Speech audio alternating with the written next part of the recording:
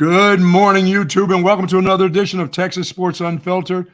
I am Bucky Godbold, and I am waiting to see my partner in the morning, Brad Kellner, but I do not see him. What I do see is a substitute teacher, which is Doc Trey Elling III, joining me this morning. It is, how about that, November 1st, 11/1/23, and Brad Kellner is nowhere to be found. Good morning, Trey Elling. How are you? I'm doing good, Buck. It's a pleasure joining you bright and early on this Wednesday and doing so to help our guy BK hopefully get to witness something that he's dreamed about for most of his life. And that would be being in person when the Texas Rangers win a world championship. Of course, we're going to talk about last night's game, but he is en route to Phoenix, Arizona right now to be in the stands with a buddy of his, at least a buddy of his, or maybe multiple people. Oh, yeah. Meeting him there at this point, but to try and be there as the Rangers win their first ever title. And I got to say, as a Rangers fan, I know my opinion is biased, but I did pick the Rangers to win in 5 at the start of this series. I feel pretty good about Texas closing it out tonight. Yeah, after that display last night was just it was phenomenal. A display that I think I had been waiting for. BK and I had been talking about it over the course of the American League Championship, that this group at any time can score 6 or 7 runs in an inning. And bang, last night you got 2 5-run innings from the Rangers, and they just destroyed the Diamondbacks. They destroyed the D-bags. They disposed of them quickly last night. And I guess when it was all said and done, 11-7, when I woke up this morning, I thought, what the hell happened late? Because I had gone to bed. When it was like 10-1, I said, this thing is over with. But what happened? Were those just give up runs late in the ball game? I mean, the runs are legitimate, but the runs also did come in the 9th and made the game look closer than it actually was. I mean, Texas was on cruise control with several innings left, obviously, after scoring 5 in the second, 5 in the third, all 10 runs coming with 2 outs. They tack 1 more on. Both teams were taking key players out to give them a bit of a break and to allow other guys an opportunity to get some playing time. So ultimately, Texas does bring Leclerc in for that final out. Ironically, he gives up the 2 runs that Bochy was trying to avoid Will Smith giving up just before that, but he does get the final out too on a pop out. I think technically the catcher may have caught that one. It's out territory, and the Rangers do win. And this magical postseason for this team continues, starting with the fact that they still haven't lost a road game, and there is a chance they make it through the playoffs not losing a single road game. That's to incredible. Go along with even more adversity with being without 2 guys the rest of the way in this World Series, with both Garcia and Max Scherzer taken off of the postseason roster. This team, they clearly care about one another, and they are ready to pick their fallen teammates down by other guys stepping up. And last night, it was not just Jankowski who was playing for Garcia, but you finally see Marcus Semion's bat wake up. Wow. Really at the perfect possible time, right? Yeah, that was great to see. And Seager's just phenomenal when he comes to bat. I'm thinking home run every time he gets up there. But Semien, I thought last night, he absolutely clubs the ball. Yeah, I mean, Semien last night was on target. He was as good as it gets. Good morning to the soldiers at Fort Cavazos, Texas, the soldiers in the state of Texas, and all those that fight for us each and every day. Thank you so very much for what you do, and do be safe out there.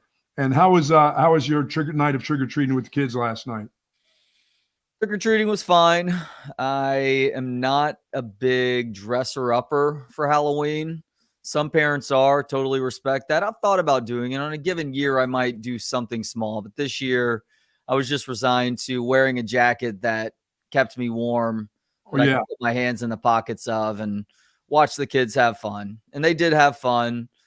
Viv was kind of dressed up as a werewolf. She's entering the too cool for a real costume phase, where she had a werewolf mask, but ultimately she's just wearing the werewolf suit with no mask on. And Calvin was dressed up like the most adorable pirate. So some years we go with cartoon characters or a movie character, something like that. But they both went fairly generic this year, and I'm okay with that. Yeah, I think I saw some of my grandkids dressed up, and my daughter, of course, was dressed up as, what is that? Um, Something of the Galaxy. What is that group? Guardians of the Galaxy. Yeah, my daughter was dressed up as the hot green chick. Yeah, and the kids were Root and the rest of them, and they looked like they had some fun in Jacksonville, Florida last night. I was very worried about, sending messages because I trusted my daughters and their husbands understand, with everything going on around the world, that keep your kids close in hand, head on a swivel last night, the whole works. And I'm glad Trick or Treat worked out well for the kids because I just, I get those, when I used to live in Circle C, I'd get those wandering kids who never got dressed up that would ring the doorbell at like 9:30, 10 o'clock, dressed up like their dads in business suits. They just go get a suit from their dad, no makeup, no nothing, and just want some candy. So I was worried about goofiness going on throughout the world last night. So how small are their dads if these kids are borrowing their dad's suits? My goodness. I mean, teenage guys, teenagers go out at 13, 14 when it was time for them to be done with all the trick-or-treating. They just wanted to sugar burst. So okay, I'm glad you're bringing this up because I was looking around last night, acknowledging myself how there seems to be a lot of high schoolers that are dressed up getting candy, yeah. and everybody's just cool with it. So this was going on also back in the 1990s too. Yeah, I mean, people still give, if you dress up, put your dad's suit on and a tie on and, wear his glasses, people will still give you candy today. But I used to try to chase when those guys were hitting the doorbells at 9:30, 10 o'clock. I'd be like, come on, man, go home. You don't need this candy. Go steal it from your little brother or something, but they still do it. But I just didn't notice that because nobody comes to my house. I'm behind this gate. So, you can't get in here. And these crazy. That's sad. I guess there's probably not a whole lot of kids walking those hills, though. No, hell no. Nobody has little kids. This is like an adult neighborhood with kids that are already in college. You know what I'm saying? And they don't do the trick or treat thing. So, dude, I imagine if there's a hilly neighborhood that kids are not only going for candy, but also reaping some serious sweet rewards. It's that neighborhood that's right next to Covert Bee Cave. Oh, yeah. It's down a little bit. You take the right and you kind of wind through to get over to Sweetwater. That's a Sweetwater neighborhood. That is a beautiful neighborhood that, there are some houses that may be passing out either the full size or even the king size candy bars. Unlike me handing out the toothbrushes. Come on there, Uncle Buck. Don't do that. Yeah. That's right. Sal's asking about me putting floss in the bags. Floss in the bags. Considered a broccoli sprout option, but ultimately I let my wife take care of that, and she does a good job having a variety of candy. We're not home though to pass candy out. We're in that category of people because we still have kids that are of that age where we just put it on the edge of the steps leading to our front door. Now, when our kids become too cool for school, we will start to do the Halloween thing, and I'm a much bigger fan of forcing the kids to knock on the door. Oh, yeah. And then say trick or treat than just taking candy out of a basket, No. You got to come and knock on my door and say trick or treat to me. But I passed that a long, long time ago. My kids have kids, and we're to that point in life. And now where I live, it's just nobody. All they do is hear those two Great Pyrenees out there, and they're like, "We're not stopping at this house." First of all, we can't get to the door, and we're definitely not going over that fence for an old dude that's got these two big, huge monster dogs that just sound like they're ready to take you apart. So it was a quiet night out here. I'm just glad that the kids all over had a good time. I hope everybody was safe, and I'm glad. Trick or treat was always kind of fun for me.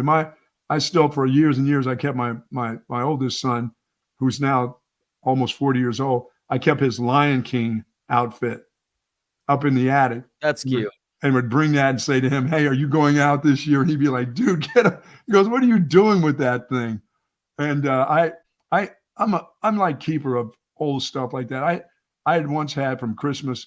I had my daughter's little tyke. It was like Barbie house. I mean, it was like a house made out of that little tyke material. Yeah. And my son got rid of that thing when I guess his mom said, "Hey, throw this out. Your dad won't notice that it's gone." And he threw it out, and the garbage truck took that thing away. I was broken up. I Mm. was going to keep that to give to my grandkids. I was going to pass that down. And all the grandkids probably would go, oh, we don't do that. We don't. They would have. They would have loved to have had their mom's stuff. Well, I don't know. Would they have, or is some of that stuff just too antiquated? I don't think it's antiquated. I've got right here. This is a magazine called American Girl. Yeah. My daughter, Jordan, is in this magazine playing soccer. Whoa. I can't wait to give that to her daughter. I don't know if she has it, but I still have it when my daughter Jordan was in this magazine. As a kid, as a probably 8-year-older, I'm going to give this to my granddaughter. I don't know when it is. Did y'all get some free American Girl stuff for her appearing in that magazine? No, that was an expensive doll. No, this was just she was in this. They chose her to be in this for soccer, and I decided I kept this magazine. I still keep it. It's still down there with my Katarina Witt, that I have of Katarina Witt. Please keep those two magazines separate. These are very different categories of magazine here. Yes, but I don't want the American Girl magazine touching the Playboy. Oh, come on. I just that one, that one's been up here because I'm going to do that, I think, for Christmas and give it to my granddaughter and let her see her mom as when she was about that age. So you're not really a pack rat, but you're somebody who obviously holds on to things for sentimental reasons. Yeah, I mean, I still have I've got stuff from, when I was in high school. I have the scrapbook of me in the Big 33 game and, articles leading up to me being, football player in the state of Pennsylvania playing in the. I have all that stuff. I kept that. I got to have that in my divorce. I got to keep. I got that. I kept it. I don't know how I got to have it, but believe me, that's the stuff I got. Now, my Doug Flutie, my Bobby Orr stick, and Bobby Orr jersey, I don't have those things. I mean, autographed to me, I don't have those things. I didn't get a chance to. A bunch of Ricky stuff gone. Say goodbye to it, never to be seen again. But I did keep the magazines and the clips and stuff like that. So I'm happy with that. Texas Longhorns, of course, the college football's first. Their top 25 or top 20 is out, and Texas, number 7, about the spot that I thought they would kind of be in, 7 or 8. Yep. I didn't think they would get to be 6. I thought Washington would probably stay in there. Florida State in there. Ohio State being number 1. I always say, hey, don't take the champion out until they lose. But Georgia has. I mean, they've struggled the last couple of weeks. They're still undefeated. They haven't been beaten 3 years. I mean, I don't know what else you can do. You can only beat the teams in front of you. Whether you struggle or not, nobody's beat you. You've been to back-to-back national championships, done that. And so I don't know why Ohio State, except for strength of schedule, they did beat Penn State. They did beat a Notre Dame team that was struggling at the beginning of the season. So I guess it's all right. It'll all come out in a wash over the next couple of weeks anyway. Yeah, it definitely will. I think I'm with you. I'm keeping Georgia there until they give you a true on reason not to, especially because the committee is touting that Ohio State has 2 wins over, top 13, top 15 teams in the poll, and nobody else has more than 1. Like, yeah, that does matter, but it was also a Notre Dame team that played a very weird game and should have won that game. And then Penn State, who, once again, the James Franklin effect comes into play, but they do have those 2 wins. You look at the best win right now, Texas is in the conversation for that. I think that probably still goes to Washington, especially, or even with Alabama playing better like they have been over the last month. I've been impressed with Jalen Milroe and his development as a passer, but that Alabama team 2 games in the year was a very different team. So Washington has the best win. Texas probably has the second best win. Ohio State has more quality wins, but when you look at record of teams on the schedule so far, Texas is up there too. I mean, some of the teams that we took for granted earlier this year turned out to be pretty solid squads. Now, there are exceptions, of course. Baylor, for instance. I'm not totally sure where Rice is, but Wyoming is a pretty good team right now. Kansas has an argument as one of the top 4 or 5 teams, I think, in the Big 12 right now. Huge game for them in Ames this weekend, a statement game for them. And then obviously the Alabama game too. Yeah, I mean, I think that it works for Texas where they are. I mean, the number 4 team in the nation that they picked, but the college football playoff committee picked was Florida State. Florida State, I think right now is the best team in the nation. The records, this is a group right now, offensively, defensively, the quarterback's playing great. He'll be in New York. He'll find a way if they can stay, if they don't lose to Clemson in the end, if they don't lose a big game, they'll be in the playoffs. But I think they have the best team right now, Florida State. They're playing like the old Florida State teams.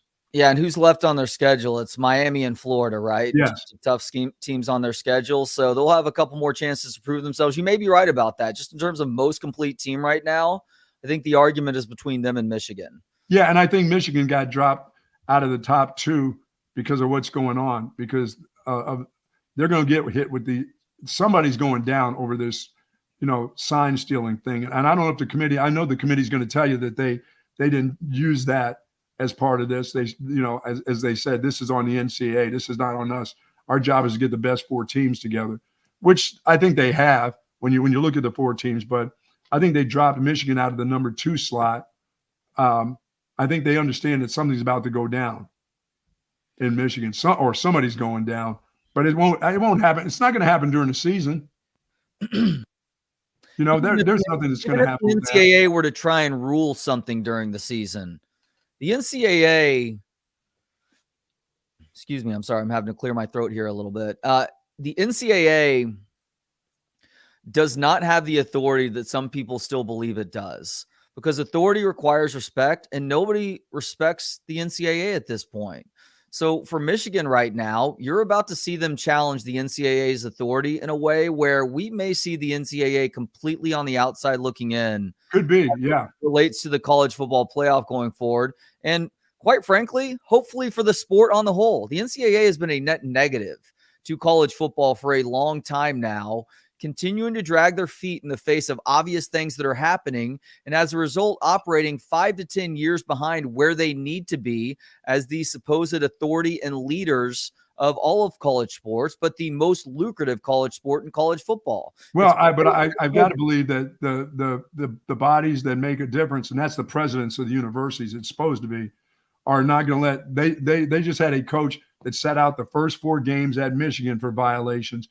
Now, violations, whatever you want to call them, he set out the first 4 games, and now he's in the midst of stealing signals and still being undefeated. And teams throughout the Big Ten are going, wait a minute, this guy had a guy here at our game, and I got to believe that they're gonna come together, and they're gonna let the NCAA rule on some stuff when it comes to the University of Michigan. They're not gonna stop them from getting into the college football playoffs. But they're going to make sure that next year, Jim Harbaugh is probably not going to be coaching at Michigan next year. He's going to take the Pete Carroll method and get the hell out of there and get into the NFL as quick as he can. I don't think he's longing to stay at Michigan. Or there's something in the water in the state of Michigan. Michigan State, paying their guy all kinds of money, and then him doodling himself over the phone and stuff. I don't know what's going on. The Nassar thing that's gone on in Michigan. Something's in the water in the state of Michigan. That their universities are just garbage right now. But I don't think they're going to let Michigan get away with this after the season. I think Harbaugh will say, "Bye, y'all." I don't know how much true authority they have here. Like, I understand that the school presidents and ADs are trying to give Charlie Baker the benefit of the doubt as the new head of the NCAA. Mm-hmm. He is working hard federally to try and get some sort of legislation passed that you can say that it's doing other things, and it certainly is. But the bottom line with the attempts at legislation here is keeping these schools from being on the hook and having to consider the student athletes as employees of the university, all while arguing that these collectives and that the whole NIL process needs to go through the schools themselves. If that doesn't make those student athletes employees more so than ever, I don't know what does. Right. But by the same time, I think that there is a world, and this ends up happening in 2 years, where the NCAA is responsible for every college sport except for college football. Well, and that probably should happen sooner than later. Yeah.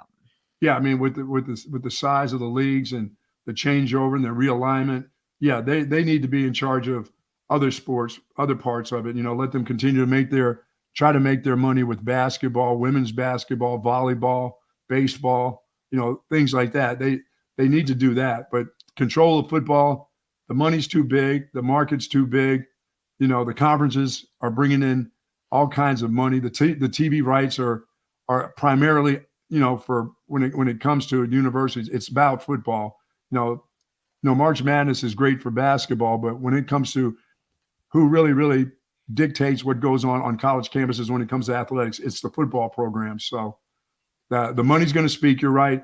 And in a place like Michigan, you can't afford to have them not playing football. You can't be banning them for games. You can do whatever you want to their coaches, but you can't be banning the programs, the football programs, not the ones that put 110,000 in stadiums, Yeah, I mean, to give a program like Michigan the death penalty, not to say no. that they deserve it here, that would be an impossibility, even if it was the most egregious violation. I mean, look at Penn State, what they went through a few years ago. Sure. That was deserving of much heavier penalties, as somebody just wrote in the comments section here on YouTube. Where did that go? Yeah, here we go. CB, the NCAA what's up, CB, by the way? NCAA restored Joe Paz wins. Complete bullshit. Did the same thing with Baylor. They'll do the same thing with Michigan, too. The NCAA doesn't have authority in college football, so let's stop acting like they do. Well, that committee last night, you don't think they said that had nothing to do with anything? They can say that, but talk is cheap. Actions are in words, and I just don't believe that Michigan should be behind both Ohio State and Georgia right now. They should either be one or two. Right, exactly. I mean, I understand giving Georgia the benefit of the doubt because they haven't lost a game in 3 years, but you also have to look at the quality of play this year because it's this year's roster that matters most, right? Yes.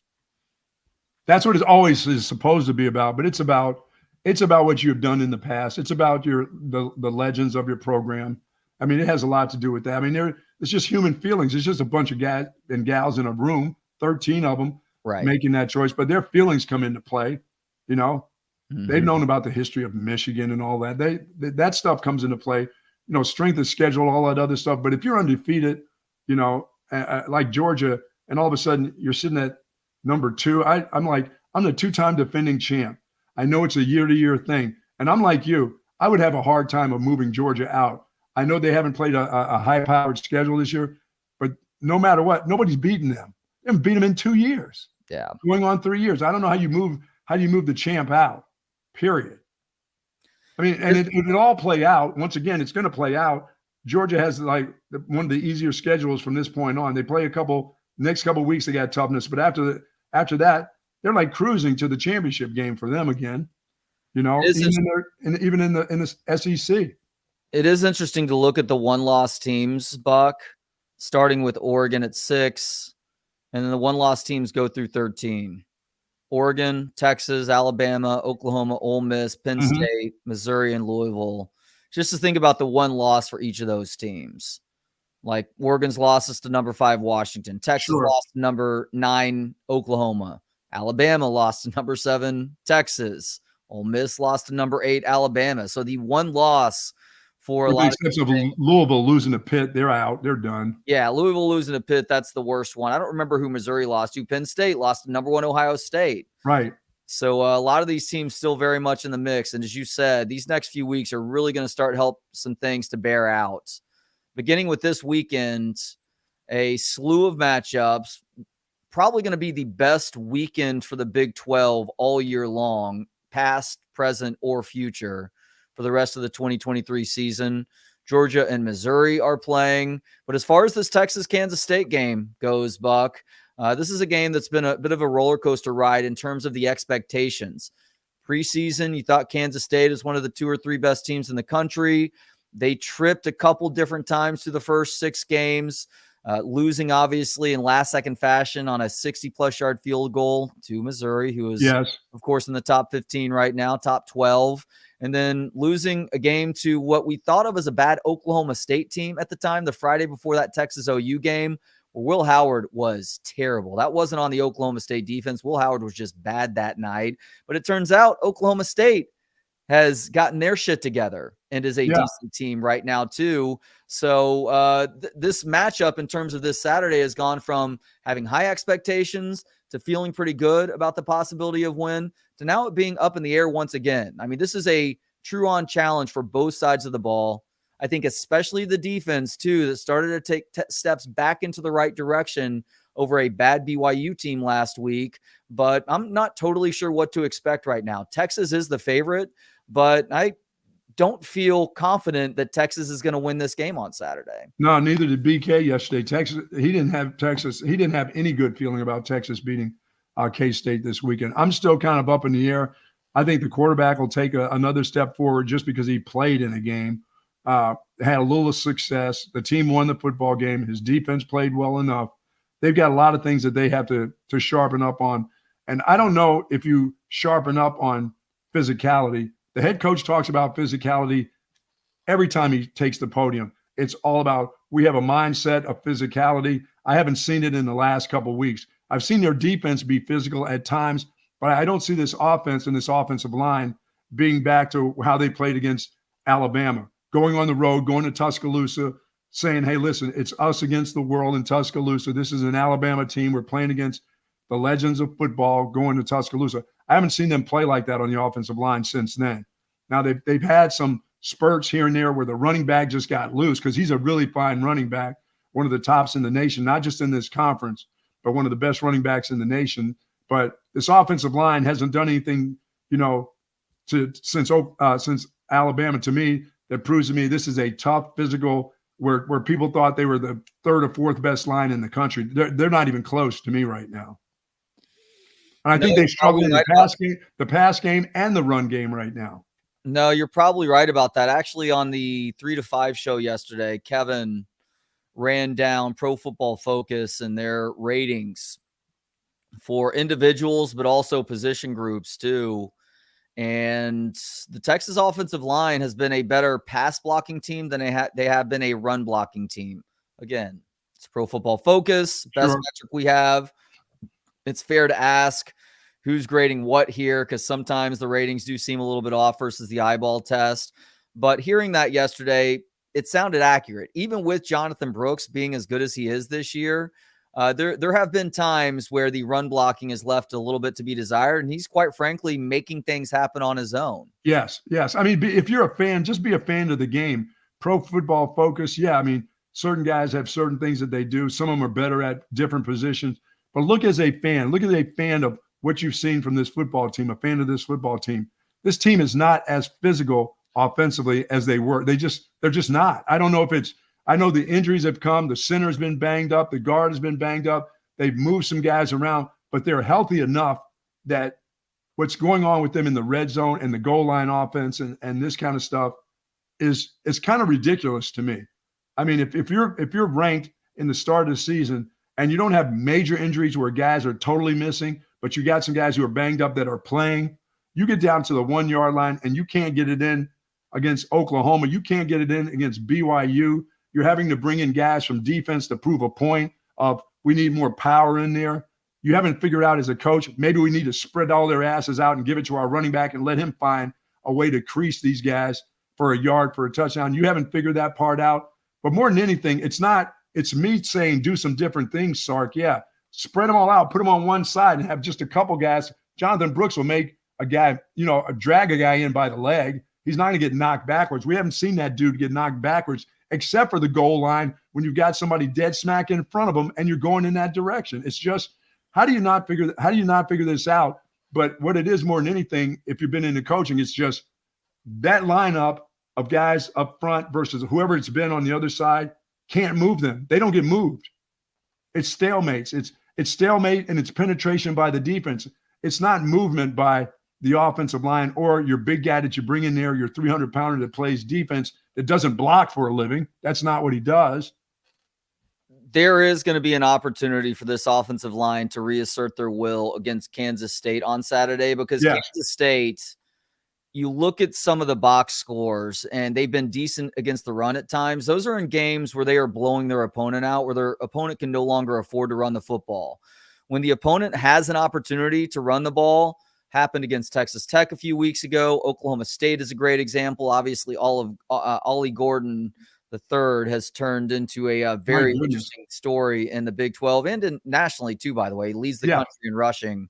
But he didn't put up huge numbers because he didn't receive a ton of carries. This would be a good game to test Jonathan Brooks' ability to touch the ball either by straight up running it or the occasional catch out of the backfield because he does have good hands. Well, getting him 25 to 30 touches in this game and letting him work.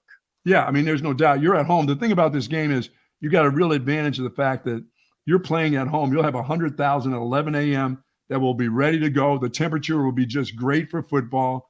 You know, you've got a team that understands people are talking about them as not being as physical anymore. That whole red zone thing. No, they only gave up 6 points last week. I mean, I after the game, I felt like they gave up 20 points or 30 points. It just felt that way. They won the football. Yeah, I mean, it just didn't feel right. And I think more so than anything, it was after the fumble, they had the ball then for almost 10 minutes.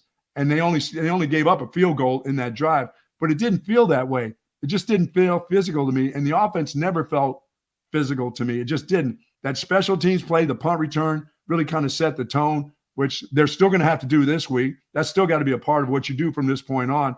Because if your offensive line doesn't get going, it doesn't start to get better as time goes on. You get more, the games get a little bit more tougher. The pot that you're looking for, the pot of gold gets to be bigger. Mentally, I don't know. It just your season starts to wear on you a little bit. So if your physicality hasn't been there, when does it show up again? Does it show up against Texas Tech? Does it show up at TCU? I don't know if it shows up there. So if it wasn't to me last week against BYU, that team wasn't very good. If it didn't show up enough there, once again, they only scored 6 points. Your defense gave this group 6 points. You scored 35. You had a backup quarterback come in. So you had to do some nice things. I thought they did really well. The receivers got open. I think the quarterback was average, a little bit maybe above average for a first-time starter. Blake Murphy? Yeah, I mean, for a first-time starter, getting his first time in front of all that group, it's not spring practice. You're playing against somebody. I don't know if the coach put him in a great position, but I know this. If you're the coach and you've got your backup quarterback playing and you're playing against a BYU team that you're really not that worried about, you got to find out what he can do and what he can't do. He could have turned around all day long and handed it off, but what does that give you? I mean, what do you find out about him? Look, nobody was asking for an 80-20 run game plan last weekend or 80-20 split that benefits the run, but maybe not throwing it 9 out of the first 10 times. I agree. To start the game. Like there is a gray area there that Sark needed to do a better job of addressing. And when you look at Malik Murphy statistically and also go back and watch the game, most of what he was completing was behind the line of scrimmage. He was below 50% throwing the ball past the line of scrimmage. And there were a few times there too where he was throwing it into decent coverage where a better defense might be making an interception there and flipping the field for their offense. So they need to be very careful with what they ask of Malik Murphy. I wouldn't be surprised to see Sark try and set up a deep shot or two early on to try and get. There's no doubt about that. There's no, in this game, you're going to have to try to take chances. You're going to have to try to take them chance early. You need to get a lead in this game. You can't put him under the pressure of having to throw into coverage if they're down by points. You know what I mean? And exactly. Don't do that. Get that lead. Have your special team. The best thing that happened to them last week was the punt return to get them going. It really, really was. I didn't know. I wasn't there for the game. I don't know what the crowd was like, but I got a feeling that this crowd will show up at 11 o'clock for a really a nice weathered ball game, and to understand the importance of this football game itself, because it would have been an important game if Quinn Ewers was playing this week. I would be worried about this game. I worried about this game all year anyway. So it still is on my mind. How do they escape? Do they escape? He's still going to have to throw the ball down the field. You're still going to have to get better in the red zone if you get to the red zone. But he's also going to have to take this football team on drives of 60 yards and things like. You're not going to get the ball at the 40 going in every time. No. Yeah, last weekend was a little bit of fool's gold in terms of that final score, the 35-6. You mentioned the punt return touchdown. So that leaves 4 touchdowns to account for, and 3 of those 4 came when Texas defense was able to flip the field. So the Yeah. Texas offense scores once from the BYU 39, and then the BYU 26, and then I believe the other one was around or inside the 10 or 5 too. So they were given some gifts there. They did have 1 touchdown in the second quarter that went 75 yards, where, by the way, they ran it 6 times and threw it 4. Didn't mind that balance at all, giving it mostly to Brooks and I think once or twice to CJ Baxter as well. That probably needs to be the game plan this week. You need to be the more physical football team on both sides of the ball. It is a task, but now is the time for you to step up, especially because this offensive line is starting to get a little bit healthier, and there are guys that have it in them. We saw it last year. It's just about providing that sort of spark. And so I'm excited to see. I'm excited to see what the Texas offense can do, but I'm also nervous because I feel like Steve Sarkisian sometimes gets really insistent with his game plan and believes that his quarterback should be able to do whatever is being called. And I just don't know about having Malik Murphy throw it into the intermediate part of the fields too often early in this game. Well, there's still teams playing them. They don't, I don't know if this group will come after them. I think they think they can handle the Texas offensive line. So I think with their down guys, they think they can stunt, do some different things with their linebackers and get after Malik Murphy that way. But if they just stay in those zones, A.D. Mitchell seems to find a way to get into the zones, and this kid can fire into those zones. It's that ball that's just a little bit past that 8 to 10 yard spot that I get a little bit worried with him. But as you said, he can throw the deep ball. So let him loose if he's got a shot at some deep ones, not throwing it up. We're not throwing deep balls just for the sake of throwing deep balls. We're throwing them because we think we can hit those deep balls, and you don't throw them into coverage because your guys don't win those battles. And I haven't seen that in a long time here where the wide receivers win those battles. And plus they went through another whole game, and Jordan Whittington didn't get a touch. A couple of weeks before that, guy got 10 balls in a loss against Oklahoma. How do you not get him the football? Again, how does he go through a game? And is it true he didn't have a catch in the football game? How's that possible? How do you do that? That's one of your weapons. If you're not using that weapon this week, that's pretty silly of Sark. I mean, once again, here's a guy that he loved from the minute he got here. He's always talked about what a wonderful young man he is, what a great route runner, what a great blocker, but you don't get him involved. But he doesn't catch a ball in a game. How's that possible? Now, he's the guy who can catch and run like a running back when he's got it. He can get you those extra yards. I know you got the flash over the top, and I know you've got a guy like A.D. Mitchell who can do both. But when you continue to leave Jordan Whittington out of your game plan, because that's out of your game plan. That's not, to me, you don't have spot passes you want to throw to him in seams and zones where he can catch it and run with it. He's out of the game plan when he doesn't catch a ball, because we've seen that already this year where he's like not in the game plan. But when you get him involved, now you didn't get a win, but you got him in one of the great games that he's ever played, against Oklahoma, where he caught 10 passes. He kept you in that game a little bit. But if you're not going to put him in to throw to him, put the freshman in there to throw bombs to him.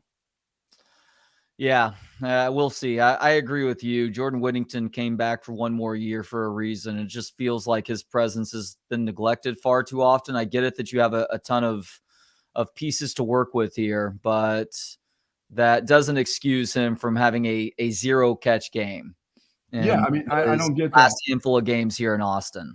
All right, we got a lot to go today. We got to keep on talking about this Texas Longhorn football team. Obviously, a big game this week. Other big games and the NFL trade deadline come and gone, and my Minnesota Vikings got a new guy. But I got to tell you about our good friends over at Texas Orthopedics. If you're seeking specialized, patient-focused orthopedic care, contact the folks at Texas Orthopedics.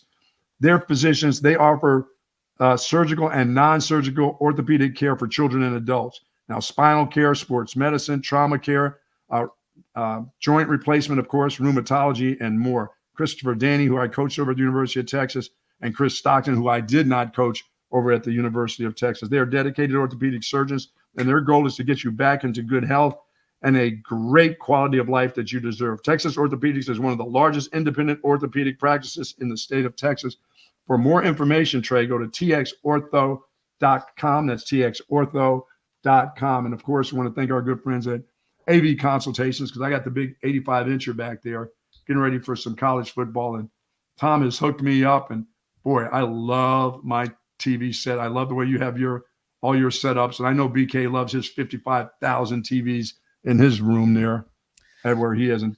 And you can get that all done, avconsultations.com for sure. Yeah, Tom is not going to like this, but I've really enjoyed watching the Rangers postseason run. Ooh. On my dream home theater setup downstairs. Now, he only doesn't like that because he's an Astros fan and he would rather not see the Rangers win at all. Is that true? They don't like that. They don't want them to win. You're in the state of Texas. You wouldn't want the Astros don't want the Rangers to win. They want the D-bags to win. Really? Yeah, they do want the D-backs to win. Hey, look, I get it. I don't want to see Oklahoma win a national championship. I don't want to see the Astros win another World Series. That's what rivalries are all about, baby. There you go. But he does know that we really enjoy that setup. I tell him all the time, and he's done it with so many homes and businesses over the years. It's not a surprise to hear from another satisfied customer. They'd love to help you out as well. We just had the 30th all-time edition of all 4 major professional sports playing on the same day here in the U.S. just a couple of days ago on Monday.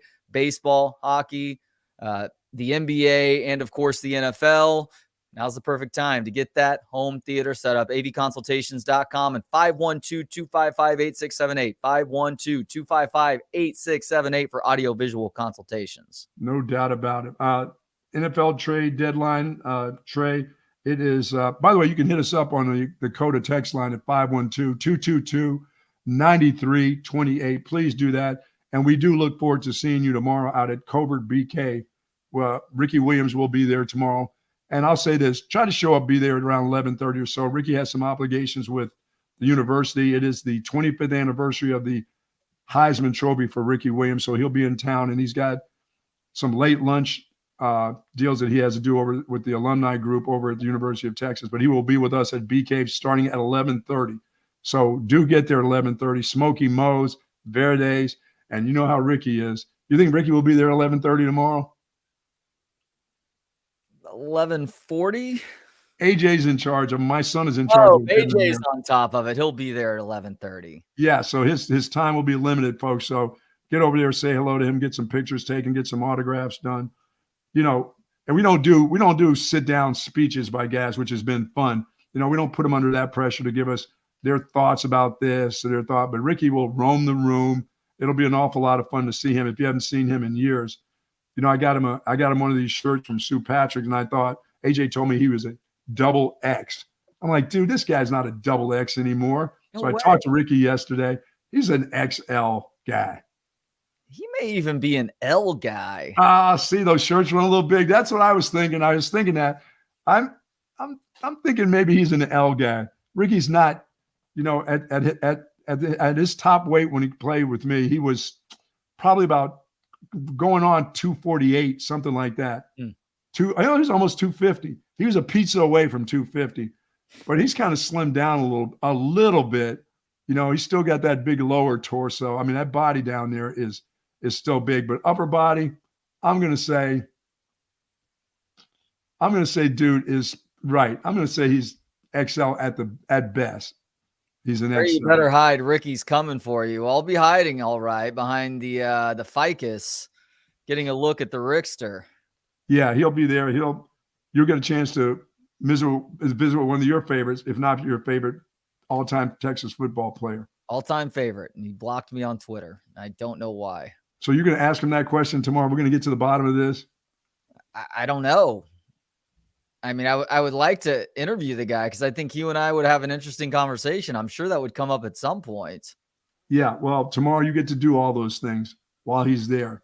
Tomorrow, Thursday, or Friday? No, not Thursday. Friday, folks. Okay. Friday. I keep thinking today is Thursday. Getting a little bit worried that you were going through some transgender amnesia there. No. I just keep getting this day mixed up with as a Friday. I thought, no, tomorrow, not tomorrow. On Friday, Ricky will be out there at Covert BK. And love the folks out at Covert BKs for sure. It's going to be a lot of fun. BK and I'll be broadcasting out from there as well. Yeah. And I understand this being a weird week with Halloween and all, Buck, and gosh, it's already November. Crazy to think that 2023 Yeah. is very nearly done.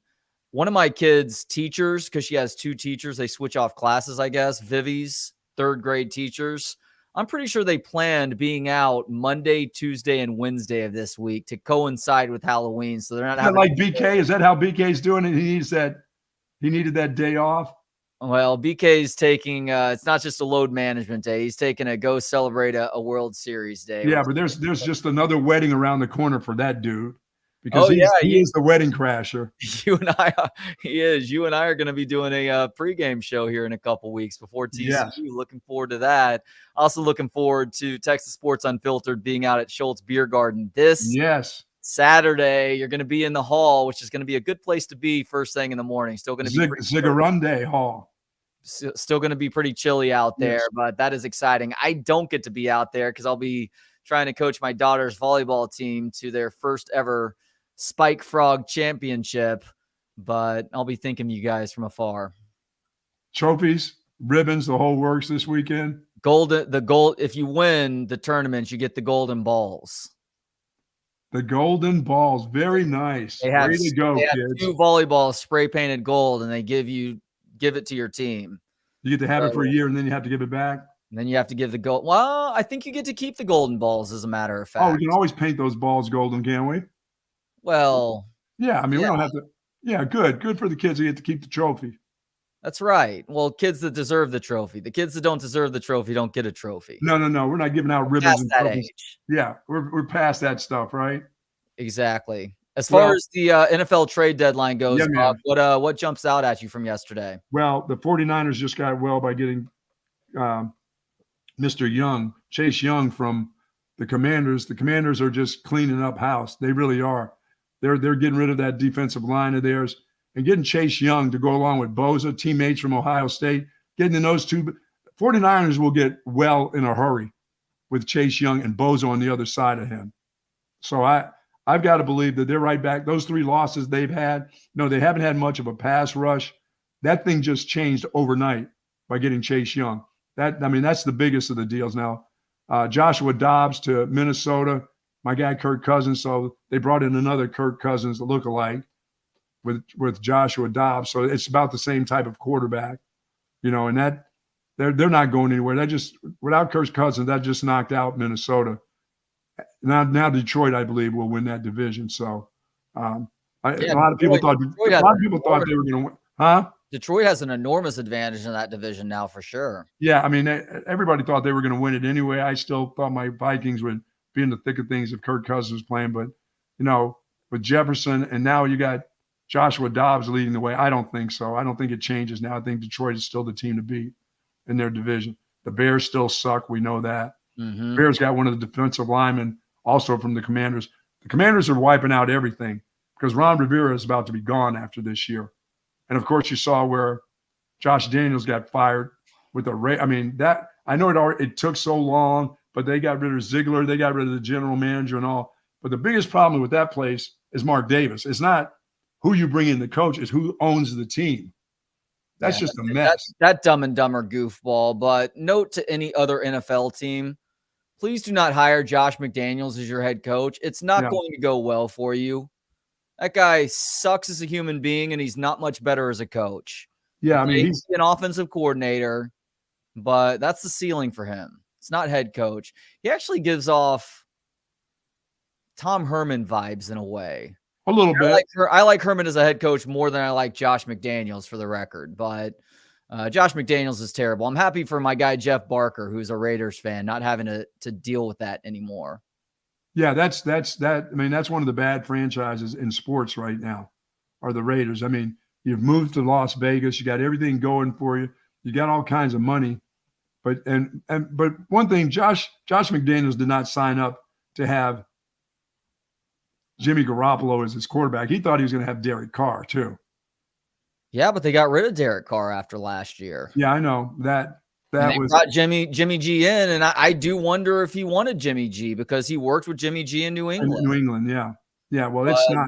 Jimmy G, I think, is a great example of why There are guys, or there are systems rather, offensive systems that make a quarterback look decent. His lifetime win percentage is great because he played most of his snaps in San Francisco with Shanahan as his head coach. And Shanahan is a really good head coach, and he had some great pieces around him too. Even with decent pieces around Right. Jimmy G in Vegas, Josh Jacobs, leading rusher in the NFL last year, obviously having Devontae Adams out there, a guy who has been extremely frustrated. They weren't anywhere close to getting it done. Just a pathetic offense, which is Josh McDaniel's side of the ball. It's one of those scenarios, much like with Herman here at Texas far too often, and Charlie and how bad his defenses were. It's like if you're the head coach and that side of the ball is your specialty, and that's the biggest part of the problem, Yes. you shouldn't be the head coach anymore because Yeah, clearly I it's too agree. much for you. I agree. It's the NFL. That's why you got hired. You didn't get hired for defense. You get hired for your offense, and your offense stinks right now. Yep. And so they're changing that. And once again with San Francisco, I think Trey, that group is going to get well in a hurry. I mean, that defensive line, Charles Omenihu is a part of that now too. And that is a defensive line that is it hasn't been that good this year, but it just got so much better with Chase Young. He's now healthy. His knee, they were worried about his knee. Obviously he's been playing, and he's been playing at a pretty high level again. But like I said, they're cleaning out that whole Commander deal is going to be gone because I think their head coach will be gone too. Charles, though, is with the Chiefs now, isn't Oh, he? I'm sorry. He's with the Chiefs, and I was saying he left San Fran. But guess who else San Francisco just went out and got in the last week? Randy Gregory. Randy Gregory, yes. That's the guy Now, I meant to say. He may not be quite as fierce as he was with the Cowboys, but it's still another great option for you, and especially a guy who can serve as a backup for both Bosa and Chase Young now. Yes, Randy Gregory. Chase Young going rogue with the Washington Commies, which made him more expendable, that they didn't feel like he was a guy who fit into what they were trying to do well. Well, that may be because Washington, their defensive game plan was a complete nightmare. Yeah, this is a huge pickup for San Francisco, and they are clearly not taking anything for granted with regards to this window being open right now. But I think you have to start questioning Brock Purdy and whether we are starting to now see the real Brock Purdy surface, a guy that was there for Iowa State, who has very sloppy turnovers at times, bad reads, bad throws, just throwing the football behind him. Some of that stuff is starting to pop up over these last. Well, didn't you think that maybe that arm, there was going to be a time, 17 games in the NFL, there was going to be a time where that arm was going to get a little tired, and velocity on that football in the NFL, if you don't have that kind of velocity that you need, those guys step right underneath that and pick the ball off. And I was thinking sometime during the course of this season, his arm was going to get a little tired.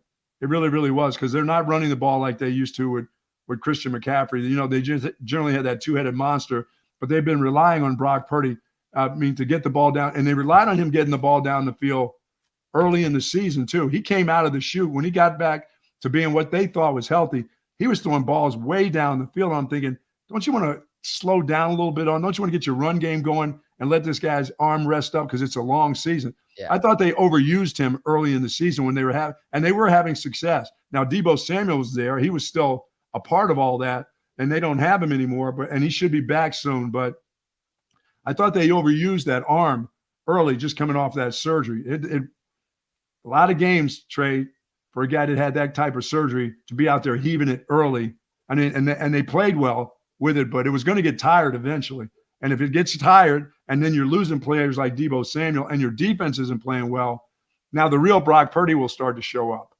Yeah, you expect Deebo, McCaffrey and Kittle. Just games here and there through the course of a season. But you're right, even missing one of those guys seems to be making a huge difference right now. Brandon Ayuk had a decent start to the year. I feel like he's been a bit of a disappointment in the last few weeks as well. And you just wonder at some point if Purdy continues to struggle with his play. Yes. They don't give Sam Darnold a chance, and maybe they let Purdy rest his arm. Sam Darnold, people don't want to believe me. You saw flashes in New York and also in Carolina before he got hurt. But that guy was dealing with the quarterback screamer and Adam Gase with the Jets and the end of the Matt Rule era, which was a complete dumpster fire in Carolina. Sam Darnold has the physical ability, and I think he has the IQ experience now being in the NFL for these amount of and the years. experience to work within that system. So if they were to go to him, you may not see this huge drop off. You may see a sort of spark to this offense as a result. Yeah. Okay. And talk to me a little bit about the Dallas Cowboys and what you saw last week. They had one of those games where certain teams that they can beat up on. The real telltale sign of what the Cowboys are like will come this week when they play the Eagles. Yeah. I mean, it's pretty simple. I mean, Dak Prescott did some nice things. I thought Mike McCarthy. Now, I wish they would have tried to get Derrick Henry during the course of this. I know people are thinking, come on, Buck, they got Tony Pollard. Tony Pollard's he's not 17-game running back inside. He's that semi-gimmick guy that swings screens out of the backfield, throws to him out in the slot. He's fantastic out in space. But I was just thinking, a guy like Derrick Henry, for what Mike McCarthy wants to do, and he wants to show off an offensive line that's been pretty inconsistent. They've been banged up. But boy, Derrick Henry would have helped them out a lot if they'd got that done, I thought. Yeah, I mean, he's up there in age. He's not the same Derrick Henry, but for what they want to do, and now that Dak Prescott is starting to take off out of the pocket himself, I think he's feeling a lot more comfortable about taking off and running on that ankle than he did last year, the year after what he did. Yeah, and they need that also because it's clear that Tony Pollard is not the same player that we were watching this time last year. You can say, do you think that's a part of his injury? You think that's the injury part, or is it just he's just not that big? I think it takes time to get the speed, the strength, and the overall ability back when you hurt yourself like that. And part of it is psychological, but part of it is physical too. So I'm not going to be surprised to see them giving some other running backs some opportunities. This may not be Deuce Vaughn's year, but the backup is probably going to continue to get more carries. Yeah, I like him. Dak running it at times as well. It has been an effective part of his game in the past, and now he is healthy enough to implement that once again to try and open up the passing attack that much more. Yeah, I have to give him his due. I thought Dak Prescott played great. And the reason he played great last week is because they got CeeDee Lamb involved immediately in the game. They didn't wait around for him to be bitching on the sideline about getting the football. They got him the ball as quick as they could get him and as often as they could get it to him. I mean, look, they got rid of Amari Cooper a couple of years ago, which in my opinion was a bad move, but they did that because they felt comfortable with CeeDee Lamb as the number one wide receiver. We'll treat him like a number one wide receiver then. Yes. Especially because Dak and Michael Gallup don't have that rapport that they did a couple of years ago before Gallup hurt his knee. You are still trying to get in rhythm with the tight end in that passing attack. Folks just took for granted Dalton Schultz and how good he was with Dak. And I know they've got some young guys that show a ton of promise, but Dalton Schultz was a different sort of player at that position for them. Well, I think people thought that Dalton Schultz was just a guy. I mean, they were thinking that the young guys that they have right now are just going to walk in and take his place. Now, they've done some nice things with those young tight ends, but, I mean, Dalton Schultz got open. Well, and I like what they did with Brandon Cooks last week also. I think getting him more involved is a good thing. I mean, that guy's been a 1,000-yard receiver for what feels like about 8 different teams at this point. I know it's only 4 with the Saints, the Patriots, the Rams, and then the Texans over the last couple of years. But that dude has a ton of talent as well. He has been a number one wideout elsewhere. And while he's in the second half of his career at this point, so you don't want to put that sort of pressure on him, he has a ton of ability, can very easily serve as your number 2. Yeah, I mean, I agree with you. Yeah, they've got to continue to work on what they're going to do in the run game. And as you said, Tony Pollard, to me, is just, I don't know what they're going to do next year. They franchised him this year. I don't know if they're going to bring him back. I don't know. They're not going to bring him back for the kind of money. I mean, even the franchise money that he got is one of the top running backs, in the NFL to be franchise tagged. I don't think they'll do that next year. You're saying Tony Pollard? Yes. I don't think they'll. Why would they? At this point, unless he shows you something more in the second half of the season, I think it's an easy decision for them. All right. As we said, we'll be out at Covert Country on Friday out there at Covert BK's, and they've got everything that you are looking for when it comes to cars or trucks or SUVs. They got 7 different brands out there at their beautiful facility at BK's: GMCs, Cadillacs, Chrysler, Dodge, Jeep, and Ram. And of course, in Hutto, they've got They've got Chevys and Fords in Hutto, and they've got Lincoln Ford in Austin. And folks, they've got 86 service bays throughout there. The wait is minimal. So when you're looking to get your car serviced, and whether you buy that car from Covert out in Bee Cave or Covert in Hutto or Covert in Bastrop, you can get it serviced right there at Bee Cave. They're happy to do that for you. Go to covertbcave.com for more information on the great sales. And Trey, they don't have monthly sales. They have weekly sales out there at Covert Bee Cave. While you're out there, say hello to Dan Covert, of course, Mike and Stacy, Jerome, the whole gang out there. And folks, they will make it happen for you. Nobody beats that Covert deal. Not now, not ever. How about our good friends at Great Blue Heron? How about them? How about that furniture? Did you get one of those? Have you got one of those couches? I was telling BK the other day that, you know what? My couch is one of those couches when I lay down in it, Trey, I disappear in it. I mean, the couch kind of overwhelms me. So there's no protection for the guy with the bad back. So it's just, it doesn't work for me. My couch, I lie on it, but I have to put a bunch of stuff on the cushions there to get that firmness.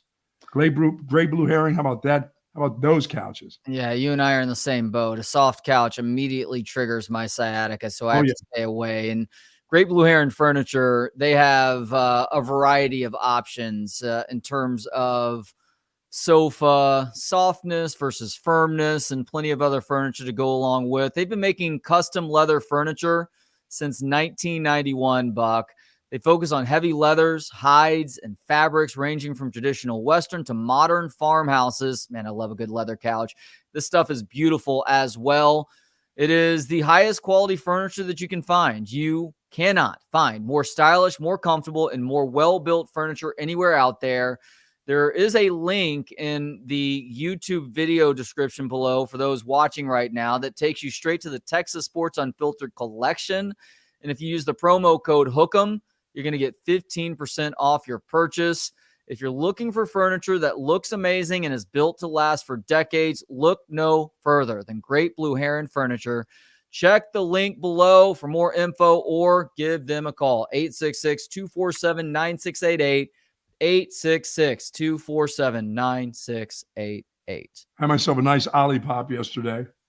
Now, BK will go through about 3 Olipops a day because he wants that flavor. He wants that soda taste with all the great ingredients, though, that is good for you. And I'm sure you would like for me to continue to drink the Olipop. I see him sucking those things down on you guys' show like it's going out of style, man. Yes, he loves them, man. I'm into the Olipop for breakfast, lunch, and dinner. Yeah, I mean, I like the Olipops, but this dude drinks them all day long. You know me, I try to sneak a soda in there every once in a while. I get yelled at because my wife calls my front seat of my car the scene of the crime. She goes, you got all these Olipops. Continue to drink those. Quit drinking that battery acid, please. Much better than soda, though. Olipop is much better than soda. That's one of the big benefits, right? I know. You got to have those ingredients that help you. I mean, they help it with the fiber that they have in them, but the sugar in the soda, no good. No sugar in the Olipop. You get all those great ingredients that you deserve, that your body wants to have in it. Doesn't want to have that sugar. Doesn't want to have all that junk in there, artificial flavoring. But I love the grape. I'm the grape guy. I'm a grape soda drinker, so I get that taste of the grape soda back again with Olipop, which you can get at our friends at 7-Eleven. See, I'm a root beer guy. And Are you? I'm about to try my first Olipop this weekend because BK finally got the 6-pack that was promised for me. Now the 6-pack came in a 12-pack. Yeah, the root beer. I'm not a big grape soda guy, so I'll give you the grape soda that BK gave to me. But I do want to try the tropical punch too. And you can get them. You can get them at Costco's. You can also get them at 7-Eleven, but you can get everything at 7-Eleven. Now, when I roll through 7-Eleven, I'm looking for my hard copy of the Austin American Statesman. Of course, I got to have that because I don't play around with the computer. I still get the hard copy because I'm a hard copy kind of guy. Because I'm a hard kind of guy for sure. And whether it's that or Dallas Morning News, it doesn't matter. I get it from 7-Eleven, which I get my Little Debbie's from too. There's my other thing, my Little Debbie's double-decker. Got to get it from there. But you can get pizza, you can get soda, you can get gas, you get anything you need at, of course, 7-Eleven. Love 7-Eleven. You didn't just say that you're leaving upper deckers in that 7-Eleven. No. Here comes the BK and you or the Doc Trey and I don't leave upper deckers in 7-Eleven. But they do such a good job at the 7-Eleven where we go to down near Oak Hill. Always clean. And once again, I have no problems going into somebody whether I'm at a gas station, service station, if I'm in the store, if I'm in the HEB and I do happen to go to the bathroom, you know what I do? I will go and tell the manager, this place, thank you very much for having a clean restroom. People don't think much of saying that to people. You'd be surprised. Well, you won't be surprised how filthy some of the places are. But when they're clean, and you don't just say, hey, thanks, I appreciate that, because there's so many people who are coming in and out of bathrooms. I mean, it's not like I'm going to Goodwill to take a shower or whatever, but I do appreciate a clean bathroom, and I let the folks know. And, of course, at the 7-Eleven where I go to, they're always nice and clean. Thank you, Ashish. So you're regularly dropping deuces in that 7-Eleven then. Is that what you're telling me? No. I go to that 7-Eleven. There's something about certain places where you get out of the car, if you pump gas or then you go in, it's almost like it's automatic. It's like me. It's like a bear in the woods. Like if I go through a stroll in the woods or somewhere near the golf course where there's golf, trees and things like that, yes, I do have to. I don't do that thing, but I do have to pee, yes. My kids are the same way, except they do like to test out public restrooms by number twoing. It's like clockwork for us. We go to a new place, and they're like, I need to go to the bathroom. All right, 1 or 2. 2. I'm like, when are you guys going to learn that it is gross pooping in public? Like, this is not good. Like, you think it's cool because maybe you're getting a little bit of autonomy, a little bit of freedom here, a little bit of independence, but you're still having to put your butt cheeks on a public toilet seat. Yes. To the point, though, if you find a place where it does seem clean, you go back there over and over again. Like the Weston Domain, they have pretty nice bathrooms most of the time where the stalls themselves are completely separated from everything else. The separation walls almost go down to the floor, and it's also a nice Weston too. So you walk in there and you don't feel like you're in a bad part of town. Yeah, there's certain places I go to that, I mean, I used to rate the bathrooms around the Austin areas, whether it's restaurants or, the Sam Houston Hotel or whatever it is. I mean, I go to places where I will rate them and I will go back again and again. What was it? It wasn't the Four Seasons. What was the hotel that was downtown? The Hilton? No, not the Hilton, not the Four Seasons. The one that's close to the Four Seasons there. I would go. And before I would come home, I would pull my car in like I was going to stay there. And I said, well, I'll be right back. You don't have to park. Just leave it here for a second. I'm just going in and check in. I would go to the bathroom, come back, pay the guy $5 or whatever it is for watching my car, and then go. I mean, it was bathrooms. CB's asking this. Buck, do you still go to fancy hotels to drop a deuce? Yes, I do. That's the secret to finding clean bathrooms. If you're out, you have an emergency, is find a hotel. Because hotels have 24/7 cleaning staff that make sure to clean those bathrooms a couple times per day. Now, there is an exception downtown to a hotel that is looked at as a nice hotel that I've gone in there on numerous occasions, and it has been a murder scene. No. In this bathroom, and that is, sorry to have to put you on blast, JW Marriott. The JW Marriott. Now, their bathroom could be really 80% of the time, and I've just gone in the other 20. But the 20% I've gone in, it looked like the indoor bathroom version of a porta pot at ACL Fest. Bob. No. Not good. Wow. Driscoll's good. Well, I saw the Driscoll's got their own private wood stall, the wood stalls. That's what I like, when you have privacy. And you can actually go in there and sit and do what you have to do. I'm a big fan of that. I'm also a big fan of music, good music in the bathrooms. And that was at the Asian restaurant up in not the Domain, but the Arboretum there. P.F. Chang's? P.F. Chang's was number one in my book for years and years. That was the number one restroom to go to. Individual stalls with great music. And the music was really good. You can go into your own little wood stall. It was fantastic. P.F. Chang's is number one. They're still number one in my book. Better than the Western, better than any of those. Wow. I'm a big P.F. Chang bathroom user. CB's the W. It was the W. Yeah, it was the W. That's where I used to pull in, jump out of the car and say, listen, I'm getting ready to go in here and register. So just leave my car right there. I'll be right back. I'd go in there. And that was coming from when we were at that other place doing pregame shows. Yeah. And I had to go to the bathroom before I went home and watch the game.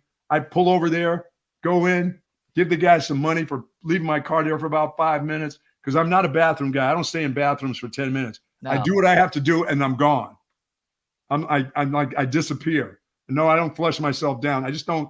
I'm not a bathroom dweller. I don't hang around. I know people that like to hang around and, you know, oh, this tissue is better than that. Maybe I'll try some napkin. No, I go and I'm out. I don't read papers in there. I've never read a newspaper in a bathroom. I've never done work. I've never been on a phone in a bathroom. Bathrooms are where you're supposed to do your business and not that kind of business. It just depends. Like if you're at home and your kids are just hammering you with question after question, you need a little bit of peace and moderate quiet, then maybe you take an extra 5 minutes in the bathroom just to take some breaths and zone out for a sec. Now I do that with the shower. I go in the shower and I'm there for a while, but I don't do that in the bathroom. That's my peaceful time. Plus I don't have I got no kids anymore. I'm old. I don't have, and plus I don't get my grandkids over here running around and going crazy, but I'm not a bathroom person. I never have been. Now, I'm a greeter at the stalls. I'm that guy from our time over at that radio station that threw us all out and shit. But yeah, you're also a singer and a talker on the phone in bathrooms too, which is a little bit disturbing. Yeah, but I greet people if they're at a stall beside me, since the side of the stall goes up pretty high. There's nobody. I'm not peeking over. I do have conversations. If I see somebody that I don't know, I'll say, "How's your day so far? Gonna have a good day." Are you seeking out stalls that have somebody right next to them? No, like looking underneath to see if there are shoes? Well, I try not to go beside somebody. I try to space myself. Okay, so good. You have the spatial recognition in the bathroom. I do. I'm not going grunties beside somebody. No. That works in the stall or at a urinal, by the way. Don't be the guy who, if there are 3 urinals and somebody's on one side, don't step into that middle urinal. Don't do it. More space, please. And generally speaking. And you're not the guy that you don't like to have conversations. You go do your business and get out too. I'm having to focus too much on the business that I'm taking care of here. It's why the troughs at Wrigley Field always bothered me. Oh, the long troughs with the ice in them? Yeah, exactly. Where you've got dudes rubbing your elbow as you're trying to pee. I already got pee shot issues to begin with. That is going to completely throw me off. Well, you should have been in the old Yankee Stadium where I had to go so bad. My guys had to go so bad. We're in that long line. You've heard about the story of the plastic helmet, the Yankees helmet that we passed. No. Passed along. Ooh. We had to go so bad, and we wanted to get back to the game. We were in this monster line of about 30 guys. And so my friend takes his helmet off. He pees in the helmet, throws the urine down off to the side, passes the helmet back.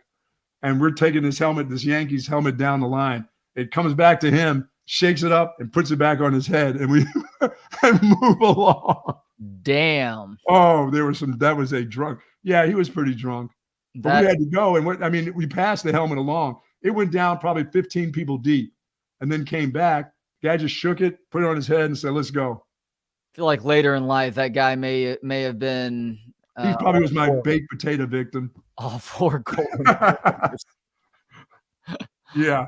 Once again, Trey, the Texas Longhorns, this game this weekend, as we start to shake out the Big 12 and shake out what's happening nationally, this team, I'm having Oklahoma get beat this weekend. I think OU gets beat again. I think Oklahoma State beats them because will be the last game, that Bedlam game for quite a while. Talked with a writer from Oklahoma City day before yesterday, and she was talking about, she was asking me questions about how was it when Texas and Texas A&M, parted ways of playing game, and I told her about the feeling of that, and I said for you guys it'll come back, I think, sooner, because the one that doesn't want this game between Oklahoma and Oklahoma State more so than the fans is the head coach at Oklahoma State, and I said he's not going to wield that much power much longer. Because how much longer will Mike Gundy be the head coach at Oklahoma State? It seems that he gets close and he loses the big games, and then they just get disgruntled with that dude, or his time of coaching is coming closer to an end too. I told her, I said, I think that game will start to get played again in the next couple years. It'll probably go away for 2 years, 3 years maybe at the most. But I said, but that game will return. I said the game between Texas and Texas A&M was so political. It was such a political, it was just so bitter that it wasn't about the players, and it was more about the state itself than anything. because I got a feeling that the fans and the players would have loved to have had that game back. You know? There's a lot of hard feelings on the Yes. Stillwater end of this rivalry right now. And look, as one of two teams that is bolting the Big 12 for the SEC, leaving our current rivals in our wake in the process, I understand where the Oklahoma States and Texas Techs and Baylor's and heck, even the Houstons are coming from with regards to their hatred for us. But they had that before anyway. I mean, they had enough hatred anyhow. It was there, but they feel like they're being left in the lurch after being partners for so long. But you also have to see where Texas and Oklahoma are coming from with the shifting landscape of college football. That doesn't change the fact that people in Stillwater want to win this version of Bedlam maybe worse than any other in the past, regardless of the implications on the line. I mean, they want to send Oklahoma away with one final loss, especially because the Sooners have dominated this rivalry throughout its history, especially in this century. Yeah, they have crushed that on our YouTube comments feed. Gundy is 3-15 versus OU as a head coach, and they are that's reflective in the quality of game too. There have been a lot of blowouts in this series. Oklahoma State has a game plan this year that I think can get to OU, and I know that because we saw Kansas do this last weekend. Be good at running the football. Oh yeah, they're going to run it at him this throwing week. The ball versus OU last week. He had a couple of interceptions, but Neal was really good running the ball, and their defense also did a good job of forcing turnovers by the Sooners. Dylan Gabriel throws an interception. They have a couple of fumbles too. So Oklahoma's defense has been better. Sure. They've gotten some steady play out of Alan Bowman, the former Michigan and Texas Tech quarterback. And Ollie Gordon, the third, is one of the best running backs in the conference and in the country. I think he may be the best running back in the country all around. I mean, he's I knew nothing about him until that Kansas State game, but I've started paying closer attention since then. And how about his straight out speed? He will, if you give him a little bit of a crease, he is going to do a lot with it. Yeah, and they will continue to give him the ball. They will wear him out, which you're supposed to do. At Oklahoma State will wear that dude out, and he likes the carries. He likes to get those carries in the fourth quarter. Yep. When you're tired, he's at his best. And I think that they'll beat Oklahoma this week. I think, and as I said to the young lady, I said I think this rivalry for Oklahoma and Oklahoma State will come back quicker than the Texas A&M, and I don't think it'll be that bitter because it won't last as long. It really won't. They need that in the state of Oklahoma. You know, they've got to have that. You might be right about that. I could see them coming to some sort of consensus. Sure. 5 to 10 years. You think it'll go up to 5 maybe? Oh, they're not playing until the end of this decade at the earliest. Interesting. I mean, I tend to think it was sooner. I thought maybe in 3 years they'd be back to playing each other. Somebody would come to their senses, but I said it won't be. I said it won't be near as bitter as what has happened with Texas and Texas A&M. And now that this rivalry will come bash, I am so happy. I'm happy for both parties. And I know folks will say, "Don't be happy for Texas A&M. They're still bitter. We should never be playing them." I miss that rivalry. That was as a coach, that was my rivalry game. Oklahoma and Texas was okay. That was more of a national deal for people around the nation. They got so used to it. I know Texas have been doing it since, Southwest Conference, the Big Eight. But to me as a coach, there's nothing like Texas A&M rivalry. There's just nothing like it. Sports is special for a lot of reasons, the uncertainty of it all, but rivalries are a big part of what makes sports so much fun. Like we saw that in these baseball playoffs with Astros Rangers, what turned out to be a fun back and forth 7-game series. Texas OU was one of my favorite times of year because of just the uniqueness surrounding what is typically a pretty good game too. And Texas A&M provided a ton of those moments over the years. The fact that it was on Thanksgiving more years than not, and just the back and forth nature of things. Yeah, and as I've grown older, is great for these programs, and it's great for the sport on the whole too. Yeah, see, I've always liked college rivalries. I've liked them in basketball and any kind of sport where it's college. NFL. Now that I've gotten older, I don't hold on. I don't cherish my rivalries. The Vikings and the Green Bay Packers. It just doesn't do it for me anymore. It's just another game. It seems like those used to be monster games to me when Minnesota would play Green Bay, or Minnesota plays Chicago. I was just boiling ready to go as a fan during the course of that week. I don't have that. I don't have that feeling like that anymore. But, Texas, OU, Texas A&M, once that starts again, you'll start getting that. The juices will flow as a fan the week of. You know what I'm saying? I just don't see it. I mean, the Cowboys, if you're a true Cowboy fan, you may have that. You used to have that when when they were the Washington Redskins. You would have that feeling. Even as a not a Cowboys fan, but when the Cowboys played the Redskins, I was all geeked up for that game. And I wasn't a fan of either one of the teams at the time. So, but it just kind of wanes away as you get a little bit older when it comes to NFL. But the college rivalries still kind of stay the same. The ones that still are, I got to believe for, the Apple Cup and some of those type of football games really, really still matter to their fans, even as they get older. But NFL, professional sports, not so much anymore. It just depends on the year in the pros. I think a little bit more so than college, because college does have that added pageantry.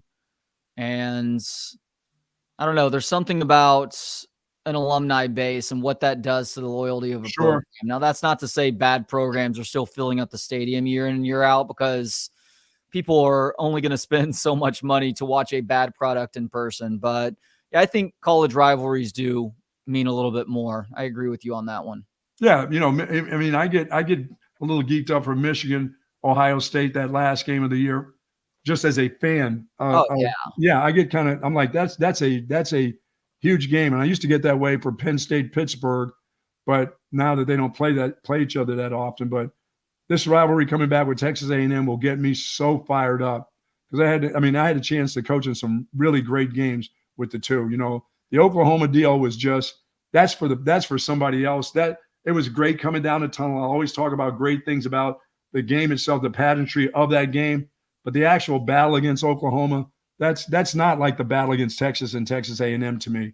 I know, and see, it's just really weird. And I have a lot of people that are thinking like you. They think the rivalry, that Texas-Oklahoma game, means more than the Texas A&M game. It does. It just does. It does. In my opinion, yeah. Look, everybody's another fun parts of sports is having these disagreeable conversations. But yeah, Oklahoma means more and has meant more. CB says starting in 2000, going all the way up to right now, many years there's been national championship implications. There's been good games. There's been some upsets here and there, this year included, even if Texas fans are maybe sleeping on Oklahoma just a little bit. Mm-hmm. But that's not to diminish the value of Texas A&M. But I do think Texas OU means a bit more. But look, Texas fans, buckle up, because the rivalries that other schools think that they have with you right now in the Big 12, more of those are going to start cropping up in the SEC, including the likelihood that you're going to be playing Arkansas most years or every year if they do set up that quadrant system where Texas ends up in a division with Oklahoma, A&M, and Arkansas. I mean, that is a gauntlet each and every year because of how badly the opponent wants to beat you. Sure. And knowing the history of those schools with one another. And the rest of the SEC, guess what? I've talked to a fair number of SEC people who seem to be in a consensus that they're not thrilled that Texas and Oklahoma are joining this conference. Like, they don't feel like they need Texas and Oklahoma to still be really good. Now, I understand where they're coming from, but you also need to see the overall value that college football has and just the direction that it's headed with regards to there being these two major conferences and then maybe a lower level within the next 5 to 10 years. Texas and Oklahoma provide value in terms of the financial value that they bring to the conference, but also with the potential and their ability to compete year in and year out. Now, football matters most, but Texas is good in a lot of sports, and Oklahoma has obviously had their successes in a lot of sports over time too, including with sports that are increasing in value over the last 5 years, something like softball, let's say. Right. Now, what are your thoughts on any of those teams that will become rivals? I mean, although they won't be played every year, I would like to see Texas, Florida become a pretty good battle. And when you talk about other sports involved, baseball, volleyball, swimming, I mean, you're talking about sports that are well, not comparable, because Texas has the advantage, obviously, when it comes to volleyball, swimming, but Florida has a pretty good tradition of swimming and things like that. Other sports outside of the football realm. I'd love for Texas and Florida to become that. And Florida will come here next year. That group will be here. Those fans will be in our city, which I think will be kind of cool. I don't think Texas, Georgia will ever get to be that way. So rivalries are all about bad blood, right? And so the obvious schools that Texas is going to have bad blood with are the three that we've already talked about. If there is a next team up on that list to me, it's not Alabama. You've played them the last couple of years. Sure. Be a mutual respect there right now. You did beat Georgia in the Sugar Bowl several years ago, but are Georgia fans still holding on to that one? I mean, they were making excuses before the game and after the game that big chunk of their guys on both sides of the ball chose to bypass the bowl game to get ready for the NFL draft. Plus, they've got a couple national championships under their belt now since. Yeah, if you do, exactly. That's a great point there. But if there is another school where you've seen that bad blood start to form, it is with LSU. Remember, Yes. LSU people were pissed off that special season of theirs where they came into Austin and the Longhorns were the closest to beating that LSU team all year long, with just how poorly they were treated, how poorly the team was treated, ending up in a locker room on a really hot day that had no air conditioning. And the battle lines are drawn for recruiting too. Battle lines are drawn for recruiting. I think there was a big stink about the band and where the LSU band was being stuck in that game too. So they're going to hold on to that one. And so I think that LSU has the potential to be the next rivalry in the SEC. Okay.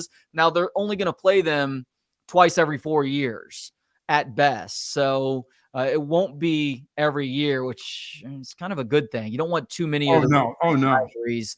But everybody in the SEC is going to be gunning for Texas. Everybody wants to beat Texas. Everybody wants to beat Oklahoma because you want to treat the new guys like the new guys and send them through a investigation versus having them coming into your house and all of a sudden ruling the roost after a year or two. Well, that's why the importance of this season for both teams leaving the Big 12 on a very high note. That's why I just had my fingers crossed for Texas and OU to play that second time up in Arlington. That's kind of what you want to see now. I don't think the SEC wants to see that, but once again, it just brings more eyes and more attention to the SEC if Texas and Oklahoma played in that game, getting ready to join that conference. That just only builds up their powerhouse conference. That's all that does. But I don't know. I want it because I want to say goodbye to the Big 12 because I was a part of entering, the first year of the Big 12 and being a part of a championship. And boy, for Texas to go out that way, would be incredible because I think you have to go out that way. You can't go out with a mediocre season for Texas or OU going into that conference because I don't want to go into that conference as Mississippi State. I want to be better than that.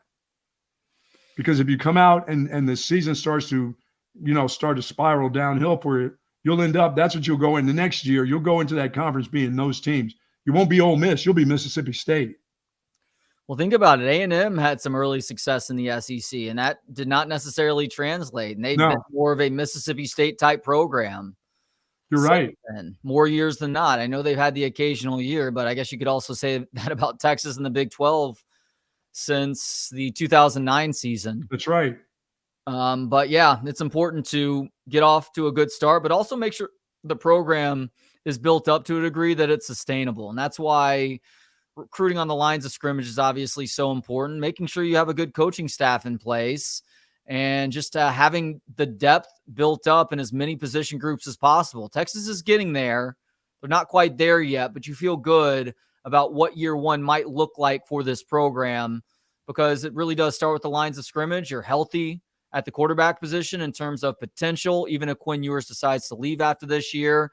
Now, there is going to be a question about what they're doing with their wide receivers because in all likelihood, you're seeing all three of their top receivers gone after this year, as well as JT Sanders. So there's going to be a reload required there as well. And what does Jonathan Brooks decide to do at the end of this season? He is a redshirt sophomore right now. So if he wants to maximize his earnings potential and start earning that NFL paycheck, he could do that after this season if he wanted to. He could. Yeah, I would see him.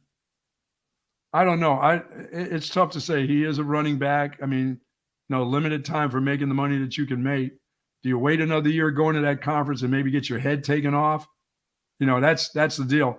Well, it's going to – I think it will depend a lot on how he finishes the season with this offensive line. Very true. And what they do. And and what Sark's, if Sark's going to, remember, once again, this was a group of coaches that thought the freshman was better than this kid.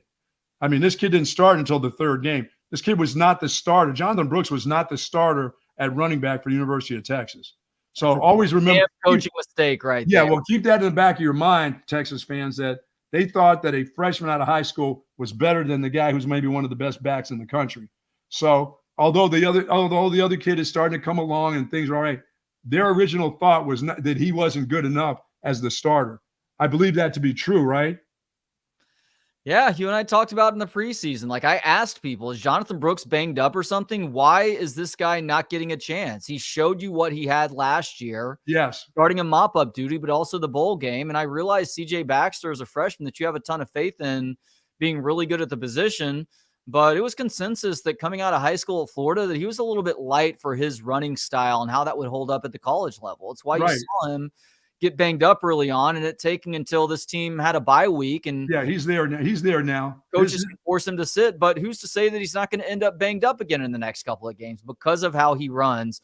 I think he has started to learn, though. I'm seeing him not initiate quite as hard of contact at times to try and live to see that next carry, right? Yeah, and he's only going to, by the way, he's only going to get bigger. I mean, he's almost 6'2". Yeah. He's going to be he's going to be a 225-pound running back. He's not going to be a 205 guy. He's going to add muscle, and he's going to learn how to dish out punishment, but he's got to learn how to take the punishment and take the blows. But I think he's learned that as time has gone. The experience of getting in these games, getting hit by college players instead of high school players is starting to come. But he's not as good as the guy who's the starter right now. He's just not. He doesn't have that experience, and he doesn't have that knowledge of how you get through holes and how you crease people and how you take on contact and how you stiff arm guys. That will come, but they didn't think that in the beginning. So that always is in my mind that they really didn't see that. These guys have been around. These are NFL. His coach is an NFL player, and they still thought highly of. I don't know if that was a recruiting tactic of showing young recruits at the running back position, we will play you young, and if you're good enough, you're old enough. But I think that I still have that in my mind that they really weren't going to start that guy. It wasn't that they weren't. He wasn't the starter. I really hope they're not playing recruiting games with regards to the guy that you're naming starting quarterback or starting running back, at such an important position, because that's pretty petulant. If so, like, that's trying too hard to play the long game versus doing what it takes to try and win that which is in front of you. But we've seen that out of Steve Sarkisian in his time here at Texas. Like, they would have been better off with Cuts and Card at quarterback last year in the second half of the season. Quinn Ewers was not good, just based on eyeballs, but also statistically too. Yeah. Steve Sarkisian, for the sake of Quinn Ewers' growth, kept him in there and wanted him to take his lumps, realizing that it might be costing them a game or two in the regular season, but it would be better in the long term. And you can look at the long term up to this point right now and say it paid off. Like, even going back to the bowl game, he had clearly had a big change in philosophy and buy-in with regards to how he needed to conduct himself on and off the field too. And that's continuing. And it's a shame that he's hurt right now, but Steve Sarkisian, he gets a W for that one. But you also wonder at times, like with Malik Murphy last week, I guess they win that game 35-6. So it's justified here, but was he trying too hard to make Malik Murphy comfortable in a manner that neglects what this offense needs to do to win a game? You can get away with I just think he never felt that he was sometimes you just have a feel for what's going on in the game. I don't think he ever felt like BYU was really threatening to beat in Texas last week. I was nervous in the beginning until the momentum started with the punt return. I was nervous on the first, when the interception happened. I was nervous on the play calling early. Why are you trying to get him off? Get your running back off first, and then get your quarterback in there. Filter him in there, throughout that. But the most important guy to get going is get this offensive line going for the run game, get your running back going, and then work your quarterback in with some of these easy throws. But I thought last week to throw up that many passes that early was like, wow. Now, during the course of the game, as many passes as he throws, that 26 or 27 passes, that's fine, because if you're going to find out what a kid can do, he has to pass the ball. You can't just turn around and hand it off to a run. I know you want to win the game, but you are never in jeopardy of losing the game. So throw the ball, find out, but not to start as many throws like they did. And that's the part I didn't agree with, but I think he accomplished what he wanted to accomplish. I think everybody got a chance to see if the quarterback still needs some work, the red zone needs work, but you still have to do what's best for the team. No matter what, what's best for the team is get Jonathan Brooks off to a fast start, get your offensive line off to a fast start, and that's not throwing the ball to me. Yeah, look, it's all incremental. Like if he shows he can do certain things early on, then you build things up. But you don't start putting too much on his shoulders. That can have the reverse effect. Yes. That's not to say that's what happened last week ruined Malik Murphy's confidence or his growth. I think the opposite happens, if anything. But by the same token, the coaches were very reluctant when it was still a game to let him throw the football down the field versus running it a little bit more, because they saw a handful of throws that were straight up into coverage. Balls being attempted downfield where he was hitting less than 50% of his passes past the line of scrimmage. They saw, I want to say, 3 or 4 balls that could have been intercepted against better defenses.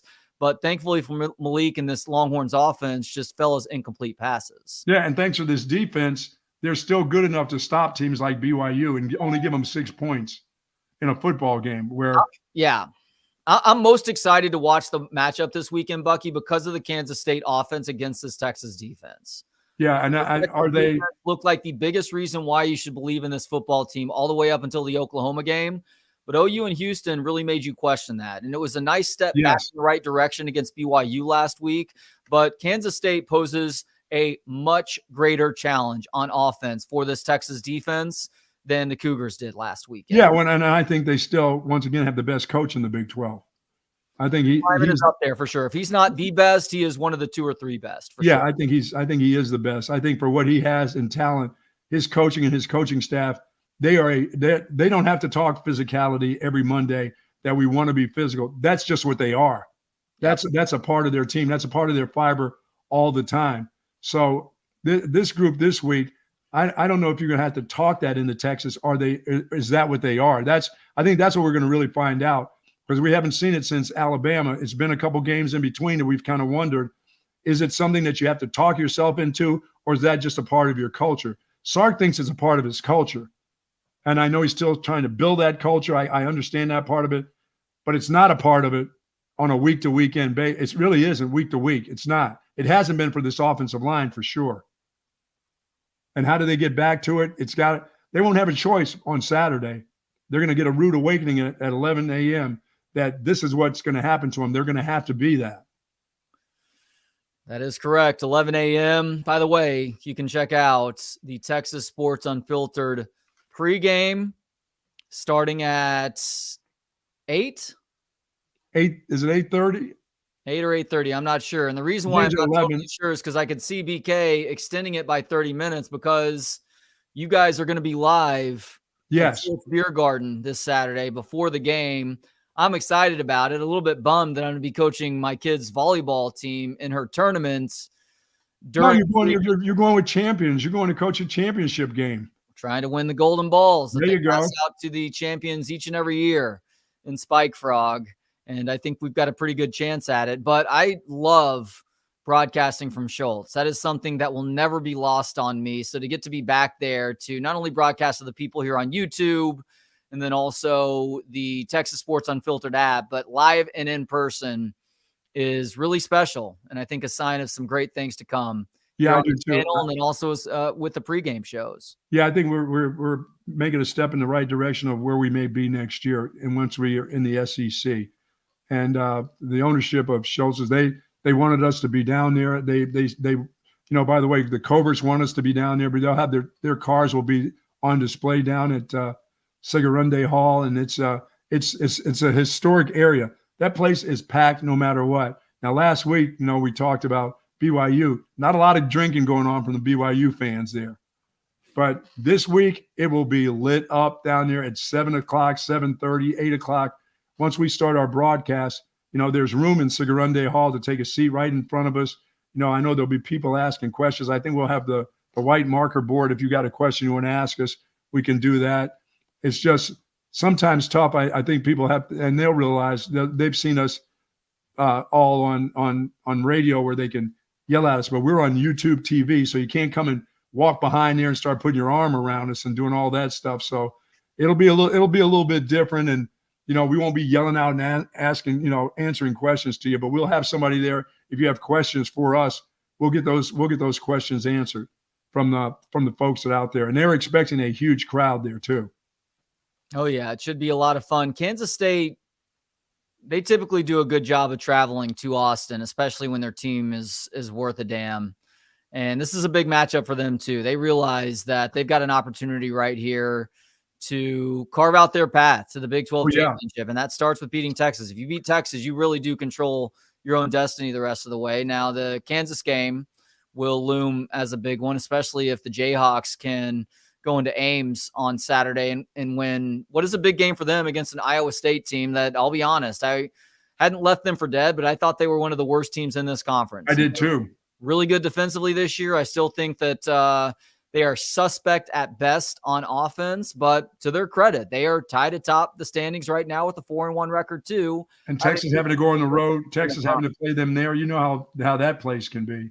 Much like with the Kansas State game, I've gone back and forth on how I feel about that matchup. It felt like Texas should be able to take care of their business pretty simply there, but it's a different sort of challenge now that you have this uncertainty at the quarterback position that you do. So hopefully by then, either Quinn Ewers is back, although if I'm honest, I'm not completely holding my breath on that, knowing AC joint injuries and just how serious they are. But, that'll be 3 games under Malik Murphy's belt. So maybe he'll have grown that much more by then to where you feel more comfortable with what he is doing across the board as a passer for this offense. And your team is now understanding that they are in championship mode. This is it. It starts this week. From this point on, it's all about getting to the championship game. So you're going to have to do, if the coach has to tell you about physicality, then you have a problem, because you have to understand that's what it is all about now this time of the season. The prize, there's a big prize at the end of all of this. And in order to get to the prize, it's football. This isn't flag football. It's real football. So the physicality doesn't need to be told to you. You just have to have it. That's got to be a part. And today at practice, this is a very physical day in football, in college football. These Wednesday practices are a bitch. This is where you get down and dirty for the last time of the week. From that point on, it starts to be a little bit, you start playing some, down and distance type of stuff on Thursdays, Fridays, or walkthroughs to get substitution straight. But generally on this day, Trey, it is let's hit hard for the last time of the week. But you got to hit hard. You can't let up during this time of the year. This can't be the let up day where you start to do things like, well, we're not going to hit so hard. No, this is a hard hitting day on a Wednesday when you're going for a championship. Is it? It is. It is. It really is. Tuesdays and Wednesdays are tough days. Mondays get rid of the bang up injuries. Who's going to be able to go through a little bit of practice and warm up and things like that. Tuesday's pretty physical. Wednesday's real physical. This is the one where you may do some red zone. Let's get after it here. We need to run the ball in the red zone. We need to pick up another first down in this red zone. We need to get the goal line, and then we don't need to bring the fat asses in there at first and goal at the 2. Leave those guys on the defensive side where they can work on their defensive stuff. Spread them out. Do whatever we have to do to get a yard for a touchdown. Yeah. They can't get stuffed. They can't continue to have that happen to them. Well, they need to figure something else out then, because you talked about the physicality, and the best point of this Texas football team not being as physical as last year is what's happening inside the 5-yard line. I think it was a great point, and it's why Steve Sarkisian needs to reconsider what he's doing down there. Maybe you're not starting with Byron Murphy and Sweat coming into the game as your lead blockers on first down. They've stopped doing it 2 or 3 times in a row. We're only seeing it on that very first play inside the 10 or inside the 5. So that's just that's a point trying to be proved to the head coach, to all of us. Stop jamming the square peg into the round hole, because it's not working. And all it's doing is showing that you're not quick enough to adjust, which really comes back to bite you against good competition. And that's been a problem for Steve Sarkisian, is consistently beating teams in the top 25 and conference foes on the road throughout his coaching career. It seems like that trend is reversed this year, but there are still some opportunities against top 25 opponents and against foes on the road. TCU, Iowa State, both on the road. Yes. For those ugly statistics to show back up. I don't think that it's going to happen. I think Texas takes care of TCU. Ultimately, I'll pick them to beat Iowa State, barring some sort of catastrophic injury. Sure. This weekend's game, though, is anybody's guess, and it's exciting. And I think that there are challenges on both sides of the ball for this Texas football team that I believe that if they play things right, they will pass those tests with flying colors. On offense, Can they win this game with special teams? Or is this just an offensive line, defensive? No, BK is very adamant about it's all about the lines of scrimmages, which that should be for every game. But can they win this game? Can their special teams carry this group? That carried the momentum last week. It really did. Special teams can help. Look, I think Kansas State is going to have some success on offense at times. I do too. Let that snowball into something worse. And that's something that, other than the Houston and Oklahoma games, the Texas defense has been pretty darn good about how they respond to adversity this year. Sure. So you need the Texas defense to show that they're not going to let one point in time of failure turn into a much larger failure. And for the offense, it's do what works to help you sustain drives, to help you score touchdowns, but also to wear down that Kansas State defense too.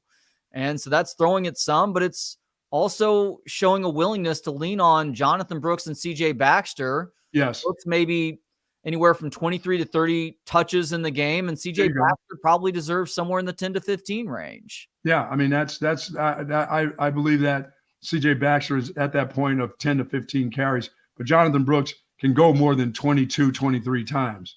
Yeah, look, the guy averaged 6.1 yards a carry versus BYU last Saturday, but he didn't have 100 yards rushing. If I told you that last Wednesday, a week ago, you would assume that Texas was playing from behind versus BYU. But no, it's just what the game plan was. And maybe he was trying to save those Jonathan Brooks bullets for the game this weekend, or maybe he wasn't wise enough at the start of the game to give him the ball a little bit more to help ease this offense into what was going to be a consistent day. Quarterback out. I agree more with that, what you're saying. Right. I just think he was trying too hard to find out what he could do with his quarterback. I mean, I think, and it didn't take him long to understand that he could beat BYU. So let's do this. Let's do this instead of doing that. But now you're at the point of it's about winning the games. It's about doing what's best for the football team. It's not about what's doing best for individuals. But in a way, it is about this one individual that plays running back. You got one of the best runners in the country. Wear him out from this point on. From this point out, from if he's going to be here or not be here, wear him out. You know, they wasted that last part of the year on Bijan Robinson. They could have won a couple more games if they would have worn that dude out instead of worrying, because he wasn't coming back. You all knew that. You know, wear him out. He didn't need to have less carries. He needed to have more carries. And that's where it gets concerning too. It's like with Bijan, if you can't see that, if you're trying that hard to develop your quarterback, or whatever Steve Sarkisian's rationale is, this is just my offense. Like, that bothers you because that was Bijan Robinson. That's one of the three best running backs to ever play at the University of Texas. So if you can't do it with Bijan, who can you do it with? Yeah, well, that's how my thinking is. If you didn't do it then, why would you do it now? He did it a couple of times with Bijan, and I believe it may have been in the Kansas State game last year. He ran a lot of Rocat, and it was Roschon and then maybe Bijan to a lesser degree that helped Texas cruise to a victory in a game that a lot of people thought Texas might lose that one. But we'll see. I mean, it seems obvious to a lot of people that Jonathan Brooks needs a heavy workload here. He did it with Bijan his sophomore season at TCU. Yes. Where I think it was Casey Thompson who was the quarterback, wasn't getting anything going. And he realized, if I don't give Bijan Robinson the ball 30 plus times here, we're going to lose this game. And he wore him out. And it affected Bijan the next couple of weeks after that too. I believe the Oklahoma game may have been a week or two after that. And he didn't quite look right for a handful of games before finishing the season strong. So if there is a time to do that this season, it is right now. Yes. I will accept the rationale that it wasn't last weekend because BYU wasn't that good and you knew you could handle them. You get the punt return early. That makes things much easier, takes pressure off of you. This is a week that you need to not fuck around, Steve Sarkisian. Yes, you're right. This is about winning the game. It's about getting to the championship, doing what you do best. And your best player happens to be your running back. Then you need to ride him. This is not about ego and getting the ball down the field and making sure your quarterback. Your quarterback will be fine if you run the ball and then you move the chains. He'll be fine if you do those things and you play the defense as you need to, but you need your offensive line to get going. They need to pick up, that group needs to pick up the pace for sure. And as I said, guys like Jordan Whittington can't go catchless in a football game. No. I just don't think that can happen. Let's tell you about our good friend, Dr. Greg Eckert, of course. And it's almost time for me to go see the good doctor now that November's here. But if you're thinking about taking care of your teeth and you've got dental insurance that you want to use, got to use it or you're going to lose it. Don't wait till the end of this month, getting into December. Dr. Eckert will be full. His schedule will be full of people doing the same thing that you're thinking about doing. So this is a great time of the year to do it. And now he's got a great all-star group of pros who do everything. General dentistry, the most advanced work is restoring teeth, of course. And I got mine done in just 2 visits with the good doctor. He's done over 1,400 cases of restoring teeth. He's been in the business for over 28 years. But if you want to have a smile in just one day and you're thinking of dental implants, give him a call at 512-345-3166. Find out if you're a candidate for dental implants. Tooth loss solutions, extractions, teeth cleaning, teeth whitening, general dentistry. He's a big part of that. And the good doctor is taking on new patients all the time. But as I said, it's really important this time of the year, Trey, where people are starting to say, you know what, I think I'll wait till the last minute to go see the dentist and use up my dental insurance. But you'll find out that those schedules are all filled up in December. So now we're in the new month of November, start giving Dr. Eckert a call and find out if you can become a new patient of his, or if you're still an old patient like me, start making those plans to use that dental insurance right away. And if you're worried about, if you're nervous and scared, if you have to have IV sedation, you can have that done with Dr. Greg Eckert, because there's a lot of folks that won't even have their teeth cleaned, Trey, because they're afraid. They're afraid of the sound of the drill. They're afraid of people digging around in their face. Don't be. Don't let that screw up your dental health. Go in there. If you say, Doc, I need IV sedation, you'll make an appointment. He'll get that all fixed up for you. He'll smooth knock you out and get you all fixed up. But you got to get fixed up. You know, you can't have your dental care screw up the rest of your health. He's our guy. He should be your guy too. Oh, that sound. I love that sound. First time I wouldn't go to the dentist because I was so nervous. I had a temporary filling in my mouth for 14 years until I met Dr. Eckert. He goes, what is that?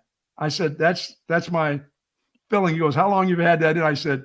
He said, that's like cement like they used to use. That's real like cement batter in your tooth. Ooh. He said, dude, you could have had some problems underneath that.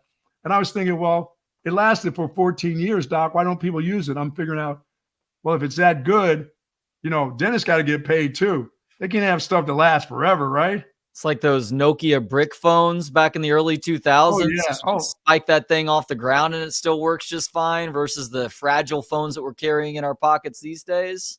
I remember him having to crank it up to get that cement out of there too.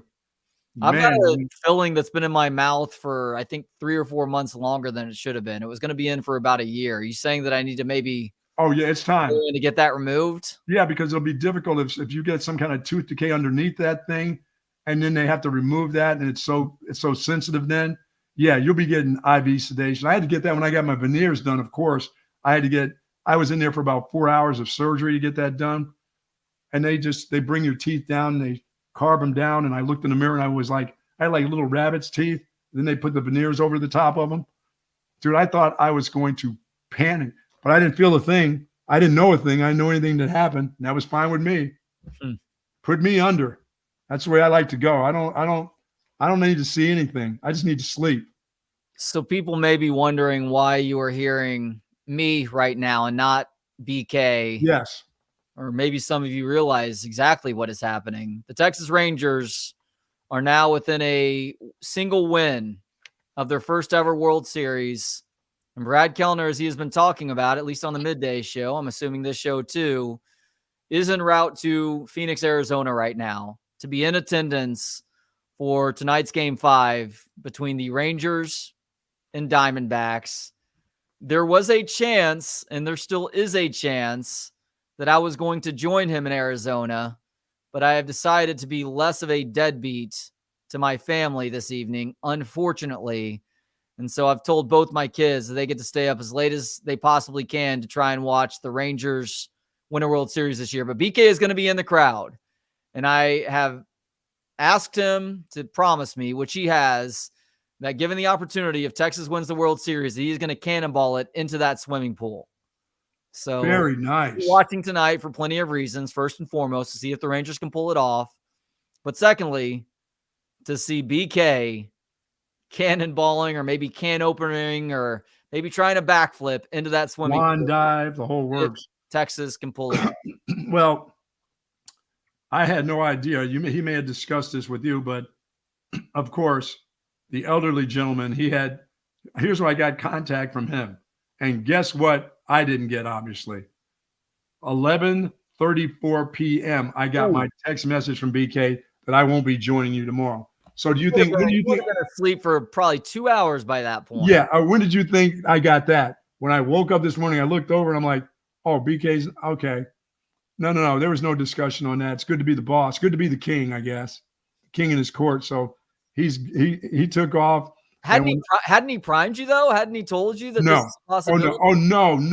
He hadn't said anything? No, it's best unless you people heard that during the course of our broadcast. I never got that feeling. Ooh. The dew was going to be gone. Now, if they were to come back to Arlington, I think maybe I was thinking he was going to do that. But I never thought dew was taken off.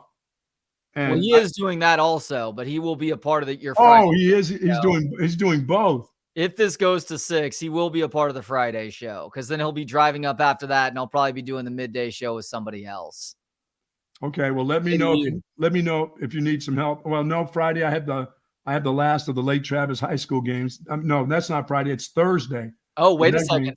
Friday is Covert Bee Cave. He needs to be out at Covert Bee Cave too, so he's just going to have to leave after Covert Bee Cave. Yes, that's true. But it's not going to happen because the Rangers are going to close it out tonight. You think so? You think this game gets closed out? Yep. I do.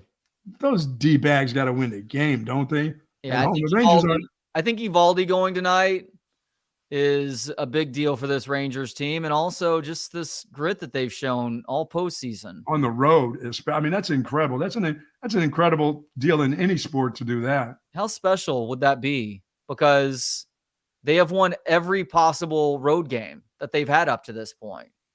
And they will have played the maximum number of road games other than the Tampa series, which they could have played a third. But if you play a third, that means you've lost one of the first two. So they played the maximum number of road games that they could win consecutively in this postseason up to this point. Yeah, that's awesome. I mean, that's like I said, in any sport, that's hard to do. When these kind of high pressure games on the road, that's incredible. I don't know if they close it out tonight. I hope they do, but I don't know about tonight. I mean, they've got their ace going because we're not going to see Scherzer again. That's done. No, he's off the roster. He and Garcia, for anybody that missed it yesterday, they're both off the roster. They have been replaced by Brock Burke, who pitched last night. Wasn't very good, but it was also his first game action in a while. And then Ezekiel Duran, who is a really good util player for the Rangers. I think he's a guy that is a part of the future plans. He is now also on the roster. Now, their hopes are that they don't need to use Duran and that they can use Burke like they did last night in sort of mop-up duty, mopping up what was left of the Diamondbacks after getting up 10-0 following two different 2-out, 5-run innings. That was incredible. This team has the ability to do that. They can score in like bunches, but to go back-to-back innings with 5 runs was incredible. I thought last night. I'm like, yeah, they can get 7 in one, but they're not going to go back and get 7 in the next or 5 in the next. They went 5-5. Man. You know what to expect with Corey Seager at this point. Yes. To finally start to see some production out of Marcus Semien, which, by the way, you could feel that coming. Having watched the previous handful of games going back to the Houston series, he was hitting the ball harder and dealing with a little bit of bad luck. Perhaps the pressure was off of him after they scored those first 5 runs when he was able to hit that 3-run homer in the following inning. But I expect Marcus Semien to be locked in at the plate tonight too. So when those two guys are going for you, setting the table for the rest of this Rangers lineup, then watch out. Evan Carter has been good all series long. Mitch Garver's left a little bit to be desired, but other guys were showing up here and there. Josh Young being moved up in the lineup last night was really good at punching the ball through the middle of the infield. And so we'll see what Texas can do tonight. They have the guy that they want on the mound, the guy that they named as the game one starter in this series, a guy who's been great in the postseason, Nathan Eovaldi. And they'll see if they can get 6 or 7 innings out of him and then go to a back into the bullpen that they have a ton of faith in, that a group that has proven a lot of haters and a lot of doubters wrong with regards to their ability to get the job done here in October. All right. I want to thank our friends over at Woods Comfort Systems. Of course, my heat has kicked on, Trey, and now it kicked back off again. And I probably will be back into the air conditioning system probably by the weekend or so because it'll start to get warm again. But thanks to the folks here at Woods Comfort Center, I've got the contract with them, made sure that when the heat did come on, nothing coming out of the air ducts, no dust, no nothing. They came over, got all that stuff done. They've been doing this for over 60 years. So whether it's your heater or your air conditioning, now they're into plumbing, and they'll do just as great a job as they've done with the air conditioning and heating they will in plumbing. They are absolutely fantastic. And, of course, Brandon Mars. That's right, Brandon Mars over at Top Gun Rentals. I'm out there getting my garden ready for the spring. I'm starting to prep my garden. Not doing anything this winter, but I'm using all the tools. I got to get a tiller from Brandon when it's time to start tilling the fields. Well, at least my 15 feet of field that I'm using for my vegetable garden, because I'm only doing those type of things, the stuff that I like and the stuff that I will eat. I may have some zucchini this year, Trey. I may do zucchini this year because I've got to learn how to eat that kind of stuff that I have been refusing to eat. So I'm going to do my zucchini. Of course, I'm the great lettuce rancher, but I get all that great stuff, of course, at Brandon Mars. And it's not only does he have stuff to rent, but when it comes time to get that pole saw out there or the regular saw, there are 2 great locations in Austin. Now, where are our guys? Are they there? It's time for them to show up. Are they up here? There they are in the dark. Wags, you're not going away. You're not running away today. No, we're here. We've been here. You've been there, waiting. What? How about BK? I get a message from that dude at 11:30 at night. I know. Does he really think that I'm up at 11:30 at night? 7:00 bedtime later. Yeah. I got a text from him. I got a text from him, Bucky, and I fell asleep. And then I woke up and there were like 6 texts on there. I'm like, dude. I'm just curious how Trey kept a straight face for like the past 30 minutes with your antics, Buck. Like just you rambling and shit. Like I am shocked that Trey can even hang into the conversation. You had me going off on a damn rocker. That's why I had to keep my damn screen shut. I didn't want to make you guys laugh and stuff. I'm over here losing my cool and everything. No, man. Trick or Treat was great. Everything's good. My life is good. I'm very, very blessed. Got great people that I work with, great people that I can be around, people that I can trust. Nobody's pulling the rug out from under me yet. Oh, you know what I mean? Yeah. My wife is good to me. You know what? My wife did not, I felt very bad. She didn't get a chance to go to Jerusalem. I felt bad about that. She wanted to go to Israel. Felt very, very bad that she didn't get to go on that. That was a lifelong dream for her. And someday I hope she gets a chance to do that. But a lot of disappointment in the world right now. Sure. Yeah. And so I'm glad the kids got out and had a good time last night. And I haven't read about anything weird happening, but I'm sure there's some weird ass stuff out there. Yeah. Hey, Bucky. Spoiler alert for 99.9% of kids on Halloween. Nobody's trying to kidnap you. Nobody's trying to put razor blades in your apples. Nobody's even giving you apples. Nobody's putting fentanyl in your Halloween candy. These things are not happening.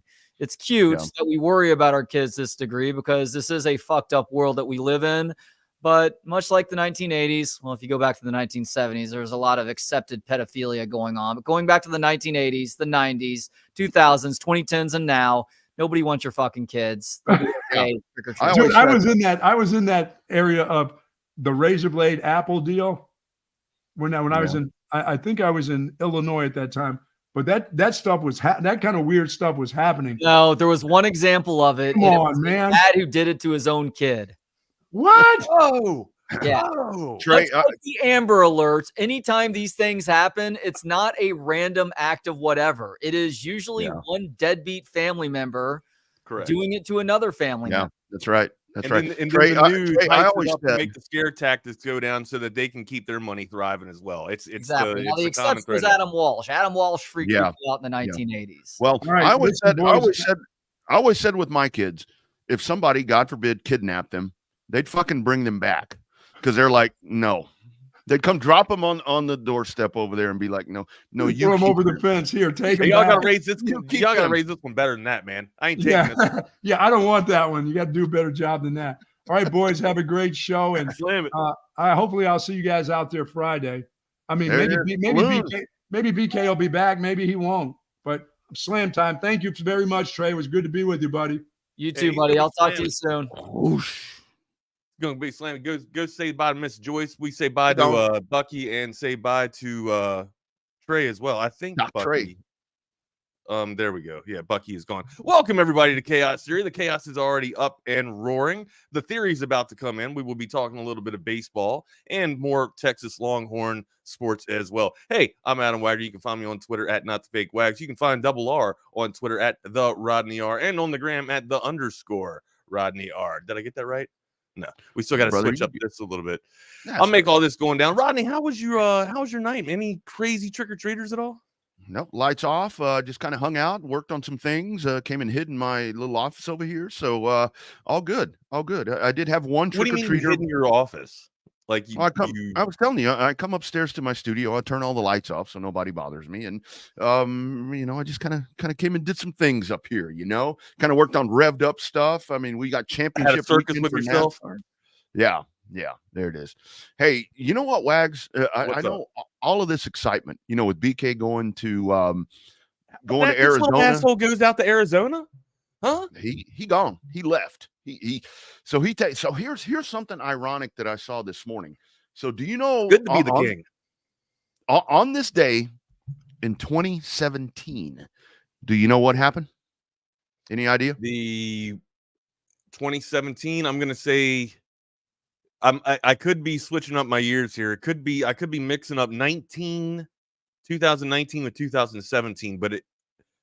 But did the Washington Nationals first ever World Series championship for those glorious Houston Astros? Oh, why are you gonna steal the glory of the Rangers with Here we your go. damn love and thunder of the Texas the Houston Astros? What the hell are you doing here? No, Wags. You putting the hex on them? It's celebration. I hope they win. And how cool would that be for the two major league teams in the state of Texas to win their first World Series on November 1st? I think that would be great. I'm just doing the Texas theme. I got the Coda. We got the Coda text line, so I've got the Coda gear on today. I was doing some video calls about Formula One earlier, so I wanted to fit in. And now we got the Astros going. So it's, by the way, I hope that Coda text line's still working. I tried to get that thing fired off this morning, and I couldn't. Something happened with the app to where it shit the bed on me, but Trey was able to salvage everything and make it work. So everybody, if you're listening mobile, like we like to say, on that Coda text line, 512-222-9328, make sure you're calling us up there or hit us up in this YouTube channel like we usually get from all the original crew members. Jake gets in there, Longhorn gets in there from time to time. A whole bunch of you guys, man. Sal chimes in from time to time as well, man. Daryl gets in there. Love to hear from you. Ruse always checking in. CB as well, man. Hope you guys are having a great day, man. It's hump day, man. Let's get it over. Let's get it right. And hopefully we capture this gentleman's sweep that I called back on last week. Did everybody remember, brother? You did. You called it, man. You hit the nail on the head.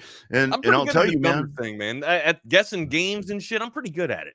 I've made a living off of it the past decade. And when I say I made a living off of it, I've relied off of the wages that you win off of them. Yeah. Because there's not much money in radio. You know what I mean? It's a labor of love in radio. No, there's not. That's the funny thing too. Like when someone hears me, and when I say hear, right? Like I've been at a bar before, and it's kind of like freaked me out, but it's also kind of turned me on a little bit, man. It's got me a little hot. You know what I mean? Like some dude just looks over at me and goes, "Hey, man, don't think I'm weird or anything, but are you Wags?" I love that. I'm like, man. what? But you know what I mean? But he's never seen me before in my life, but he's just heard by the sound of my voice. You know what I mean? Yeah. That's weird. That's dedication. Alton's got some dedicated listeners to sports radio, man, and just sports content in general. And we appreciate everybody following us on Texas Sports Unfiltered, man. But yeah, that's just wild, man. So I looked over at him and I said, dude, it's the first thing that came to my mind. I said, you don't know how weird, but how cool that is to hear Yeah. to have somebody say that. Like you want to stay in the moment and be like all cool, calm, and collected, right? But to have someone recognize your voice, I know. like, and not just your I know. face, like that's pretty wild, man. Anyways, Yeah. that's I enough for get me. that. I get that a lot. And when I'm traveling, I get that a lot for race stuff.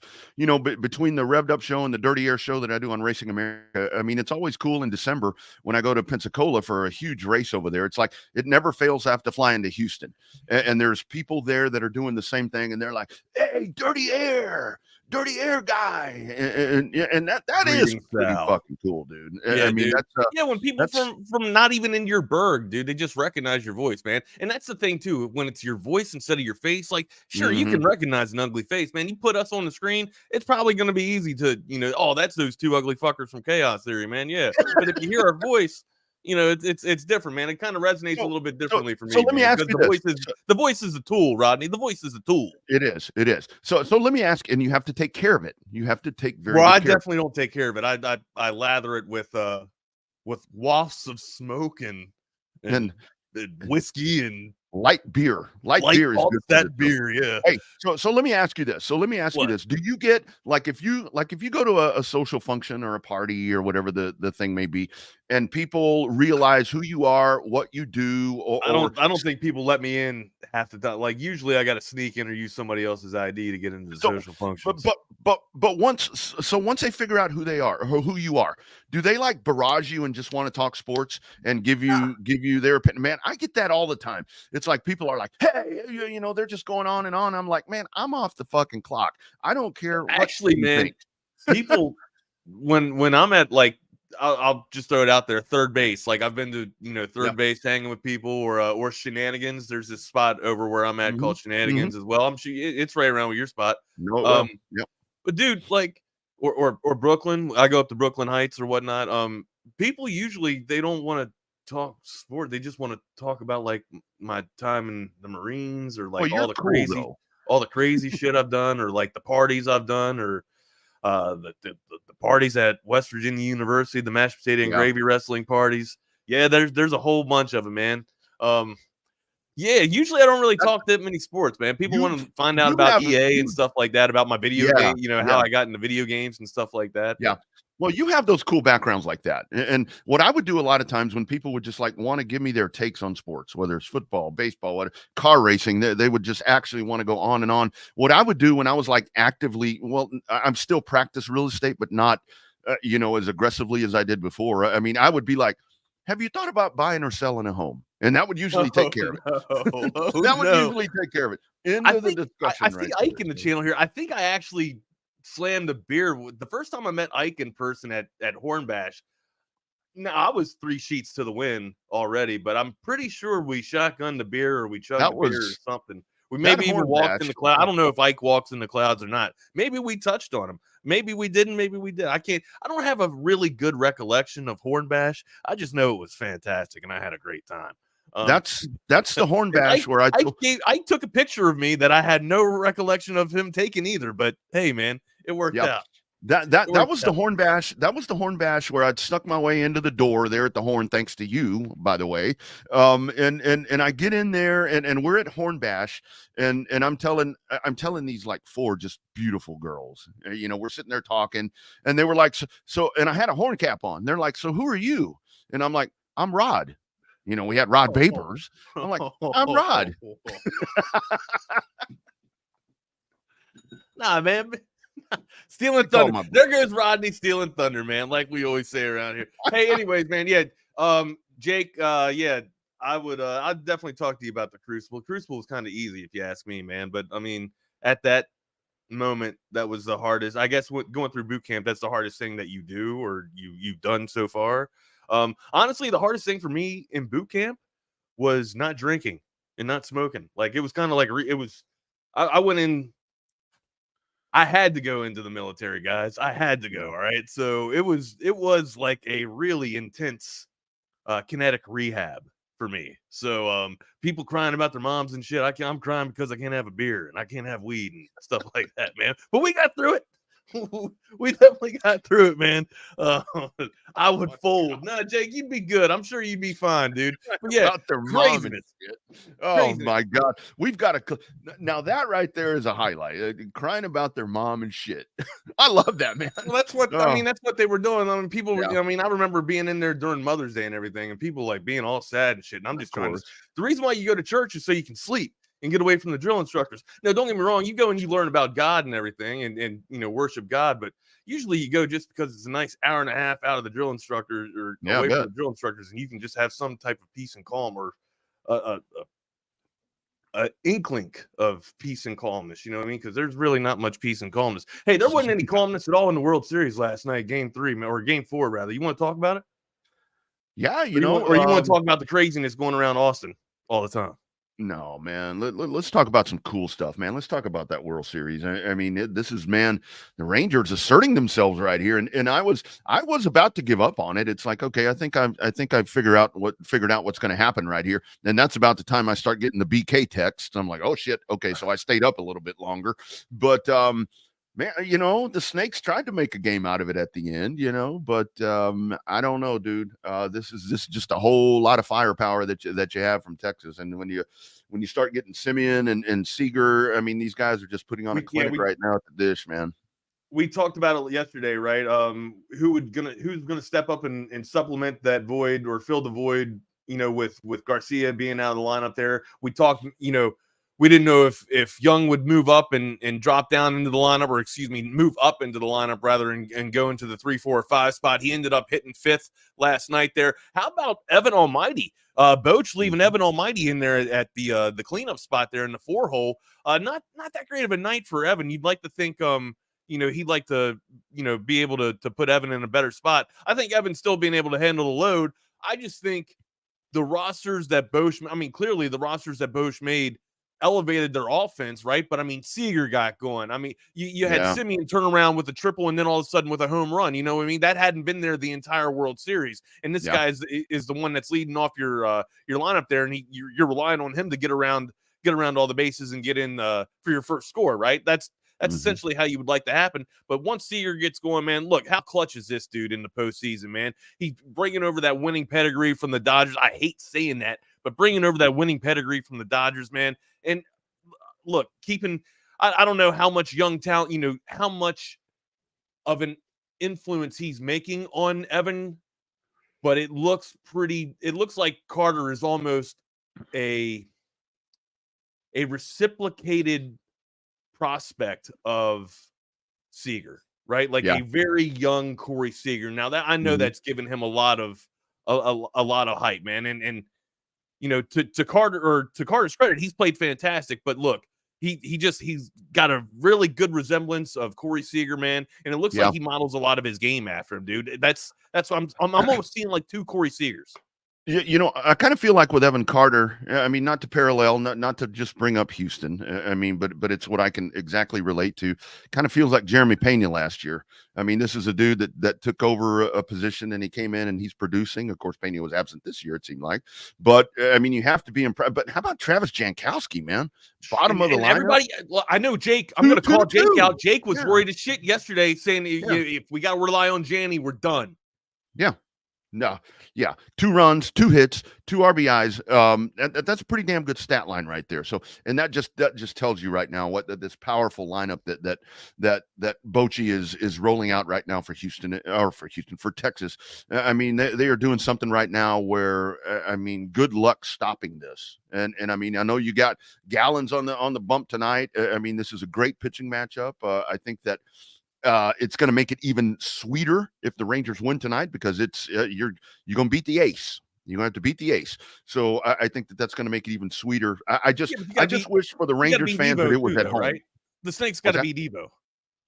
Oh yeah, like Evo's going to be rolling out there going up against Galen. So yeah. We'll then there's that. I mean. You go down the Snakes lineup last night, starting to get hot a little bit there. The Diamondbacks starting to strike. We say that there's no momentum and it doesn't carry over, but you'd like to think with the Lumber starting to wake up a little bit in the latter portion of that game, that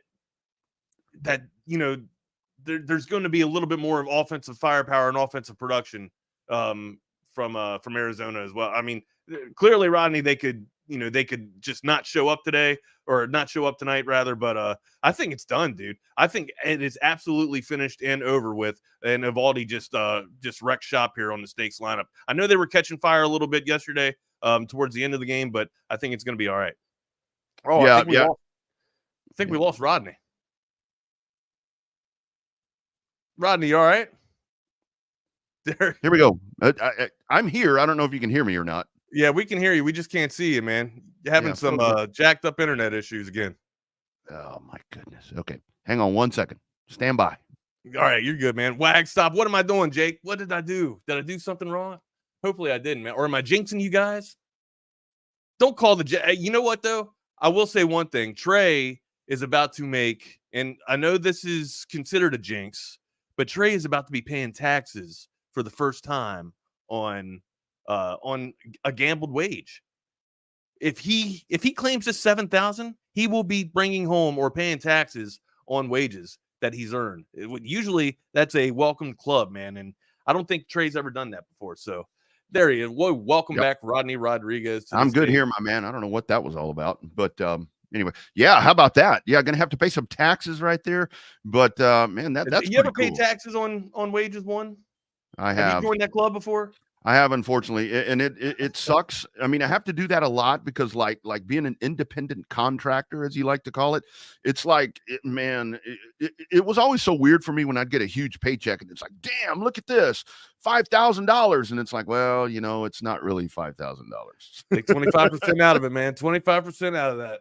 That's right. Put that aside, man. All right, my guy. Yeah. So I think I told you guys this last week, man. I was calling a gentleman's sweep. And with Garcia out of the lineup, I'm still saying it, man. The runs were supplemented last night in Game 4. I think it's going to be happening again. Matter of fact, I think Evaldi shuts him down. I know everybody wants me to stop putting, a jinx on the Rangers, so to speak, but I think you guys got it, man. I think it's in the bag. I think it's over and finished with. The World Series was a great one, but I think it gets concluded with this gentleman's sweep by the Rangers. And I think the thing about it, Wags, I think if you had a travel day or you had something in between, I think that I know we talk about the lack of momentum or whatever we want to say about that, but I think if maybe you had a little bit of a break in there to where the Snakes would have a day to kind of go and whatever, I think that may help their cause a little bit better. But the fact that you got to get back on the field tonight, and just with everything that Texas is doing, and with Evaldi coming to the hill tonight, I mean, it's like, geez, anybody. But hey, I do want to mention one thing. I mean, I know we had some conversation yesterday before. How about Hangin? I mean, that was a hell of a start for him last night. He went 5 innings last night. Everybody was reluctant to see him on the bump. They were thinking he wouldn't show up there. Look, and I get it, man. Turmoil and a lot of air of caution and pause. You don't want to put a whole bunch of false narratives out there with the jinx or whatnot. But hey, man, I think this is a team of destiny. I hate saying that and I hate using that stuff, but I mean, Texas, for some reason, man, they haven't lost a damn game on the road yet. Yeah, you know what I mean? The very resemblance of the 2019 Washington Nationals. And it was 2019, not 2017, because you corrected me with the Astros winning that. So yeah, the 2019 Washington Nationals, where they won every game on the road. So the Texas Rangers have a chance to accomplish that feat as well. Tough feat to do, Rodney, but again, team of destiny, Double R. All right, that's gonna do that. That's all I got for the World Series today, or at least Game 5 preview matchup. I mean, I don't expect too many adjustments from Boch in the lineup. I thought what he rolled out last night was fine. Maybe you shake it up a little bit there. But matter of fact, Jonah Hangin got Hangin going last night. So yeah, it'll be fun. Yeah. It'll be fun. But it's over. It is definitely done. And I think it's great for the Rangers fans, Wags. I mean, because I remember, being sitting there as an Astros fan when that was going on. I mean, I remember, when the Spurs finally won their first championship in 1999. I mean, the excitement that those folks are feeling today, and especially right now with the Rangers, with what they've been doing the last couple of nights. I mean, you got to sense that excitement, and good for them. I mean, I think it's great. I just hope that this game tonight doesn't turn into one of those 10-0, dismantlements or whatever the case is going to be. If they're going to win it, I hope they win it in style. I think that would be really cool to see. You want to be biting fingernails the entire time? That's what I want. That's what No, I want to be man, doing. come on, As man. somebody that doesn't care, I want to be biting my fingernails. Then I'm intrigued. You mentioned San Antonio. You mentioned the Spurs. You watch any Spurs basketball last night? Dude, I watched that whole thing see that last night. How comeback? about that? How about Huh? that? You know, when Durant's like this, I'm like, go defend. Get your hands out of the air, man. You just got picked. You just got the baby Spurs. I look at here come the baby Spurs. Los Niños. They were getting their asses destroyed, man. They were getting blown out in the fourth quarter, or excuse me, going into the fourth quarter. But then they, racked off almost 40 points and held Phoenix to 20 in the fourth quarter. Excuse me, 19 in the fourth quarter, man. But they, one hell of a comeback there. Your boy Wimba Mania getting it going, man. Dude right there, man. It's like, I've been listening to all the preseason stuff, and it's like everybody realizes how great he is. I mean, a generational star or whatever it is, but everybody's kind of pointing out the flaws or whatever. And yeah, they're there. I mean, I look at him and I'm like, dude needs a cheeseburger. That's the first thing that I always think about. He's already bulked up. He's already put 20 pounds on, Rodney. Yeah. Remember when he first got here? When he first came over, he was Mm-hmm. getting nothing but scrawniness, dude. Mm-hmm. Mm-hmm. But this, and that's going to happen too. That natural progression, right? The natural, I guess, evolution of your body. I mean, remember the Brow when he came over, or when he came up from Kentucky? Like Anthony was stick and bones too, man. But now he's solid. He's got huge broad chest on him, dude. I mean, I know the older I get, I mean, I get more broad and wider and girthier. Well, I don't know about girthier, but every day, my man, every day it seems like. So no, that was, and I like what the Spurs are doing because I mean, it really is. It's Wemby and Kelvin Johnson showed out last night. He showed out. He did, and that was a great play at the end. But it's Wemby and all these other dudes, and hell. Road win for them, and you're beating a good team. I mean, good. I mean, that's a confidence booster for Los Spurs. I mean, if you're the damn Phoenix Suns, if this is any type of implication of how you're going to play in the latter portions of the season, you just can't finish out ball games, man. You don't have that too good of a rim protector. I mean, Nursif, is that, or I think that's who got dunked on. Was it Nursif last night? Yeah. Who got stuffed by Wemby and looked like, or was it Durant under the goal? I can't remember who was under the goal, but somebody's ass got dunked on by Wimbledon from and he jumped almost from the perimeter, man. It looked like a crazy laggy ass Euro step. And then all of a sudden just hangman to where he looked like he threw it into the damn goal, but didn't really stuff it down completely. So I don't know. It happened to be his first basket of the game last night when that happened, but that set the tone for the Spurs, man. And then Pop, you can hear Pop in the huddle, right? You're a young team. You're going to make mistakes. Continue to play aggressively. Continue to play hard. Just encouraging his ball club, man. And to his credit, dude, they came back and fought in the fourth quarter and came back and won this damn thing. I just think it's really cool. I know a lot of people frown on Greg Popovich for other reasons. I mean, but the thing about it with what Pop has done, I mean, you talk about the all-time great coaches in NBA history. I mean, Pop's right there. I mean, if not the best. I mean, honestly, I mean, to watch what he's doing, I mean, just think about him. I mean, what he did before. You have the big three, you have all of those championships, and now here he is again. It's like 20 seasons of winning, or 25 seasons of successful basketball. Exactly, man. And the way that I look at this for Pop this year and for what he's doing now, it's like you get a coach, let's say he's coached varsity football for 25 years, and he's taking a step back and he's going to go coach the freshmen. That's what this feels like for Greg Popovich. And he's going to motivate these guys, and like you're talking about right there. He's about to make these freshmen into varsity basketball players in about 2 weeks. So that's right. That's right. So, no, I mean, I think it's great to see. I mean, I'm just glad people in San Antonio are excited again because it's been pretty rough there for a little bit. But that's diehard fans. I mean, those San Antonio fans, they don't give a damn. I mean, they're just all over that team. So, Jake, I'm a Washington Wizards fan, and I'm not too big or too high on Reggie Miller. That's just because of what he did to the New York Knicks, and I'm not a Knicks fan either, like by any means. I can't stand the Knicks. But yeah, just being a Wizards fan and watching that from neutral eyes, I can't really stand Reggie Miller for what he did, but I can't stand Spike Lee either. So actually, I don't really mind Spike Lee. I don't like Spike Lee when he's at the New York Knicks game on the sideline. I mean? Yeah, in the crowd. Yeah. Do you, Spike? Do you? But yeah, don't be at the Knicks game doing you. Yeah, but I mean, I'm the same damn way though. You know what I mean? When I'm at my ball club, you know, so I'm if you see me in a Capitals game, you know, I'm trying to whisper sweet nothings into the opposition goalie's ear. But to no avail, Well, you know what I mean? It it's never like, happens. you remember, in the heyday, well, I mean, they're still good, but with the Lakers, when Jack Nicholson, was always there, it's like they're He don't show focusing up on no more, him. Rodney. I I think wonder why. well, I mean, I think he's a little bit He may starting to he's trail older. off a little bit. Yeah, I think he's starting to trail off. Yeah, maybe so. I still, back to the Spurs right quick.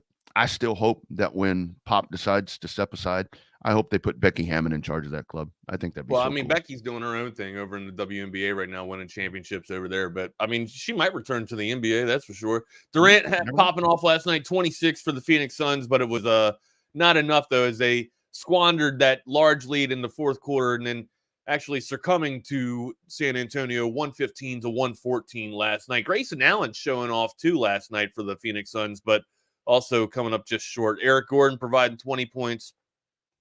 And then, what can you say? Like I talked about it, man, pretty good distribution all around for the Spurs there. Wimbledon, Vassell, Johnson. Johnson really being the leader and the stalwart He for really the Spurs was, last yeah. night there. Collins having a decent game as well. Just good basketball by the Spurs, man. I can't believe it. Absolutely. And for David Freese, Sal says everybody will be hating Dwayne Wade forever and David Freese. I got you guys. Jeez, guys, don't be bringing up some Freese memories here. Not with Game 5 coming up. Well, Can't be having it. That's the whole thing. I think I saw a comment there where folks are talking about the heartbreak, for the Rangers in the past. I mean, forget about that. I mean, don't even bring that up. I mean, it's like, move forward right here. I mean, you're in a real damn good scenario if you're the Texas Rangers going into this one tonight. I mean, and here's the bottom line: if you lose tonight, you're going to be all right. you're still going to be okay. You've got a nice little pad right now on the D bags here at the moment. Yeah, but I mean, I would still like to see this finish tonight because yours truly called the gentleman's sweep, and I can't be wrong. Usually I'm not wrong. I mean, I would love to see my stat percentage this year, just on this year only within baseball. I'm pretty damn good within baseball, and baseball is a hard sport to hit, Rodney. Very, very. I'm probably now. I'm not trying to be braggadocious, but I'm probably up around 65%. Yeah, just giving, and I know 65 probably don't sound good, but that's fantastic in gambling. Baseball is so unpredictable. I mean, you just the volume of games. Usually, I go to pitcher versus batter, man. I go BVP a lot, dude. That's really one of my go-to stats, man. BVP tells a lot, at least for 30-day trends in my hey, or in Wags, my opinion. What's up? Do you know what always is a good bet? Covert BKs. 100%. I mean, hey, Friday, Ricky Williams is going to be out there.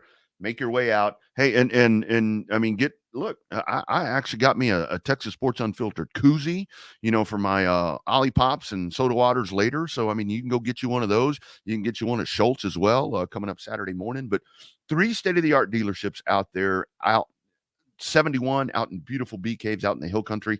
7 different brands: Buicks, GMCs, Cadillacs, Chryslers, Dodge, Jeeps, and Rams. The Fords and the Chevrolets are out up north, out our way. Hop 'em, Hutto, Hippos. The Fords and the Lincolns, 183 benchmark location out there. I mean, that's one of those spots in original Austin. And of course, Covert BK, they're going to service all makes and models of your vehicles. 86 service bays, ready to take care of all of that routine maintenance. Even if you have something major that needs to happen, Covert BK will take care of that for you. And don't worry about being at the dealership all day for the routine stuff, because when you have that amount of 86 service bays, guys, that's more than you find in a NASCAR garage, guys. You usually get like 40 garages in a NASCAR garage. That's times 2 at Covert BK. So they're going to get you in and out of there. Check out those weekly specials at covertbk.com. All of that right there for you, new and pre-owned. Go see them. And again, like we talked about on Friday, you're going to have the great food from Smoky Moe's Barbecue. Verde's will be out there as well. Go see Ricky. Go see all the guys. The Covert family since 1909. Nobody beats a Covert deal. Not now, and sure as hell not ever, my friend Wags. No, they don't. Glenn, stop talking about Nelly Cruz in right field. We don't need we don't need any memories right now about Nelly Cruz in right field or David Freese. Damn it, let's just get through Game 5 tonight, please. Can we just stop talking about that shit? Don't bring it up. All right. Yeah. Come on, man. New day. New day, New new era, new year, new It's a damn people. new year, new ball club, new team, new people. That was many whole years ago. The whole roster has turned over. The entire Yeah, roster's turned over. It's not that's- even it's a blip on your all's memory, Yeah, man. Just that's wipe it off like the damn thing. when I tell Texas fans and they get pissed off, I'm like, 05 national championship was great. That was a great team, but it's a great memory. We are beyond that. I watched New that. team. I watched that in HP 504 barracks, baby. I'll tell you exactly where I was, man. North Carolina. Oh, that's awesome. That's North awesome. Carolina. All right, man. Oh. Hey, what's not awesome? You like Bob Seger? The singer? Yeah. Night Moves. Night Moves. One of your favorite It's songs. all from right. Bob I Seger? mean, yeah, I'm not going to break my neck to turn it on. I mean, too but tall. Could have used a few pounds. yeah, that's you know kind what of I the thing right there. It's kind of the same thought for me, kind of like with the whole Bob. I mean, I like Bob Dylan, but it's like, I You mean, don't like all of Bob that. Seger? Oh my God, Bob Seger! Always just that strenuous voice that he's got going on, man. Trying just straining that voice, talking about getting ass, man. Usually, It's Bob like Seger's all about getting ass. Anyways. sometimes when I hear him, it's like I think of myself like when I'm taking a shit and I'm on the phone, and it's like, Oh, yeah, you want to meet up later? get it out! See you too. I got one coming. Gotta get it out. Yeah. No, man. Anyways, all right. Enough antics. Bob Seger's fan, one of my favorite artists, man. One of my favorite rock and rollers, dude. But also, Night Moves, one of the best songs that he ever had. Who was listening to Night Moves last night? The Vegas Raiders, baby. The Vegas Raiders listening to the Night Moves all night long for Bob Seger there, firing their GM and their head coach. That's right. Dave Ziegler and Josh McDaniel exit stage right.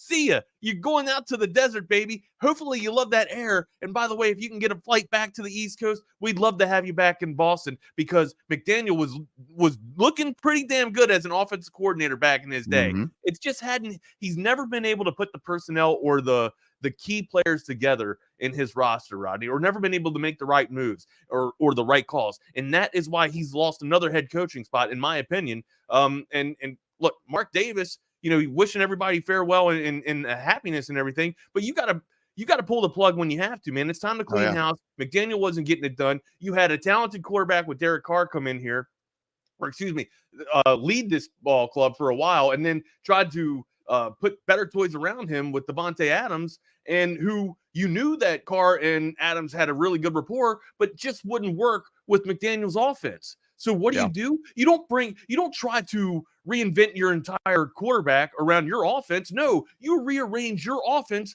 to mold around or to fit around the mold of your quarterback. Kind of like what Harbaugh and Baltimore have done with Lamar Jackson. And what did the Baltimore organization do? They doubled down and backed up Lamar Jackson with quarterbacks of his play skill, of his play set, right? To fit in that format, in that play calling scheme. Yeah. And this you don't rearrange your offense around your quarterback. Or excuse me, you don't rearrange your quarterback around your offense. You rearrange your offense around your personnel. That's just my take. And we said it yesterday, Wags. You've got a disgruntled superstar that wanted to be traded, that you brought in that was supposed to help elevate this team. And look, the whole thing here with McDaniels and Ziegler, you're bringing those dudes in January of 2022. I think there is, Glenn. Well, there is a lot. There is a lot of super. Good. Sorry, Rodney. What's up? No.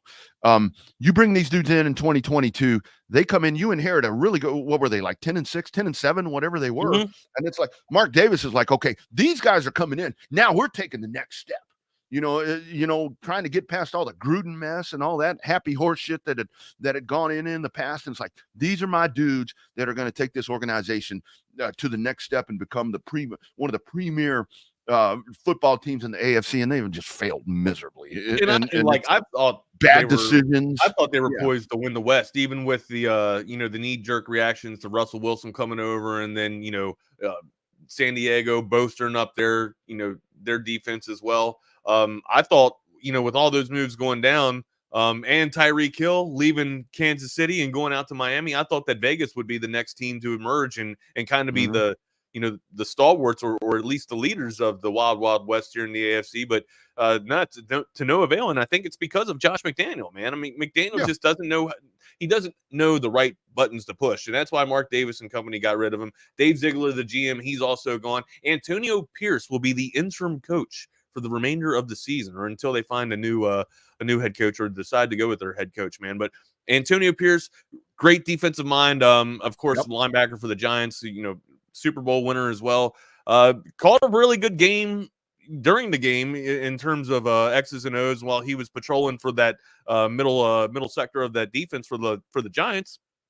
We'll see how it plays. A huge, regardless of McDaniel's record as a head coach, being that you've never had one game under your belt as a head coach and it's going to be, your first interim job, it's still big shoes to fill for Antonio Pierce and company. So we'll see how that goes. It's not going to be a successful season by any means for the Las Vegas Raiders. And if you're Mark Davis, you just had to recognize that earlier than later, and you got to rip the Band-Aid off sooner. You know what I mean? You start done, dude. Yeah, you start building for the future. I mean, I know a lot of folks are not fans of mid-season coaching changes and so forth, but when you're in this scenario where obviously it's not going to work, I mean, you have to start figuring out what you're going to do next. And that job opens up, and it's going to be, I mean, it's kind of like the cowboy thing. Do you want to go work for that owner? I mean, kind of you can kind of correlate that to the high exposure jobs like that. And this is where you go back to Josh McDaniel, and we've seen this so many different times to where sometimes dudes are just better tailored and better suited to be coordinators. And we see that in the NFL, we see that in college football, to where it's like it just doesn't work out. I mean, you just with every trying to be the ringleader, trying to be the puppet master of all of that, and then removing yourself from whatever your specialty is, like with McDaniels, the offensive guru, you can't focus solely on offense because you are now in control of everything. And it's another example right there. I mean, I hate it for the dude because he's good. He's damn good on the offensive side. But again, this is just, I don't blame Mark Davis for doing this now, because obviously it's not working. You got to figure out what you're going to do next. So a lot of other pieces, or we talked about quarterbacks probably moving teams and some of the NFL landscape shifting that way, but it really didn't happen on the offensive front. It was mainly on the defense. And I mean, it seemed like the Commanders, to me, had a chance to somewhat salvage a little bit of their season and maybe make a push to win the NFC East. The Giants aren't going to give you anything. You're not going to win the East with the Eagles in there, but I mean, at least you make a push and possibly get a wild card. I mean, hell, it's crazier things have happened, right? Crazier things have happened. Sam Howell looks like he can make all the damn throws. And you're starting to get really good production from your backfield there with Gibson and Robinson. McLaren's starting to come alive, and then and Dotson, the wide receiver from Penn State, he's starting to have pretty decent games too. But now they've gone and sold their defensive line. Like what everyone was high on the Commanders for, having that really strong front four of the defense and a dynamic player in Chase Young. I mean, hell, 3 years ago we thought he was going to be breaking Lawrence Taylor's record and whatnot. Now he's being shipped off, back with his old his old partner Bosa from Ohio State. Maybe they can get something going there for the Chargers. But my God, Rodney, they sell Sweat as well. Sweat to the Bears, and you're thinking, if you're the Bears, what a debacle of a season that the Bears are having. By any means, you think that the Commanders have a more success or more, I guess, potential to have a better season than the Bears do. But the Bears are actually making pieces, making buying moves here, trying to bolster up their defensive line and getting Sweat. Just craziness in the in the NFL landscape yesterday. Yeah, and I think that really is a big move right there for the 49ers to land Chase Young, because we discussed that as well in depth about it seems like the 49er defense is falling off just a little bit right there. Maybe we had them kind of ranked off. I think they ran into a buzzsaw or just kind of got shaken up a little bit, or maybe a change of pace. I don't know if they fell off though. Well, 3 straight losses makes me think something has fallen off. Something's up.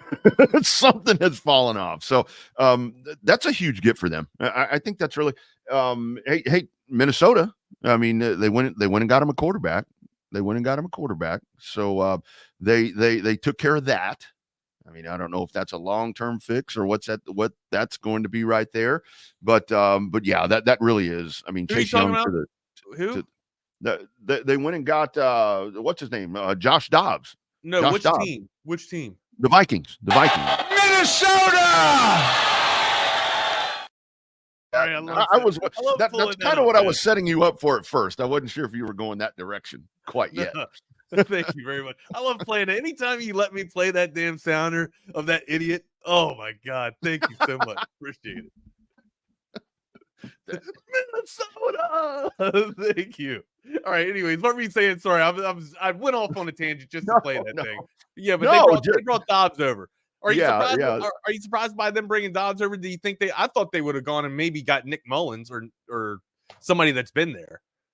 I think I would have gone, McCoy? who? Colt McCoy, maybe? We talked about that. I mean, to me, why has nobody picked him up? It's like, man, you need a veteran quarterback. Somebody put this dude on your roster. And look, I know I'm placating to the Texas fan base here, but the guy, and I'm sorry, man, he just wins ball games. It's not pretty. It doesn't have to be pretty, man, but he just finds a way to win ball games. And don't ask me how he does it. He's got all the intangibles. Give me all that bullshit. He just wins, man. Colt has always been able. He's always been able to put his team in the best position to win ball games, especially when there's talent around him. You put him with with talented receivers, young talented receivers like the Vikings have, and a decent line, the sky is the limit, man. I thought it was the move to make, but of course, I'm a Texas Longhorn fanboy. Well, so. and Colt, I mean, I totally agree with you, but Colt to me in a situation like this, he's going to be a bridge for a little bit because unfortunately at some point he's probably going to get knocked around and maybe hurt. But yeah, I mean, he is injury prone. That's always been his knock, right? He is, but it's because the guy stays in the pocket. The guy is a prototype old school quarterback. I mean, he's a small town country quarterback, and that's never changed with him. And he's one of those dudes that he comes in, he brings a lot of experience to any club. Like you're talking about, anyone that he's jumped into, he's won him fucking games. Yeah. And just put him in position to win. You know what I mean? That's it. That's really it. And I'm shaking my camera a lot. I'm seeing it. I'm shaking my damn camera. And I'm hitting the desk over here. Luckily, my camera's away. I'm like, I did not have sexual but all right, Bill. And Dallas Cowboys, you sit there and maybe they're going to get Derrick Henry, maybe they're going to chase Mike Evans, maybe they're going to do all this, that, and the other. What did they do? Jack shit. Sometimes the best thing to do is nothing, though, Rodney. When there's not a piece that you really want, or when there's not something that you're coveting, sometimes the best thing to do is just not act at all. Well, but Philadelphia, they did a lot, and you are chasing them, and you get them this Sunday in a hostile environment, batteries thrown from the stands and all these different things. I really wish that they would have made a move, maybe offensive lineman, something maybe in the secondary. I know Deron Bland has been tremendous. I know he has, but still to solidify that a little bit. And I'm still just super concerned about this Tony Pollard thing. It's like, I know he's banged up, but where's the production? And who's going to do it? If you're Dallas, the arms race, you're not going to catch up with the arms race, right? Philly had the pieces before going into this race, and they're going to have coming after. You just and if you're Jerry and company, I don't think you salvage your future, or you mortgage your future for what, 2 seasons, 1 season, probably one really good season of Derrick Henry, right? But I still don't even think Derrick Henry fits into your offense that well. I mean, for me, Derrick Henry is a running back that needs at least 20 touches a game, right? And he wasn't going to get that in Dallas's lineup. He's just not, because if you're trying to do the whole the mix and match and two-headed hydra with, or not two-headed hydra, but two-headed running attack with Pollard and Henry here, you're not going to be able to do that to the optimal success that you need, because Henry needs 15 or 20 touches, and Pollard, you'd think it needs at least 15 to 20 touches as well to get them going. And right now it's that offense is predicated off the run, sure, but Dak still likes to sling the damn thing. And when you have CeeDee Lamb and you have Cook's being able to make some plays as well. I mean, my God, Rodney, Like the Ferguson thing, Ferguson we thing, and talked a starting little to, bit about. I'm still not buying in on the first. I don't know if Dak's rapport with Ferguson is still there yet. I loved what I saw last game, but I don't know. He's got to be more consistent with Ferguson, and I think that's going to open up a lot more of the offense too. Once he finds a lot more confidence with Ferguson, it starts opening up a lot more of the outsides with CeeDee Lamb. And my God, now you're starting to see CeeDee Lamb, get busy inside the hashes, man. That's where he usually gets. That's where CeeDee Lamb's usually always done his damage, right? In the middle of the field, getting that yak and then scoring and just being nothing but a nuisance to the defense there. Yeah, and I go back to, I mean, hindsight's 2020. You can't do shit about it now, but this is where I go back to. I I think really Dallas wish. did it right, Rodney. Well, yes. With this, yeah, probably. But I really wish that there could have been a way for them to figure out how to keep Zeke in on this club. Because What I think running right back now, is there a piece out there that you would have liked to seen come over to Dallas? I would have focused on Derrick Henry, honestly, and Really? and make him the featured back. Put Tony Pollard back into the role that he had when Zeke was 85%, 90%, to where Henry would be the workhorse and Pollard would come in. You put him out in the slot or do whatever you're going to do right there, and make him, I hate to say the second back, but make him the secondary, make him the specialty back, because I think it would have been a lot of that whole Zeke Elliott, Derrick Henry. That would have been the balance right there that seems to be missing to me right now from the past.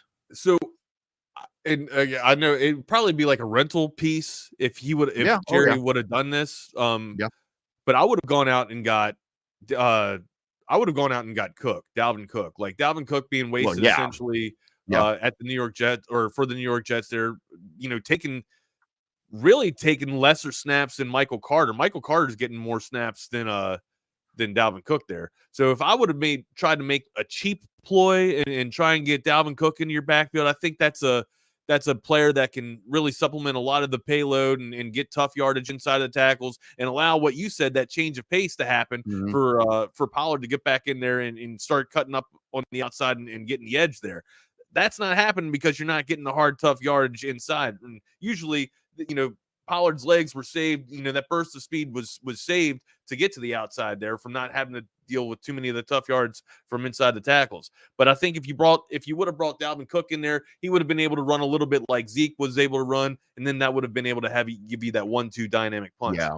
Anyways, I thought that was a better fit than Derrick Henry. I just thought Derrick Henry's best fit would have been going over to Cleveland, where he could have ran like Nick Chubb a little bit more. But And I think something that you said right there just really made me think when you talk about maybe the rental thing versus on the cheap right there with Dalvin Cook, because that's a great point, and I totally give you that one, man. I love that, because that's maybe a dude that you can hold on to. I mean, maybe you're able for another home, right? You'll probably get him on the flip side, for even cheaper on the free agent. He's going to want to test his waters, in free agency, but not a lot of teams are going to be calling for Dalvin Cook. I mean, there's a reason why Vikings let him go. I had Walsh on the show on Sunday, and we talked a little bit about this to exhaustion. Like, Dalvin Cook was a fantastic running back for the past couple of seasons, but there might be a couple of too many flat tires on those wheels, because there's just, like I said, like the Vikings let him go for nothing, right? Let him go for nothing. Right. And put their confidence in Alexander Madison, which they're kind of having the same little problem here, right? They're looking for a little bit of that 1-2 dynamic punch that Dallas is looking for. They've lost it since not having Dalvin Cook. I thought maybe you bring Dalvin Cook into Dallas, it would have kind of replicated a little bit of the system that Minnesota had. Anyways. Yeah. And the other part about that is why I'm so focused here on this running back situation. And man, I like Tony Pollard, but I mean, you go back and you look at the Cowboys in a lot of these. Yeah, I know what they did against the Rams. I mean, that was great. But when you get into these games against Philadelphia, I mean, it's probably going to happen. All of these divisional games, games that are not 40-10, you seem to struggle in the red zone. In worse weather too. I think I know where you're going. Right. Like in the later part of the season too. Yeah. You're gonna need bigger bruisers, man. You're not just the speed demons, dude. And your red zone production in those situations seems to be horrible as of late. So you need to kind of do something to solidify something that's going to help you in the red zone, in the backfield. I mean, Also, like the tight end, we talked about it. Jake Ferguson. I think Jake Ferguson can help with the Absolutely. fucking red zone too, man. Absolutely. I mean, that's where, I mean, it's good to see that Prescott, it seems to be more in sync with Ferguson, or he was last week. Things changed that fast. Buddy. Yeah, I know. It's got to be more consistent. Got to work on that red zone offense, because it's going to be imperative when you play Philadelphia twice and all of these down the road, because these are fixing to really count right now. And you're chasing Philadelphia. That's the whole thing. They're getting better. You're not bad, but you're just kind of okay. You're still behind. You're falling a little bit further behind. Before we get out of here, I want to hear from Sarkisian, Coach Sarkisian, on his expectations on how he feels about Kansas State going into Saturday's contest. I think it's Kleiman's 5th year. Where's my book? It is Kleiman's 5th year, coaching Kansas State. A matter of fact, the overall as a head coach as well. So he's got a pretty good thing going on with this program. And here's some expectations from Sarkisian on how he feels the game's going to go on Saturday. Two teams believe in running the ball. Two teams pride themselves on being physical and being tough, being disciplined. Now that they've really incorporated the quarterback run stuff to what they do, and it's not just the young kid, but Howard's doing it as well. So they've got a multitude of scheme and run game to go along with the toughness, right? And so it's one thing just to be tough. It's another when you have the scheme with it. I think we're pretty good in those aspects as well. We don't run the Q as much, but schematically and then the physicality of which we try to play the game, I think, is important. And in turn, when your offense is built like that, generally your defense is wired that way as well. So I think both teams are similar that way. And so that's why practice is so important, to get yourself prepared for that type of ball game. And then ultimately, Saturday 11 a.m. is a moment of truth. How you going to play? Two teams believe in running the ball. Two teams pride themselves on being physical and being tough, being disciplined. Now that they've really incorporated the quarterback run stuff to what they do, and it's not just the young kid, but Howard's doing it as well. So they've got a multitude of scheme and run game to go along with the toughness, right? And so it's one thing just to be tough. It's another when you have the scheme with it. I think we're pretty good in those aspects as well. We don't run the Q as much, but schematically and then the physicality of which we try to play the game, I think, is important.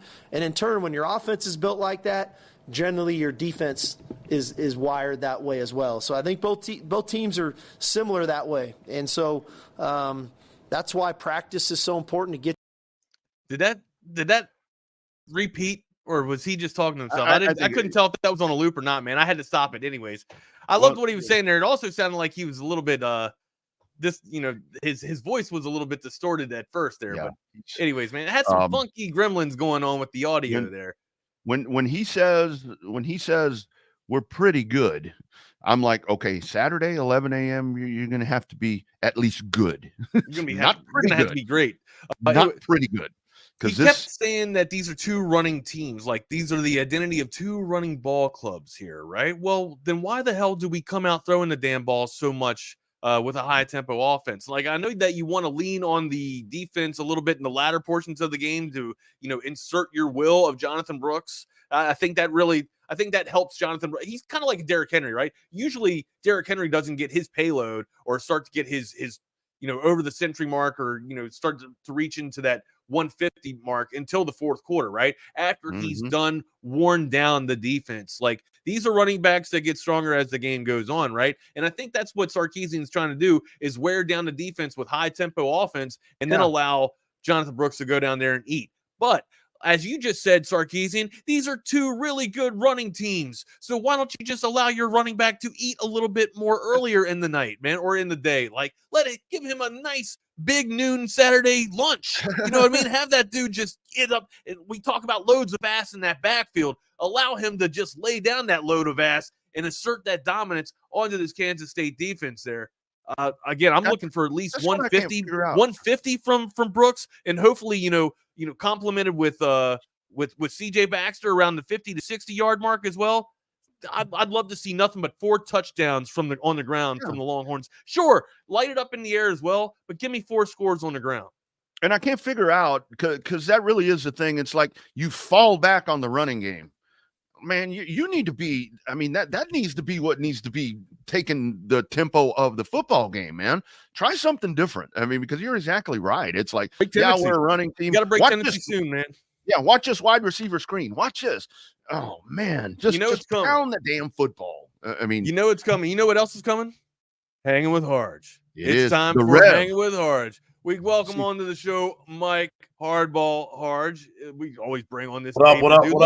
With the 3/4 zipper down, showing off a little bit of that chest. No taco meat today. That's what I'm make sure y'all get some of that hamburger, baby. I was getting ready to say there was no hamburger or taco meat there, man. It was smooth, baby. What's going on? Shit, that's all solid. On that bun. Solid steel. Solid steel right there, my man. All right, we got to get out of here, man. Had a great time. You guys, thank you for watching Chaos Theory and tuning in. Make sure you guys are telling 5 friends like Hardge always says. And listen to this dude because he's about to have a really fun show, man. Looks like he's got some good guests lined up, and we are about to get out of here, man. Hardge, what do you got lined up for us?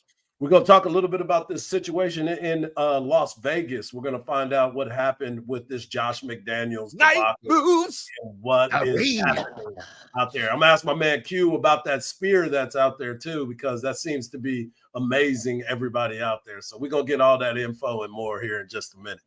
Right on, Can't brother. wait to hear it, man. Make sure you guys are following us on Chaos Theory and on all other shows for Texas Sports Unfiltered. For Rodney Rodriguez, I am Wags, and we are out of here.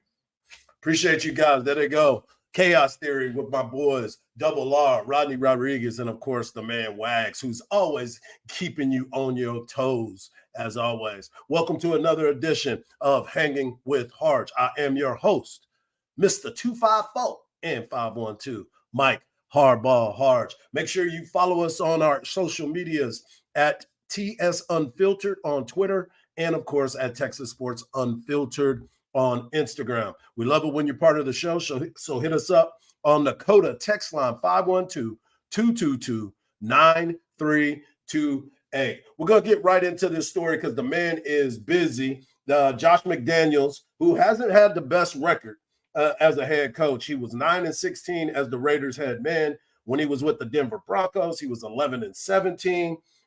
They made a decision last night in the middle of the night. It ain't in the middle of the night in Vegas because nobody ever sleeps in Vegas. And they're going to make a move. And what better way to talk about this than having my man Q Myers joins us from Las Vegas. He's the host of the Raiders Nation Radio. That's RNR 920 AM out there. He's on ESPN. He's on. This dude got 13 jobs, man. I thought he was Jamaican, but he's my boy from the 254, my man Q Myers. What up, Q? Hey, man, what's up with you, man? Appreciate you having me on the show this morning, man. Really appreciate it. I appreciate you making the time because I know all hell is breaking loose out there in Las Vegas. The news came down late last night, that they were going to make a move from Josh McDaniels to now they're going to have Antonio Pierce take the position as the interim. But you've been boots on the ground for a very long time. You got your own Raiders Nation show. You talk about the Raiders all day, every day. Did you see this coming?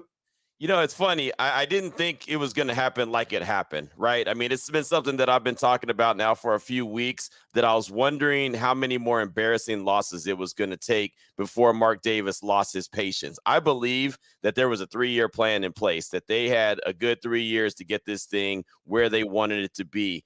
But, you know, you start going back through the timeline and even going back to last year, and you think about having a 20-0 lead over the Cardinals at halftime and losing. You go back to Jeff Saturday never coaching in the NFL, losing that game. You go back to Baker Mayfield being on the Rams for 12 minutes and losing that game. You go to this year, you go to Chicago where they have a D2 quarterback, undrafted free agent start, losing that game. You go to Monday Night Football, the Lions, not that they're a bad team, but a running back had more yards in offense, yards from scrimmage, than the Raiders as a team had in offense. I mean, there was just a lot of embarrassing losses on the resume of Josh McDaniels, and it kind of made you wonder, is this team actually getting better? You can live with a loss if you can see the team getting better and improving. That goes with the college game. That goes with, NFL. You've been around sports way too long that if you see progress, you can live with a loss here and there. But the progress wasn't there. And so Mark Davis decided to make the decision late Tuesday night. And how fitting, right? Halloween. It was still Halloween in Vegas, and the Raiders decided to make a decision on their coach and their GM. Well, because Josh McDaniels been stealing money behind that mask for so long that they finally decided to pull the wool over him like Scooby-Doo and take it off and say, what in the hell is really happening? Well, you touched on it. Some of those disappointing losses and things that kind of stood out even more so than normal. But what's next for you guys? Like, what is the next plan? What is the next step? Is there somebody that they've already been thinking about? Is Jim Harbaugh in the conversation for what's been going on at Michigan and now maybe do like Pete Carroll and jump to the NFL? What's on the table for the Raiders? I think everything is on the table, to be honest. And I think that's how it should be, right? I mean, this is going to be, since I've been here in Vegas, this is going to be the fourth coach that the Raiders have had. I mean, they went from Gruden to an interim in Rich Bisaccia to Josh McDaniels to now an interim in Antonio Pierce. So now they'll do another coaching search. And the good thing for Mark Davis and company, they can start that now. Now, they can't hire anybody, obviously, to the offseason, but they can start getting their ducks in a row now. So they've got a lot of season left. There's 9 games still left to be played in this season. There's the playoffs still. There's the offseason. I mean, there's a long way to go before they find out who they're going to go with. Right now, Antonio Pierce is going to be the interim coach. Of course, he left the college rankings at Arizona State. There was some scandal going on there as well. Yep. There was, the whole recruiting issues going on, and he jumped ship and left college and came to the NFL. And so, who knows what he's going to be able to bring to the table the next 9 games. Maybe he'll do enough to earn himself a seat at the table to have a conversation about being the next head coach. He's the current linebacker coach of the Raiders. And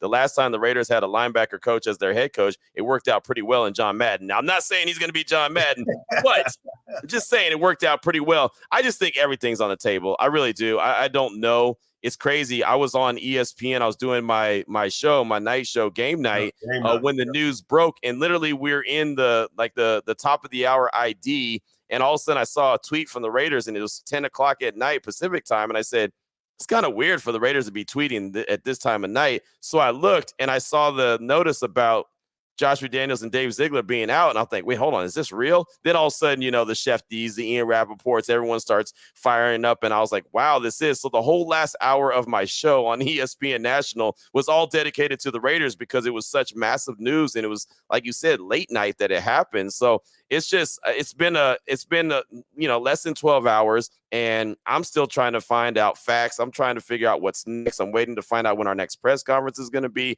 I mean, it's literally a fluid situation.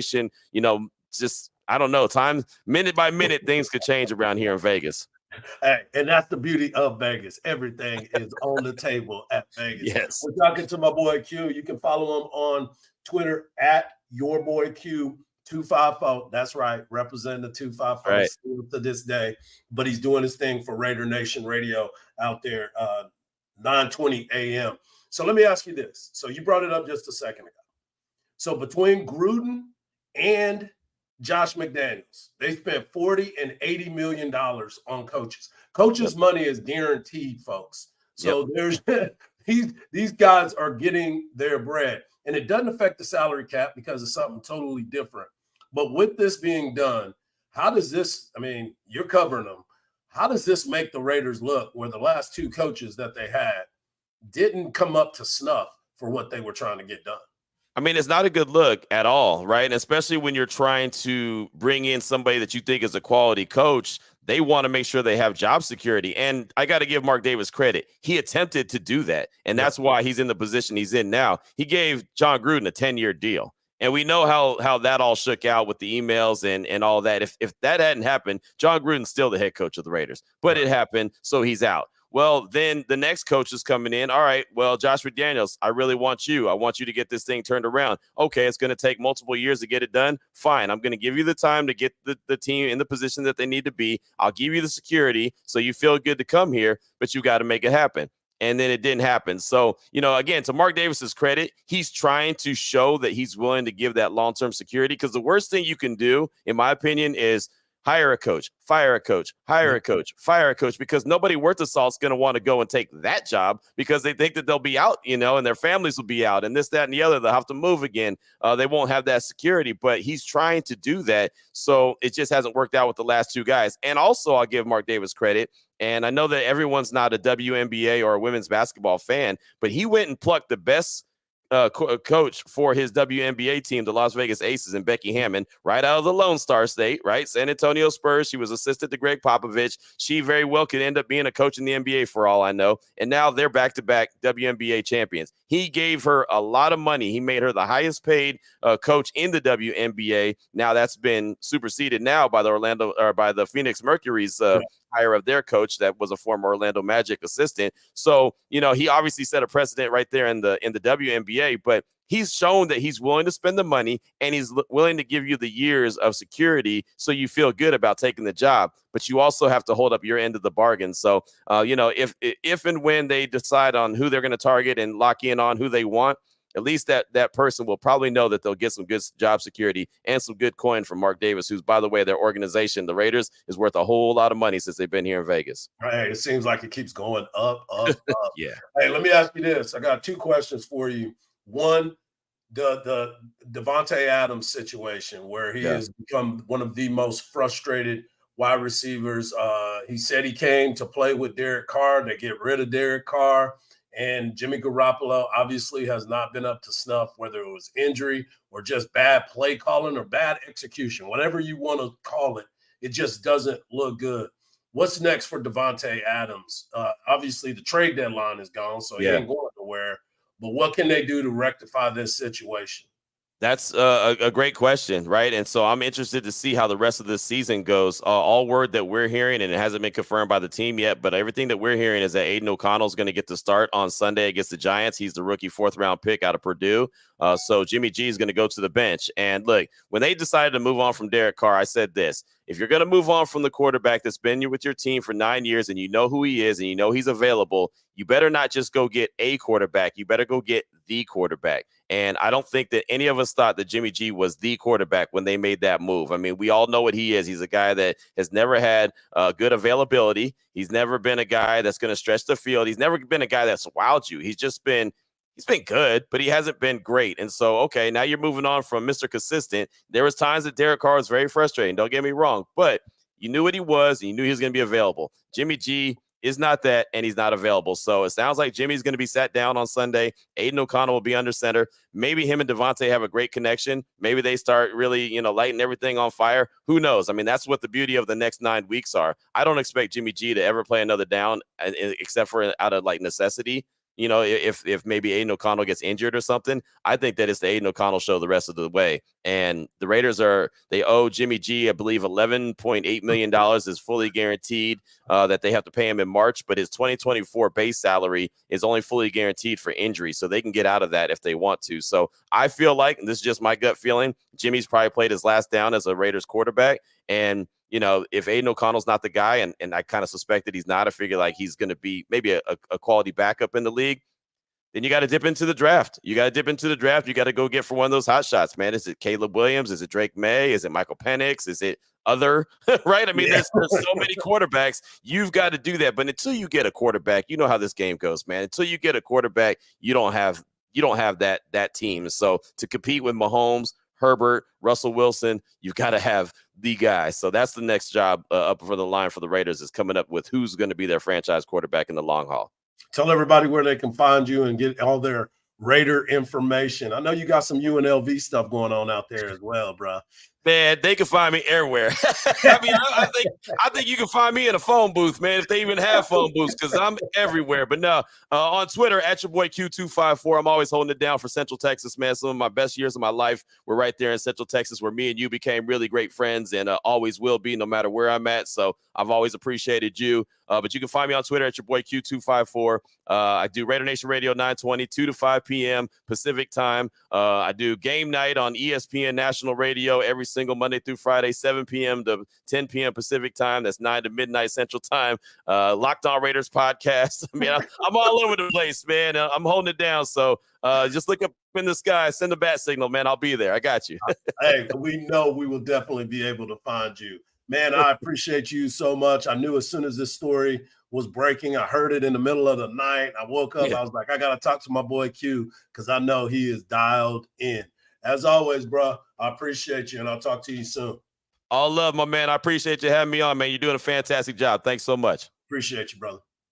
There he goes, my man Q. Got the Raiders covered from top to bottom, and it is a lot to digest. As he said, the Raiders have been in a situation where they just can't figure it out. They had to make the move. Their offense is abysmal. Defense isn't playing that great. You lose games that you're not supposed to lose. And there was a lot of expectations coming into this season with Jimmy G, but I guess we're starting to find out exactly who Jimmy G truly is. Let me tell you about my good friends over at Covert BK. That's right. Get over there this Friday. 2 days. Ricky Williams will be in the house. Heisman Trophy winning Ricky Williams will be at Covert BK signing autographs, having lunch, and talking with the people. But while you're out there, take a look around. They got 3 new state-of-the-art auto dealerships carrying 7 brands. Those are Buick, GMC, Cadillac, Chrysler, Dodge, Jeep, and Ram. In addition to those 7 brands, if you want to drive out a little ways north and take your trip over to Hutto, you can do Hutto Ford over there as well. And they got Ford Lincoln in Austin.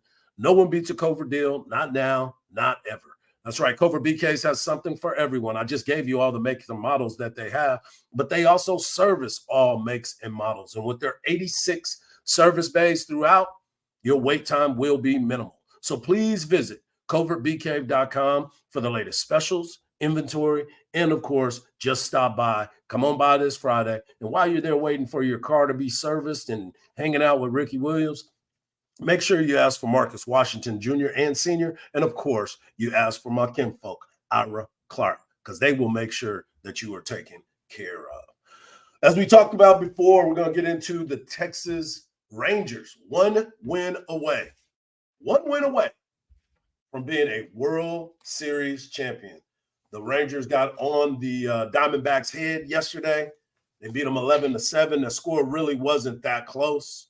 The 11-7 score came late in the games, and it wasn't close as that. The Rangers used 2 5-run innings. And the cool thing about those 2 5-run innings, when they scored those 10 runs, all 10 of those runs came with 2 outs. You talk about situational baseball and being able to drive in run and 2-out RBIs. Marcus Semien came to life. He hit a home run. He had also had a bases clearing triple. The Adolis Garcia has been removed from the playoff roster with a left oblique strain, but the Rangers kept the thing rolling last night. I mean, they just kept coming up there and doing what they are capable of doing. Corey Seager continues to bang the baseball all over the place, making great plays. I know that there was a little grimace after his home run, but he said there's nothing to that. I guarantee you he'll be in the lineup tonight, and they're on the cusp of becoming the franchise first World Series champions. The Rangers have now won 10 games on the road, 10 consecutive postseason games on the road. And that's unreal when you really, really think about that, right? The Rangers are ready to make history for themselves. That'll be the first title that they have ever had. After a riveting ALCS, they went 7 games with the Houston Astros. What up, Ike? Don't forget that they were the winners of the second wild card spot. They barely got in. They swept the wild card series versus the Rays. They also beat the Orioles, and then they also took down the Astros. Now they're 1 win away from becoming World Series champion and defeating the Diamondbacks. And just so you know, Texas isn't the only team that is looking to get their first title. Let's not even think about that. There's a half a dozen teams that have never had a World Series championship. It's the Rays. The Rays have been in the World Series. They didn't win it. The Rockies, been in the mix, didn't win it. The Mariners as well, didn't win it. Padres and the Brewers, neither one of those teams. So the Rangers can mark themselves off of that list, and the list won't be 6, it'll be 5 if they can go out and they have an opportunity to win 1 game in 3 chances starting tonight. And they're sending their ace to the mound, Nathan Uvalde. Nathan Uvalde will be on the round. He's got a 4-0 record. This will be he's got a chance to make history. Again, they get to win the World Series, but this will be his 5th win in one singular postseason. He's 4-0. He was up against the ropes in the last game that he started, but the Rangers came back, won that game, and now he still has that consecutive streak where he hadn't lost in the postseason. And the Diamondbacks, their season is on the line, and they're sending their ace out there. So it's ace versus ace. Zach Gallen is going to toe the rubber for the Diamondbacks to try to save their season. Ketel Marte has still been – he's got a 20-game consecutive postseason hit streak. Corbin Carroll's still doing good. Moreno, the catcher, has done well. Shoot, Christian Walker finally decided to start hitting the ball. They hit the ball well last night. Matter of fact, they out-hit the Arizona Diamondbacks, out-hit the Texas Rangers, but they weren't in those clutch situations. 2 outs, they scored 10 runs. The Rangers did. And I got something else for you guys, some little bit of history. Here's a sentence that Texans fans might be hardened to hear. 52 years after the Washington Senators moved to Arlington and took their name and became the Texas Rangers. In all of the best of 7 series, the teams holding a 3-1 edge have gone on to win 78 of 92 times. That's an 85% winning percentage.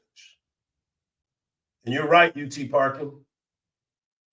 Tchaikovsky jumped on it and did his thing. Big hits, doubles, making plays, came up clutch. They adjusted. Josh Young playing unbelievable. He's a Gold Glove third baseman. I was with some buddies yesterday, and this was even before the game started. And we were talking about what we see with Josh Young. And one of them called him Brooks Robinson. Like, he's been picking it over at third base like it's nothing. He came in yesterday, made a barehanded play. The guy beat it out. But the barehanded play that he made was, you're like, damn, if that had been anybody else, they might have been out. But it's been real impressive when you watch this Texas Rangers baseball team. The Diamondbacks, though, they're a resilient group of players. They're going to be scrappy. And you know Torey Lovullo just is going to let you know. He said, this is his quote, it's an all-in mentality. And this team has done it as long as I can remember. They never felt like they never let another one down, and I expect them to come out and fight tomorrow night, which is tonight. That's what he said. And you sit there and you think about this team, and you look at this Texas Rangers team. And again, we've talked about all the stars. We're talking about Adolis Garcia and what he's meant to this team, the energy. Tchaikovsky stepped up. Marcus Semien finally started hitting the baseball. He's still up there swinging at the first damn pitch, and that thing kind of makes me nervous every single time he goes up there. But I'm just like, wow, he's starting to hit. He had 5 RBIs yesterday. Corey Seager hit his 6th home run of the postseason. I mean, this dude is on fire. He has 19 total home runs in the postseason, one behind Derek Jeter.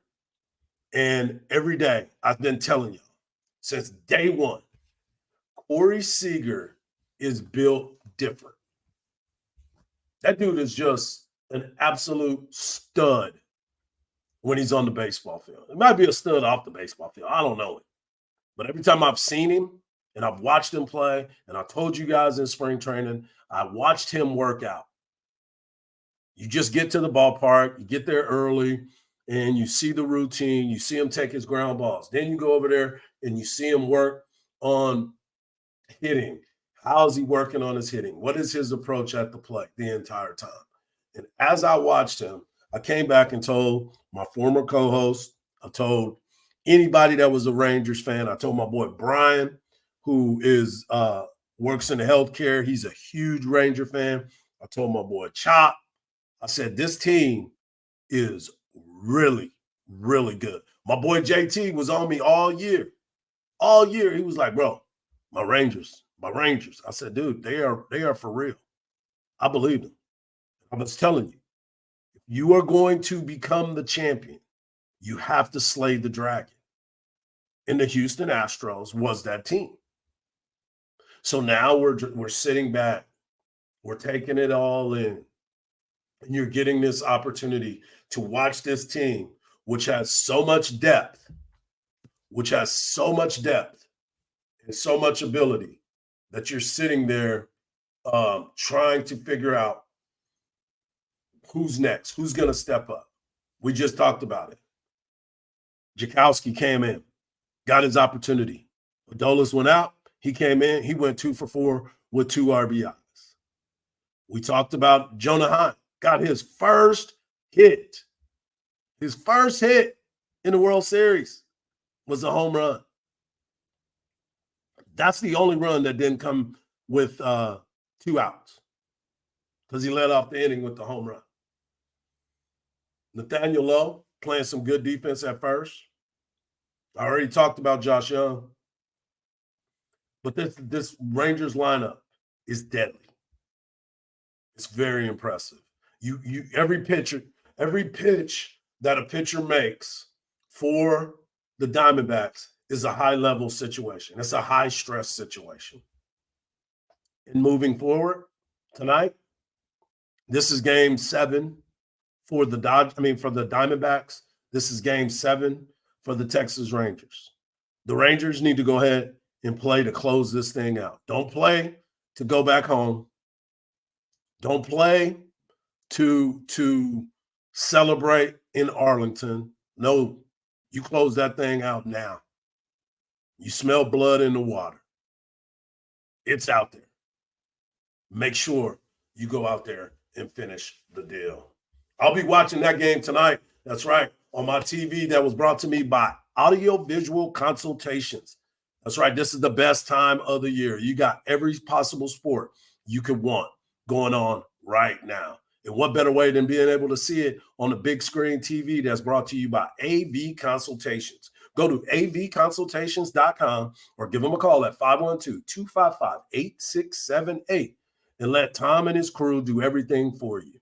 You know, there's a lot of opportunity out there, and you think you can go into the big box stores and you think you're getting the perfect setup. And then you come home. First off, you probably can't get the big screen TV in your vehicle, number one. Number two, you got to carry it up out of there, try to mount it on the wall. Nope. You want that stuff to look professional, have it professionally done. And that's what the folks over at AV Consultations can do to you. Audio Visual Consultations, that's avconsultations.com, or give them a call, 512-255-8678, and get the home setup of your dreams with Tom McKay and his crew. We'll continue to talk about this Texas Rangers, as we hope that they will be able to close out the World Series tonight with a win over the Arizona Diamondbacks. It's a big, important matchup. They've got Nathan Uvalde on the mound. Big game Nate. This is the time for him. The guy from Alvin, Texas, who came back to the home team to be able to win this championship. And he's always been a big postseason type player. I want to talk a little bit. I want to transition a little bit and talk about the initial college football playoff rankings. Texas Longhorns come in at number 7 with a 7-1 record. Ohio State, Georgia, Michigan, and Florida State are the top 4 teams as of today. The Washington Huskies, who we got a chance to see in the Alamo Bowl, and we got a chance to watch them play against Oregon. They are a pretty talented football team. They've had their ups and downs, but they win in the games, and they're all undefeated. The teams that I mentioned at the top of that, Ohio State 8-0, Georgia 8-0, Michigan 8-0. I'm really curious to the Michigan situation with everything that's going on. It's been pretty quiet. When on the Michigan front, they haven't said much. They haven't decided what they're going to do with Jim Harbaugh. I would have thought by now this situation would have come to a head, and they would have been able to, lay down some sort of punishment, if any, because more and more keeps coming out with this guy, the spy guy that was on the sideline at a Central Michigan game where he was in picture. Like, how does that even happen? Like, how do you I have no idea how this even happened. And I've been paying attention to this story, and I'm waiting for this story to actually come to an end before I give my thoughts on it. But it has been a really weird situation. I just talked to my boy Q Myers out of Las Vegas and talking about the firing of Josh McDaniels. Well, if Jim Harbaugh is in this type of dilemma, wouldn't it be wise for him to possibly go to the NFL? Would it be possible for him to be on the list for the Las Vegas Raiders? Is that something that we could be looking at? Is that why they decided to make the change right now? I don't know. This is what it's all about. And I just wanted to think about that when you start looking at these teams in the college football playoffs. So you got Oregon coming in at number 6. You got Texas at number 7. You got Alabama at number 8. And you have Oklahoma at number 9 and Ole Miss at number 10. So you look at how this is all broken down. And then you also have for the Big 12 Conference, you have Kansas at 21. You have Oklahoma State at 22. And you have K-State at 23.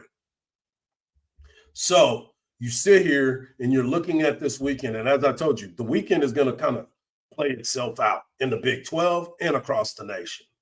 There's going to be some teams that are going to end up, their rites of passage will be exposed now. And it may be Texas. We talked about it. Texas has got to go up against their kryptonite, the cloud defense, the 3-3-5 defense that Texas has always had some trouble with, but I'll talk about that tomorrow. I'll get really into the Texas matchup with K-State tomorrow because there's a lot of things that are out there that I don't think are going to have any bearing. I think the biggest thing for Texas is to continue to establish the run. And if they establish the run, if you go back and look at the last couple seasons against K-State, Texas has played well. They played real well. And you know what else they did? They ran the ball well. So if Texas can line up and continue to run the football, you got Jonathan Brooks, you got Baxter, you got Jaden Blue, you got Savion Red in the backfield. You have all these different types of opportunities. Keelan Robinson with a big play coming out of the backfield. So you'll have opportunities, but we'll break that down tomorrow. But as you look at these teams and how it's going to play out, these are the initial rankings. And I heard Coach Sark talk about this earlier about how he thinks it's way too early for these rankings. And I don't disagree with him, but you definitely want to talk about what you see and how the teams are ranked. And Sark talked about how he believes that his team is one of the better teams and they have one of the better wins that are out there. So it's an interesting point. And I brought up the Michigan story. And I brought up Michigan because of the fact of what's going on with the scandal. And the committee chairman had an opportunity because Reese Davis asked him about what does Michigan's situation, does it have any bearing? And it was kind of interesting because I guess they just care about football. They don't care about how you get there. Yeah, we really view it, Reese, it's an NCAA issue. It's not a CFP issue. At this point in time, as we're looking at this, we want to make sure that we get not only the top 4 teams, but the top 25 teams right. Okay, so let's go to the next issue that people are going to look at. They're going to start finding people that have played, and you have a team ranked ahead of the other one. For instance, Texas and Oklahoma. Oklahoma won that great game in the final seconds. How, as it pertains to those two teams, what factor did head-to-head play at this point in the season? Yeah, we really view it, Reese, it's an NCAA issue. It's not a CFP issue.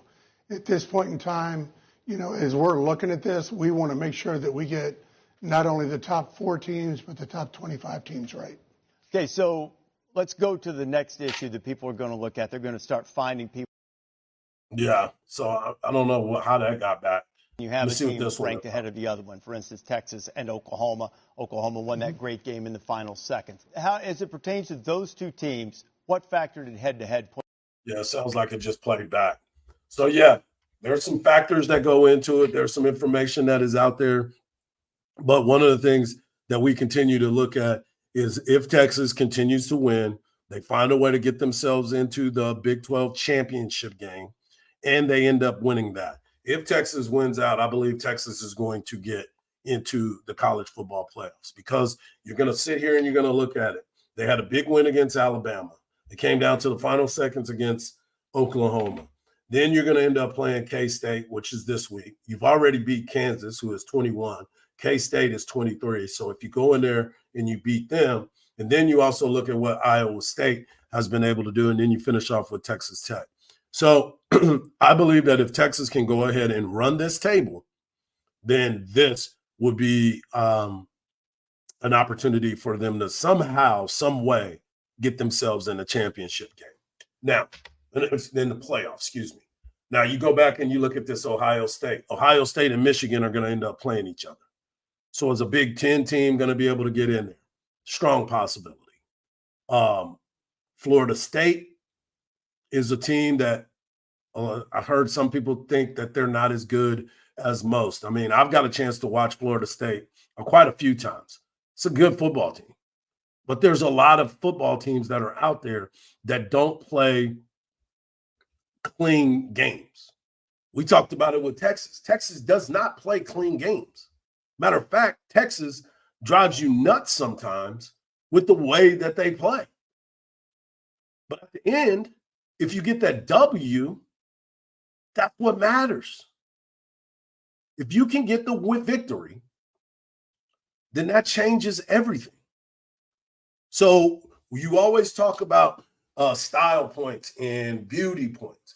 Well, style points and beauty points aren't always going to help you.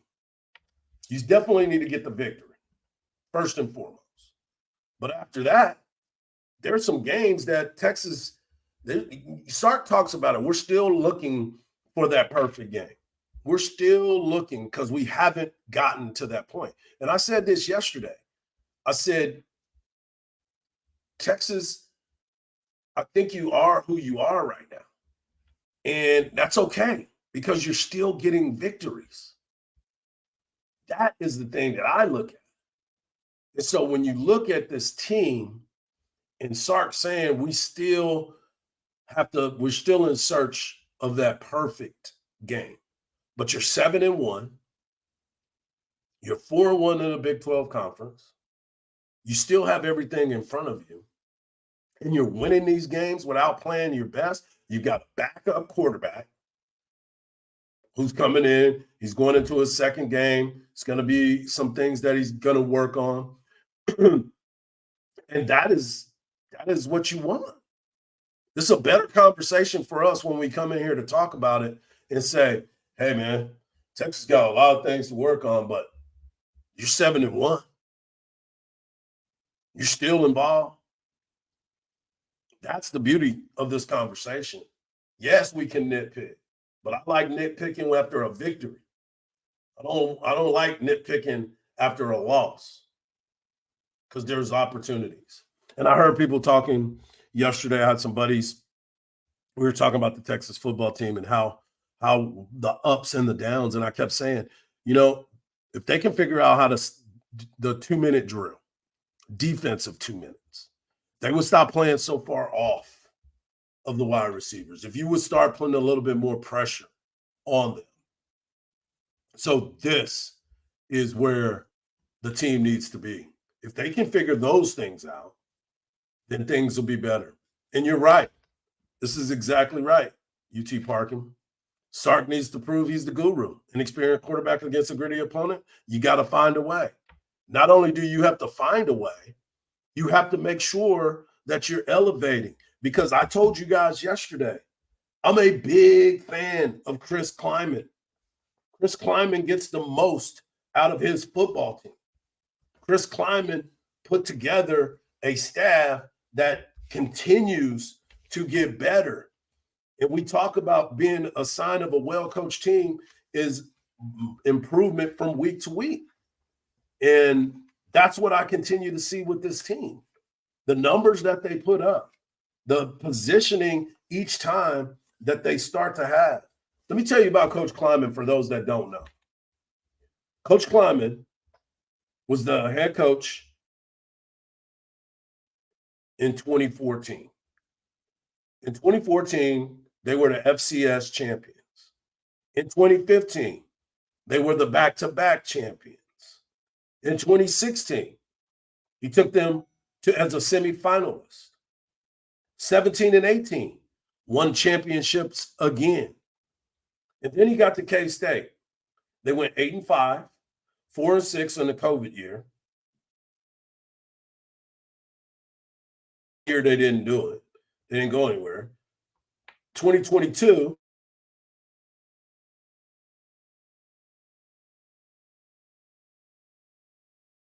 won the Big 12 in 2022, and they went to the Sugar Bowl.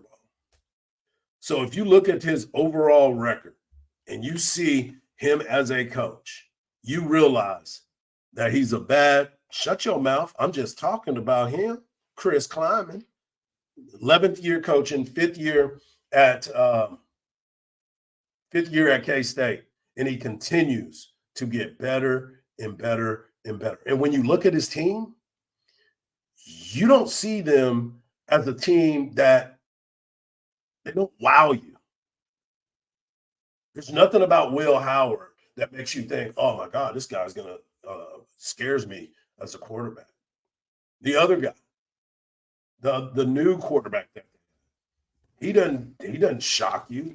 You don't look at him and say, oh my gosh, this quarterback is he's deadly. They got some stars in the back end. They got Kobe Savage, Avery Johnson, the other quarterback I was talking about. But they got Kobe Savage in the backfield, in the defensive backfield. So there's some talent back there.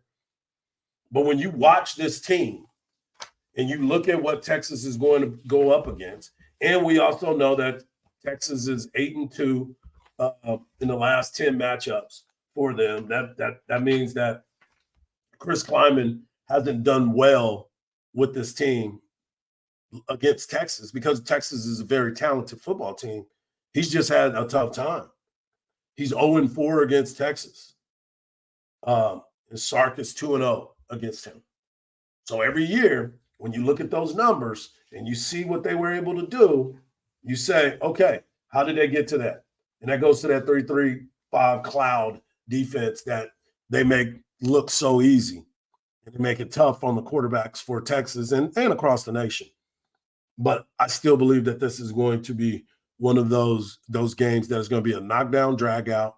It's going to come down to the fourth quarter, and I think Texas is still going to be able to pull out the victory. But they have to play a clean football game. They can't turn the ball over. They can't the turnover margin. K-State is tied for 42nd. And Texas is tied for 26. So Texas has created more turnovers at this point, but this game always comes to that. Scoring defense, K-State only gives up 15.9 points per game. Texas gives up 16. Offensively, they score 37.4 points per game. Texas scores 34.5. So just so you know also, K-State runs the hell out of the football.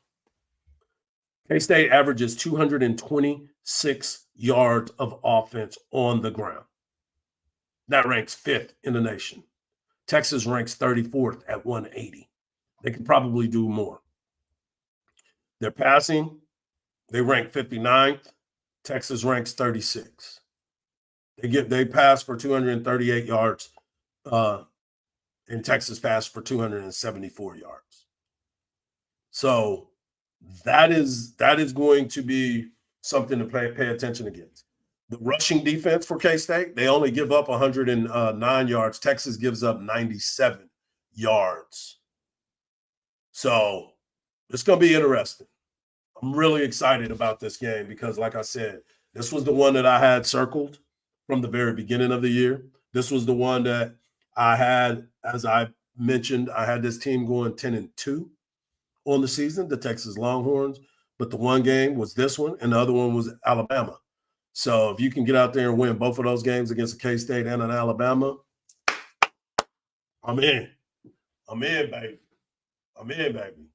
I want to give a shout out to my boy Kevin, Coach Kevin over there, Kevin Ellison. He's still talking about it. I still believe there are a couple of individuals that really need to step up their game another notch in the Longhorns to reach the ceiling as a team. I believe that too. There's some guys that I'm still trying to figure out, what do we got to do to scheme them open? You know who that is, my man Jordan Whittington. How can we not get Jordan Whittington the football even more? Why is that? Why is that a problem? Why is finding Jordan Whittington such a problem?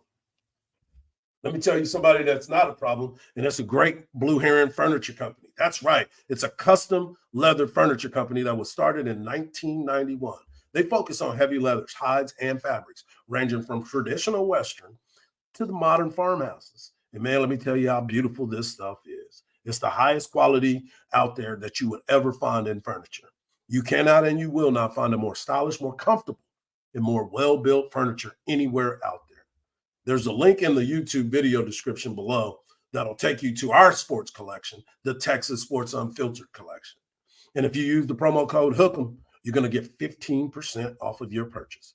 If you're looking for furniture that looks amazing and built to last for decades, look no further than Great Blue Heron Furniture.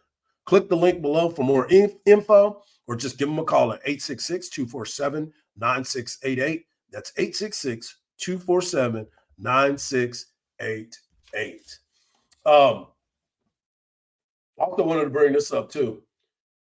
As we talked about with this Texas football team, it's going to be a big challenge, and I believe that there's going to be more than a big challenge for Malik Murphy. This offense is going to Sark is going to have to call this offense. This might be one of his best game plans that he's going to have to come up with. We know that Sark loves to script opening plays. He loves to open. I think he has like 20 plays that he has on the script at the beginning of the game. So I'm wondering how he's going to scheme up this game to get his young quarterback who's making his second start. I'm still trying to figure out how they're going to get that to go. How are you going to find him comfort? And I'm with you, Jennifer. I've been mad as hell about the fact of the underutilization of a Jay Witt. Jordan Whittington is one of the toughest son of a guns out there. He's been healthy the last 2 seasons. He blocks his butt off, and he does all the grunt work and gets none of the glory. And I know he'll tell you he's just more worried about his team winning, and that's the right thing to be. But when, you know, everybody can go through their analytics, they can go through the numbers. But when you watch the football game, when you just sit back and you watch the game and you see what's open on tape, and the fact that we can't find a way with an offensive-minded coach, mind you. And I'm not taking shots at Sark. I'm not doing that. Sark's done a great job, and the team continues to win. I gave you the numbers for what he's done in his last 17 games. My man is 13-4. He's put up numbers. The team has scored.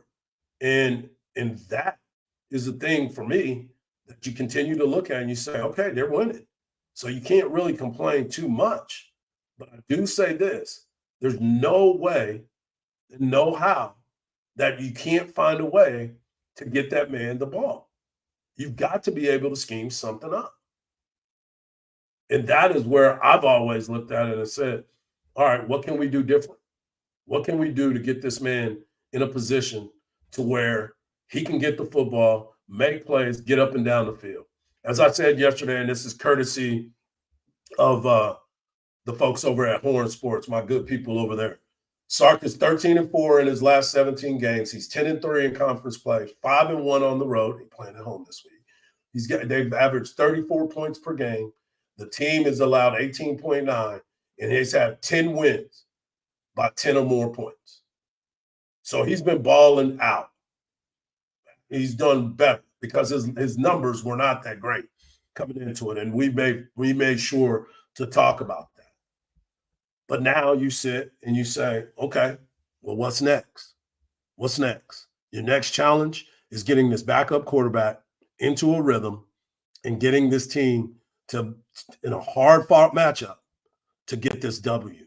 And I can't wait till 11 o'clock on Saturday morning to see what this team is going to be about. I want to talk about my friends over at Pest Wranglers. PestWranglers.com is where you need to go for all your pest control needs. Pest Wranglers is locally owned family business that's been around since 2006. This basic principle of great customer service leads to happy customers. The company was started by the owner who was tired of companies that didn't know how to treat their employees or their customers right. You know, if I'm working with them, you got to be doing things right. Pest Wrangler services most of the Central Texas area. If you're needing help with all kinds of bugs, rodents, termites, or you need an inspection for your residential or commercial properties, please don't hesitate to give them a call at 512-670-7808. That's 512-670-7808. Or go to the website at pestwranglers.com. Pest Wranglers won't make you sign a contract because they believe if you're happy, you're not going anywhere. And they got 5-star ratings on Google, Yelp, and Angie's List. And of course, all other referral sites. Make sure you check it out. I want to talk a little bit about the NBA real quick. The San Antonio Spurs, which is kind of ironic that this is happening. The Spurs beat the Phoenix Suns, the Kevin Durant-led Phoenix Suns last night, 115-114. They just took the ball out of Kevin Durant's hand at the end of the game. Keldon Johnson was out there balling. He had 27 points to lead the San Antonio Spurs. The Spurs at one point were trailing by 20 points, and was able to come back to get that W. Wembanyama had a dunk. Let me ask you this. Number one, his costume was amazing yesterday. You know, it was outstanding by my man Wembanyama. Slender man. He did great. But my question to you, and I watch a lot of basketball. My son played college basketball. My youngest son, DJ, he's playing sports, plays basketball as well. So I'm around the game quite a bit. But does it look like right now, Wembanyama looks like he's having to adjust to the speed of the game a little bit? Because he's played in Europe, and obviously European basketball is a lot different than the States. We all know that. We've seen that. We've all been a part of it.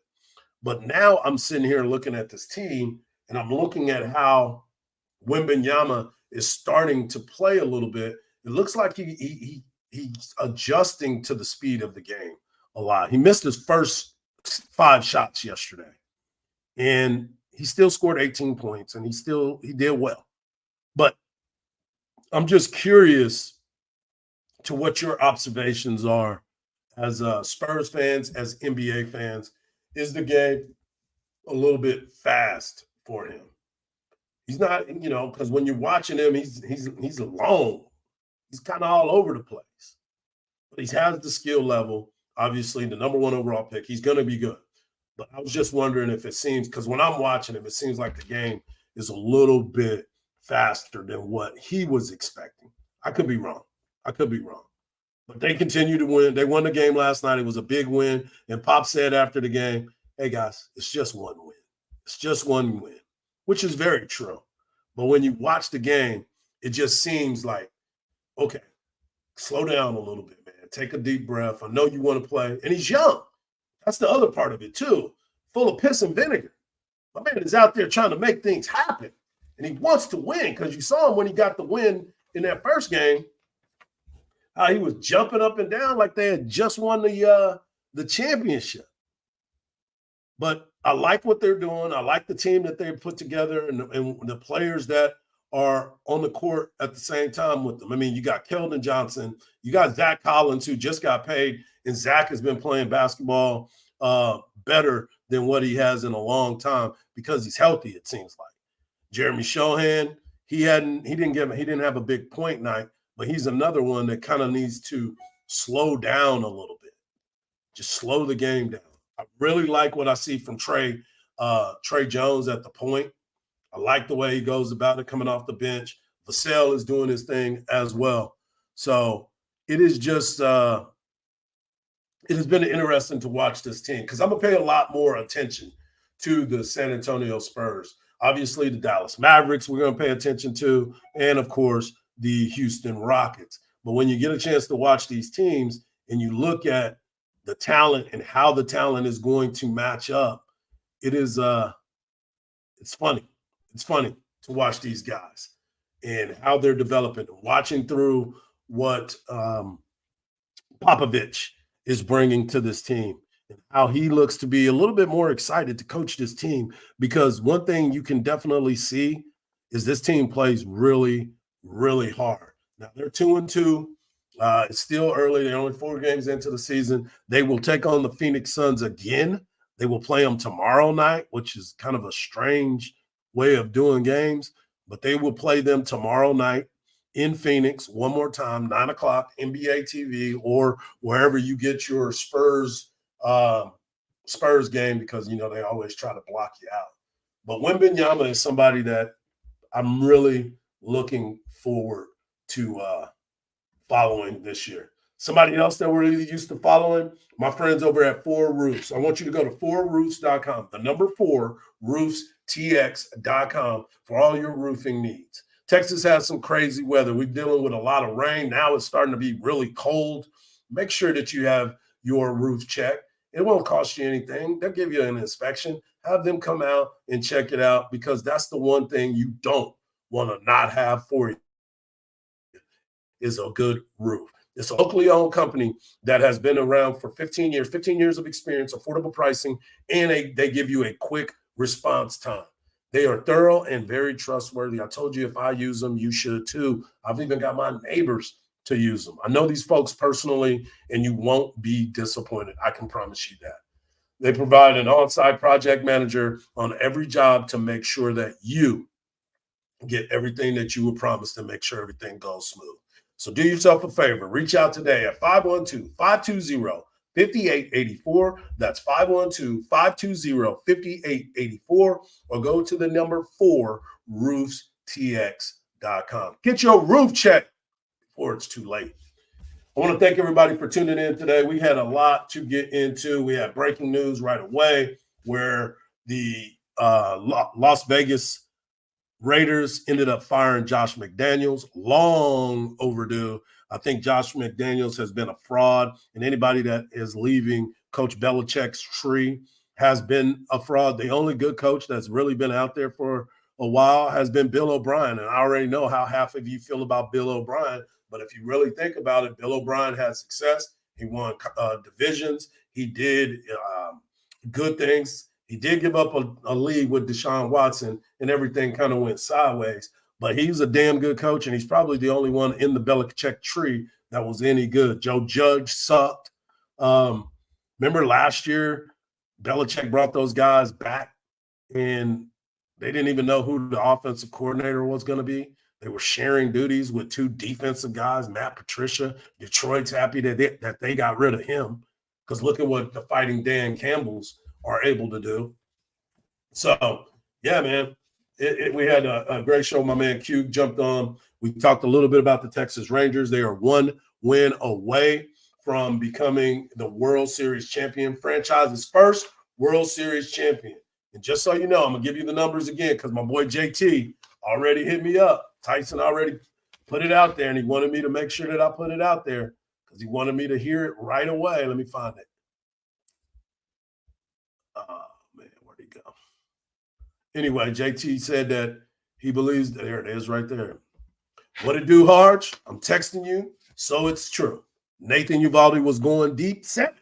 He's going 7 deep. Let's go Rangers. If Nathan Uvalde's in the game in the 7th inning and he's out there dealing and he gets to that point, Tyson, get yourself a ring, my brother, because your Texas Rangers will be winning the World Series. And I cannot wait to see what these people are going to do in Arlington once they get back. Yeah, BK probably is in Arizona. I think he was going out there to get that game. He said if the Rangers have a chance to win, He was going to try to make a trip and get out there.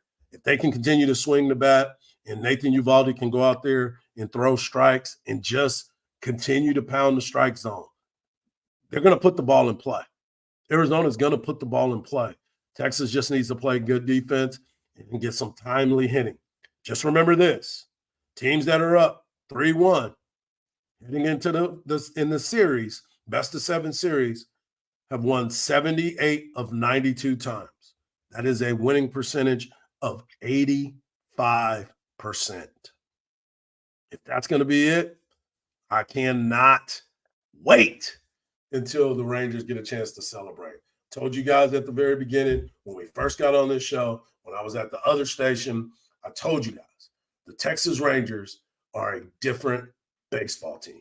From Chris Young to Bruce Bochy, the moves that they made, the people that they brought in, and the way that the second year, Travis, Corey Seager, and Marcus Semien being able to have that kind of party and be able to take the bull by the horns, so to speak, I can't be happier for the Texas Rangers. I hope they can go out there and finish it tonight. Because there will definitely be a celebration. I want to thank y'all again for hanging out with your boy, Hanging with Hardge, one more time. And just remember this, folks. Don't believe everything you see, because even salt looks like sugar. Peace. Coming up next, it's the midday with Trey, and I don't know if BK is going to be there, but it's definitely Trey. No balloons, Trey. How you doing, buddy? Well. How about that? We have something figured out here, I guess. No balloons, but we do have no balloons.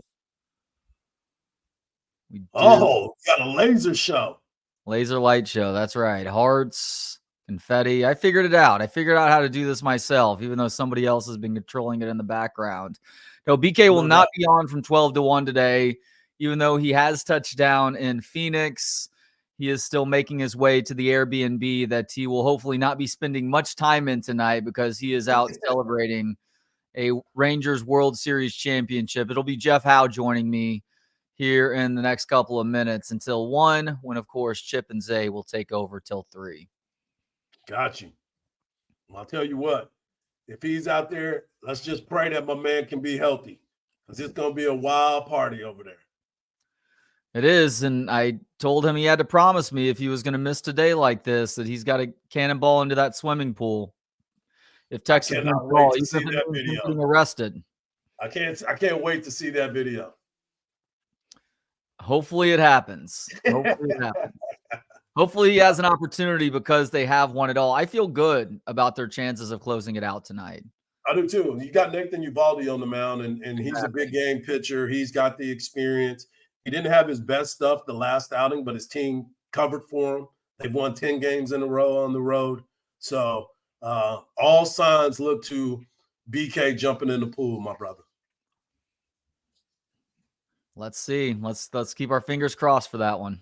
Will do. Have a great show, friend. Thanks, Hardge. Appreciate it, man. Welcome to the midday show. I am Trey Elling, part of Trey and BK.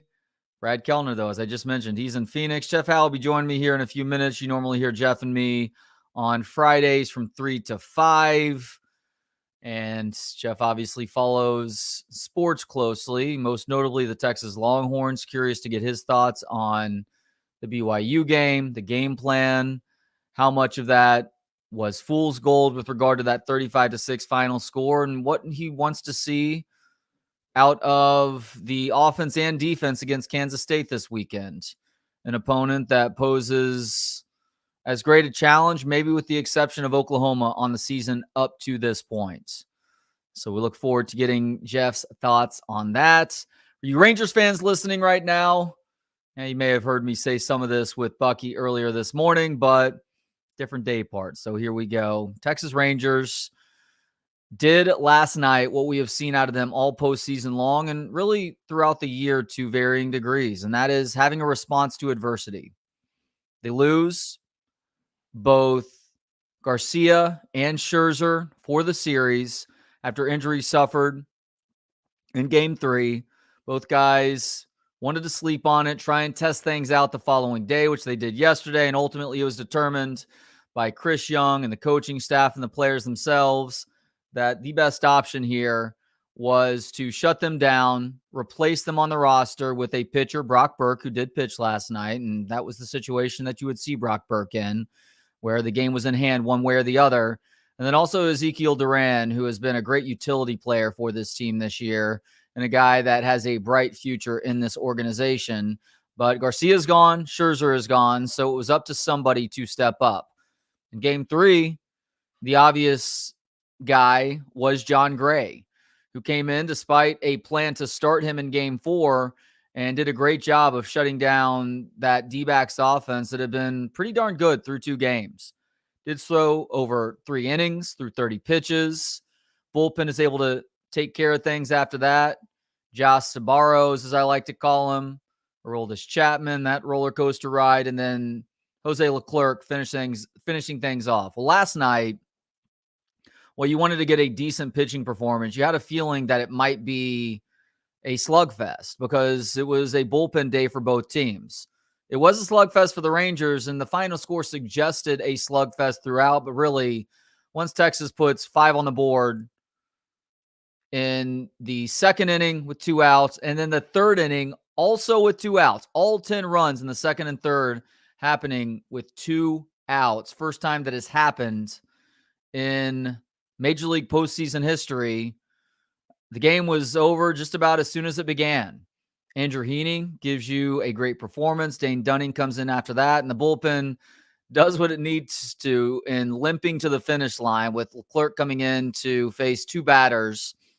Gives up a 2-run hit before getting that final out, and the Rangers are now on the brink. Looking forward to checking things out tonight. As I mentioned, I'm confident.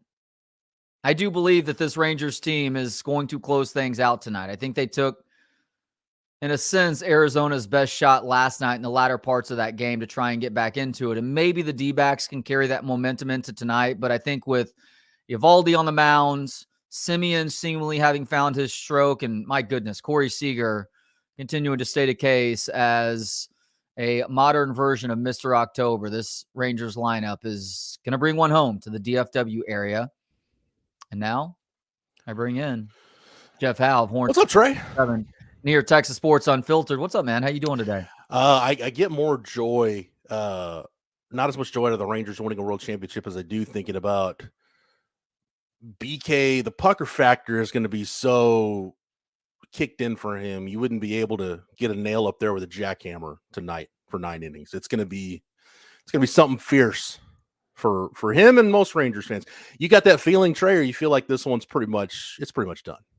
I feel confident, but it's weird because playoff baseball, it just strikes the nerves differently. Like last night, even after giving up the 2 runs, Texas is up by 4 with a runner on base, and I'm starting to tense up again. Mm-hmm. Yeah. And that was with a 4-run lead and your best reliever on the mound. And ultimately he took care of the job, but playoff baseball hits different.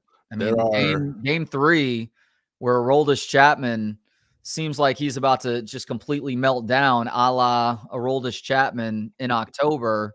And he gets that double play ball, which was a nice play by Corey Seager and a really good turn by Simeon to just beat the runner out with the throw. That's, other than Corey Seager's game tying and Garcia's game winning home runs in game 1, is the loudest that I've cheered in these playoffs. Nice. It's good. It was so high, you know. There's something comical to me about Rangers fans eating coal tonight and crapping out diamonds. It's going to be tremendous feeling of 9 innings for baseball for you guys. But it'll be fun. There's few things in sports. Eating coal and crapping out diamonds. What do you mean by that? You know, coal creates pressure, causes diamonds. That whole okay. Yeah. I like that. There are a few things in sports like playoff baseball. One team trying to secure the last 3 outs of a game. It's right up there with like overtime, game 7 playoff hockey, which I'm not a big hockey fan. I love not having a dog in the fight for playoff hockey because I don't think there's anything in sports more intense than that. Like game 7, it goes to overtime, sudden death. it's just every movement of the puck, you're on the edge of your seat. So it's fun. It's good. I did watch that game last night, and it was 10-0 in the third. I'm like, oh man, the Rangers are going to win this year and win the World Series. I applaud the Diamondbacks for making it interesting, giving me a reason to watch that game late. But it was making the argument that they're going to carry that momentum over from the latter 3 innings of last night into tonight's game. In theory, that makes sense, but I think we're going to see a Nathan Eovaldi who is much sharper than he was in game 1. If you're the Rangers, I love these kinds of theories. Do you flirt with the idea of, you know what, let's save something in the tank to go win this thing at home? No. Just get it done in Arizona? You take the W where you can. You take that last W where you can. In a sense, it would be nice to win it in front of the home crowd, but the home crowd doesn't give a damn. You can win it tonight, win it tonight. Don't leave it to chance. Yeah. Because you've been much better on the road than you've been at home in these playoffs. True. I realize the opportunities have been much more limited at home, but Arizona outplayed this Rangers team for all but a handful of innings in Arlington the first 2 games of the series. So, Trey, where would a Rangers World Series rank for you in terms of your, as a fan of sports, like the greatest achievements your teams have earned? Like, you've got Texas Football National Championship, some baseball national championships. The Mavericks won a title in 2011. Like, where would a Rangers World Series rank for you? It would immediately find itself in the top 2, and the question becomes, because of the money on the line, would it vault its way into number 1? Like, in terms of the sport that I care most about, it's Texas football without question. Yeah. So just in terms of waiting a short lifetime, and I would have been 27, almost 28 at that point in time. Like, my entire life, I'd wanted to see Texas win a national championship, and I got to do so. And in terms of teams that I care about the most, and maybe games that I've attended more than the others outside of Texas football, it probably is Texas Rangers baseball games, just strictly from my childhood. Yeah. I might be able to make the argument that Texas basketball would be that special too, but I feel like even Texas basketball in modern times would fall short just because I care less about college basketball in general because the quality of the sport is a shell of itself. But I love the Rangers. I wholly admit that I'm a bandwagon fan this year. I was not paying as close attention to this team at the start of the season as many were, even towards the end of the year. I've only got so many hours in the day to watch regular season baseball. But once the playoffs hit, I invested myself. And so here we are, on top of the fact that I did have BK place a $100 bet for me on the Rangers in the preseason at 70-1 odds. Yes, sir. I liked the moves that they had made these last couple of off seasons, getting Seager, Simeon, even though he went on to get hurt, a guy like Jacob deGrom. And I love that Chris Young talked Bruce Bochy out of retirement. I am a big believer in Bruce Bochy, the bench coach, a guy who understands what to do with his lineup. Last night's lineup was a great example of that, but also someone who has really made his money and earned his titles with how he handles his pitching staffs. Very true. Yeah.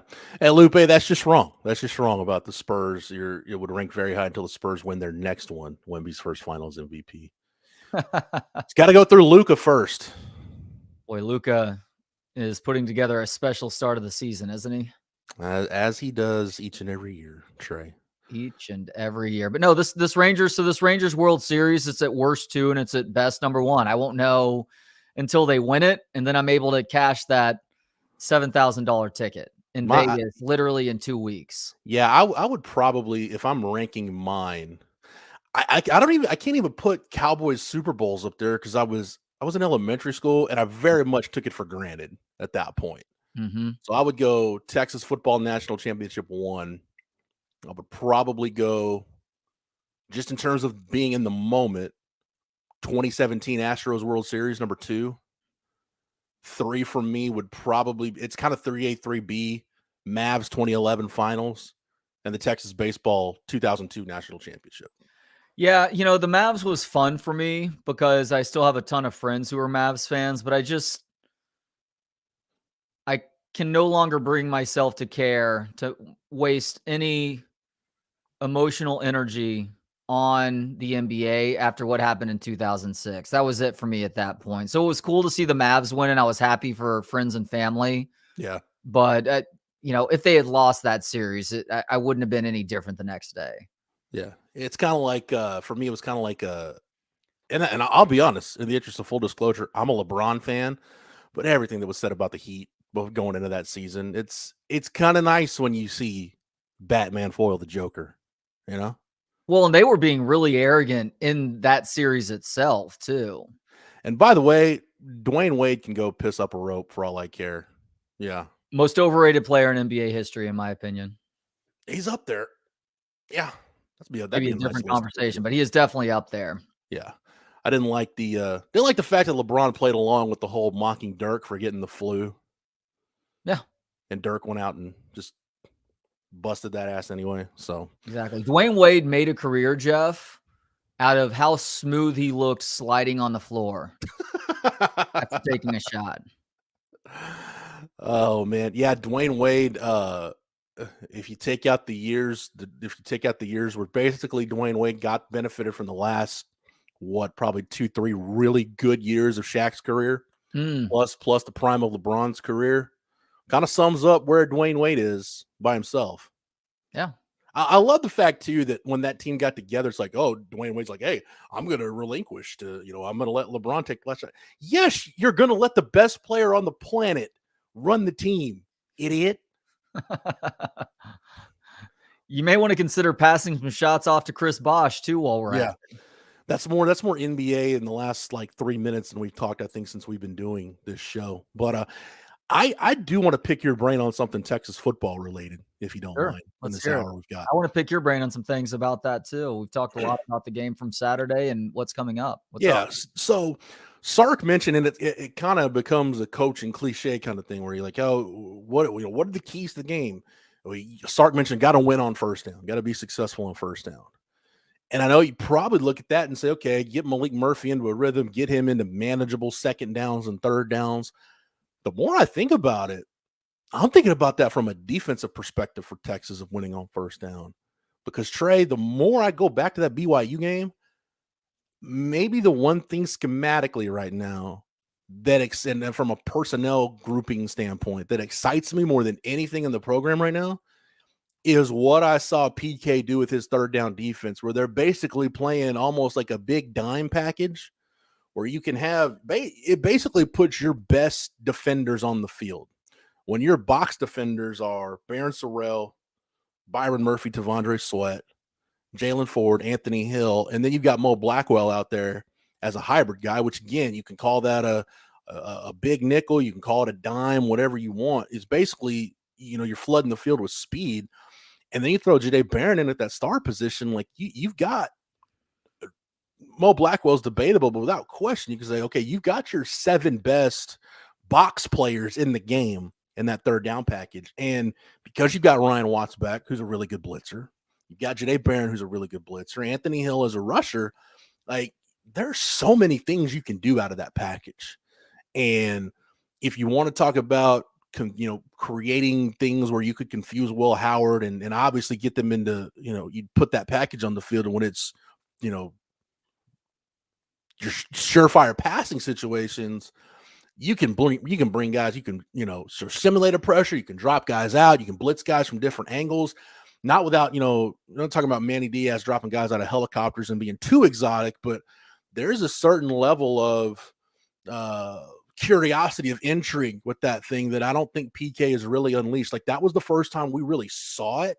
I just wonder if K-State gets into 3rd and 7+, if we just really see that package on there and see PK get ready to unleash something we haven't seen before. I agree with you that the creativity we saw on Saturday, not only did it work, but it's worth exploring a whole lot more for the reasons that you just mentioned right there. Like in that supposed pass coverage defense where you have the extra defensive back out there, that those guys can do a lot of different things. I would even get the safeties in the mix at times and dropping other guys back into coverage because the safeties have left a lot to be desired in coverage themselves. Yeah. I hope that Texas can force a lot of 3rd and 7+, because I know Kansas State is going to make it a point to run the football, because you look at their weapons across the board right now, Jeff, and look, Will Howard was better as a thrower last week. That Oklahoma State game was his worst game throwing the football since he was a freshman. He would tell you that he was the biggest reason why they lost that game. Kansas State has really good runners. So they have two good running backs, DJ Giddens, who is a huge big play threat. Trayshawn Ward is solid. That's your 1-2 punch. Will Howard can pick yardage up with his legs. They will design plays for him. And also the Avery Johnson factor has to be accounted for now too. Yep. Now, Houston, I guess to their credit, as bad as they were against K-State last weekend, they subdued Avery Johnson on the ground, but he did have some success throwing the football as well. And that's a bit of trickeration that they will have on tap for this Texas defense that is very quick to the football. And you can maybe use that to their detriment if you can get them on play action at times. Yeah, I like their quarterback run game too, because Will Howard will run the ball too. When Will Howard's in the game, it's going to look a lot more like the offense. And I've mentioned this in a couple places now, but I like what Colin Klein's done with this K-State offense. Like, he's taken kind of the framework of like that old school, like Del Miller, Dana Dimmel, Bill Snyder offense, and added some new school principles to it. They use pre-snap motion. They'll use different personnel groupings. They'll show different formations to you. They'll go. They do have the ability at times to go tempo and make it look like it's not some kind of foreign concept. But adding all the new stuff, what you'll see kind of the old school is when Will Howard's running the ball, it'll look a lot like that run game that offense had when Colin Klein was actually running the ball for K-State. What you've got with Avery Johnson now you've got the speed dynamic. So now you're talking about your legit, like your read options, your ability to run kind of your quarterback counters, even your quarterback sweeps, if you will, kind of get him on the outside. And then, he's big enough to where you can bust some inside track runs with him. I saw him do it a lot against Texas Tech in the red zone. That was the game, Trey, where like they went to Avery Johnson kind of to change it up, and Will Howard never got back in the game. They're like, hey, this is working. Let's just keep rolling with it, And Will Howard, which is what you hope out of your best players, and Will Howard represented Kansas State at Jerry World at Big 12 Media Days this July. He responded in kind with one of his best games of the year last weekend. Now, they didn't ask too much of him throwing the football, 15 of 17, but he was 15 of 17. Yeah. 164 yards, and he was okay running the football too. But that was also a result of the Kansas State defense doing a good job of holding down that Houston offense, forcing a couple of turnovers, and then, again, them getting that run game going. DJ Giddens, watch out for him. He and Trayshawn Ward have gone back and forth with regards to who has the better game. Giddens is the guy who scares me more right now, just watching Kansas State a handful of times throughout the course of the season. People forget, like, Trayshawn Ward was a legit dude at Florida State. Like, he was a starting caliber running back for them. The only reason that, he transferred was just to be able to have more of the role to himself. Because we've seen that Florida State backfield now. So Trayshawn Ward can go. So K-State's got good offensive personnel, but I'm, again, getting back to my point, I'm just so intrigued by that third down package that Texas has, because I'm a big Mo Blackwell fan, Trey. I'm a Mo Blackwell truther. I've made no bones about that, made no jokes about it. I'm all on the Mo Blackwell bandwagon, just because we talk about football today, kind of positionless football and hybrid players. I'm like, he's that guy, And then I thought there was a point in time where I thought, maybe PK, I was kind of hoping anyway that PK would kind of use him as, like their Jalen Petrie type guy, kind of how David Randy used Jalen Petrie at Baylor. He's a safety. He can cover like a safety. He can hit like a linebacker. He can run to cover just about anybody in the field. You can trust him to cover guys in the slot on occasion. Just a guy that you want out there. And I think now that he's healthy, you're seeing what kind of, maybe not a Jalen Petrie level guy, but he is a weapon for them. And I think it says a lot about how they feel about him, that in a package where you've got your best guys on the field, that he's a part of that deal. So, winning on first down isn't just going to be coach speak this week. Because if you're Texas, if you're Sark, man, you don't want Malik Murphy in 3rd and 7+ in down and distances where that K-State defense, where they can just pin their ears back and get up the field. Because that one thing, Trey, that I'm very happy came out of Malik's first start is the people that didn't bother to really watch his high school film can now look at Malik and put to rest the idea that like he's this Vince Young reincarnate where you can bring the read option back, and like Malik's just not. He's just not that guy. He's not that guy, and that's fine, by the way. Yes, yes. Your own prejudice just caught up with you there, if that's the comparison. Yeah, his X-Men ability, his kind of superpower has never been his ability to just beat a team running the football. It's that arm, and that arm is unique and it's dynamic. What was your assessment of Malik Murphy in his first game? It was a bit of a mixed bag, what you expect out of a guy from his first game, but it was also a weird set of scenarios too, because Texas scores their first points on the punt return touchdown, and that takes a lot of pressure off of him, obviously. And this Texas offense had several occasions where the field was flipped very quickly and they were starting drives inside BYU territory. Sark has a great saying for his quarterbacks, and I think this really applies to young quarterbacks, and I think this is the thing for Malik Murphy to keep in the back of his head for these couple of weeks while he's got this job. The saying Sark uses is, don't turn a fender bender into a fatality. Don't take a bad play and just make it infinitely worse. That's what he did on the interception. Yeah. The fumble, I don't put on him as much as from the standpoint that if I was Sark and I had that one back, I bet he would like to have it back because based on the pressure BYU was bringing, that probably wasn't the right play. Like Hayden Connor was never able to get to the spot to where he was supposed to block a guy. And Brooks Swift also. Yeah, so you should probably, in a perfect world, your quarterback sees that, recognizes it pre-snap, and probably checks out of it. But the interception was totally on him. Like, hopefully he'll learn to, when he does feel pressure, to climb in the pocket instead of trying to sidestep it. And instead of putting the ball in jeopardy, look, even as strong of an arm as he has, if you want to say he was trying to throw it out of bounds, that's an insanely tough throw, even for him to make, going from the far hash to trying to throw it out of bounds on the opposite sideline. It's a really hard throw to make. Even he didn't take a sack. Even if he's trying to throw it out of bounds there, that's still going to be intentional grounding. Yeah. Just eat it and take the sack. Yeah, take the sack right there, because at best, it's going to be a penalty. At worst, it's going to be a turnover. And that's my only conclusion that I can draw from watching that play over and over again. There was a receiver, I want to say 7 to 10 yards away, but the receiver wasn't running towards that football. He was trying to get it out of bounds, but it also started as a bad play too. Yeah. And to your point, he let a bad play, which was a snap that nobody expected that nearly went over his head, become a turnover. Yeah. Versus just eating it and living to see the following play. But that's a lesson that a young quarterback has to learn sometimes. When Major and Kevin had their show, I'll never forget this. I hope I never forget this. But Major said the thing Greg Davis used to tell him: reserve the right to punt.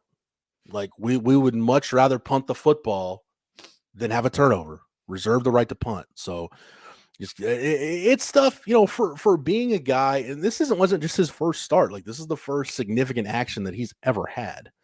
So except for, the two drives at the end of the Houston game, because the last one was just kneel downs. That doesn't count. So I think for that, I'd say solid, Trey. Like, if I'm giving him a grade, like C+ would be the grade that I had in mind. Like, just, it wasn't, by no means was it, oh my gosh, Texas has a franchise quarterback, and what are they going to do when Quinn Ewers comes back?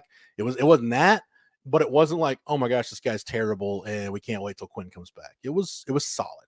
You and I gave him the same grade, and I agree with the solid assessment. But part of that is also contingent on Steve Sarkisian being smart with how he's calling plays around him. Like, yeah, I want to get your thoughts on this too. Yeah, I know he talked about it on Monday, and he's like, "What do you want us to do? Run it 8 of the first 10 times?"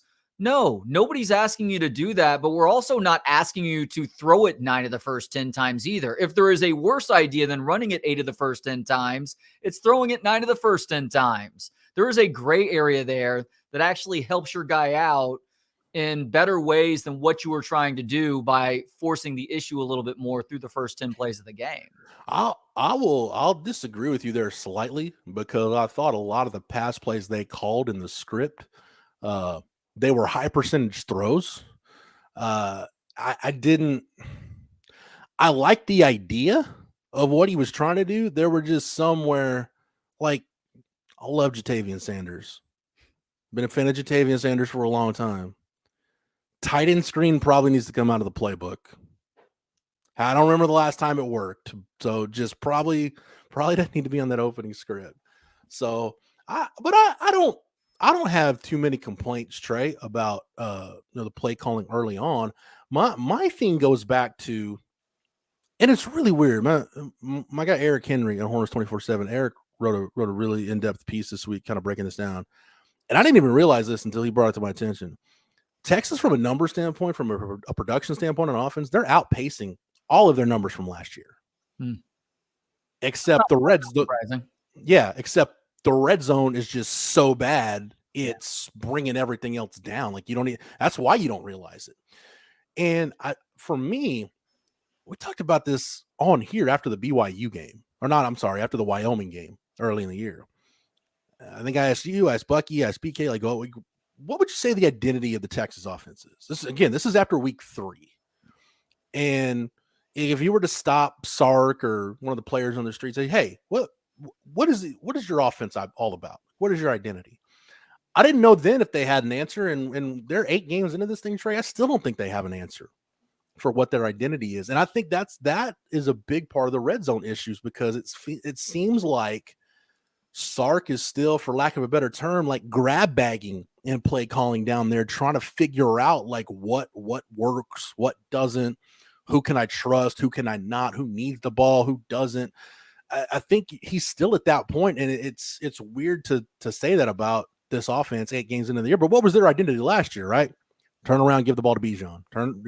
Rojo and the Wildcat. Short pass to Bijan. Let him go make something happen in space. They just don't have that.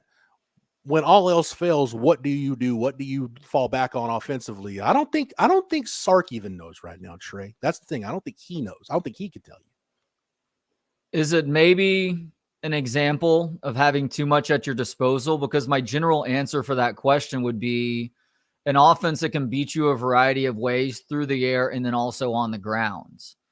But the issue right now, and one that's starting to be talked about more this week, I believe you've talked about it. Kevin discussed it with me from 3 to 5 yesterday. Bucky and I were talking about it earlier today, with Bucky pointing out their failures near the goal line and their insistence on being the more physical team is, unfortunately, this offensive line right now, for the positive steps forward we've seen them take over the last 3 years, is not physical enough at the point of the attack, especially when you're talking about running the football, to gain those last handful of yards. Yeah, and even going back to last year, the Texas O-line last year wasn't great. Texas wasn't great in short yardage situations last year either. And it sucks that Football Outsiders went away. Like, Football Outsiders no longer exists, because they kept really good track of this data. But like, Texas was middle of the pack to below average as a short yardage running team, which you'd find that hard to believe with Bijan Robinson and Roshan Johnson in your backfield, but they just were. They were middle of the pack in short yardage situations. I think that kind of, the chickens came home to roost, if you will, in the bowl game, when you didn't have Roshan and Bijan and you try to use some short yardage stuff. And the fact that Jonathan Brooks needed groin surgery later, as we found out, that didn't help your situation either. But that offensive line, and I'll say Washington's defensive front was better than I gave it credit for. But the bottom line was that offensive line, I think we saw, it was fair to question at that point how much of it was the growth of this group and how much of it was you played with 2 really special running backs. And now you look at it, Trey, and I'm like, well, this year, how much of it is the growth of this group, the success they've had, and how much of it is you're playing with another really special runner in Jonathan Brooks? So it's disappointing that they're in a span of 3 games, for an opponent to have 3 goal line stands against you as an offensive lineman, like, if you don't take that personally, like if you just don't feel sick to your stomach that happened, and it's not a matter of like wanting it more or anything, but you're not willing to do something different or change something up, then man, that's a problem. Yeah, it's weird to watch a guy like DJ Campbell, his pass protection to exceed his ability as a run blocker, because you almost take that for granted that he was going to be good going forward and pushing the opponent out of the way. But even somebody like him has struggled this year. Christian Jones is, other than Jake Majors right now, maybe your best run blocker. Even Kelvin Banks has struggled at times run blocking too. So I'm not sure how much you can change about that 8 games into the season now. What I would start with, Trey, and you might want to get Kevin's take on this tomorrow, because I haven't talked to Kevin about this, but I'd be interested to get his thoughts. If I was Kyle Flood and Paul Christ and Sark when I'm scheming up run game stuff for goal line and short yardage and red zone, I would probably stop pulling my guards as much as they do.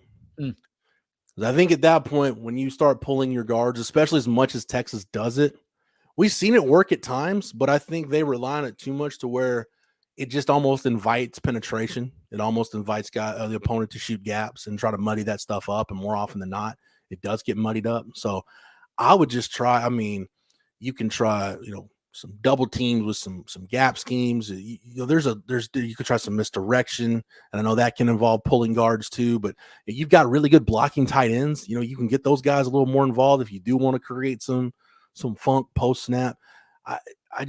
You got to change something, because doing what you've been doing is not working. And like you said, you look at the line individually. Kelvin Banks hasn't had a bad year, but I wouldn't say he's had just a phenomenal year either. Same for Christian Jones. I said the same thing about Christian Jones. Several guys on that line. I didn't think we'd be sitting here after 8 games thinking, man, Jake Majors might be is Jake Majors the best performer on their offensive line? Yeah, Jake Majors, who was essentially forced into action against Houston, is just going to continue gritting it out and playing the rest of the way. Huge testament to him. A guy that the coaches kind of tried to cast off after their first year here. Remember, as much as we were hearing about Jake Majors taking a back seat and potentially transferring, well, it turned out, I think thanks to injuries and just him proving himself in fall camp, that he was the best option last year, and that's remained the case this year, thank goodness. I do think one thing that I think will help is whether it's DJ Campbell, and I think, we were kind of hearing some of this behind the scenes, Trey, before the season started, that staff was looking for a way to push Hayden Conner, to find somebody that could push Hayden Conner a little bit, at least kind of make him uncomfortable. Don't let him get too settled in. I think the fact that Cole Hudson's healthy now, he's back in the mix. We saw him get a little bit of time against BYU. I think now you've got that guy that can maybe push Hayden Conner a little bit. So maybe you'll see, if you don't see Hayden Conner pick it up and play with a little more sense of urgency, you can put Cole Hudson in the left guard. The problem they run into, from my understanding anyway, is DJ Campbell right now can only play right guard. Yeah. Why would something like that be? I don't understand the offensive line well enough to fully comprehend that. It's just, it's the way Kyle Flood does his double teams, and then, it's different footwork and things like that. I don't know if that has something to do with it. I don't know if it's actually a playbook thing, but or maybe the staff just wants him to focus right now on being a really good right guard. I wasn't given an in-depth explanation, but that's what I was told, is basically Campbell can only right now play right guard, really. Connor can play both guard spots. Hudson can play both guard spots, and we know he's your backup center. So if one of those two guys isn't up to snuff, now you've got a third guard. I was kind of hoping it would be Nato Ameazulu, but the fact that when Sark started, when he would talk about guys that are coming on, that are getting close early on in the year, he mentioned Neto and then wouldn't mention any other offensive linemen after a while. So I don't know if there's been like some, just maybe he's hit a wall a little bit. I don't know what the case is, but if you get anybody else in there from a personnel standpoint, it's going to be Cole Hudson. I guess we'll just have to pay attention to what that starting 5 looks like on Saturday. I think it's not going out on a flimsy limb to say that Hayden Conner has been the worst of the bunch this year. Yeah. And I part of it too is sometimes I just think they might ask him to do more than what his skill set allows him to do. That's fair. So I don't want to put 100% of the blame on him. Sometimes I do think and that's not just with him or offensive linemen. I think that's across the board. Sometimes you're just asking guys to do things that are outside of their skill set. It's hard to propose this on the goal line now, because the confidence that you have in your quarterback throwing it into the end zone has gone down greatly with Quinn Ewers out for at least the next couple of weeks and Malik Murphy in there. Not to say that you won't build that confidence and try some things from time to time, but the answer seemed as simple as just spreading it out a little bit more and playing that basic numbers game, because you do have physical wide receivers on the outside. And if the numbers show themselves on the interior, then some combination of running behind your best run blockers and Jonathan Brooks and his ability to pick up extra yardage would help you out there. But with Malik Murphy in now, I feel like the passing game on the goal line is relegated to what we saw this last week. And gosh, what we've seen at points throughout this season is that is them throwing short of the goal line and trying to fight their way into the end zone. Yeah. Sometimes you need to throw the ball into the end zone, especially when the other option isn't working. As long as it's not a fade, I'm good. Because unless you've got Megatron or Randy Moss, it's a low percentage throw. And I mean, can't AD Mitchell be that guy? I don't want Xavier Worthy or Jordan Whittington, maybe JT Sanders. I feel like they do have guys to try that sometimes. Yeah, they tried it with JT a little bit last year, and they might have hit one, but it seemed like it was more missed than hit. Yeah.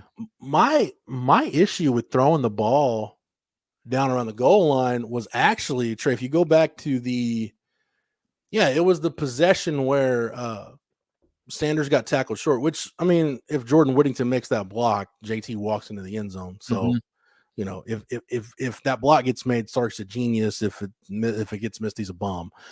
So it's, I like how that play looked on the snap. Like that play had potential there, unlike them just running it straight up the gut with Sweat and Murphy as the lead blockers. No, that play should work more often than not. It's not as surefire as like the double slant where you run somebody like off of the rub and get them open. But it's a good play. My issue was, I remember if it was the third down before that or the second down before that, where it was kind of a little waggle and Malik throws that front pylon throw to AD Mitchell that was closer to being intercepted than it was being a touchdown. That's a really, really low percentage throw. Like, it's number one, it's an extremely tough throw for the quarterback to make. And number two, if you've got you're trusting an inexperienced quarterback to have pinpoint accuracy in a high leverage situation, like, you're almost just asking for trouble at that point. I wondered, because we saw a few plays like this that pushed Malik Murphy to the left. Is he more comfortable going to the left than he is right? Because typically that is a more difficult throw for a quarterback to make, but we've seen examples of guys who actually like throwing it across their body. Colt McCoy is a great example of that. Typically, if a guy has shortstop experience with high school baseball, you will see him comfortable making throws like that. There were at least 3 examples that I can think of where Malik intentionally went left to try and complete a pass, and I feel like they were incomplete at least 2 out of 3 times. I'm not remembering what the third outcome was, but that little waggle route is a great example of that, where he moved left like 2 or 3 steps and makes what has to be a quick pinpoint throw in order to score the touchdown right there. See, I thought he did a really good job of changing ball speeds, knowing when to put some heat on it, when to put touch on it. That was one where he probably miscalculated. That should have been a missile right there, because I think it has to be. Yeah, Kevin and I talked about this in the post game. For all the questions being asked about whether Malik can take enough off the ball, I felt like he could, given the week of practice, and he's not going to be so amped up entering the game in the fourth quarter in such a crucial situation like what happened against Houston. If anything, throughout the course of the afternoon last weekend, he was taking too much off the ball far too often versus making sure to get it there. Like, another good example of that, and this was a completed pass. I want to say it was in the fourth quarter maybe, but where he threw it to JT Sanders on the right. Sanders was wide open, but he put so much air under it. He let the defensive back kind of get back into the play and tackled JT after he had caught the football. Oh, and that little throwback there, Grant. Yeah, the AD Mitchell touchdown too, for that matter. He 500 that ball. That ball had to have been worth 500 points, where he just puts it way up in the air.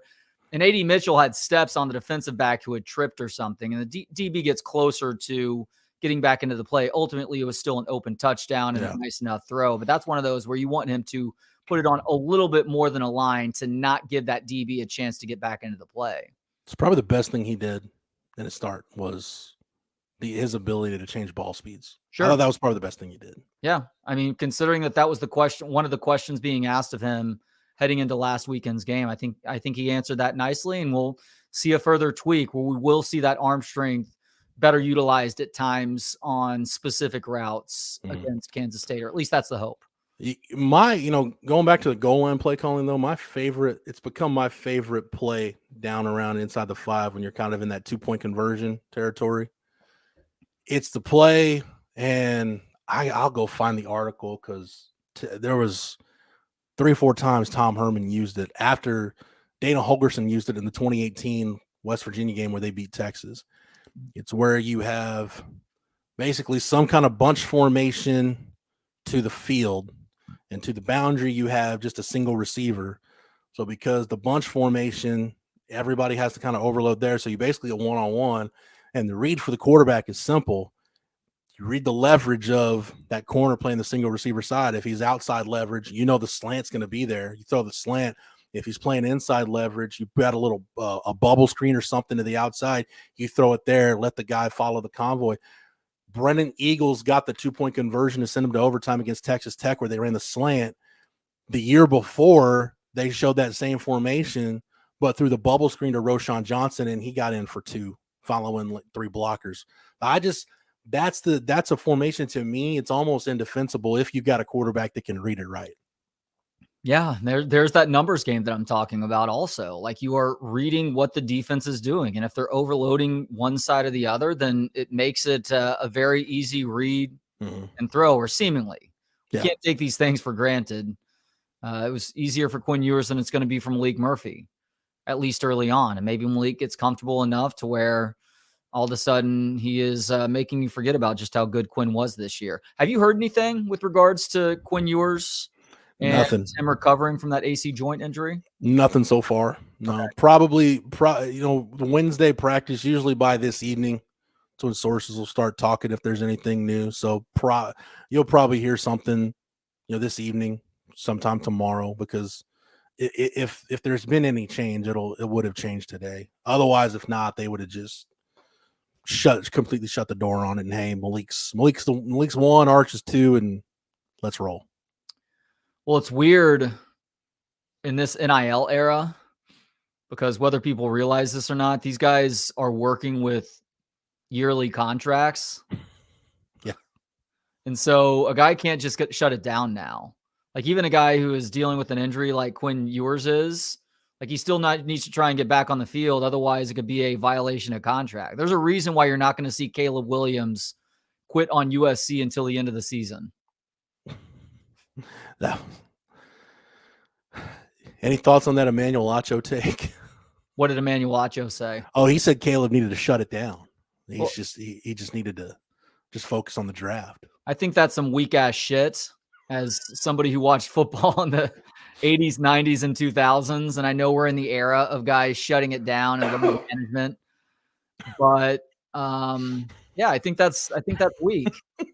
Like, show how much of a gamer you are by still competing with your team. I know it's not a great chance of you making it to the Pac-12 championship game and your college football playoff hopes are dashed, but show how much of a gamer you are here. You're about to be the number 1 overall draft pick, and a team is going to spend a lot of money to lock you up for 4 to 5 years. Yeah.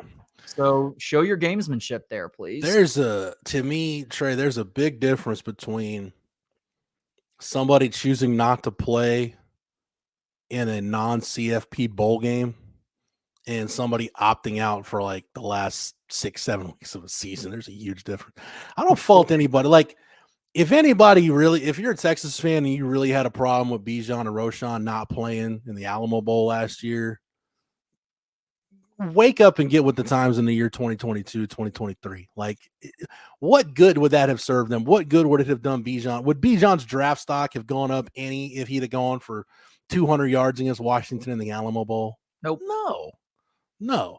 Like, he gave you 12 games. Roschon gave you 12 games of everything they had. Hey, thanks for all you did for the school. Best of luck to you. Let's go get Keelan Robinson and Jonathan Brooks ready to be our backfield next year. Dude, I had no issues when there were Texas players sitting out. Gosh, what was that? Was it Charlie Strong's first year where they went 6-6 and made it to the Texas Bowl? It may have been a Tom Herman game. That was Tom Herman, yeah. Tom Herman Texas Bowl, where they were playing Malik Jefferson sits out. There were a bunch of dudes who sat out that game. Holton Hill got Texas suspended. fans were furious about that. It's like, guys, come on, man. It's the Texas Bowl here. Let's stop act like it's some grave injustice that these dudes are choosing to sit this game out. It's I'm trying to think of everybody. So Malik, I'll give Malik credit though. He at least went to Houston, made the trip, and at least tried. Yeah. He was at least dressed out for practice. So he got to stand on the sideline because there were other dudes on the roster that year that weren't allowed to stand on the sideline. Yeah. Correct? Yeah, man. Fucking Tom Herman. God damn, Tom Herman. But create a culture of darkness where nobody wants to come near the shadows of your program. Good brutal. Lord. And I was at one of those bowl practices at U of H where I was watching Malik go through this, stuff with the rehab team, and I'm like, dude, I told anybody that would listen to me after being there, I'm like, dude, there's no way he's playing in this game. Like he can't walk right. He can't run. Like it's not going to do him any good. But yeah, Connor Williams sat out. Deshaun Elliott sat out. Lil Jordan Humphrey was suspended for that game. Holton Hill was suspended for that game. I thought there was somebody else. Did I say Connor Williams? Connor Williams sat out. Yeah, because that was the year that Connor, according to inside sources, that was the year that Connor Williams was essentially blackmailed into coming back to join the team. Helped him qualify for the bowl game. So he came back, I think, versus West Virginia. Yeah. Played the Tech game, and then literally within like an hour of the Tech game ending, was like, not playing in the bowl game. I'm done at Texas. Yeah. It's oh man, brutal. What a strange time. Remember then there was a whole deal with Chris Warren. Like Chris Warren was on the team against West Virginia, and then he wasn't, and there was that whole deal. But yeah, gosh, thanks for reminding me about that time in Texas football history, Trey. The only two good things came out of that though. The Texas defense had a hell of a performance that night. It was a nice send-off for Puna Ford, Puna's last game. Oh, you're talking about the Texas Bowl. Yeah, they shut down Missouri. And Drew Lockman, we had the whole, get the bag celebration, whatever. That was not one of the finer moments that came out of that era. No. Herman looking like he's tweaking his own nipples on the sideline when he's fucking a college kid. I did get to watch a punter be the MVP of a bowl game that night in Houston. There is no bigger fan of Michael Dixon than me, and I wholeheartedly agree with you on that one. How'd you feel? CB brings it up in the chat. How'd you feel about Tom Herman refusing to call Michael Dixon by name? It's fucking insulting.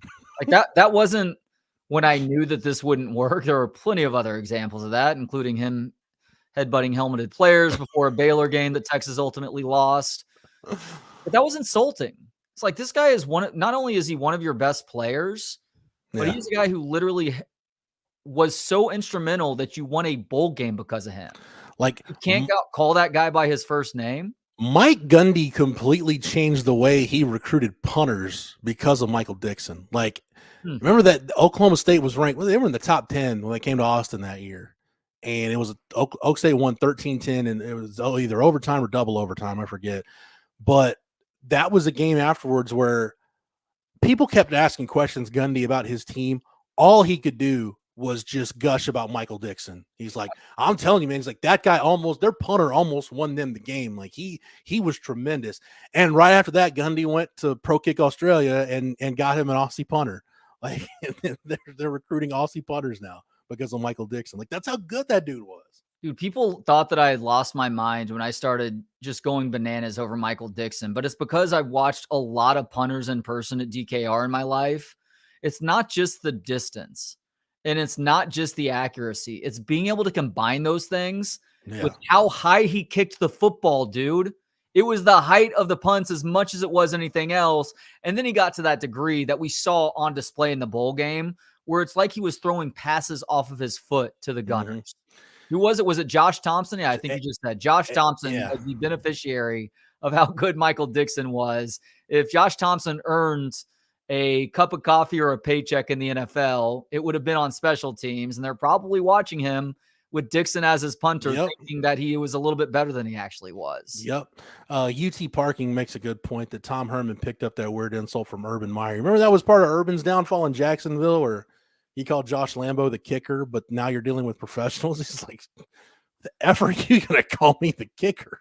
I wonder if Urban Meyer gets a discount at Kendra Scott. Didn't Urban kick Josh Lambo too? Wasn't that part of the deal? Oh yeah, with Jacksonville. Yeah. God, what a joke, dude! I don't know if you've watched the Urban Meyer Florida Netflix. You told me not to finish it. Good, don't, because it so I haven't. All of these documentaries that are showcasing these high-profile athletes are propaganda to some degree. Like, they are paying for the production to get these things done, and they're selling it to the streaming service. Yeah. There are good versions of that, and there are bad versions of that. The Last Dance is a really good version of that. Or the David Beckham documentary. Not even a big soccer fan. That was a really interesting docuseries. I think it was a 4-part series. I recommend that to people. The Urban Meyer one was utter trash. The Lance Armstrong was actually trash also, in my opinion. The one that followed The Last Dance. That one is... I didn't bother to watch the Lance Armstrong. Did you watch the? It was a Netflix one.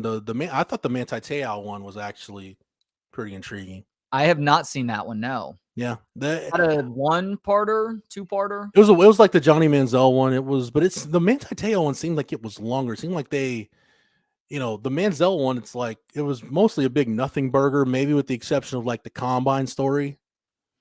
Like when my wife, who doesn't pay attention to sports, watched that Johnny Manziel doc, and she's like, I pretty much knew all that. I'm like, yeah, then this was a big nothing burger at this point.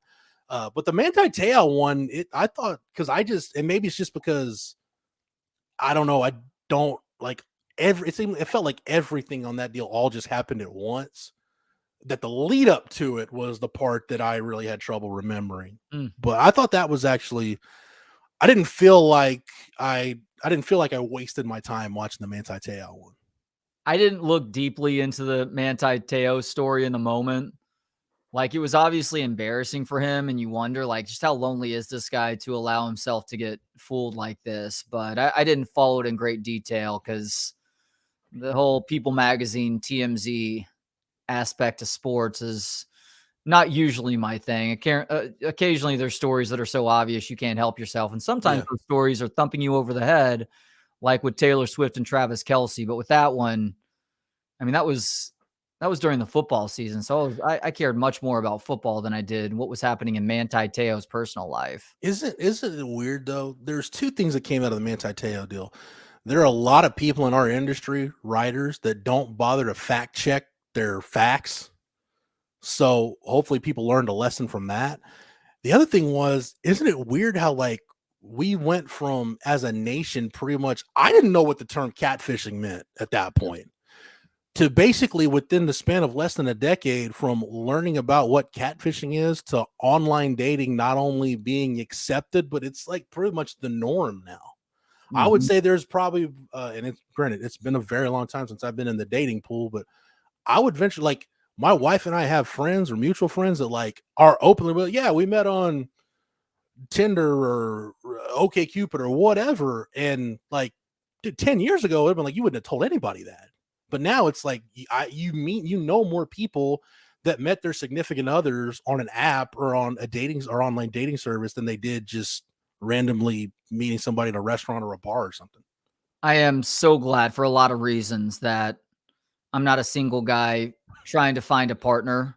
For that reason right there, I know it's a fish in the barrel process. I have single friends who tell me about it. I get that, but it also feels like it gets incestuous really quickly with regards to everybody sleeping with everybody else. And there's really nowhere to hide. Like, I always preferred the natural courtship process where you meet somebody wherever. It could be through work. It could be at a bar, a restaurant.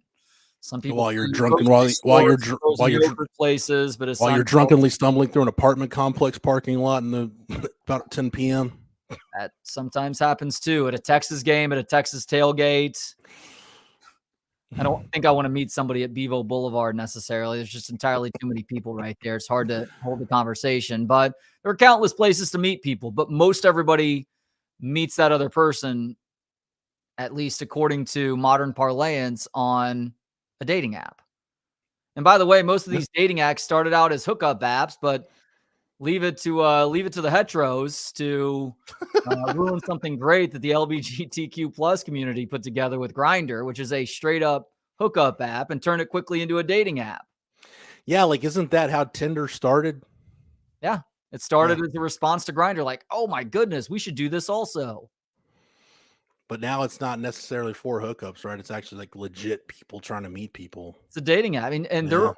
there are hookup specific apps that exist now, but they'll eventually get turned into dating apps too. Yeah. It's like Plenty of Fish. Do you remember that? Mm-hmm. Yeah. Plenty of The Fish. name sounds familiar. Yeah. It was a hookup app at one point. What about Farmers Only? Is that thing still around? Well, that's a hookup app for numerous species, from what I understand. The only hookup app that has remained constant over time, Jeff, is Craigslist Casual Encounters. You know, I don't think Craigslist does that anymore. What? I don't think so, man. I've been, because I've been looking for like sports card collections on Craigslist, because every now and then you'll find something. Like I haven't seen that tab, and I heard that Craigslist had done away with that. So that's a damn shame. Christian Mingle, definitely a hookup app, Jake. Did you ever like drunkenly one night back in the day, Trey? Like, it's probably 2-3 in the morning, and just start calling like the Austin Chronicle used to have those deals in the back pages, like just searching for someone you met at a bar and just like start prank calling numbers in the Austin Chronicles, like in their classified section. Oh yeah, lost connections or missing connections. Lost connections. That's the term I was thinking of. Yeah. Yeah. I didn't do that, but I had a friend who loved to do that. This is a friend who was notorious. This was during the cell phone era, so he very well could have been putting these numbers in his cell phone. He would get all the digits that he would get at bars on cocktail napkins. Yeah. And so he would just go through this cocktail napkin Rolodex of numbers for potential one-night stands, and he would get shut down a lot or just not answered at all. But then there was the occasional sad, desperate soul who would answer that call and hey, man, find himself in a random bed that night. Hookups are a lot like the NFL draft. All it takes is one. All it takes is one to be intrigued with you to make it happen. Thought you were going to say a lot of busts. That too. Yeah. It's a long, arduous process, but for a select few, it actually can be fruitful. Lots of different types of busts too, for that matter. Indeed. What's up, Chip? Zay? What up? Abner. How we Zay, doing? Wonderful. Zay, have you gotten the bad taste out of your mouth about the first half of the St. Ed's exhibition the other night? Yeah. I wasn't tripping as much as you would think I would, Jeff, because they had a lot of Westlakers on that St. Ed's team, and you know how I feel about Westlake. They're always going to pull something out of their ass. So, what was your record against Westlake, Zay, by the way? We talking about freshman, JV, or just varsity? Just varsity. Just varsity. Sophomore year, 2-0. Junior year, 2-0. Senior year, 1-1. There you go. So you got the series win over Westlake. Nice. Oh yeah, man. Feel good about that. And Chip, we'll have some baseball stuff in the Insider this week. So look forward to that tomorrow morning at Horns 24/7. That's what I'm talking about. Fall World Series starts tomorrow night, fellas. Looking forward to some UT baseball. Let's go.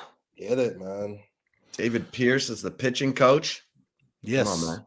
Hey, Zay, Trey and I were talking about dating apps. We went from UT football to Manti Te'o to dating apps. That's where we went.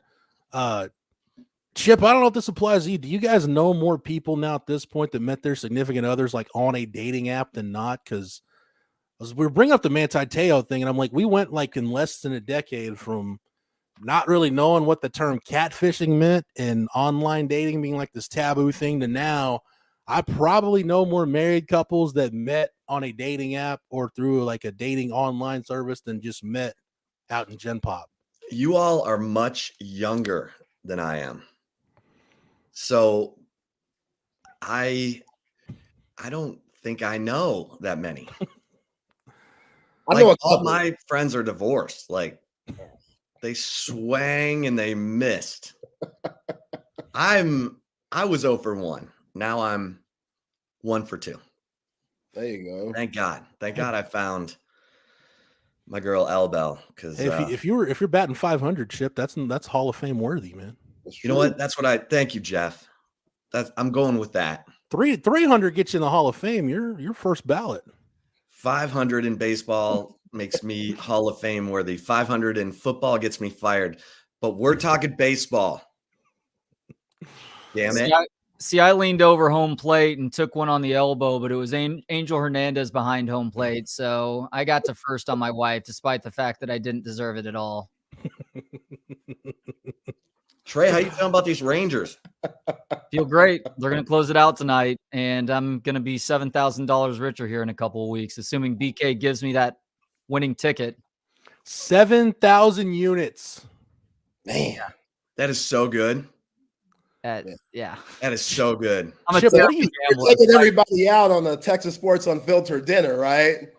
Yeah, we're gonna make it rain at Chick-fil-A. That's what I'm talking Hey. about. Good with that. I ain't bougie. We gotta go to Salt Traders Coastal Cooking. We'll go during happy hour and we'll just eat off the beginnings menu. You know how many nugget platters you can buy for $7K? That's what I'm talking about. A lot.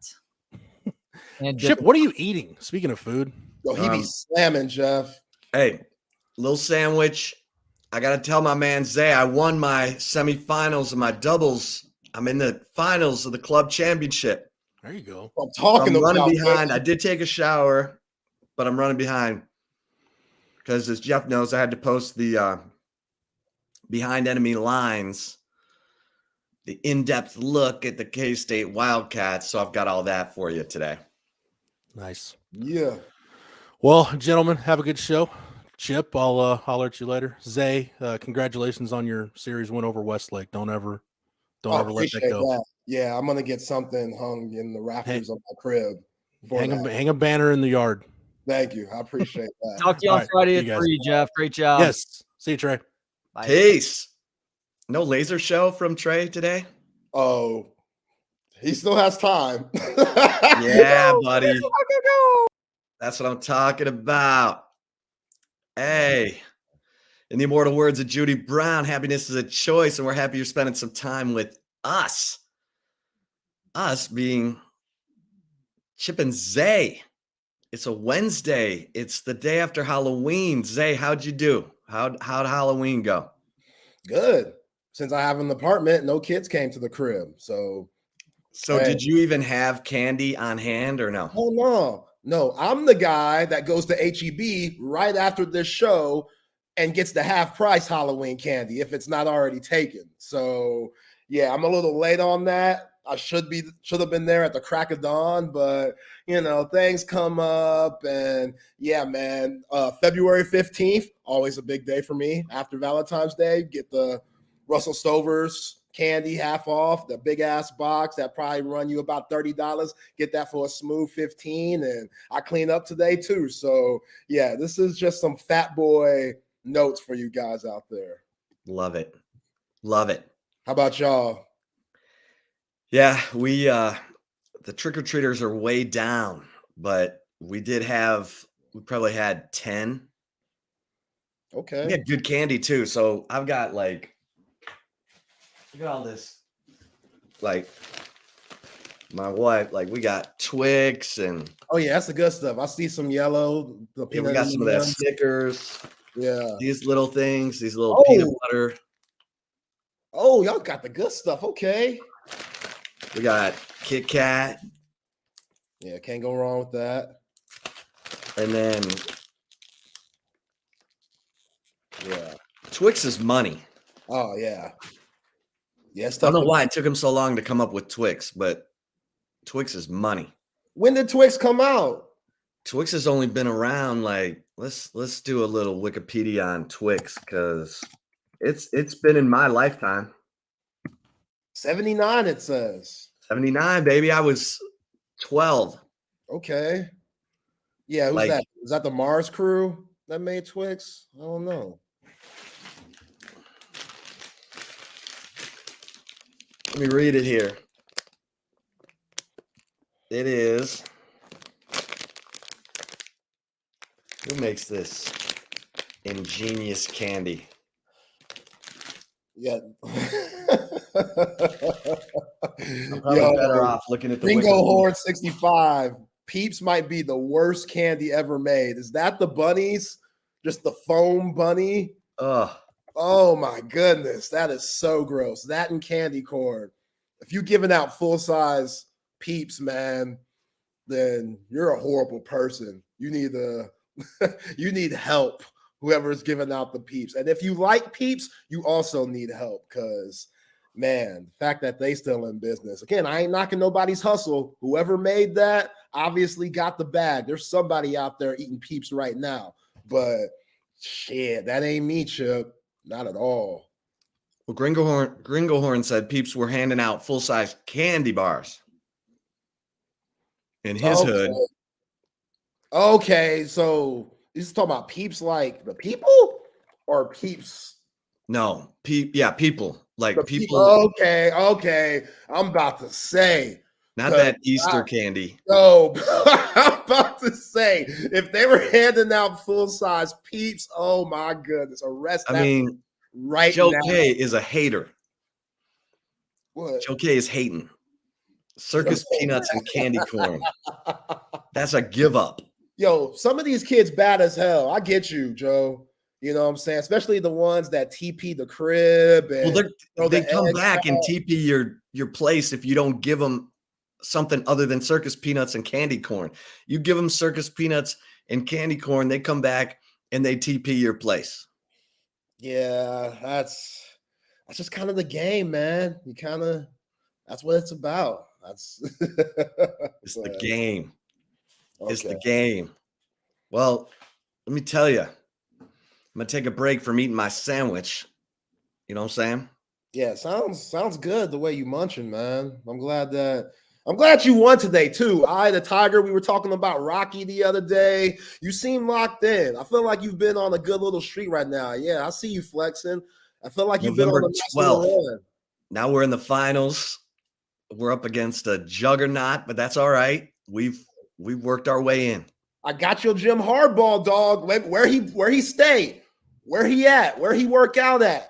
We need anything to get the upper hand, man. I don't think he's disqualified for pulling that Jim Hardball or any Deflategate type situations, Spygate, Bill Belichick. I'm your man. You know I got you, man. Just let me know. I know it's a juggernaut, but all you got to do is train. Your boy will do the dirty work. I'm not saying this. I'm not trying to pull no Tanya Harding here. Like, there's a line you got to draw. But right. I don't need you in jail. I don't need you in jail over this. I just gotta. I might know somebody. I just gotta serve my ass off. I might know somebody. You know what I'm saying? Shout out to Tanya Harding, man, legend. Lobby, legend right there. Do whatever it takes. Even though her boy toy, whatever, he was a little nuts, and then the other dude, the fat dude, Galooly. Yeah, Galooly. Yeah, man. Like she was about to be Tanya Galooly. Yeah. And hey, that's ride or die right there. Obviously, it didn't work out, and he was a little abusive. If you watch the Margot Robbie, I think she was too, though. I think there was some give and take there. Yeah, but she was protecting herself. You know what I'm saying? A little Tina Turner, like Tina Turner. Right. She got a couple in on Ike, but because Ike was just batshit crazy. So yeah, man, Tanya Harding, oh boy. He was ride or die, but he was a little abusive. He was a little abusive, and a little abusive. That's fair to say. Yeah. But that's a line you draw. I won't go that far. I stay out of jail too. I appreciate you looking out on that. But as far as Spygate on some hardball, Bill Belichick stuff, we can make that happen, man. I got no shame in that. Zero. And now they're at Central Michigan. Somehow Central Michigan let that Stallions guy on the sideline for the CMU Michigan State game. Oh, man. Now I don't know what's going on. I'll just wait. I'm just going to wait to the end. Just tell me what the punishment is. Because at this point, it's all I'll let my man Perze Hilton get caught up. We'll talk about it tomorrow. All right. So Zay, as we all know, Ricky Williams is going to be honored this weekend at the Texas K-State game, and he will be on with Bucky and BK on Friday, live from Covert Bee Cave. We are going to have Dan Neal on the show, who blocked for Ricky Williams in that 1996 Big 12 championship game. Get his thoughts on Ricky. Get his thoughts on these Longhorns heading into this battle with K-State. I mean, to me, this has got all the makings, man. I mean, you look at K-State. How about this? K-State is number 2 in all of college football in finishing red zone trips with touchdowns. Damn. They've been in the red zone 40 times. They've scored 33 touchdowns. That's 82%. Texas has been in the red zone 33 times, 16 touchdowns. That is 48%. Now listen, if Texas finishes drives with touchdowns this week, that stat don't matter. But they got to finish drives with touchdowns this week, Zay, because K-State, Colin Klein is making it work. He's playing 2 quarterbacks. No one plays 2 quarterbacks. And Avery Johnson, Sunshine. Our man John Brown is like ready to come in right now. I'll tell him, yeah, come on in, man. Come on in. We got to check in with our man, John Brown. Especially since my Lions just won on Monday Night Football. You know what I'm saying? But we'll get back into this, Zay, because K-State is, they got all these they got 4 seniors and a junior on the offensive line. And these dudes know how to mash. I cannot wait to see the Texas defensive line go up against these dudes. Yo. And here's the thing, Zay.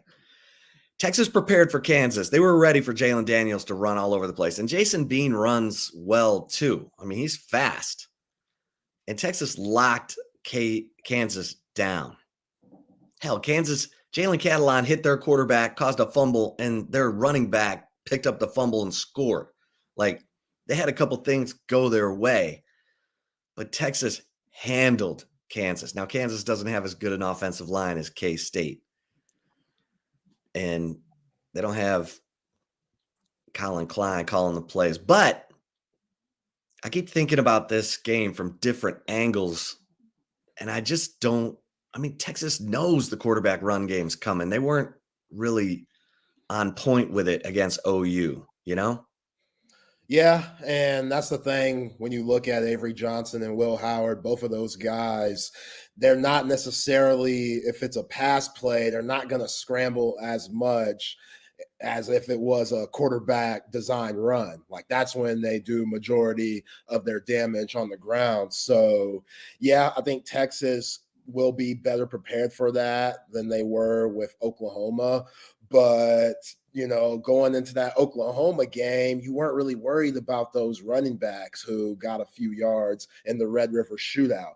You better be worried about Giddings and Ward, because both of those dudes, they're different. Like, Giddings is around 6'1", and he's smooth for that size, man. He makes guys miss, and he's hard to take down. And then Ward, even though he's a smaller back, he's tough too. So just their run game in general could be a problem as a whole if you count all 4 guys, Will Howard, Avery Johnson, Giddings, and Ward, you know, into the run game. They all could do damage in different ways. The pass game, that's where Texas should be able to exploit them too, because Will Howard, he hasn't done the best job at throwing the ball down the field. A lot of his works come from dink and dunk stuff, which is why you've seen the emergence of Avery Johnson. So, you know, we talked about it yesterday, Chip, just that very soft gap type D with the secondary and the cornerbacks, like press up a little bit, scoot up. I'm not saying that you got to do some Darrelle Revis stuff where you're pushing guys off the line right off their release, but you got to be a lot closer than you were in that Oklahoma game and play kind of like how you did last week against BYU, even though Slovis is different than Johnson and Howard. But yeah, I have confidence in this Texas team, day by day. What I'm worried about is Malik Murphy. This game, just what the Horns did for Malik Murphy with the Xavier Worthy, punt return, and then you got the 3 turnovers, Michael Taft and Terrence Brooks, and then Justice Finkley with the forced fumble. They really helped Malik Murphy out with good field position and gave him confidence to where it wasn't a shootout type game. Can the defense do what they did against BYU? And can you give Malik Murphy good field position with your special teams? I'm not necessarily saying you have to go punt 6 like you did last week, but Keelan Robinson on the kickoff return, again, Xavier Worthy just getting good field position on good punt returns. Can that happen to make Malik Murphy's life a lot better? Because we know Clanderman, the defensive coordinator, I'm going to have fun with that all week, man. It's too close to Klansman. Like Klansman, there's the same difference in my opinion, the defensive coordinator, exactly. But they run that 3-3-5 or that 3-3-3 defense that Sark and his quarterbacks have had difficulty with since his young tenure here at the University of Texas. So Malik Murphy having to deal with that, will that be an issue? And hey, you and I know as well as anybody, to beat that type of defense, you should rely on 24 and have that dude just try to take over the game and kind of solidify him being number 1 when it comes to Doak Walker. Because, hey, I like Ollie and all, but there's more of a purpose that Jonathan Brooks is running with where Texas is at other than Oklahoma State. So even though all those teams are tied for first in the Big 12, this is the game where the whole nation should see, especially with the noon kickoff coming in from Fox. Oh, Jonathan Brooks is the best running back in the nation, and this Kansas State defense, which is pretty good, it don't mean shit to what Texas wants to do with the run game. I like Ollie too. Yeah, man. Ollie pop. Ollie pop. You know what I'm saying? Ollie pop. I want to, on Saturday afternoon, I want to be giving Ollie pops to the Texas defensive line, to Jonathan Brooks, to Malik Murphy. And let's see this thing.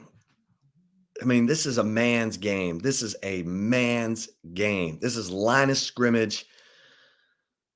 We're going to be the more physical team. I mean, it's really simple. These guys need to come out with fucking fire in their eyes, like I did today in the tennis match, semifinals, getting to the club championship.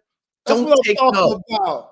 Don't take no. Yo, man, your opponent's right now at the crib icing those legs, man, in disgust, wondering where it went wrong. And he just faced a dude that was on a mission. It didn't matter what kind of day he had.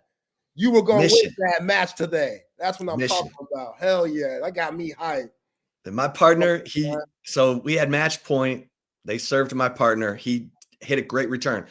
I just crashed the net and put it away. And the guys were like, "What are you doing?" I'm like, "I'm getting the match over with, man." That's what I'm talking about. That's what I did. That's what I'm saying, man. None of that passive stuff, man. That's what we need to have, that mentality that you had, crashing the net for Sark's offense in the red zone. Because it's ridiculous how bad this team is when they're inside the 20 and, trying to go for it on 4th down, and Jonathan Brooks getting stopped and JT Sanders getting stopped because Jay Witt couldn't hold the block and yada, yada, yada. Hell no, man. You can't let that happen, especially against the good teams.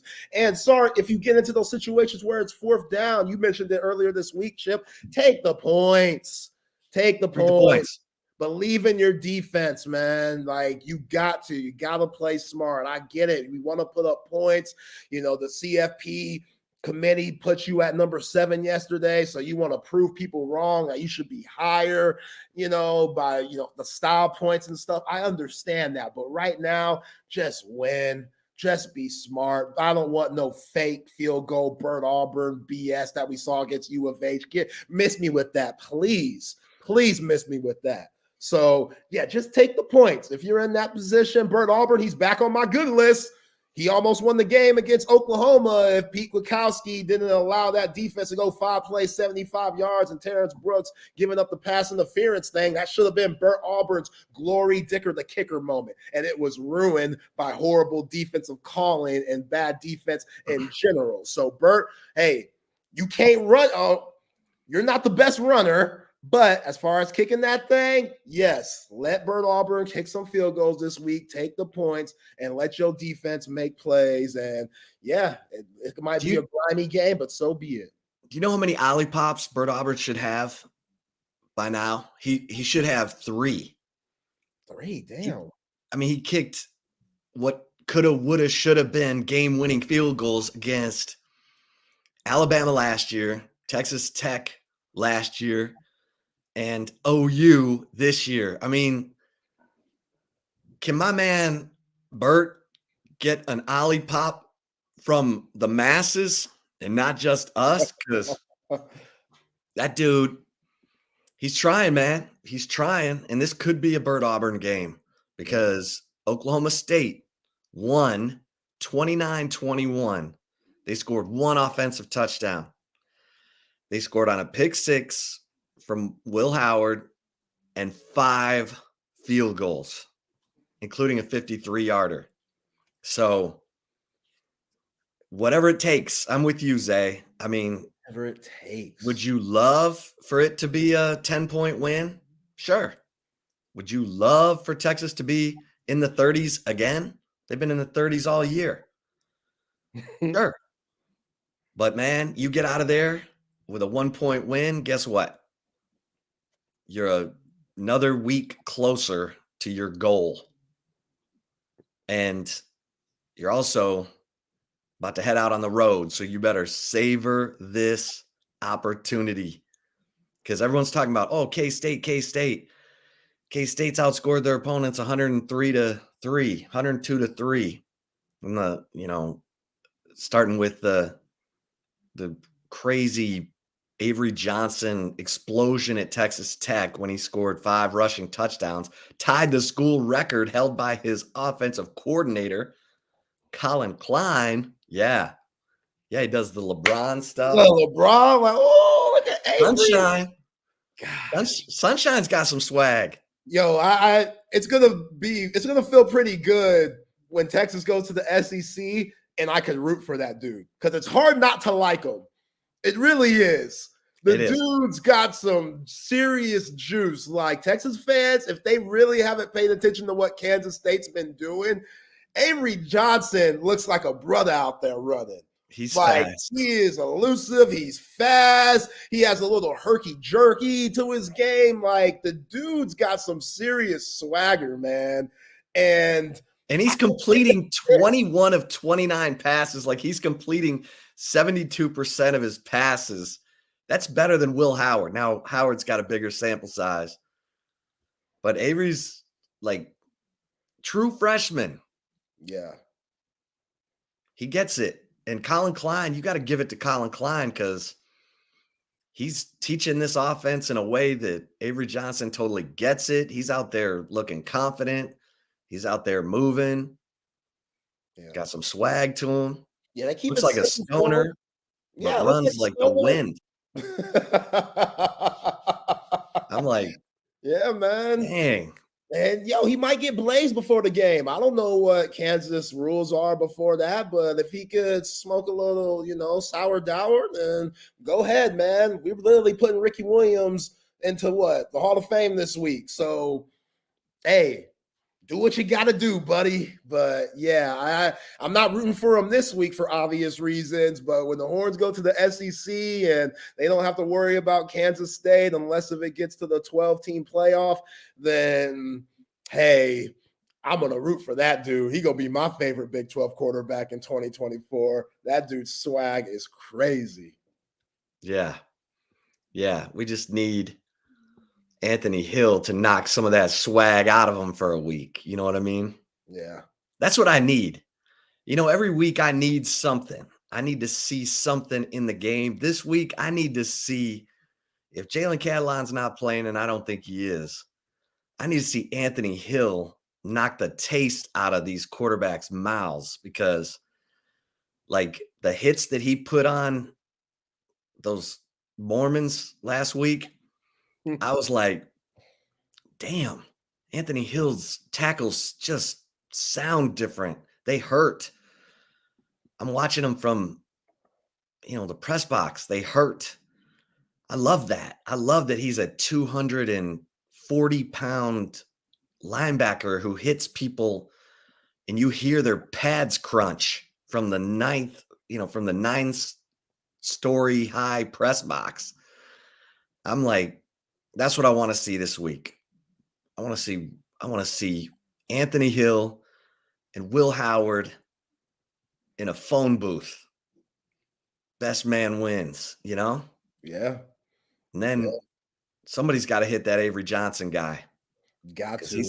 He's got some wiggle. Yeah. And it's, you mentioned it earlier about the really good offensive line for Kansas State. Like, they make it easy for Will Howard and Avery Johnson to have those big runs. And, when those guys pull, when you see BB pull, which that dude might be the first guard taken in the 2024 NFL draft. Like, for real, he is that good, but he's out there pulling for those guys. And if you're a linebacker / secondary player and you see that dude coming, either you get out the way or you just take the hit stick from him, like he did to some rando secondary player for Houston last week. Like that, once you saw that, that's how you knew it was going to be an ugly game, because that happened very early for the Wildcats on one of Giddings' touchdowns. Just he pulled to the left, Giddings was waiting for him, and then BB completely laid down a Houston Cougar.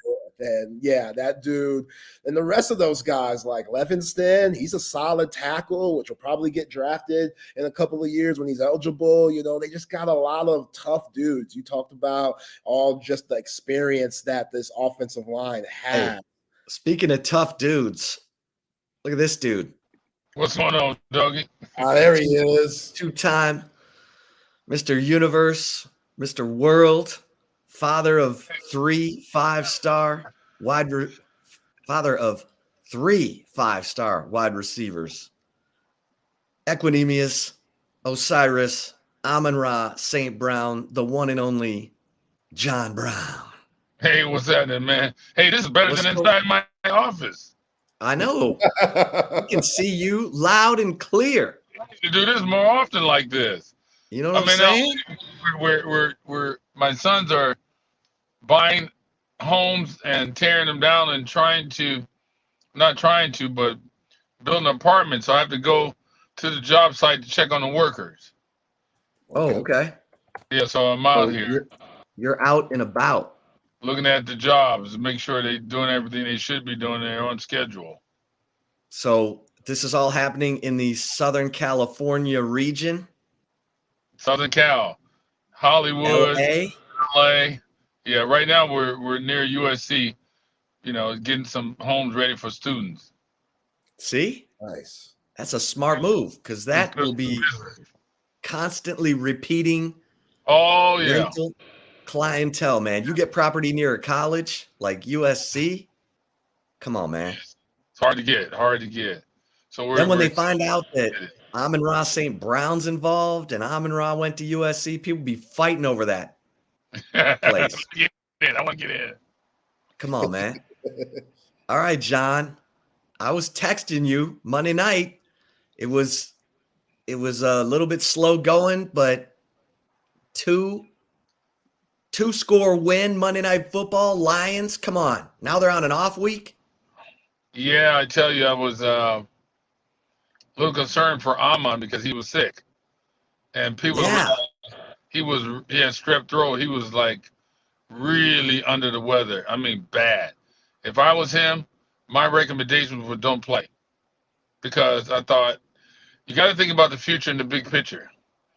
And I tell you right now, he was really, if people knew how for 3 days not eating, because his throat, he's losing weight, no energy. I thought, man, you won't be able to perform. Don't do it. It's not worth it. Think about the big picture. The fact that he went out there, he goes, my whole life I've been wanting to play Monday Night Football, and here we are. I got to give it a shot. I said, well, give it a shot.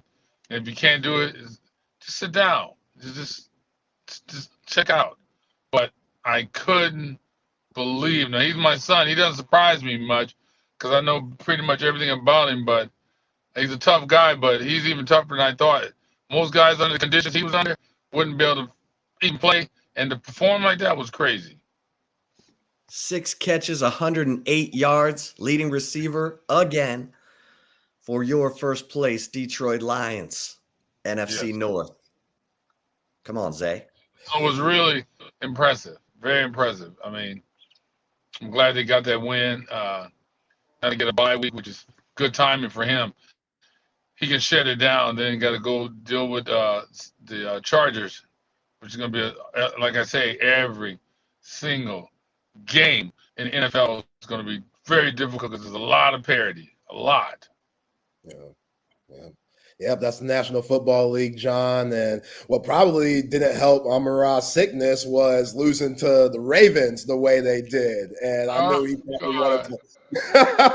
I knew he probably wanted to bounce back, not only playing on Monday Night Football, but be with his team in a dub. What did you see in that loss versus the Ravens, and then what did you see against the Raiders Monday night? How they, overcame? I mean, it's two different opponents. You know what I mean? So it's kind of hard to make an intelligent assessment because two different opponents, right? One stronger than the other, but they were more energized. It seems to me, especially the defense was real good. Offense, had some turnover problems, and they got to. And they know it. They got to clean up that red zone. They got to get in that end zone, on that red zone. That sounds familiar. Not trying to, blow my son's horn, but hey, a guy told me once, hey, if you don't blow your own horn, no one else will know you even in the band, So my son in the red zone, I don't know. I'm throwing one of them balls to my son on the back shoulder fade. Back shoulder fade is a very difficult ball to defend.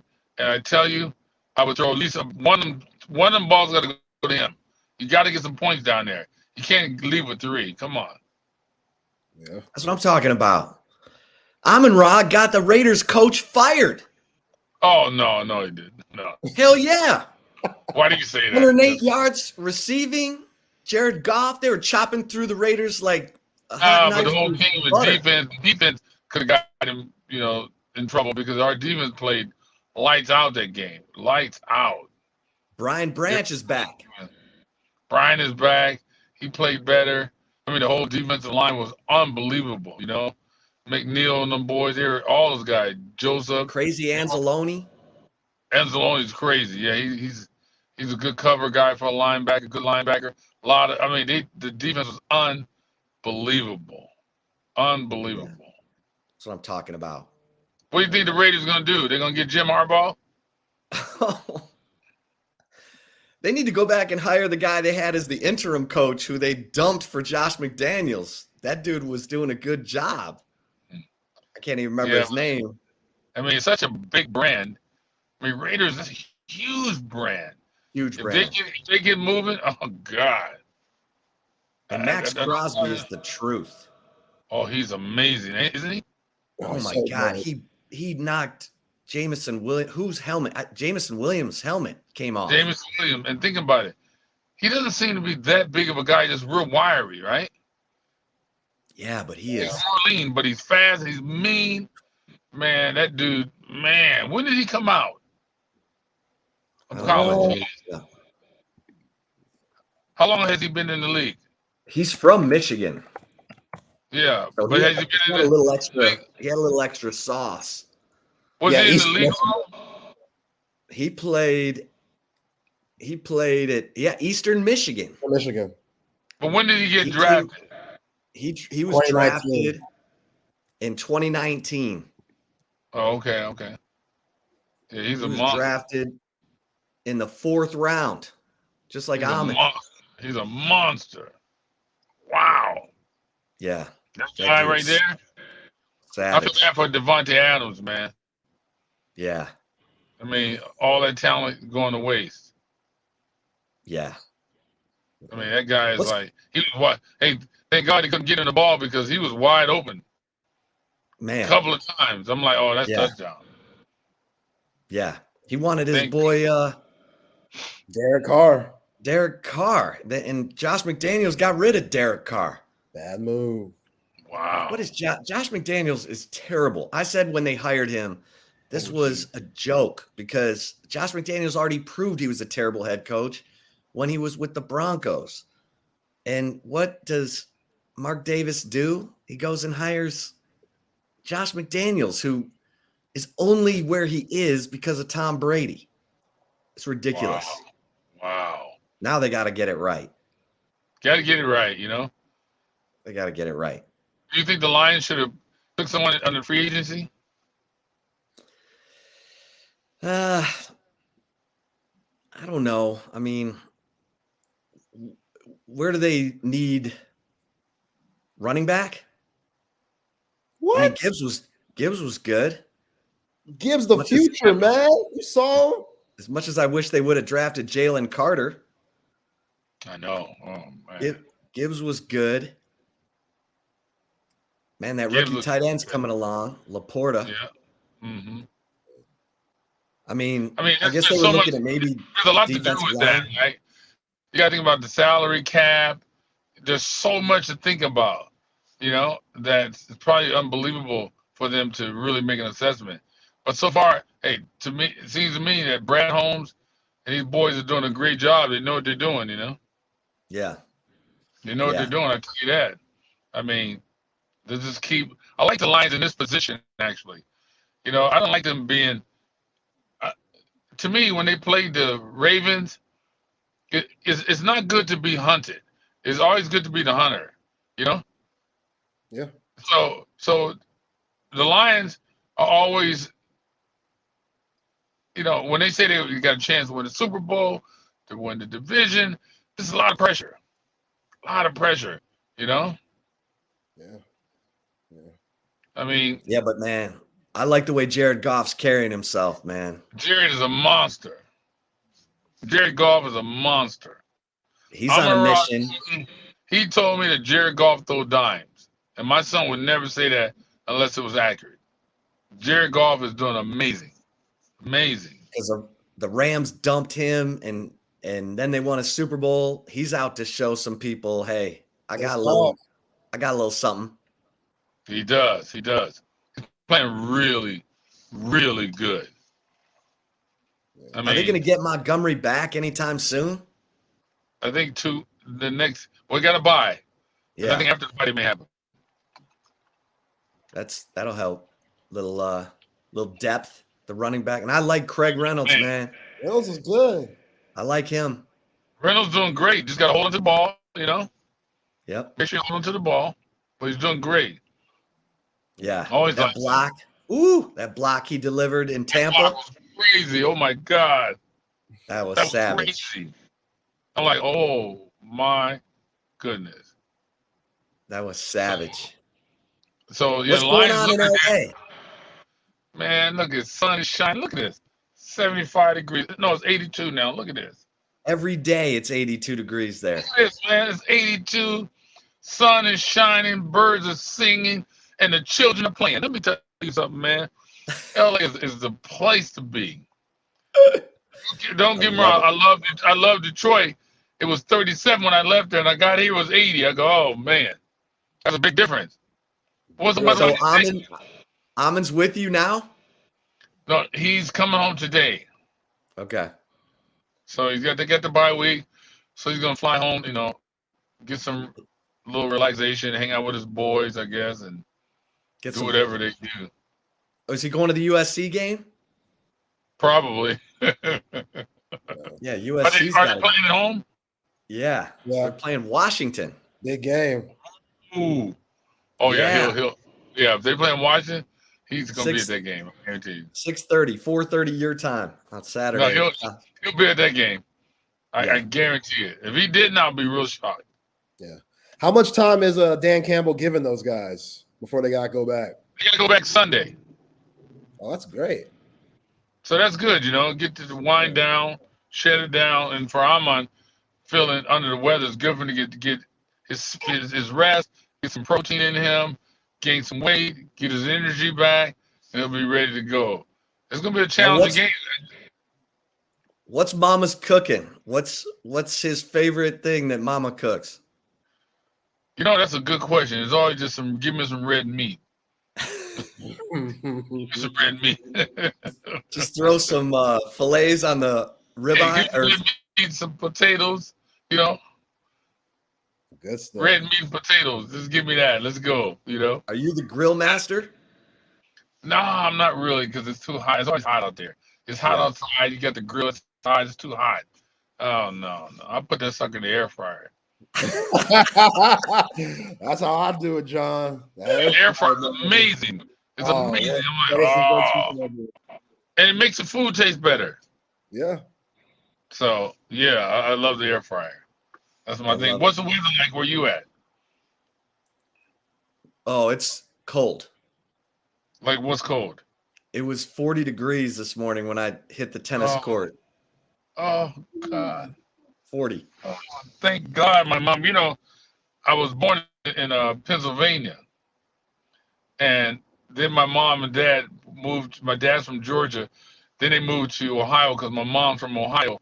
Thank God my mom and dad moved out here to the sunshine weather when I was a little boy. Because what if I was raised in Ohio and that's all I know? I wouldn't know anything about California. Yeah. This is the best, man. Look at this. We can go play golf, go to the beach, go to the mountains. You can do whatever you want out here, man. It's unbelievable. This is like heaven. This supervising contractors is cutting into your golf game. Yeah, it's okay. They played yesterday, and I was gone, so I wasn't able to play with them. We'll play next Tuesday. We'll be all right. Next Tuesday, But what do you think about the Chargers? You think Chargers? No, they're Detroit. a mess. No, Detroit. You gotta be. Is that at SoFi? But they're still dangerous, man. They got a good quarterback, running back, receivers.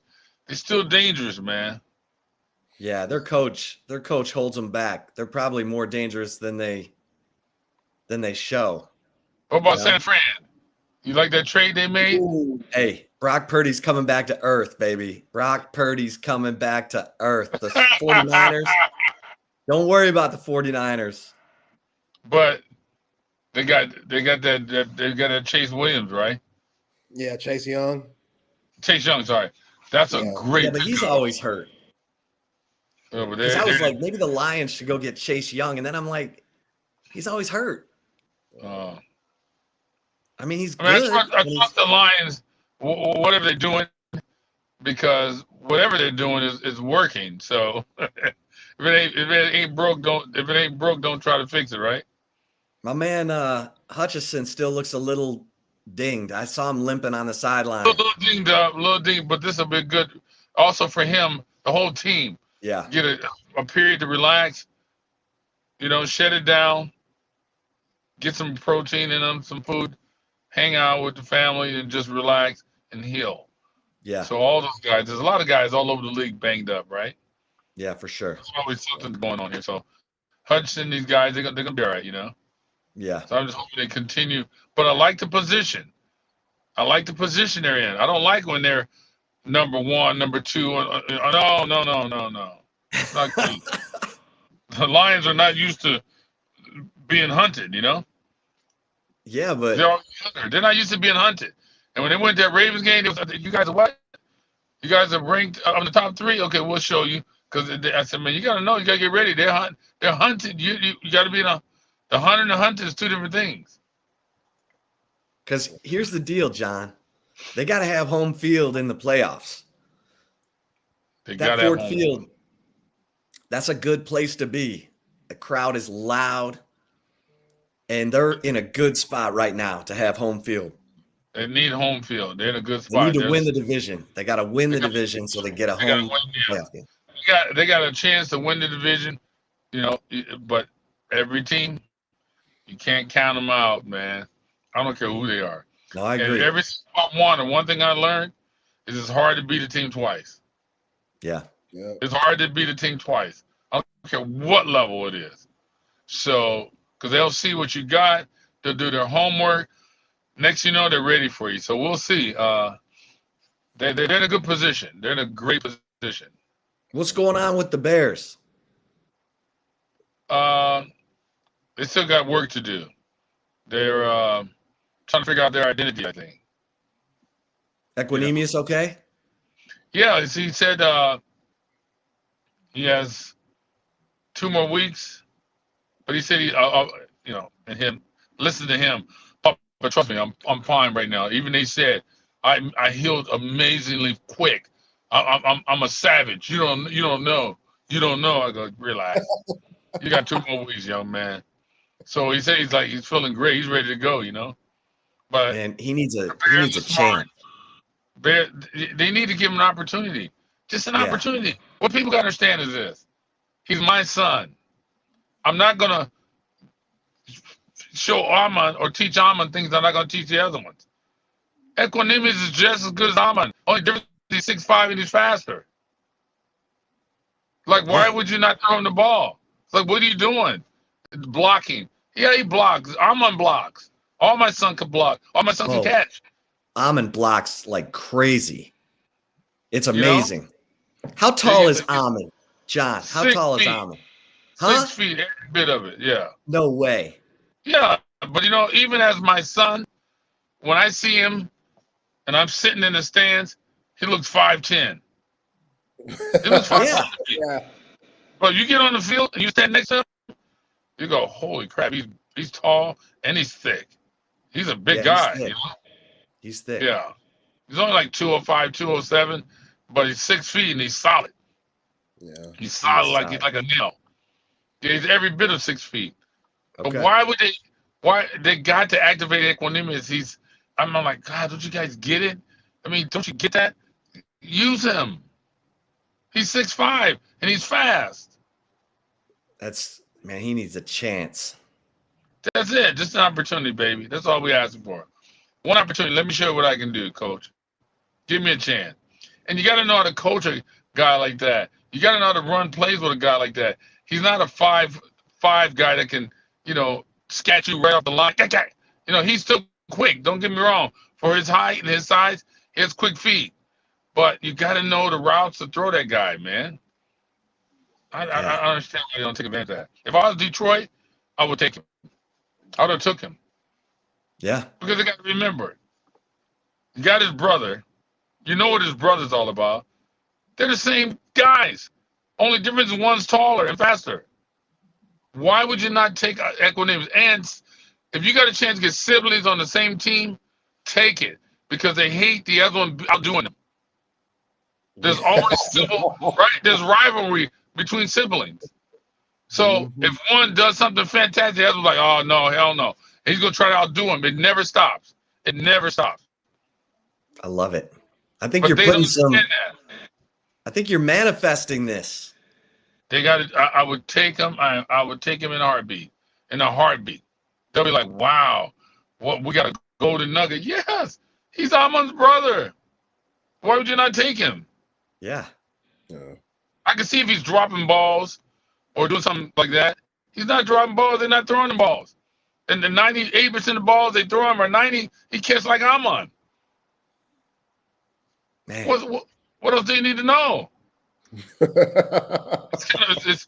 me, that's the weirdest thing. When I hear that, I go, what are these people thinking? I would go, he has a brother? Where's his brother at? What's wrong with him? You should give me the tape. And I would look at the tape and go, ain't nothing wrong with this guy. They're not activating him. Well, he needs to get with an offense with a quarterback who can throw it. Like they're just running Justin Fields. Well, he ain't even playing. It's like Baguette or whatever. Now we got what's it? Badgent. Tyler Badgent. Yeah. Who's from Shepherd. I've never even heard of Shepherd. I've been covering college football for 30 years. I've never heard of Shepherd College. Is it D2? I'm like, I think it's I don't even know. Where'd he come from? It's amazing. Guys Maybe come from Tyler everywhere. Badgett can throw it to Equinemius.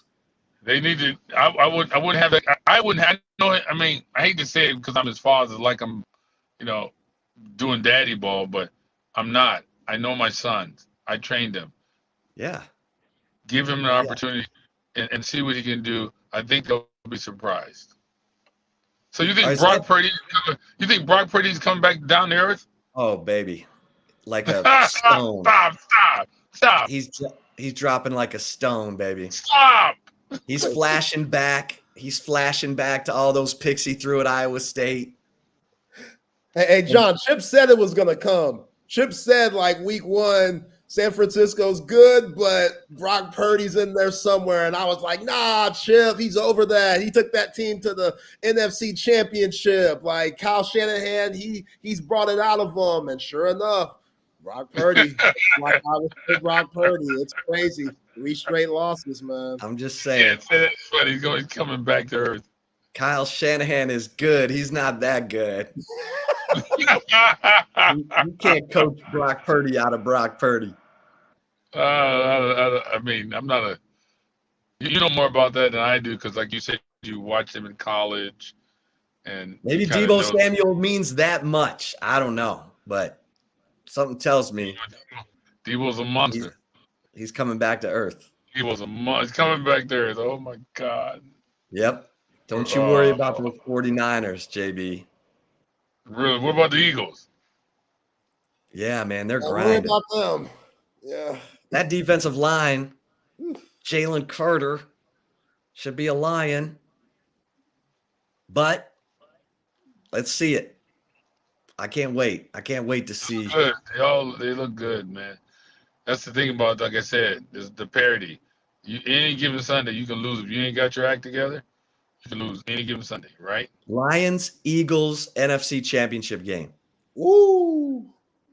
Let's go. Ooh. Let's go. Would you make that, JB, if it was in Philly? I'm most definitely going to see that. Yeah. Ooh, it might be 10 degrees that day. 20 below. Yeah.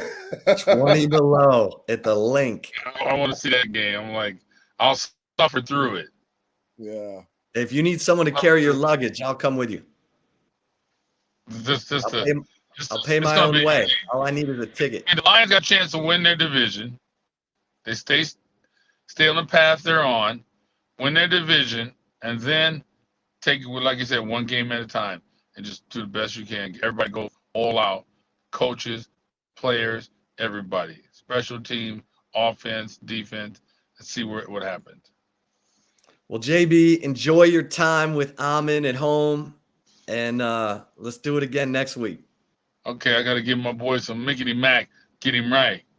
You know, I got some secret sauce I can give him some, and it'll make him right. Trust me. I love it. I love it. Thanks, all right, JB. brother. All right. Thanks, John. All right, there he is. There he is, John Brown, Cane Protein on the social medias. He's bringing it. He's got 2 sons in the NFL. Equinemius with the Chicago Bears, Amon-Ra St. Brown, Pro Bowler with the Detroit Lions. Yo, we need to start talking about Amon-Ra top 5 wide receiver in the league. I think that discussion needs to be had. You know, I'm trying to think in my head who I would maybe put over him. AJ Brown with what he's doing. He looks like the best in the league right now. We're not counting Justin Jefferson because he's been hurt, even though he probably would be in this conversation. Devontae Adams, we know he is, but you see how frustrated he is right now. Like, they don't got a quarterback that give him the ball. So I still put him top 5, but And the thing is, Zay, he doesn't do the sexy stuff. Right. Most of his stuff is within 15 yards of the line of scrimmage. He's what Jordan Whittington should be for the Texas Longhorns. everything should, everything Amon-Ra does is within 15 yards of the line of scrimmage. It's quick slants, it's crossers, it's out routes. He's not getting the post route. That's going to Jameson Williams. That's going to Josh Reynolds. But Amon-Ra on 3rd and 8, it's going to Amon-Ra because he gets separation at the top of his route. Like that's why he is who he is, because he's got great footwork. He's got burst, and he gets guys leaning one way, and he gets his break, and he gets that one step of separation. That's all he needs. And he's got a quarterback who can put it on him. And that's half the battle. I mean, if you're a receiver, you got to be on an offense with a quarterback who can get it to you. And that's, you look at Equinemius in Chicago. What are they doing? What is that offense? It's a mess. Problems. They just have problems, man. But yeah, like CeeDee Lamb gets so much attention because he plays for America's team, and we saw him at Oklahoma, so he played for a blue blood type school. Like Jamar Chase played for a blue blood, so you see those guys coming up. While Amon-Ra's always been underground in a way, but you look at CeeDee Lamb and Amon-Ra St. Brown. That's a flip of a coin to me. I'm being straight up. Cowboys fans are like, Zay, you've lost your rabbit ass mind. Do you watch the Lions play? Amon-Ra St. Brown does everything that CeeDee Lamb does. He just doesn't play for the Cowboys. And here's the breakdown right now in the NFL. Number 1 receiver, Tyreek Hill. Yeah. Number 2, AJ Brown. Yeah. How about this? Number 3 is Puka Nacua. Wow. Rookie from BYU. He needs some more skins on the wall, but I'll give it to him. I'll let him roll. Number 4, Stephon Diggs, Buffalo. Yeah. Number 5, DJ Moore, Chicago. Number 6, Amon-Ra St. Brown, ahead of Jamar Chase, ahead of CeeDee Lamb, ahead of Brandon Ayuk, Travis Kelce. And Amon-Ra St. Brown has, let's see, he averages 11.7 yards per catch. And that's right there with, Stephon Diggs. Obviously, Tyreek Hill's at 16.6. So, I mean, the guy, and he blocks every play. Like, I watch him, and he blocks every play.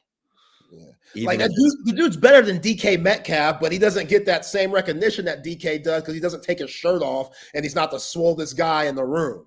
Like DK Metcalf looks like your defensive tackle, but the dude plays wide receiver. I'm taking Amon-Ra St. Brown. Sorry. Like, I don't care about the dude that's gonna potentially be a Mr. Universe contestant himself. Shout out to John Brown. Like, that's what DK Metcalf looks like.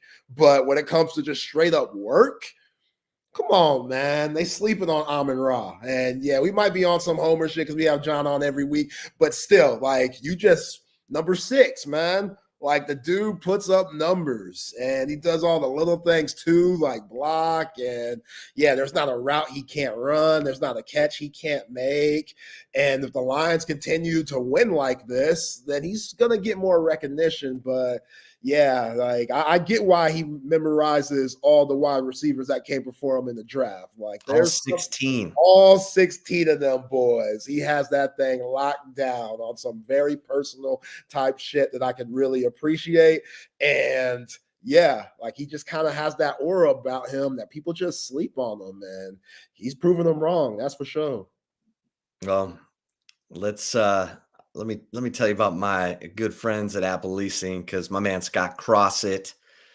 Look, I've been rolling with Apple Leasing for 15 years. And the beautiful thing about Apple Leasing is you're getting into a new car, a better car than you thought you could afford, and you're not paying for the future trade-in value of that car. So you pick the make and model, any make or model. That's the beautiful thing. There's no other Apple Leasing anywhere where you pick any make or model of car. Like, if you go lease from a dealership, they're only going to lease their make and model of car. And then if you get 2-3 years in and you decide, you know what, I like that make and model of car better, they're not going to let you out of that lease. You go to Apple Leasing You want to change make and model of car 2-3 years in? No problem. The easy lease. That's what it's called, the easy lease. Everything about Apple leasing is easy. Take it from me. I've switched make and model of car. It's amazing. And the customer service, unbelievable. Again, you're getting into any make or model of car. Just go to the website, check it out, look at or maybe you know right now exactly what car you want. You just give my man, Scott Crossett, and the team at Apple Leasing a call at 346-9977 and get into the car you want to be driving. Quit driving around in that beater that makes you miserable.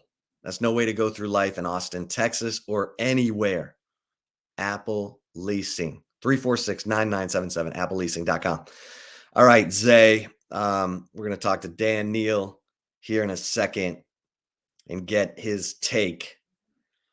I feel like, doing some push-ups this week because this is a grown man's football game Saturday, because there are not many teams in college football who have an offensive line like Kansas State. Now, the question is, can Texas come up with some schemes? I was watching the K-State Missouri game. Missouri did some creative stuff to get pressure on the quarterback that I'm hoping we're going to see on Saturday. I don't want to see 4 guys trying to go up the field. I want to see some twists. I want to see some stunts. I want to see some creativity, because you gotta get these Kansas State quarterbacks uncomfortable. They can't be dictating to Texas. Not this week. Not in a week where, like you said, everybody in the complimentary football world, the defense, the special teams, Jonathan Brooks, everybody's got to help Malik Murphy this week, because this is the toughest game on the schedule, and you're not playing with Quinn Ewers, and he's not coming through the door. So everybody's got to take it upon themselves to say, not today, not here, not now, not ever, and just eliminate all the other, junk, clutter, and just make it about, I'm going to get my job done and we're going to get this thing done. Yeah, for sure. This Kansas State team, I mean, when you look at Texas's defensive line, a lot of these teams, especially when they throw the ball against Texas, they want to get the ball out of their hands quick, so they don't have to deal with Byron Murphy and Trevondre Sweat and the rest of the crew. And yeah, you got to mix it up a little bit. You got to get, creative. If those linemen are just going one-on-one where, they got to worry about one guy instead of having their head on a swivel because you're doing twists and stunts and stuff, well, that's going to play into Kansas State's hands, and you don't want that. But if you were to be more basic, then you better bring the right guys. And shout out to Justice Finkley and Jermon Tapp. Both of those guys had a hell of a game against BYU. So you have a lot of confidence if you're Bo Davis and Pete Kwiatkowski going into this game on how to handle Will Howard and Avery Johnson and that Kansas State run game. And the secondary, everybody has to be in sync. And you know what? Just having Morris Blackwell back in the mix, that allows you to put Anthony Hill up on the line more, which, with his aggressiveness, I think that's huge. And it allows guys like Jalen Ford to get more breathers and more rests, because Jalen Ford, he's been a lot better since he's not playing as many snaps as he did against Oklahoma, when not too many guys were healthy, or at that point, you didn't have confidence in rotating those linebackers. So add Jed Bush to the mix. Like, he made some good things happen. You got to mix it up against Kansas State, because those guys are tough. They want to be very just methodical going up the field. They want to have 10-minute drives. They want to have 16-play, 15-play drives. So this Texas offense, as explosive as it can be, they rather not have those guys on the field much and control the game game that way if you're Chris Kleiman. So for this defense, having 3 and outs is big, getting off the field, that's very important, allowing these guys to kick. And if they do get in the red zone like BYU did, settle for 3 and not 6, then that allows this offense to have more chances so they could put up more points. But hey, you threw out that red zone stat for Kansas State. It's very tough to keep them out of the end zone when they get inside 20 yards. So can this Texas defense, if they bend, can they not break? Will we see that on Saturday? I think we can. It's just about Pete Kwiatkowski having confidence in playing a ferocious defensive game plan instead of playing passive like we've seen at different times this season. How about this? This is true. Joe K on top of it. Both these teams have only allowed 6 touchdowns, I believe. Texas has allowed 22 red zone attempts, 3 rushing touchdowns, 3 passing touchdowns. Kansas State has allowed 20 red zone attempts, 5 rushing touchdowns, 1 passing touchdown. These are 2 of the best red zone defenses in college football. So, what's he doing?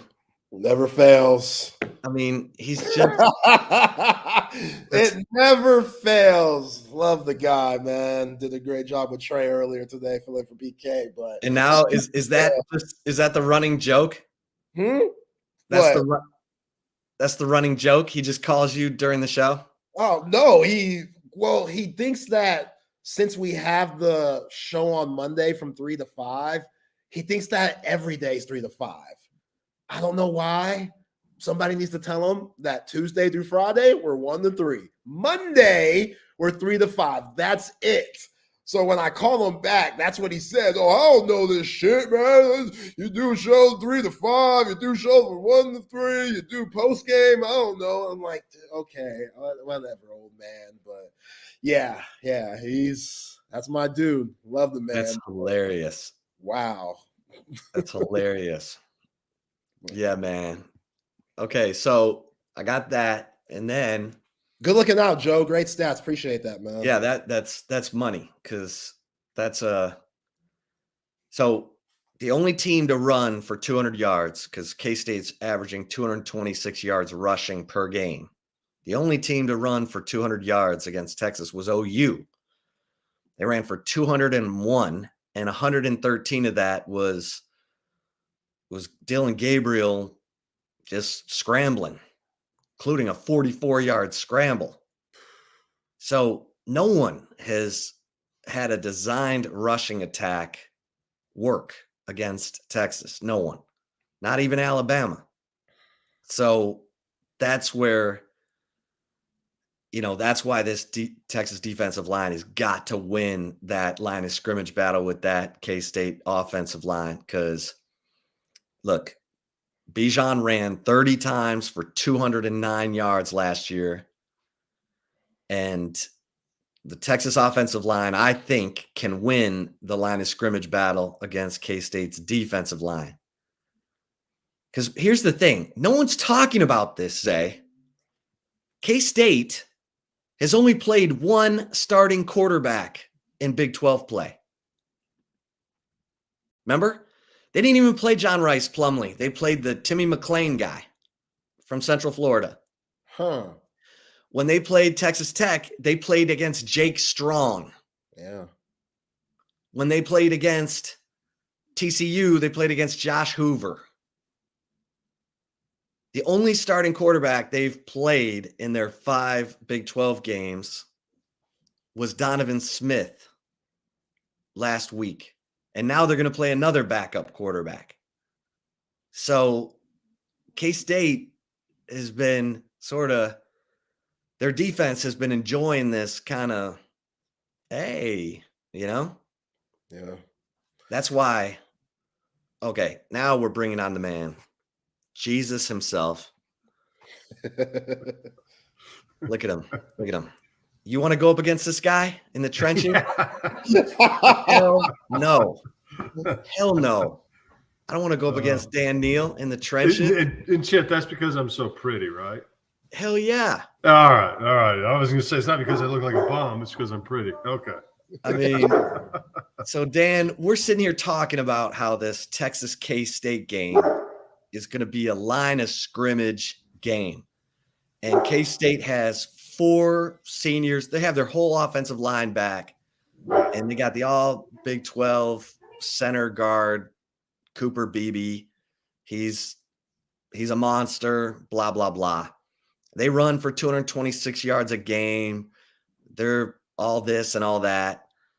But they haven't gone up against the Texas defensive line. And I want you to talk about the mindset in the trenches in a game like this, where you know K-State wants to run it down your throat, and what the mindset needs to be on Saturday at 11. Well, I think your point is well taken there. And that is, yes, K-State's got a strong running game. That's going right into the strength of the UT football team, in my opinion, right now. And that is our defensive line or defensive front. Really tough to run against, has been evident all season. And so that's it. It's a mindset. K-State right now is talking about, we have to establish the run against this front 4 that are really good. And then they're tough to run the ball against. But if we aren't able to do that, we don't have a chance to win, especially on the road. And then Texas is saying the same thing, and that is, we have to stop the run of this K-State offense, and that's their strength, and they're formidable, they're good. So that's when we get to find out. I mean, I tell people all the time, you go to any locker room or any meeting of a football team prior to a week of a game, there's going to be 2 things they talk about, and this is every team every week. First, we have to establish a run. Second, we have to stop the run. So this is nothing new. It's just, it's going to be critical, and one's going to try to establish, and the other knows they have to stop the run. Yeah, Dan, Kansas State, they have like a 2-quarterback system right now. Will Howard, more of the pocket passer, but he also can run. And then Avery Johnson, the phenom freshman, who is very fast and very run first. Talk about, as an offensive lineman, the adjustment going back and forth, switching from quarterback to quarterback, and how difficult that may be when you're dealing with a tough defensive line like Texas is coming in. I don't think that as an offensive lineman, there's really much difference as far as, rotating the quarterbacks. Where that difference, sometimes you'll see that is how each one plays similar plays. But I think in K-State's situation here, they got kind of a package for each quarterback. So I think as an offensive lineman, when one guy comes in, here's the type of stuff we're going to do. And the other guy comes in, here's the type of stuff we're going to do. And there's going to be some crossover. In other words, hey, one guy runs, one guy passes. Well, they got to change it up a little bit, or you can't be that tell. Or, defense obviously will know. So, you're going to do some mixes in there and some play action, some things to keep the defense honest. But as far as an offense goes, that's this point in the season, that's your offense, 2 different guys, and it's 2 different kind of packages that each guy brings to the offense. All right, Dan.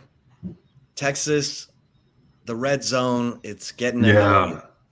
It is at this point, isn't it? What? Okay, you got Malik Murphy in there. Put him under center. Put Byron Murphy and Tavondre Sweat behind him and just push his ass into the end zone. Yeah, not a bad idea. I mean, I'll say this is what I tell everybody. Red zone offense is not as easy as people think. You're like, what, 1 yard, 2 yards? Hey, there's guys that are good on the other side. That being said, you need to be efficient in that area. And, I talk about like indicators of good football teams or teams that win on the road and win playoff games. And you talk about penalties, mistakes, who makes fewer of them, turnovers, mistakes, who makes fewer of them. And the last thing being is red zone offense. Who can get 6 instead of 3? And I talked about that Alabama game. I think we were very fortunate to win that, settling for 3 a couple of times, which we absolutely needed 6. But we got away with it. Usually that will get you if you settle for 3 instead of 6. So they got to find a way. And then if you do go on 4th and get nothing, that's really demoralizing. So you got to find a way to get better in the red zone offense. But it's not as easy as just, hey, let's put in this one play and just keep running it. You got it. I mean, because you're going to have, 3rd and 5, 3rd and 6. You could be 3rd and 20, and all different situations in there. You got to, as an offense, and I mean this coaching staff wise, is you got to, as an offense, figure it out what you can do and what you can't do.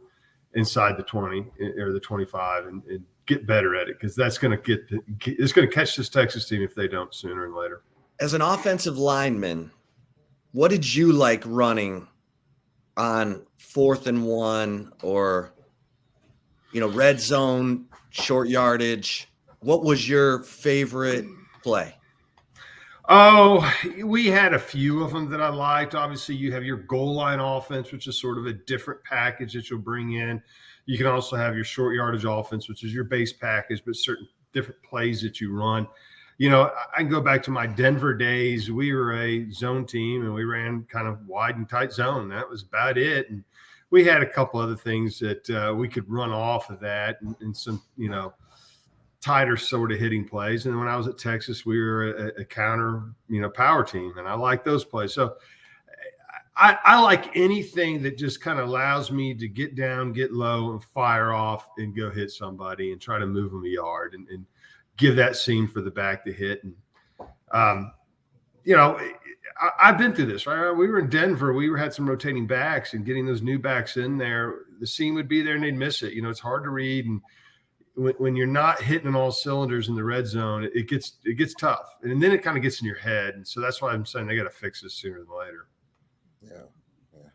Dan, Malik Murphy, his performance, it was solid. He showed some throws where you're like, okay, that arm is pretty good there, but he also showed some throws where like, there's the lack of experience that we kind of expected. What'd you think of the Inglewood native in his first start? I liked him.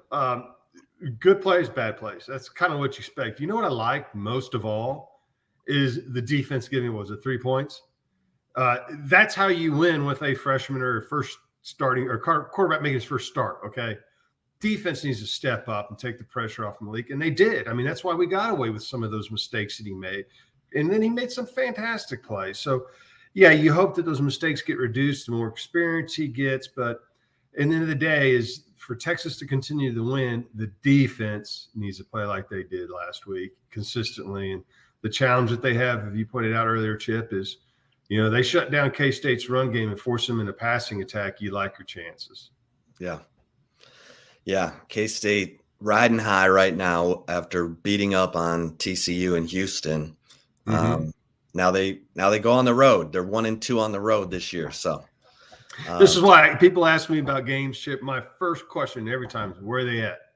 Right? Because we're all sitting here feeling pretty good about this game. If this was in Manhattan, raise your hand if you were picking Texas.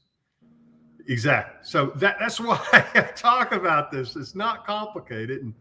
And when you talk about conference plays, you have to win your home conference games. Have to, and win a few on the road, right? And that's where we're at, is you have to find a way to win this game, because obviously with a one loss, we can't afford another. Yeah. All right. I got to ask you this, Dan, because Ricky Williams is going to be honored in the stadium Saturday, 25th anniversary of his Heisman Trophy. You were with him at the beginning of his career. You won the first Big 12 championship ever. Yep. with Ricky Williams on the field. And by God, Texas has only won 3 of those. So it's kind of frightening. But what do you have a favorite Ricky Williams memory, something he said that you were like, huh? Or I'll tell a couple of things about Ricky. Is Ricky never said anything, especially when I was there, because those were his first 2 years, which, by the way, my good friends in Denver pointed out to me were his lowest 2 rushing years in college when I was blocking for him. Well, he was a fullback as a freshman. Well, we ran a lot of split back. Yeah, they kind of described it as that, but because we had Sean Mitchell and Ricky, and then we had this other guy that actually, you talk about the Big 12 championship game, is Ricky wasn't even playing in that game. I think he was dressed, but he was injured. We had this other bum, Priest Holmes, that we rolled once in a blue moon. That's how deep we were at that position and talented. But I tell you what kind of separated Ricky in my mind when we were playing, and again, this is when he was a freshman. He was like a kid in a candy store. He just really loved playing football. I mean, he would take the handoff and we'd be doing a drill, like a walkthrough thing. And we used to be at the stadium, and we'd be at one end zone, kind of in the horseshoe area, running these little drills. And he'd take it, and he would literally run 120 yards to the other end zone. And it wasn't like just kind of like running. He'd be like dancing, like putting moves in the midair. And he'd come back like that was just what he did. It wasn't like he was showing off. It wasn't trying to impress me. It's just, I'm going to go have fun out here. And I was like, that's a different guy. Then we played a game with him. I was like, that's a real different guy, man. He was an amazing player. And I always really enjoyed playing with Ricky. Dan, who you got this week? Again, you talk about being at home. You're Kansas State. You're coming in with a lot of momentum. Only giving up 3 points in the last 2 games against TCU and U of H. But the Horns, they're pretty good too all around. And you got to like Xavier Worthy finally getting a touchdown on the punt return. Mm-hmm. And the defense looking a lot better than they did against U of H and Oklahoma. Who do you like this week? I'm going to go with the home team. I usually do. K-State's always a scary team. There's no way K-State has the talents Texas has. There's just no way. They put it on TCU, not had a great season. Put it on U of H, I know played as tight, but that was at home for them. You kind of go all day like this. Texas is a more talented team at home. They play great defense too in this game. Yeah, this is Dan, we talk about windows, teams.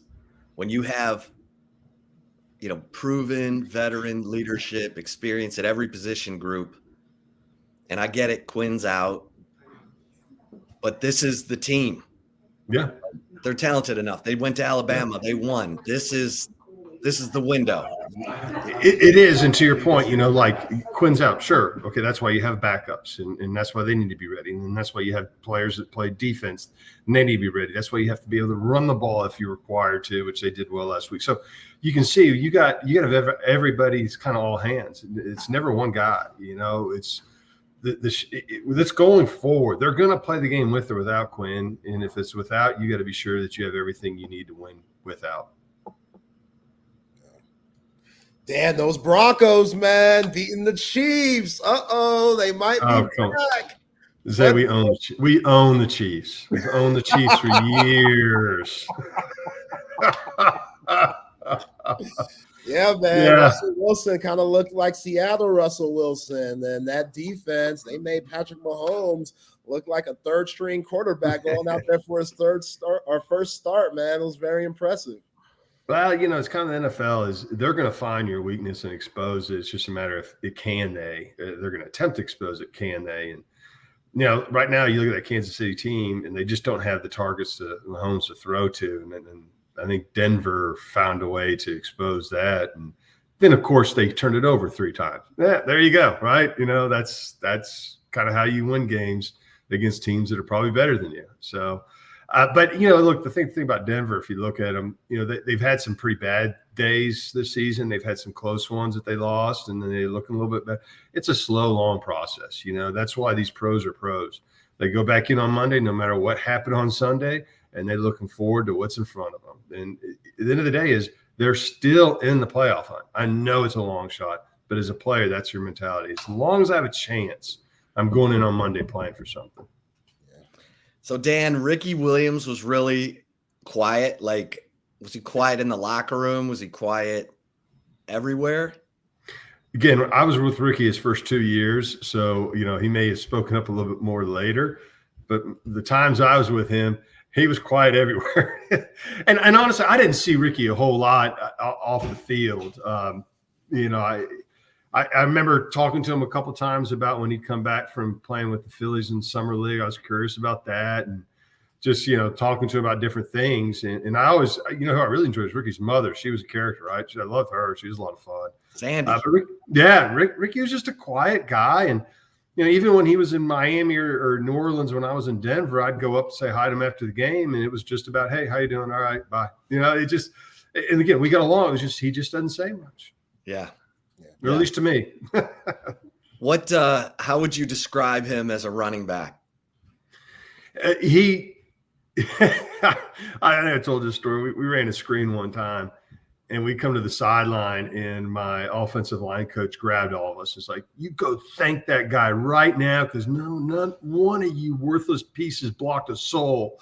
And he was right. Ricky just took the ball. We didn't block anybody. He just did the rest on his own. You know, there's different styles of backs. Ricky could be physical if he wanted to. He was very elusive also, but he also had speed, and I think that's what people didn't quite sense in him.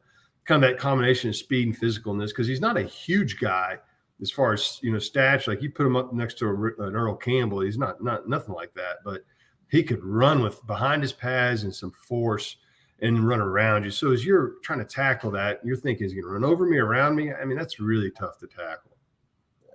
Yeah, what's your record against them in NFL? I don't remember. That's a good question. Can't be good. I don't remember. I think we did all right. You blocked first. I'll never forget this. Ricky told me this. This was like one of his first years. I think it was either 95 or 96. He said, Priest Holmes is going to be a really good pro. And Priest was hurt all the time. Yeah, I know. And I was like, huh, okay. And by God, Priest Holmes was the all-time leading rusher for the Kansas City Chiefs until Jamal Charles became the all-time leading rusher for the Kansas City Chiefs. So he knew what he was looking at. Priest, you knew he was a good player, just never got healthy and just never had a chance. Once he got healthy, he showed what he could do. But Ricky was an ultimate team guy. You know, Ricky didn't care who scored. Ricky didn't care how he won. He just liked to win, and he just really enjoyed football. So, you know, I think if you were talking to Priest and, again, Sean Mitchell, the other back we have, I bet you both say the same thing. They love playing with Ricky. You know, Ricky, you know, as you said, that's how you said a fullback, split back. I mean, he'd block our run. He didn't care. Just do whatever you asked him to do. He's happy. He just like playing football.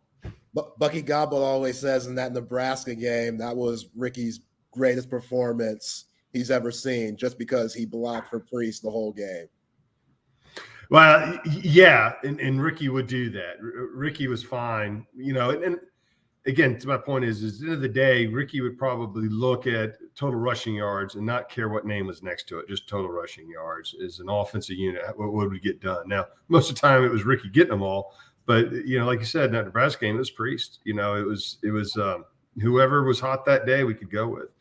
My senior year, so Ricky's junior year, I remember going up to him after we played A&M and we won in College Station. Sean Mitchell had just over 1,000 yards, and you guys know 2,000 is sort of that elusive number that, as an offensive lineman, I always want it.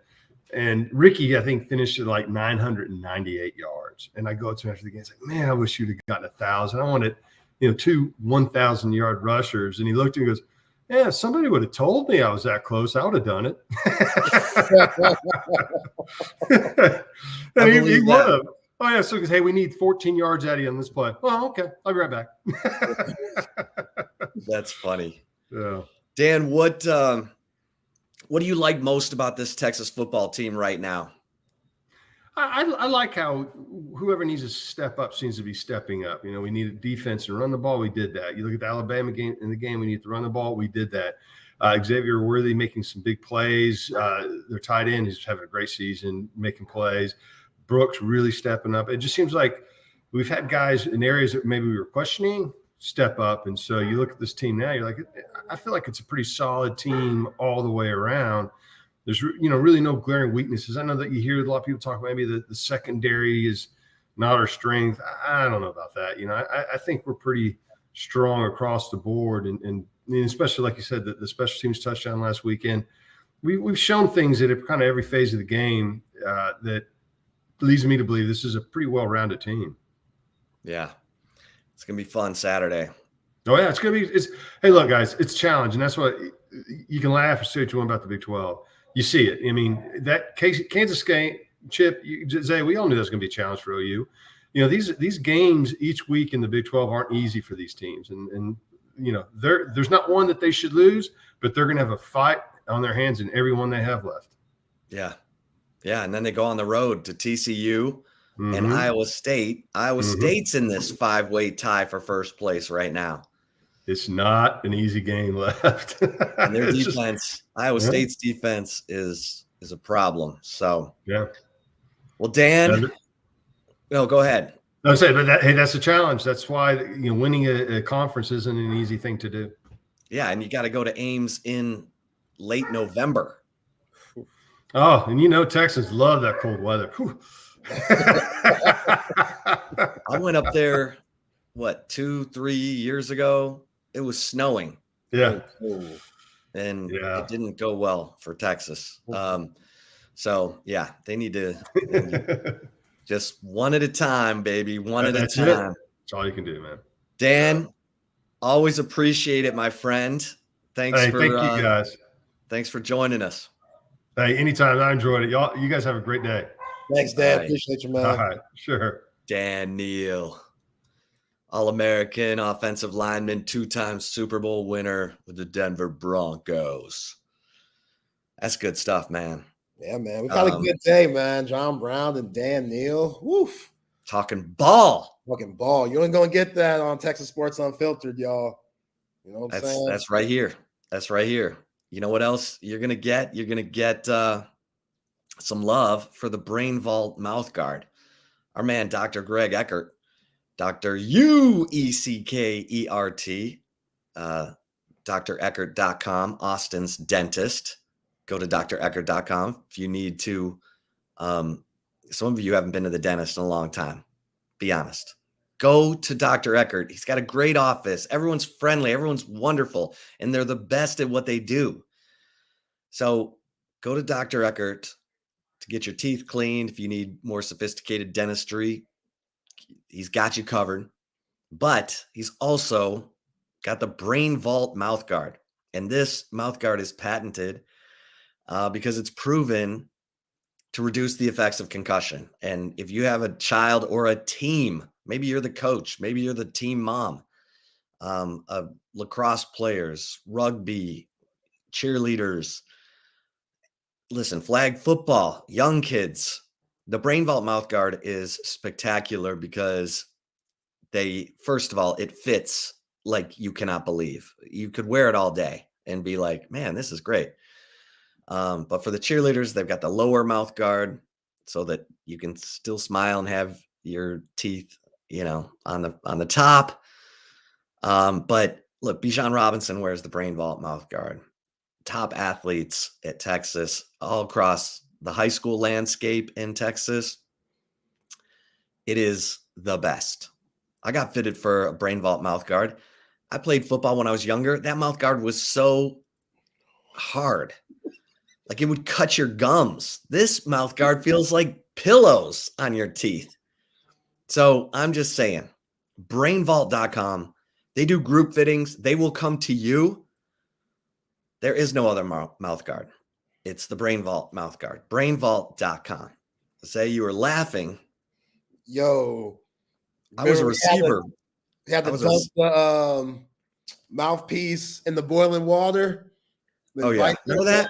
Yeah. You had the pot of boiling water. You dangle your mouthpiece in there. You had to hold it for like 40 seconds and then bite into rinse it real quick in cold water and then bite into it. Oh, my gosh. Those days are gone, baby. Those are gone. Thank goodness. Brainvault.com. That's what it's all about. And I think if Trey wins his bet, which he is going to win it, he's going to take us all to Salt Traders Coastal Cooking for happy hour, 3:30 to 6:30 every day, 3:30 to close on Monday. You're getting $5 off the beginnings menu, which has the chowder fries. It has grilled oysters. I mean, come on, people. It's unbelievable seafood.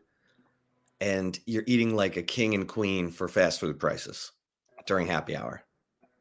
Salt Traders Coastal Cooking, Austin and Round Rock. And don't forget about today's the last day of the Great Blue Heron Furniture flash sale, guaranteed delivery by Christmas. Go to greatblueheronfurniture.com. They will help you design the furniture of your dreams. These Great Blue Heron Furniture is like no other furniture company you've ever experienced. They're going to help you design the bar stools of your dreams, the chairs, the recliner, the love seat, the couch. And don't forget to use the promo code HOOK'em because you're going to get, like 10, 15% off. That's our promo code for Texas Sports Unfiltered. We have our own Texas Sports Unfiltered collection, but just go to Great Blue Heron Furniture. Seriously, they'll help you design what you want. It's awesome. Go to greatblueheronfurniture.com. Zay, for the chip shot today, I am talking about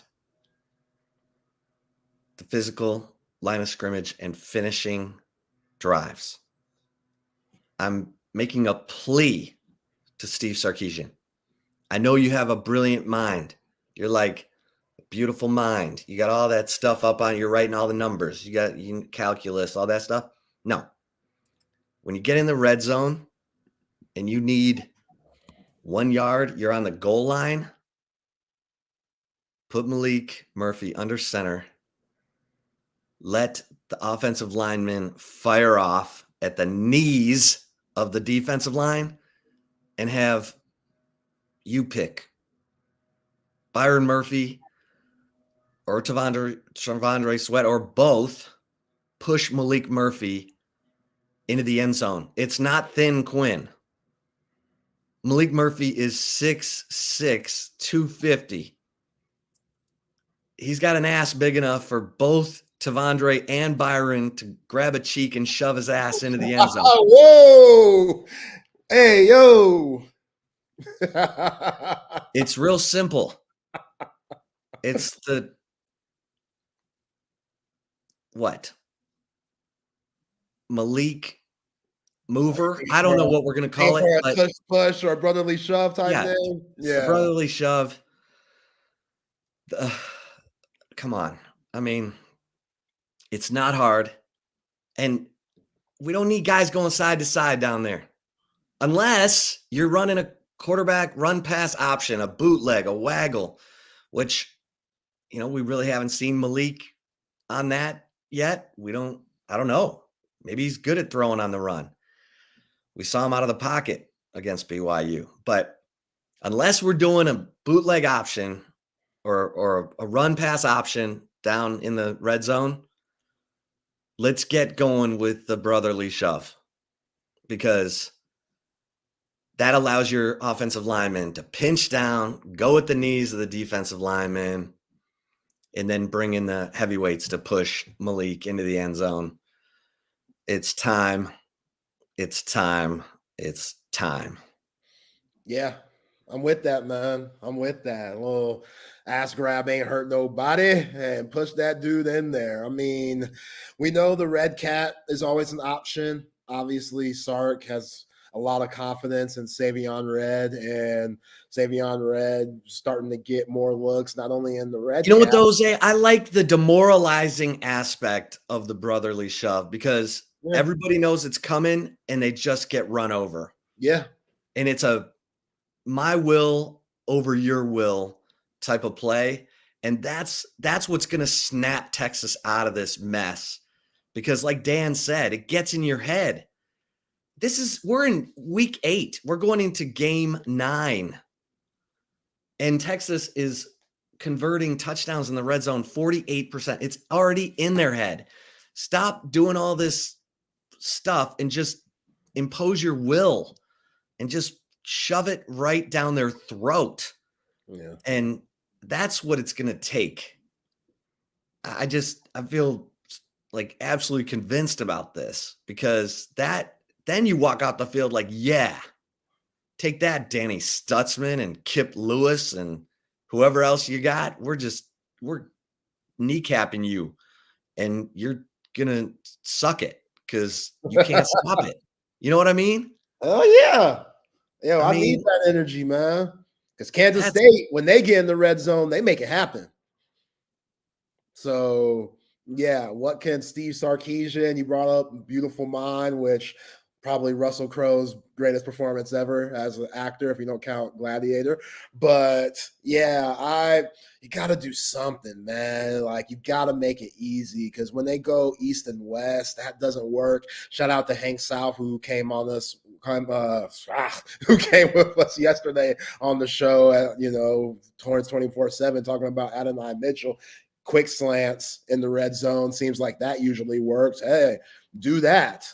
I don't need to see that weird goal line fade that they threw to Jordan Whittington a few weeks ago. Like, they just have to be more productive. And yeah, I hate that it's in their head. A lot of that's on Sark. A lot of that's on the team. But when you get in those situations where you need points, sometimes you just got to take the 3. I know Dan came on and said, hey, you want to get the 6s, but 3 sometimes, that's what matters. Like, coming away with nothing, we can't do that. That can't happen. You can't come away with nada. You gotta be able to trust, your defense a little bit to have these guys be productive if they kick a field goal and you kick it off to Kansas State. So, yeah, man, when it comes to this red zone and it comes to the Texas Longhorns, it's been an absolute struggle. But what's promising is that they got the tools to make it work. It's just about Sark figuring it out at the right time. What's the right play call? And if they get over that hump, then you can start seeing the success and the swagger that you're talking about, Chip. But if they just keep it as plain Jane white bread with a little bit of peanut butter on it, that ain't gonna work. We need some crazy jelly to go with that peanut butter. We need that bread to be rye, sourdough. You gotta mix it up. You gotta get creative. You don't need that just plain Jane shit that we've seen and kind of grown accustomed to. And because right now the defense, they've seen the film. They know that it's in the Texas Longhorns' head. So they're incentivized, they're energized. Their mindset is, we can absolutely stop these guys. And that's why I like the brotherly shove, because it is just shoving it down their throat. And we know Byron Murphy and Tavondre Sweat are monsters. They're going to make sure Malik Murphy gets shoved into the end zone. Yeah. Put them both back there. I don't care. But do it. Put him under center. Everybody knows what's coming. Offensive linemen submarine into those defensive linemen's legs. Get that half-yard push, and then here comes 600 pounds pushing Malik Murphy into the end zone. Yeah, and even if you're afraid of Malik Murphy taking all that contact because you don't know what could happen in that situation, I mean, I feel like he could take it. He is 250. But mix it up. Like, get JT Sanders in motion and have that dude stop behind center and snap it really fast. Like, I see Kansas City Chiefs do shit like that all the time. And Sark, you want to shout out Andy Reid, and some of your pressers, then take that out of his book. Like, hey, what did Sark say? He didn't invent football. Ain't nothing like a little swagger jacket, especially if it fits your roster.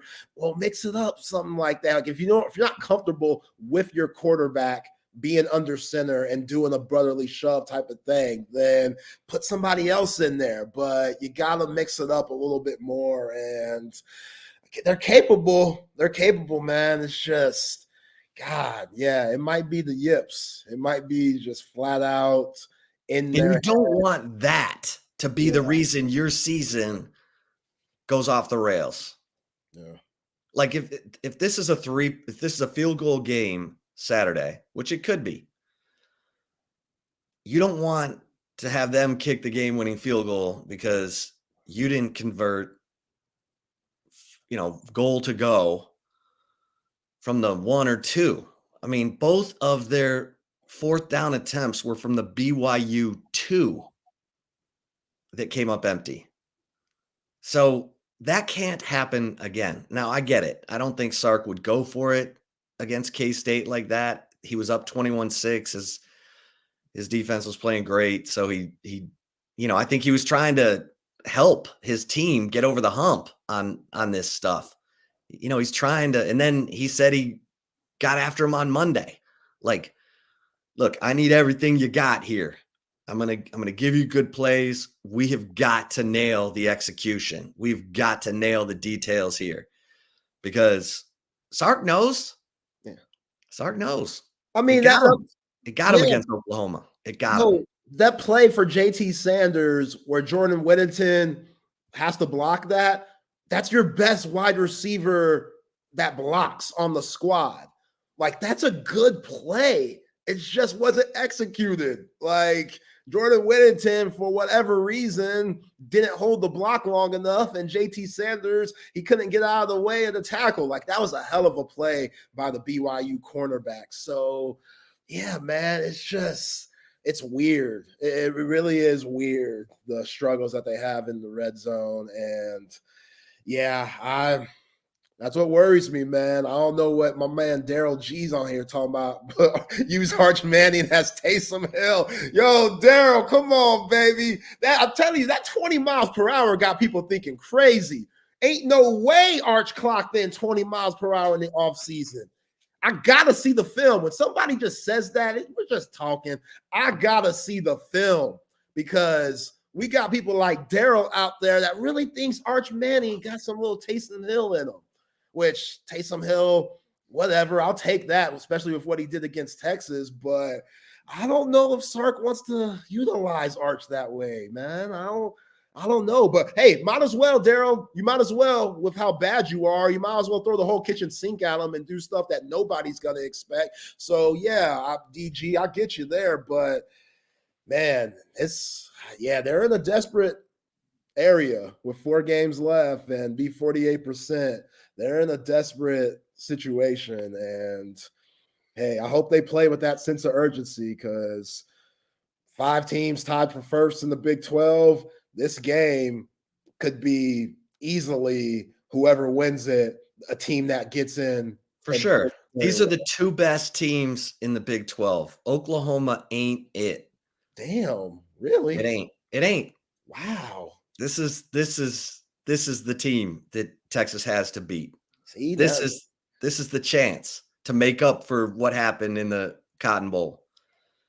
And then next week, going on the road. Game. One step at a time. Like these playoff rankings coming out last night. Forget about it, Texas fans. Don't waste one breath on that. Like what? Texas is 7th. That's all you need to know. If they take care of business, they'll be in the Big 12 title game with a chance to get into the college football playoff. Everything has to happen between now and then for that to matter. Otherwise, you're spitting in the wind. If Texas loses to K-State, Alamo Bowl, here you come. Yeah. I mean, oh my God, that's why. All right, listen, we got to get to my man Zay. The right call. Collier. Yeah, man, for the right call, though. Shout out to Covert BK and the Covert Auto Group, family-owned auto group and automotive dealerships that have served the greater Austin area for over 100 years. And they have been providing all their customers with a high-quality selection of new and pre-owned vehicles. So that hoopty that you got from 1985 that seems like it needs an oil change every month, hey, get rid of that and go to Covert BK and check out the 7 brands that Dan and the family will hook you up on: Buick, GMC, Cadillac, Chrysler, Dodge, Jeep, and Ram. Everything's better than that hoopty that you got that just needs all types of work and maintenance. Do not deal with that. Go to Covert BK. And if you want to look for all the latest specials and inventory, go to covertbcave.com because they got all of that. Nobody beats a Covert deal. Not now, not ever. All right, Ship. Herzay Hilton time for the right call, man. That's just... This story, if you've listened to me for the last few years, this is one of my favorite, most petty, little bit depressing stories that I throw to the people because it's still going on and it shouldn't even exist. And I'm talking about Marcus Jordan, Michael Jordan's son, and Larsa Pippen, Scottie Pippen's ex-wife about to get married, which is so sad and depressing. One, because she's about to be 50 and he's my age, like around 33 or 34 or so. That's not the best. And two, he's literally, those two, Larsa and Marcus, are causing a rift between one of the greatest, if not the greatest, basketball duo, maybe sports duo in the history of professional sports. You got to find me another. I don't know who that would be. You know, maybe Montana, Jerry Rice. I don't know. I don't think you could have one in baseball. I don't know if you could have one in hockey. Y'all let me know. But when it comes to Jordan and Pippen, it don't get much better than that. You know, Stockton, Malone, they didn't win nothing. It was just a cool name to say because they had the pick and roll game. But yeah, Chip, like Marcus Jordan's son, Scottie Pippen's wife, somehow they connected a couple of years ago and started dating, which shame on the both of them. You know what I'm saying? Like, Marcus, it's not as bad as Larsa. It's not as bad as Scottie Pippen's ex-wife because she knows what Michael Jordan and Scottie Pippen went through. Like, we're talking about bad boy Pistons. Like, we're talking about getting your ass knocked down by Rick Mahorn and Bill Laimbeer and Dennis Rodman and finally getting over the hump and becoming basketball royalty, and then winning 6 championships after that, beating some really good teams like Barkley's teams and Drexler and Stockton Malone, Gary Payton and Sean Kemp. Like, just some of the greatest basketball you'll ever see in your life were those Jordan teams. Like, one of the greatest pictures of all time, Chip, and one of the greatest moments of all time in sports history was when Jordan had the flu game, and then when he hit the go-ahead bucket against Utah to give them the lead and later on the win, you know who held Michael Jordan as he dragged himself to the sideline? Scottie Pippen. One of my favorite moments in the history of sports. That's such a great moment. That's such a great picture. Like, it's that deep. So she's wrong. She should know. She's been with, they got kids together, Chip. Larsa and Scottie got kids together, which they could hoop. They're pretty good kids themselves, but she knows better. This is petty, and all she could do is say it's weird, and it might be awkward, but it's not weird for us. Yes, it is. Should be weird for y'all. Do y'all not have any shame? How long they been together? Probably about a year and some change. And they're about to get married? Yes. And what is she trying to hook into Michael's money? Yeah, that's what I'm saying. And Marcus, this might be the most ignorant thing of all. Marcus wants his father, Michael, to be the best man. To be the, ain't that a bitch? To be the best man. Like, where are we? Like, what are we doing? Do we I just not saw his social media handle is MJAir23. Who, Marcus's? Yeah. Yeah, he definitely living off of daddy's money. All those shoes that he sold that all these degenerates wait in line for when the same shoe comes out every 2 years.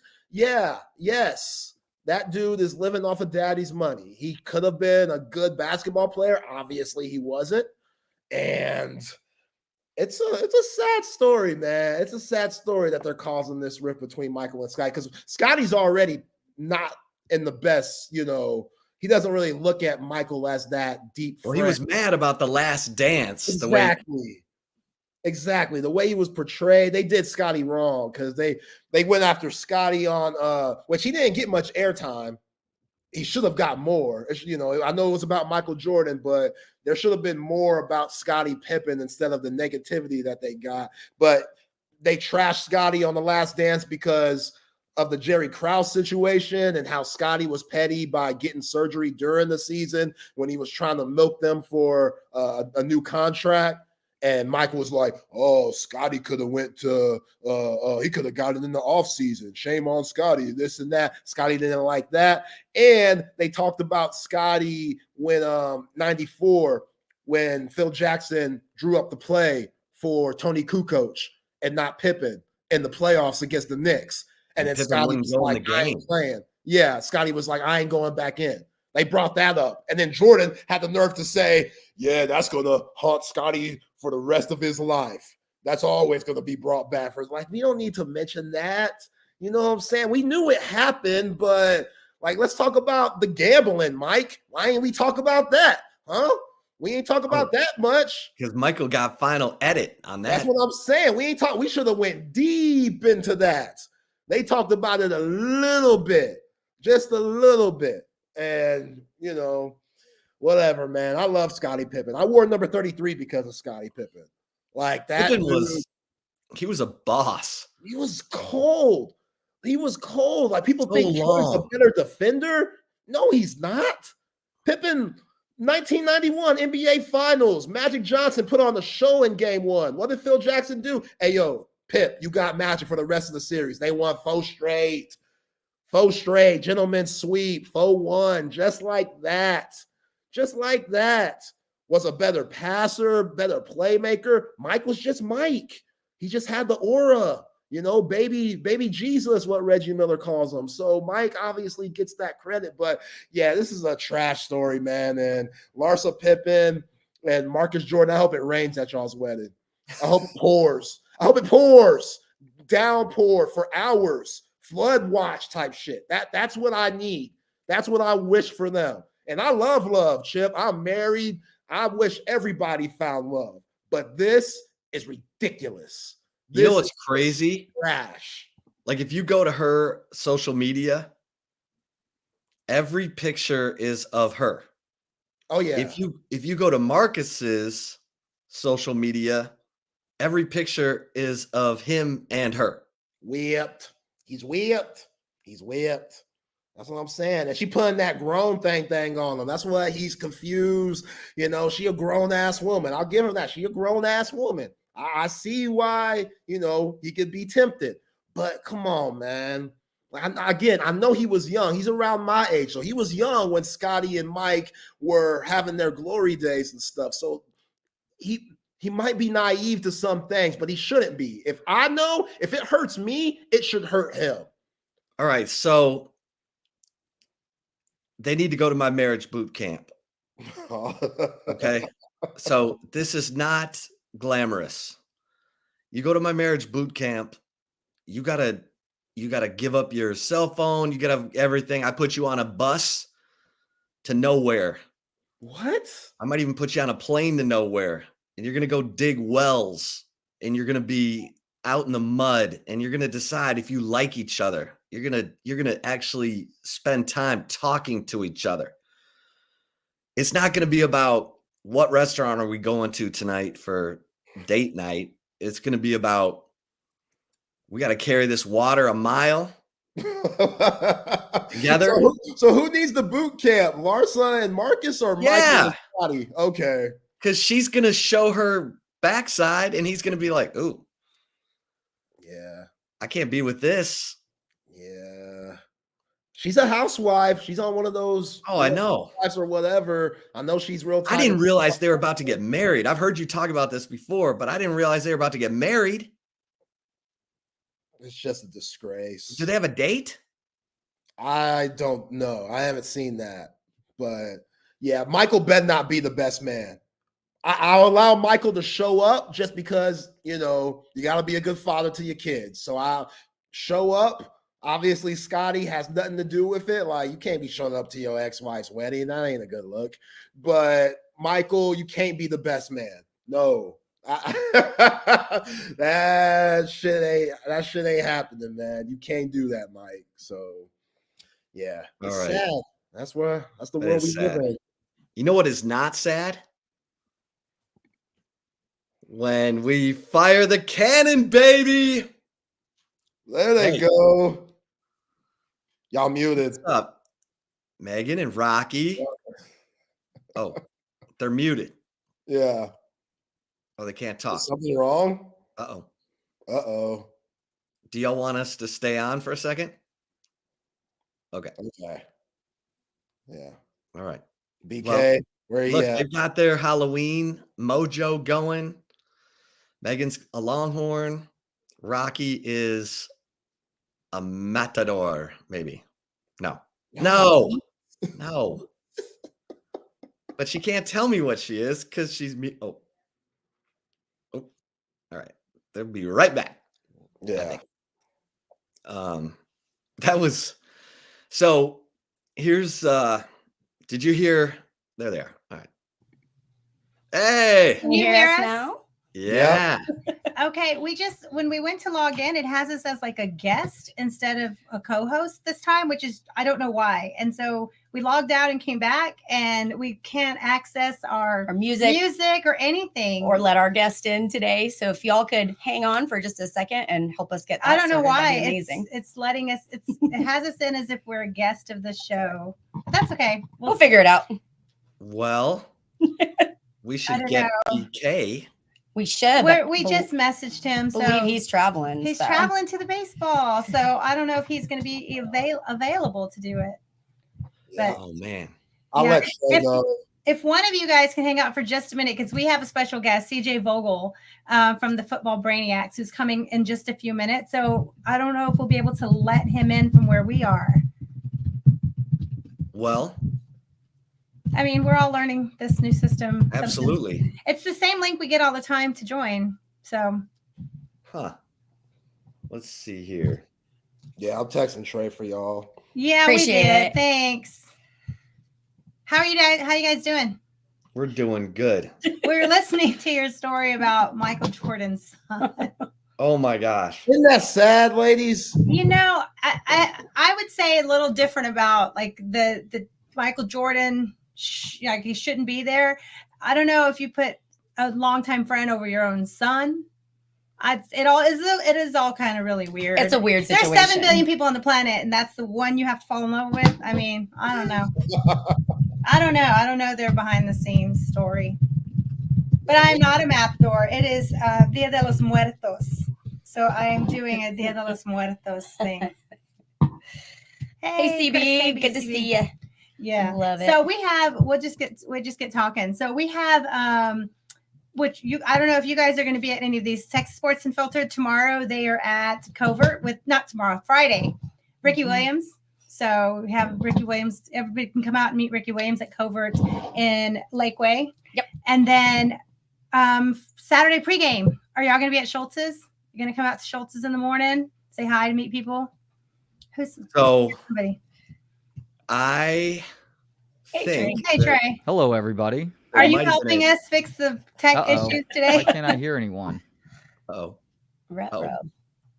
very strange. Trey. Who do we need to get on here? CJ Vogel? We don't know what we're doing. Well, he's backstage right now. there? Hey, look at that. Hey, how's it going, y'all? Regular party here, y'all. I love it. Hey. All right. Y'all have a good show. I hope we don't lose the whole thing when you guys. Thanks, disconnect. guys. We'll y'all should figure it be out. good. We'll get it going. All right. We appreciate y'all. Yay! Hey, CJ. All right, look at that. So normally we've got a fun little like intro going and all We that have stuff, music and everything, and we can't connect to Oh, anything today. yeah, we don't have any access. So, we'll figure it out. We'll figure it out as I'm life glad goes, you're here but- early. How nice to meet you. Like meet you. I'm Rocky. Yeah, of course. And I've Meg- heard a ton about you guys. I know I see it all over on Twitter all the time. Thank you for having me on. This is gonna be a We're fun so show. excited to have you. We're super excited. Yeah. So tell you what, instead of us just like playing our normal intro, we're just going to get into it, man. We'd love to learn a little bit about you. So you cover Texas and Oklahoma. You are a team insider with the Football Brainiacs, and you've done that for the last 5 seasons. Tell us how you got into covering Texas and covering OU. Let's get right into it. Let's jump. Quite a marriage there, isn't it, with Texas and Oklahoma? So it's kind of it's been an interesting path. I graduated from the University of Texas in 2020. Middle of COVID, I got to watch my name pop up on a PowerPoint when I was back home. So that was basically me going across the stage. But the diploma still came in. I think it's over here somewhere. So that's all that mattered. Nice. But while I was there, I was I wanted to go into sports. I had a big background of debating, watching, writing about sports or whatever.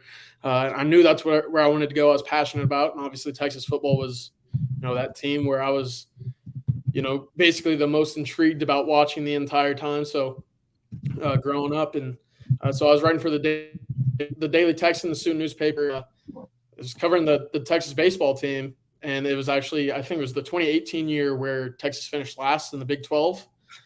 It was so rough I don't know if that's my fault or not. Yeah, we'll blame you. We bounced back though. Baseball blame bounce you. back. I'll own that. I'll own that. But yeah, it was a bit of a long year, and about midway through, Super K and Charlie and the guys at the Football Brainiacs, texted one of our editors over at the Daily Texan and just said, "We need a guy who knows Texas football." I was like, sign me up for that. And so ever since then, it's been great. That's amazing. Well, you always have great insights, and you always have I love reading your tweets. Like I got you on, I'm always like, all right, what's CJ looking in? So we're so excited to have you here and really dive into, both the joy and the absolute pain that can be Texas football as we review BYU and of course look forward to K-State. So let's jump into it, man. One thing I do want to ask, what is your craziest recruiting story that you have? Your experience. You follow recruiting, which is a roller coaster. Grown adults just losing their crap. I follow recruiting also. I don't report on it, but I follow it, and I'm watching where the kids are, But I also see adults lose their crap over recruits. Tell us. It's fun to be a part of the side where it's more of a job rather than an emotional, dedication to it, which has been a learning curve for me, I would say. Especially when you first get into recruiting, I don't think you just kind of, wet your toes. You dive all the way in because you want to be completely invested in who your team's getting, who they're after, who might shock the world and commit to your school and all that. So it's certainly been, kind of a realization that you can't be emotionally invested in any of the recruitments that pop up. But, I would say, there are several recruits that you come across every single year that, are very easy to come, you get a great relationship with, are very easy to talk to. They'll hit you up, respond very quickly. I always like the Evan Stewart story of him committing at, 1:30 in the morning. Yes. And so no random. one's really awake to see it. And I always like that. But I won't go into any specifics or any names or anything like that, but always, kind of just walking down 6th Street on a Friday or Saturday night and just looking across and be like, they're having dinner. Yeah. These guys are at Vince Young's, or they're at, Three Forks. And I was like, what's kind of going on in there? But it's always fun to kind of see, kind of the behind the scenes that you don't always hear about there. And so that's always fun. Nice. That's awesome. I love it. So we see that we're just learning all about you. We see that you're a big Rangers fan. Are you from the Dallas area, or that you just picked? Tell us about that. Oh yeah. Yeah. No, I grew up in Allen. I went to Lovejoy High School up there. So again, going back to recruiting, Parker Livingstone, carrying on the tremendous athletic legacy that comes from Lovejoy High School, dating back to me, of course. So, no, I've been a Dallas sports fan for forever, basically. And so it's fun to see a team from Dallas finally back in a position to bring home some hardware, I would say. Yeah. Would you have put your money on the Rangers being the first to potentially bring home a championship versus the Cowboys? Is that something you would have? Oh, easily. I mean, I'm kind of to the point now where I don't think the Cowboys, let's be honest, they won't bring back one for a long time. Are you a Cowboys fan? I am, yeah. Oh, okay. I was at the game on Sunday. I was actually, I picked a good one. That was a good one. I was going to say. Yeah, that was kind of been hit or miss this year. That was a good one to be at. That was a good one. And I saw this stat that shocked me, that actually that the Cowboys win by an average of 17 points at home in the last few years. So they kick butt at home. It doesn't feel like it, but yeah, that's pretty fun. My brother and my sister are massive Cowboys fans, like my dad, and the Cowboys are, I would tell her, that's my number 2 team. Unfortunately, my number 1 team is the Titans, but that's all right. But I do love the Cowboys, so I had a good time at the game. I was really impressed on how far they've come with the atmosphere and the party outside. Oh, yeah. And even though it was cold morning, they were having a blast. It was great. The DJs, those games are a lot of fun over there. Yeah. Have you been lately to one of the games there? I've not been to a Cowboys game there, but any big state playoff games or anything like that, just being at Cowboys Stadium alone is a lot of fun. Oh, it's so fun. It's so beautiful. Beautiful space.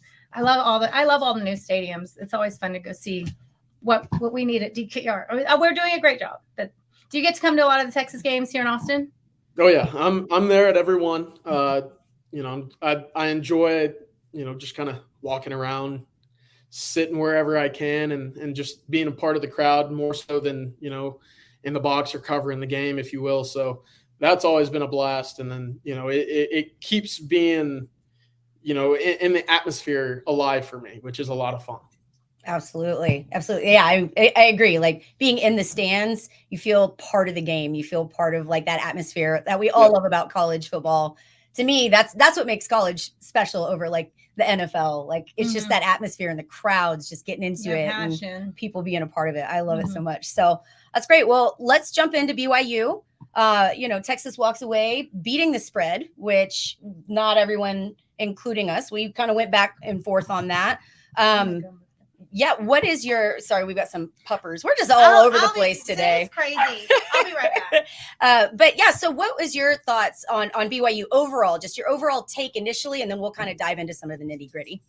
No, I think I was right there with y'all. I wasn't expecting Texas to cover, what was it, 20 points? Yeah, 21, I think, by the time the lines closed. Yeah, I actually had, you know, probably placed a wager on BYU to cover that game, but to each their own. I mean, a 29-point win, I feel like at the end of the day, and this has kind of been the story of Texas football this year, is, you know, for a lot of these games, you look at the final score and you think, you know, took care of business. Must have been an easy win. And when you look back at it and you go drive by drive, possession by possession, it's anything but that. And I couldn't help but watch that Texas game and from a Texas perspective, not be frustrated at what we saw. I know you're starting a backup quarterback. I thought Malik Murphy played fine, you know, but there's 3 red zone drives that you just can't capitalize on. And it's been a recurring theme the entire season. And it's kind of to the point now where you're sitting there thinking, I don't know if they'll ever completely score in the red zone every drive they can in a game. So it's frustrating. And again, you know, you win by 29 against a team that's 5-2. You're supposed to be super happy and excited and on to the next week. But there's just a lot of issues still there that you can't fully celebrate the win. Sure. I definitely think for me, it was interesting. Like, I think sometimes Texas fans would rather like revel in the bad than see the good. And I think it's okay for us to enjoy that 29-point win over a decent BYU team. You know, I would say there were definitely different feelings at the game watching it. For me, there were some positives at the game that when I went and rewatched, I was like, well, maybe we need to do a little more work. But I will also say this, watching the game, there were a few things that I walked away from going, man, it feels like we missed some opportunities here and there. But when I rewatched, I felt a little better about it. So, for example, like one of the things we know that Texas D covering the middle has been an issue this season, right? And in the game, I'm thinking, man, BYU isn't capitalizing. They're just not throwing. They're not hitting us where we're weak. But when I went and rewatched it, it's, wait a minute. No, Texas was actually covering the middle this time. Like they did not hit us for that much. So I think there were some positive gives and takes. Were there any things that you saw that you watched, either offense, defense, special teams from Texas that you went, man, I'm impressed. This feels like progress. This feels like an improvement. Yeah, I know, especially just starting off with Xavier Worthy's punt return. I know he's been super close the entire year, and he finally breaks one free and gets home there for the touchdown to start the scoring, the scoring that afternoon. That's a great sign, in my opinion. You know, it's signs of Texas, you know, getting that extra block. Otherwise, you know, you get a shoestring tackle against Baylor or something like that. You know, it's just the little things that you keep seeing there on the special team side of things. Obviously, a 74-yard punt in the air is very rare. You don't see that too often.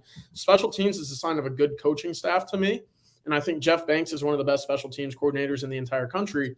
So seeing the little imprints that he can have right there is very encouraging. I thought Malik Murphy, for the most part, was kept clean, which is good. You know, you're already down one quarterback. Having your second guy get hit often and you know, get banged up is not exactly what you want going into a top 25 matchup at home. And so I thought that was encouraging. Defensively, BYU ran for what? 13 yards or, you know, I think that was Houston maybe, but they didn't have much success running the football. And I think, again, that's the bread and butter of the Texas defense, is stopping the run, forcing teams to become one-dimensional. And as, you know, as kind of shaky as that pass defense has been, that's going to pay off in the long run when you can take away the chunk plays through the ground and force a team to drop back with a quarterback who's not as talented, you know, as what you have on the other side of the field. Yeah, agreed. Go ahead, Rocky. Oh, I was how do you think, like, so far, I know, like, a lot of PK's defensive plan is bend, don't break, and they do play off when they shouldn't as much, especially on fourth downs, we give those up. But now it feels like to beat Texas, bend, don't break is, to me, it seems like the plan to beat Texas, to keep them inside the 20s, because the red zone is a mess right now. It's just statistically bad. So are you seeing that too, that teams are willing to give up between the 20s, but just don't give up, keep Texas, if they give them in the red zone, that's fine, because they're going to struggle there. I see it, and I think that's ultimately what you want as a defensive coordinator is, keep points off the board. And when things are in the, the scoring areas, that you obviously want to stand up and be a little bit tougher. And to this point, that's exactly what Kwiatkowski's defenses have always done. Historically, you go back to Washington, his scoring defenses has always been tremendous. And I mean, the stats back it up this year. Texas is only allowing 16.8 points in, Big 12 play. That's tied for first with Kansas State so far. Texas on a points per drive basis, which is something that I value much more over how much you're scoring or allowing yards wise. Texas is 15th in the country. And, I think if you were to compare that to what Texas has had in the last 10 years, you would be pretty happy with that with Kwiatkowski's defense this year. And I know there's still the frustrations of, Texas is getting beat deep in the secondary a little bit more than, what fans would like. Texas isn't necessarily getting home against the passer all that often. That if that ever gets to a level above where it is right now, you're looking at a top 10 defense in the country. And I think that is something that is very encouraging, that, you can add a Colin Simmons to this defense next year alongside a second-year Anthony Hill. And now you have 2 5-star edge rushers on either side, giving you the opportunity to get home with a still, top 10, top 15, top 20 defense right behind it. And so I think that is something not a lot of folks look at whenever they see a Kwiatkowski defense. And again, Texas is 7-1, and they're allowing 17 points in conference. It's not like the defense has been bad. Right. So I do think that, there's good points of that defense. And obviously, it's kind of been a Kwiatkowski cycle there. You allow a lot of points, you have a bad day, and then you come out and you shut out an opponent to 0 touchdowns. It's kind of been what we've seen so far through 3 years. So I'm a big PK fan. I think he's a great coach. Yeah, I agree. I was saying this past week, I feel like there's a few people out there that might owe PK a apology or two. Yes. But that's you brought up, Texas being 15th in the country on points per drive. And I think that does kind of mask, yes, we have red zone issues. There's no question there, right? Like, I don't think any reasonable football fan can watch what Texas has done this year and say we're killing it in the red zone, right? But I do kind of wonder, with Texas scoring quickly and scoring from outside, maybe that is making the red zone issues feel a little more aggressive or problematic than they are, because Texas is scoring from the outside. It's all the 4th and goals that get shut down. Yeah, that is disappointing for sure. Yeah. So what is it? I mean, CJ, clearly we're going to solve world hunger here. What do you think Texas's problem is inside that red zone, especially like Rocky mentioned on the 4th and goal? We're inches away. We're a few yards away. What are you seeing as the issue? I think it's really just a lack of execution on the offensive line. I think Sarkisian looks at that inside the 5-yard line area as somewhere where, your famed big humans can just bully and out-physical their opponents into the end zone, and that's how you score touchdowns. And I think a lot of the issues that are present this year were there last year, but they were masked up by a Bijan Robinson or a Roschon Johnson. Mm-hmm. And that's not to take away from Jonathan Brooks, because those issues were prevalent last year. And you return all 5 offensive line starters from a year ago with, kind of the exception of DJ Campbell and Cole Hudson. But those issues were there last year. It was just a superhuman ability of Bijan Robinson to stretch across at many times. And again, Jonathan Brooks has been tremendous this year. But athletically, he's not Bijan. Right. And so I think, and again, I don't have all the answers here. There's a reason why I'm sitting at home, tweeting my days away instead of coaching somewhere. But I would love to see a little bit more one-on-one, get AD Mitchell out wide, get Xavier Worthy out wide, have him run the little whip route, have him run the routes that he beat Iowa State on, West Virginia as well last year. Let him beat a guy one-on-one and have your quarterback get him the ball in space. And, I mean, A.D. Mitchell needs to be involved much more than what he is inside the red zone. The 2 touchdown catches that he's had, this past weekend just kind of shows you the talent that he is. He has a big radius. He can go up and make plays. He's 6'4", for God's sake. Give him a chance inside the red zone to beat a guy one-on-one. And I think that'll help alleviate a lot of the issues that you see interiorly when it comes to not getting a push. Yeah, I agree with that wholeheartedly. Another thing, Rocky and I were talking about this too, rewatching the game and looking at, even in the game, this isn't anything that is masked in my opinion. Texas is running inside that red zone. We're starting our plays way too far back, right? We're starting the plays 5 yards, 7 yards behind the line of scrimmage. And man, we're hurting ourselves in that sense. If we're not getting that big push and our guys aren't opening up the space, like you're saying, we're not spreading anybody out. All they have to do is cram up the middle, and we're giving ourselves even more yardage to try to break through. Exactly. It's just not working. So yeah, I agree. I think it's a combination of things. And I think spreading our guys out, having our playmakers out wide, making them pick their poison kind of thing will give the O-line a little bit of relief, right? Yeah. Hopefully they show up, big, ugly, and nasty too, but give them a little bit of relief and spread everything out. Well, that's what Sark talked about going into this game. We'll just wrap up like the physicality. The team has proved that they can be physical. They can prove they can be physical on the road. They prove they can go into Bama and out physical Alabama. When in that 4th and goal or those red zone plays, it just feels like they get beat one-on-one, line on line, and they're physical all the way down the field. I don't know what happens on the goal line. And they've made comments that they take it personally. I was it Banks that said that they're taking it personally on the line. Like they know that that's what they have to work on. What are you seeing as far as just the physicality when the goal's on the line there? What are you seeing? Yeah, and I go back to the Oklahoma drives where Texas was the goal line stop Oklahoma had on 4 straight plays from the 1. The first 3, again, it was a lot of Texas trying to out-muscle their opponent and get into the end zone as a result of brute force. Against a team like BYU or against a team like, Baylor or Iowa State, maybe you're able to do that because of just how big and physical your guys are. And I think there's a little bit of an overconfidence on that physicality from the offensive line because of that 7-minute drive in Tuscaloosa to beat Alabama, where you ran the ball every single play to run off 7 minutes. That doesn't happen very often. It doesn't happen in Tuscaloosa.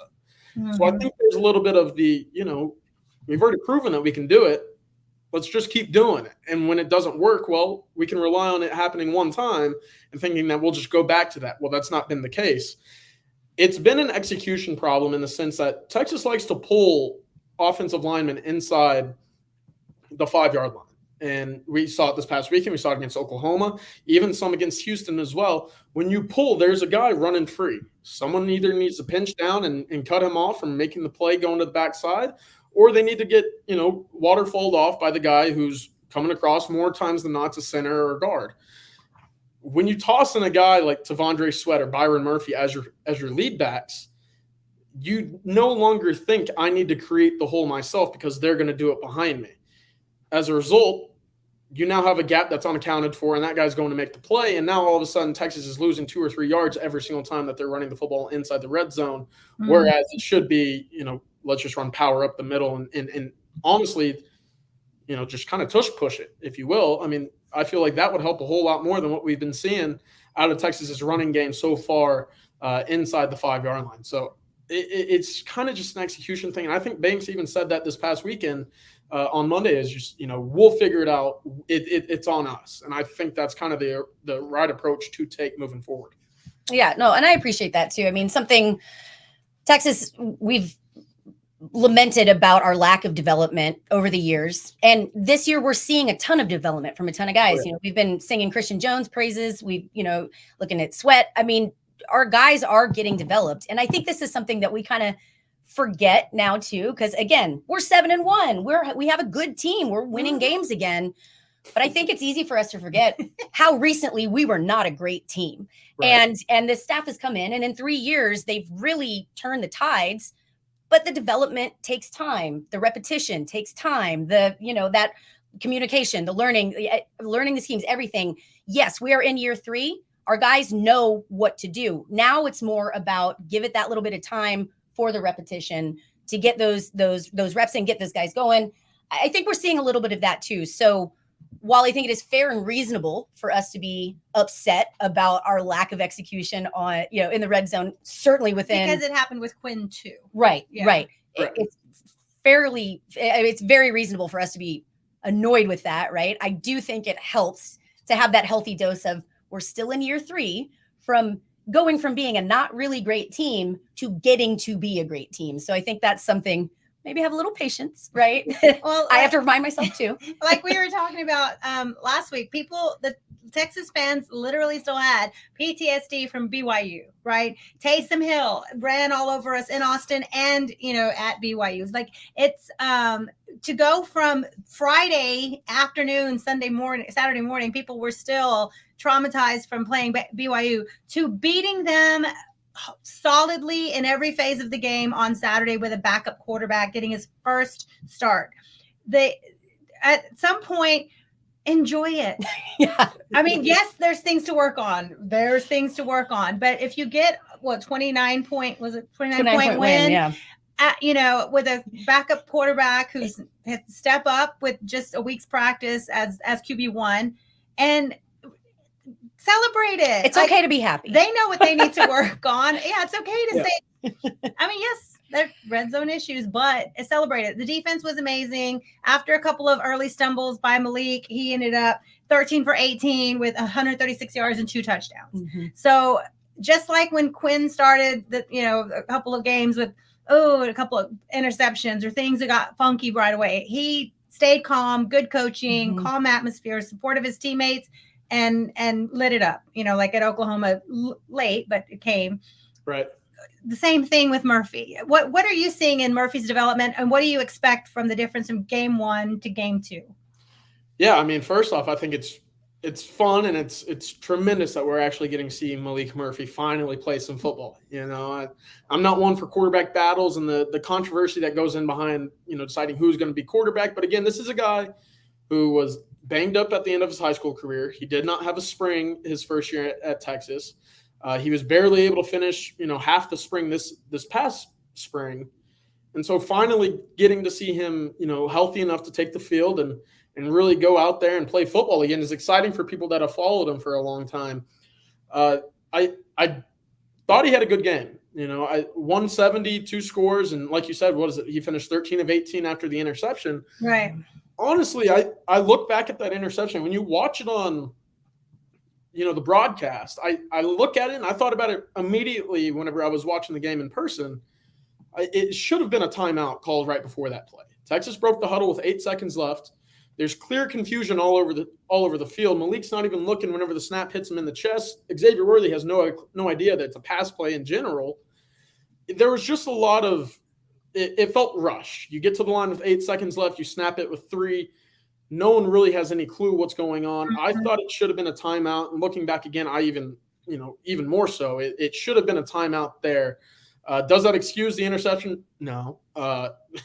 Malik has the biggest arm in the program. He should have thrown that 50 rows into the stands, And maybe that's one thing that this coming week he does differently. He takes timeout, or he throws it away, or if he takes a sack. Just keep the ball in our possession, Texas possession. Yeah, I think that's a good point. Oh, go ahead, CJ. Yeah, I was just going to add the one more thing of, going in from week 1 as a starter to week 2 is you kind of feel the speed of the game a little bit more. Sarkisian mentioned it in the postgame, or maybe it was Monday's press conference. The fumble that he had in the red zone, you don't get hit in spring. You don't get hit in scrimmages. That guy probably taps you on the butt as he runs by you and the play's dead. You don't feel that guy running off the edge and hitting you square in the back and causing the fumble.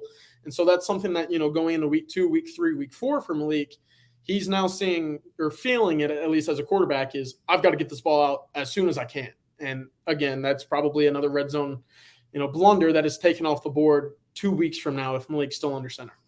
I would agree with that. Again, we all know that Malik obviously just became QB1, right? I do think that's we got to grant a little bit of grace with the communication. And like you're saying, the pace of the game. This was his first true start in a really long time. So having that awareness and having that communication with guys that really he's only been practicing with for a week and a half now. Yeah, we all knew that there were going to be some little hiccups, some little issues. I think overall, Texas handled things well. Yes, we saw some of those anticipated issues. We saw some frustrating issues that we've seen over the course of the season. But for the most part, I feel that the team really rallied behind him. Special teams absolutely killed it. Defense absolutely killed it to make sure that our guys game killed it. To make sure that our guys were in a good position to put Malik in the best position to win. And CB, yes, you say run Jonathan Brooks more and take the points. Sorry, guys, we're still experiencing some technical difficulties. We can't bring the chats up like we normally do. But I love that, CB. Like I've been saying this, like give Jay Brooks the rock, right? Like he's a patient runner. He's a smart runner. He's a tough runner. He's obviously proven that he can get shit done. So it's definitely, and let Jonte cook. I like that too. That's fun. So, all right, cool. Well, let's move on. We know we only have you for a little bit longer here. Again, we appreciate you joining us. Let's look forward to K-State. And it's K-State, not Kansas. It's Kansas State. Yeah, I know. K-State. I'm just messing with you. Yeah. So, the Purple Wizards, Texas is on a pleasant 6-0 run the past few times that we've played K-State. We've kind of gotten over the snake bit issue of the Mac Brown era. Curse. Yeah, the Purple Wizard curse. So we've got a 11 a.m. kickoff. I hate it. Sark says he loves it. Sark said he loves 11 a.m. Whether that's coach speak or not, it goes along with how they practice. It goes along with what they can plan Friday night. One thing it does not help, and you probably know this as a recruiting analyst, is the recruits that can't really come in. It makes it really hard to show off your game day atmosphere. What are you seeing with that with the 11 a.m. kick? I think coaches on the flip side actually enjoy it a little bit more because they get to spend more time with them after the game. And so whether you win, it's a big game. I think after the Alabama game last year, even though Texas lost by 1 on a last-second field goal, Texas had a great environment. Everybody in the world was there with their TV cameras, whatever. And then they get to spend, 4 or 5 hours after with the recruits. So fans don't like it. I personally enjoy 11 o'clock games because it gives you the entire afternoon and it's not 100 degrees at DKR. So that's going to be beautiful on Saturday. Yeah. It's going to be gorgeous. Yes. Yeah, it is supposed to be. So you're fine with 11 a.m. games? You think I enjoy it? The team is fine with it? I think 2:30 in Austin 6 weeks in a row is brutal. And I won't have it anymore when we go. Shall not have it. Yeah. Well, the good news is once we move on from the Big 12, it is highly unlikely. I don't know. There's another team playing at 11 a.m. while we're playing. There is, but I do think if Texas takes care of business, we'll get more favorable primetime later spots. 2:30s. 2:30s all day, every day. SEC, CBS game of the day or whatever they call it. I love it. All right. Yeah. Go ahead. All right. So, CJ, what are you seeing from K-State? We want to talk about looking at some key matchups looking forward. Let's start with 3 things. Like, what do you see as key matchups for Texas and for K-State for this game to go well? Yeah, I think first off, Phillip Brooks is an interesting guy. He was an all-conference punt returner a few years ago at Kansas State. He's now their leading wide receiver. He's a guy who has a lot of speed and can make plays in space. And whether it's, through the quick screen passes, which Kansas State doesn't really run a whole lot of, especially not compared to Texas. But seeing him with the ball in space is a little bit frightful. And more so, seeing him run down the field and testing the Texas secondary is something that I'm going to be very intrigued to see how that works out. Texas is, again, a team that has been susceptible to the deep balls. I know the safeties have caught a lot of wrath lately on Twitter and, and message boards and all that stuff as of late. So if he's really the lone deep guy right there, I think you have to like Texas's chances eliminating the deep ball. Second guy is clearly Avery Johnson. I think this is the guy. He's going to be the newcomer of the year in the Big 12. He had a 5-touchdown rushing performance not too long ago, I think 2 weeks ago. Tech. As a true freshman, finding the end zone 5 times in a season is a great thing. Doing that in one game is incredible. So freakish athlete, super fast, super athletic. I think Texas has an issue with him. Texas has been very good controlling the run. I don't think they've necessarily seen a guy that can move like him, that can also have the ability to pass the football. And we saw it a little bit against Oklahoma as well. Just the dual threat there is going to pose a threat if they open the book up for him to throw the ball as well. But otherwise, I think this is a game where T'Vondre Sweat can, again, start to dominate some football games on the interior. Whether he gets 30 or 40 snaps this game, it's going to be impactful one way or another. And again, I think this is a guy who's pushing for an All-American conference or, roster spot come the end of the season. And I think he's been tremendous for Texas so far.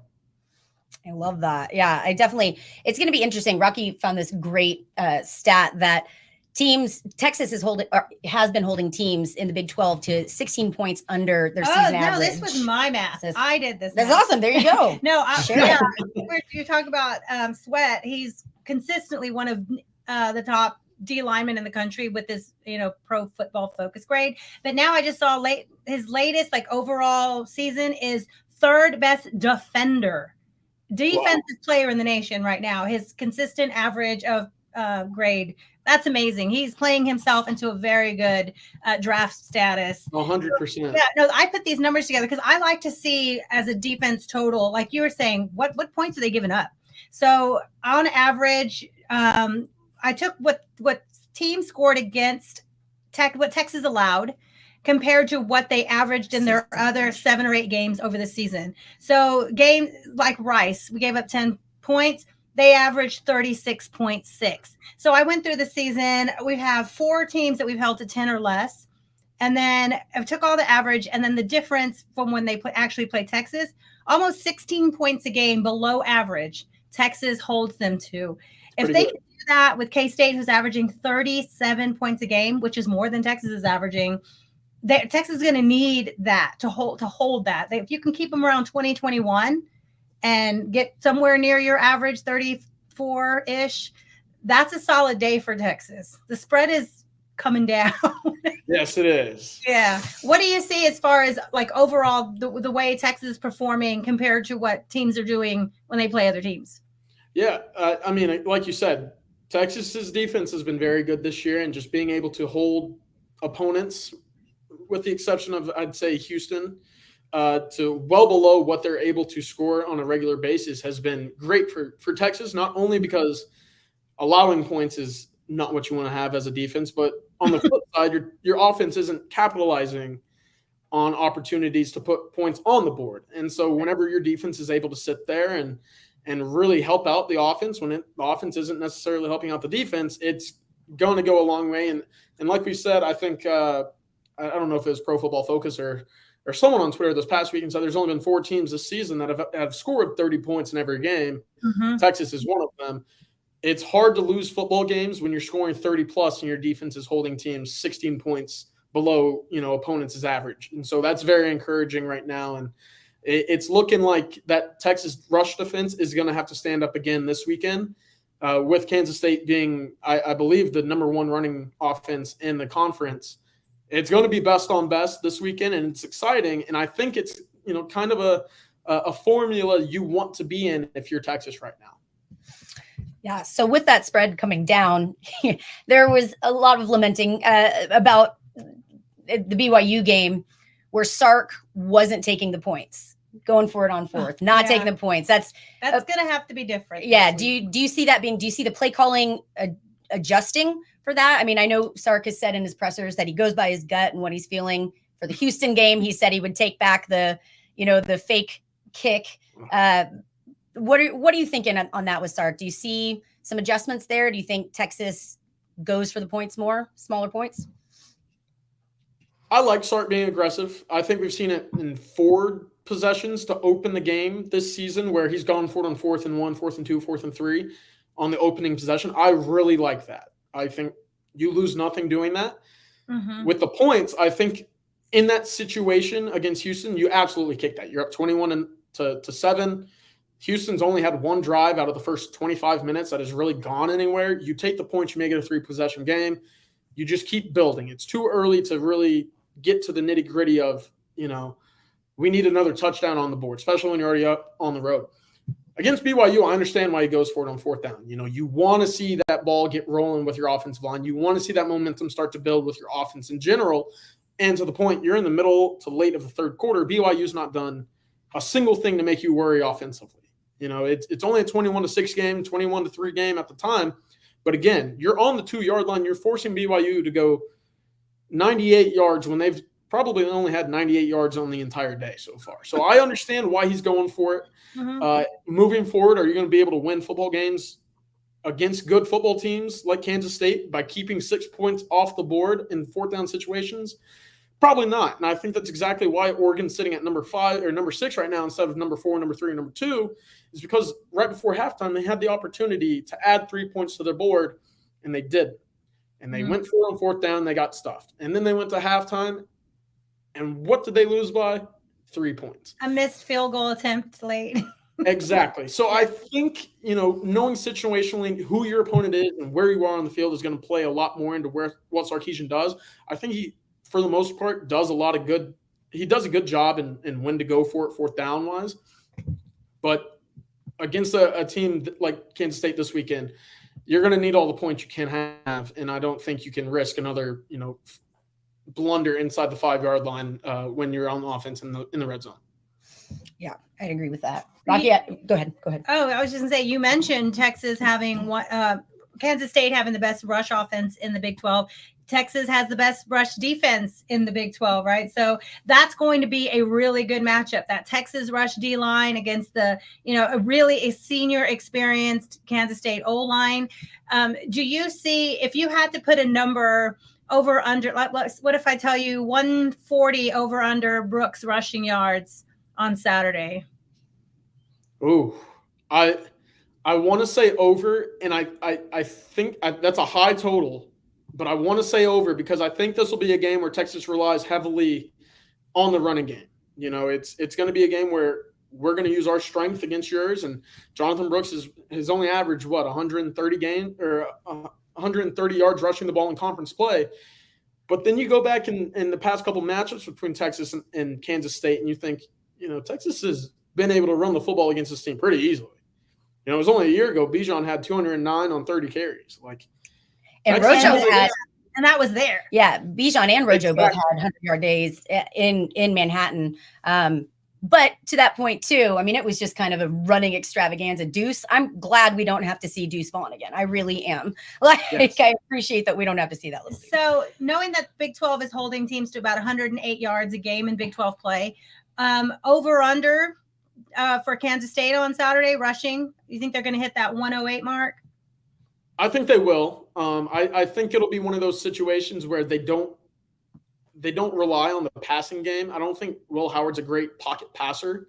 His numbers are fine, but a lot of that are when the play breaks down and he can use his feet to kind of escape and create. Texas, as we've seen so far against guys like Jalen Milroe, I wouldn't say Dylan Gabriel beat Texas with his legs in the passing game. Obviously, he did with his legs when he extended past the line of scrimmage. But when it comes to creating plays in the passing game with quarterback's legs, that's not been an issue so far for Texas. So I do think Kansas State's able to rush for a little bit more success than they have passing the ball. I do think this is a game where Jahdae Barron gets an interception because I think, he is. And this is a game where it's going to be quick passes, one read kind of situation, similar to Milroe.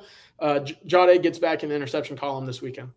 I love that. Okay. I love that prediction. That'll be good. So something that Kleinman said on Malik Murphy, you'd like to have more film and a bigger sample size. He's got a tremendous arm talent. He's confident. He's patient in the pocket. So he was giving a lot of credit to Murphy and talking about how dangerous he is. Do you think this is an advantage for Texas? Look, I'm not starting the quarterback controversy, but to that point, there isn't a lot of film on Malik, and the film that they do have is against a BYU team. Is that playing to Texas's advantage right now in a way that might help Murphy more than if Quinn were starting? I don't see it that way in a sense because Murphy's not as dynamic athletically as some of these other quarterbacks that you don't have a lot of film on. He's not a guy who you need to game plan for with his legs. And I don't think that his legs will be a factor in this game at all, really. I don't think Texas can allow him to get hit at all again. And with that, I think twofold, you don't have a lot of film or experience from Texas's perspective, knowing what he can do. Sark talks all the time about him going over the plays with Malik Murphy and knowing what he's comfortable with, what play calls he likes, what situations, yada, yada, yada. But you haven't seen that in more than just 3 scrimmages in the fall in a game against BYU. There's not enough tendencies there for Sark to rely on something that he knows behind the scenes that others might not know whenever they game plan against him. So that's interesting. But I don't see it necessarily being a whole, we got a hidden weapon back here that no one knows about, and Malik's going to be unleashed as a result. So I kind of press the brakes on that just a bit. Do you see it more like earlier in the season when Texas had back-to-back backup quarterbacks that, on the other side of the field that Texas went up against? And at the end of the day, Sark would say, well, the system is the system, and they may tweak the play calls or tweak, have a set of plays for this player or this player. It's still the coaches and the OC's system. Do you feel like that's what other coaches are seeing when they plan to play Texas? Like, it's Malik Murphy, and he does have a different skill set, but it's still Sark's system, and we have years of film on that building and evolving. With Malik and Quinn, absolutely. I think though they're different in stature and how they throw the football, their traits and skills are still very similar. They're both pocket passers who don't run the football very often, and they're precise whenever they take shots. I know that's going to cause some ruffled feathers whenever you talk about Quinn taking shots down the field or whatever, but the point remains, Quinn throws the most passes behind the line of scrimmage of any quarterback in the Big 12. He doesn't take – I think he's the second fewest in the Big 12 in terms of throwing passes beyond 20 yards.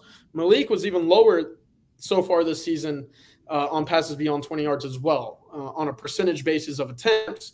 So I think what you're going to see are those kind of ranges average out to be pretty similar between Quinn and Malik when it comes down to, the total sample size that we see at the end of Malik's time playing quarterback this year. So I do think it's all about the system, and I do think it's all about whether or not Sark can get his guys open. And a lot of this should be much more JT Sanders over the middle of the field, like we saw against Alabama, like we saw against Oklahoma, and we saw it again last week against BYU.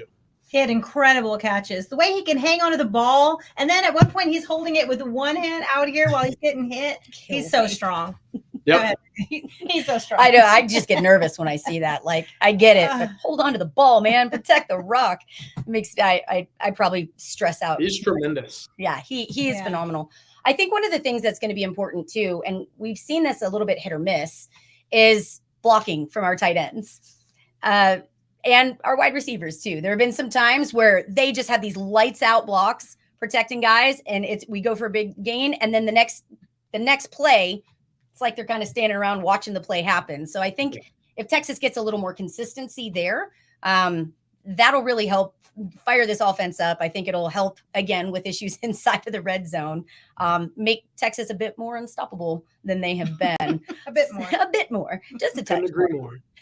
All right. So if you have, let's say, give me your key players for offense, defense, and for special teams. All right. Yeah. Offense, I think it starts with the interior. So I'll go with DJ Campbell. And can I do Hayden Connor as well? Yes, please. I want to say both of them. DJ more in the passing game because I think he's been a guy that teams target and stunts and twists. And then Hayden Connor, I think we've kind of lost a little bit of physicality from him in recent weeks. Get back to that. Texas runs for 150, 160. They should be victorious in that game right there as a result of a dominant running performance, and it starts on the interior. Defensively, I want to say it's going to be Jalen Ford. I know what that defensive line is going to do in the running game, but when they break free and when, Will Howard or Avery Johnson take off, who's going to be that guy to chase them down and ensure that those 5 to 10 yard rushes don't turn into 20 or a touchdown? I think it's going to be Jalen Ford. And I mean, we've seen it time and time again. When Texas needs a big turnover or stop or just big play in general, who's it been? It's always Jalen Ford. And so I think it's going to be him. And Special teams, I think this is going to be a game of field position a lot. So I'll go with Keaton Crawford and Keelan Robinson on punt as the gunners. So they've been tremendous this year, and I think this is another week in which Texas is really trying to bomb it deep and control the field position. It's going to be up to them to pin Kansas State pretty deep. I like it. I like it. Right, Rodney, we'll same probably question get for you. Another Trey Wise in our hit. Right. That would be nice. Same question for you. Who do you see as the three? Give me your key players. For I'm OD. I know it's easy to say Murphy Brooks, but I'm actually going to go with Baxter. He's healthy. We'll have that thunder and lightning going back again. I really like when he does come in, there's that spark. Brooks is amazing. He's running back one, but there's a reason Baxter won the spot after fall camp, and he was the starter for this season. Well, they had 1 and 2, 1A, 1A, and 1B, but he was out there first, and there's something special that's waiting for him to be healthy. And I think they're going to find ways to use him. And also Savion Red. I hope we have, like somebody mentioned, the Red Cat. Yes, he's getting more and more role each week, and it's efficient and it works. So let's do something in the red zone. Let's spread things out. He can throw. Savion, thank you. Yes, Savion Red can throw. He was a quarterback too. Like, there's ways to use it. So I'll just move on to there. I think stop the run, force Will Howard or Avery Johnson to throw, contain them. So I'm going to go with that with Sweat. I think he's going to, again, be the monster he is. Special teams, I feel like this is going to be a tight game, so I'm going to have to go with Auburn for a key kick. Okay. Maybe right before the half. Maybe, hopefully not to end the game, but if we need it, I'm going to go with kicks or points or a premium against K-State. So those are my three. I love it. All right. Thanks. All right. So we've got you for just a few more minutes here, CJ. We're going to get your thoughts, and right before you take off, we'll get your predictions. We're going to get your prediction. Yep. Do you have something? No. Okay. Thanks. You're good. So if we're going to flip the script here, what three things have to go really, really wrong for Texas? We need your three to players. Lose this? Oh, you want my three players? All right. Yes. I thought you were about to give us yours. Oh, okay. Well, they're going to be a little boring. Again, for me, it's going to be on offense. It's going to be Murphy managing the game. I don't expect to see a huge, crazy game from him, but if he can stay relatively mistake-free and keep his mistakes to a minimum and small, I think we see the team step up around him and support him again. So I want to see a clear head, smart passes, manage the game well, be more aware of the clock, understand if you're having communication issues, it's okay to take that break, take that time out. Right. So I'd really like to see that from him. With defense, I hate to be this guy, but Sweat is my guy for sure. I think if he can get in there and just be the beast that he's been, let's cause some pressure. Let's get their QB under pressure and force him to make mistakes, right? Mm-hmm. Have the mistake football. I think Sweat is the guy that can get in there and do that. I think we'll see him be really successful. So I think that's really important for Texas. And then special teams, man, I'm going to give Worthy his props. Okay. Like I have said for the season, I didn't love him back there. He looked uncomfortable. I'm going to eat crow on that. I'm going to say, I'm giving Worthy props where the coaches trusted him. I mean, even Worthy said, I've never been back there. I didn't know. And I think that was pretty obvious, early on in the season. So it was really great to see him. I felt like BYU was really the first game that he wasn't overthinking things. It's there a few times where he saw him muff the punt or fumble. He was trying to oh God, here, I'm going to catch it. And then I've got to do this. Right. BYU felt like that was gone. That was a thing of the past. So hopefully that's the new, we haven't had a punt return in 5 years. Right. So Texas has not had a punt return since 2017. So it's 6 years, 2017. Yeah. Was that Reggie Hemphill Maps against Maryland, or was that a kickoff? Do you know who it was? I don't remember. Yeah. I just saw the little stat that said not since 2017. That sounds maybe Hemphill sounds right. But again, to that point, special teams has made such a huge change. I love what you said earlier, CJ, about a good special teams team shows the coaching is there. It's excellent coaching. And we're seeing that come through. I mean, even game to game, we've seen a lot of improvements. Early in the season, we had some question marks. But for special teams, I'm going to give Worthy his props. I'm going to say, thank you for proving me wrong. Keep up that confidence. I think if he plays that way, we're going to see maybe even another return. Yeah, it could be a nice kick return. Keelan is so close. Mm-hmm. Yep, he is too. It's coming. All right. So we'll wrap up what we're looking forward to.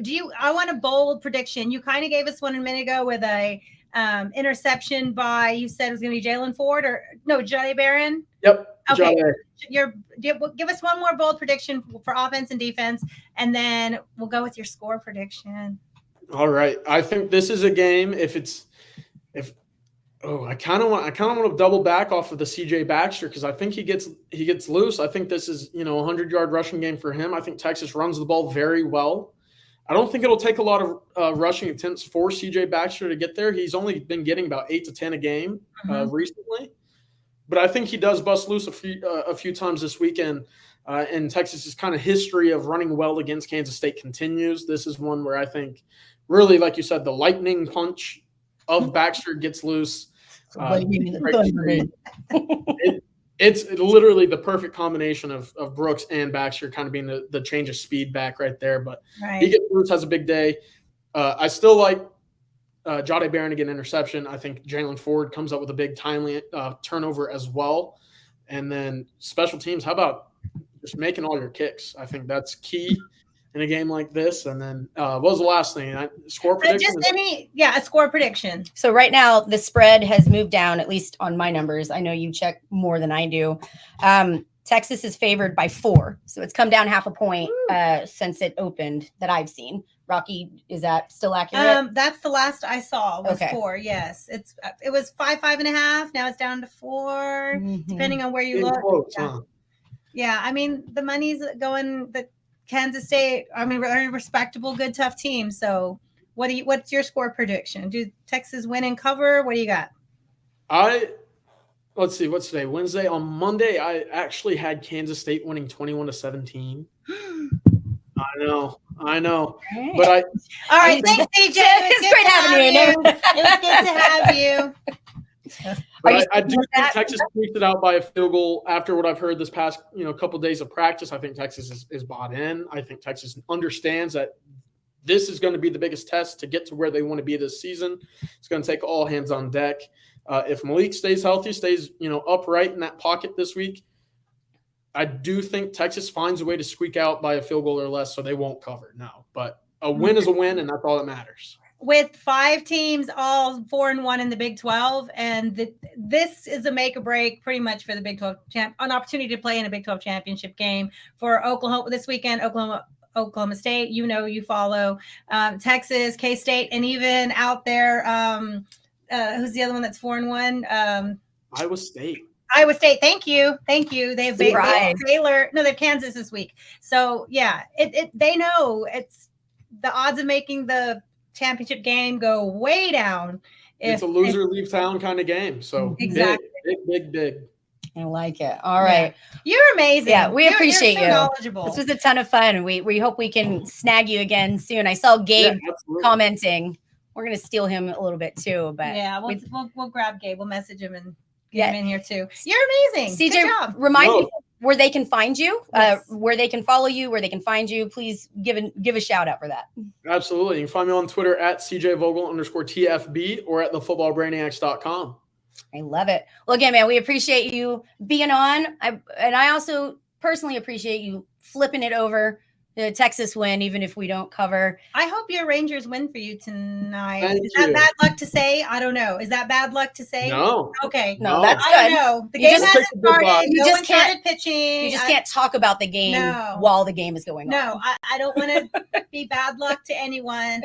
Good luck to your team tonight. All right. Well, thank you. And thank you again for having me on. This was a blast. Y'all do a great job over here. Thanks, Thank CJ. you. Appreciate you. All right. We'll talk to you soon. Take care. All righty. All right. Bye. I hope we don't all lose. Okay. We're Yay, safe. look, there we You go. never know with the. I know. Anyway, so Megan, it's almost Is it time? it's happy hour. Well, we've like got just now. We've got to explain. Yeah, we're gonna explain something to you. So Richard had a doctor's appointment, and he just messaged me that he's home in time. So I have like little clip-in hair that for my little costume, so it's all funky.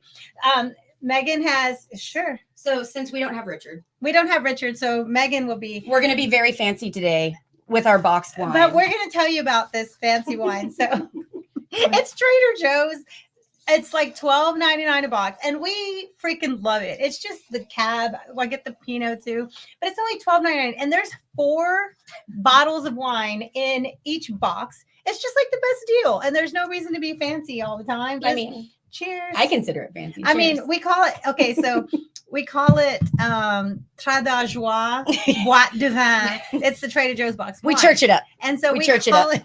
And so Richard's mom, she's really sweet, and she likes, nice wine or whatever. And so we gave her this, and she was like, "Oh, it's so good, it's so good." And we're like, "Oh, it's the Trader Joie." Yeah, we Boîte definitely de did not Vin." tell her it came out of a box.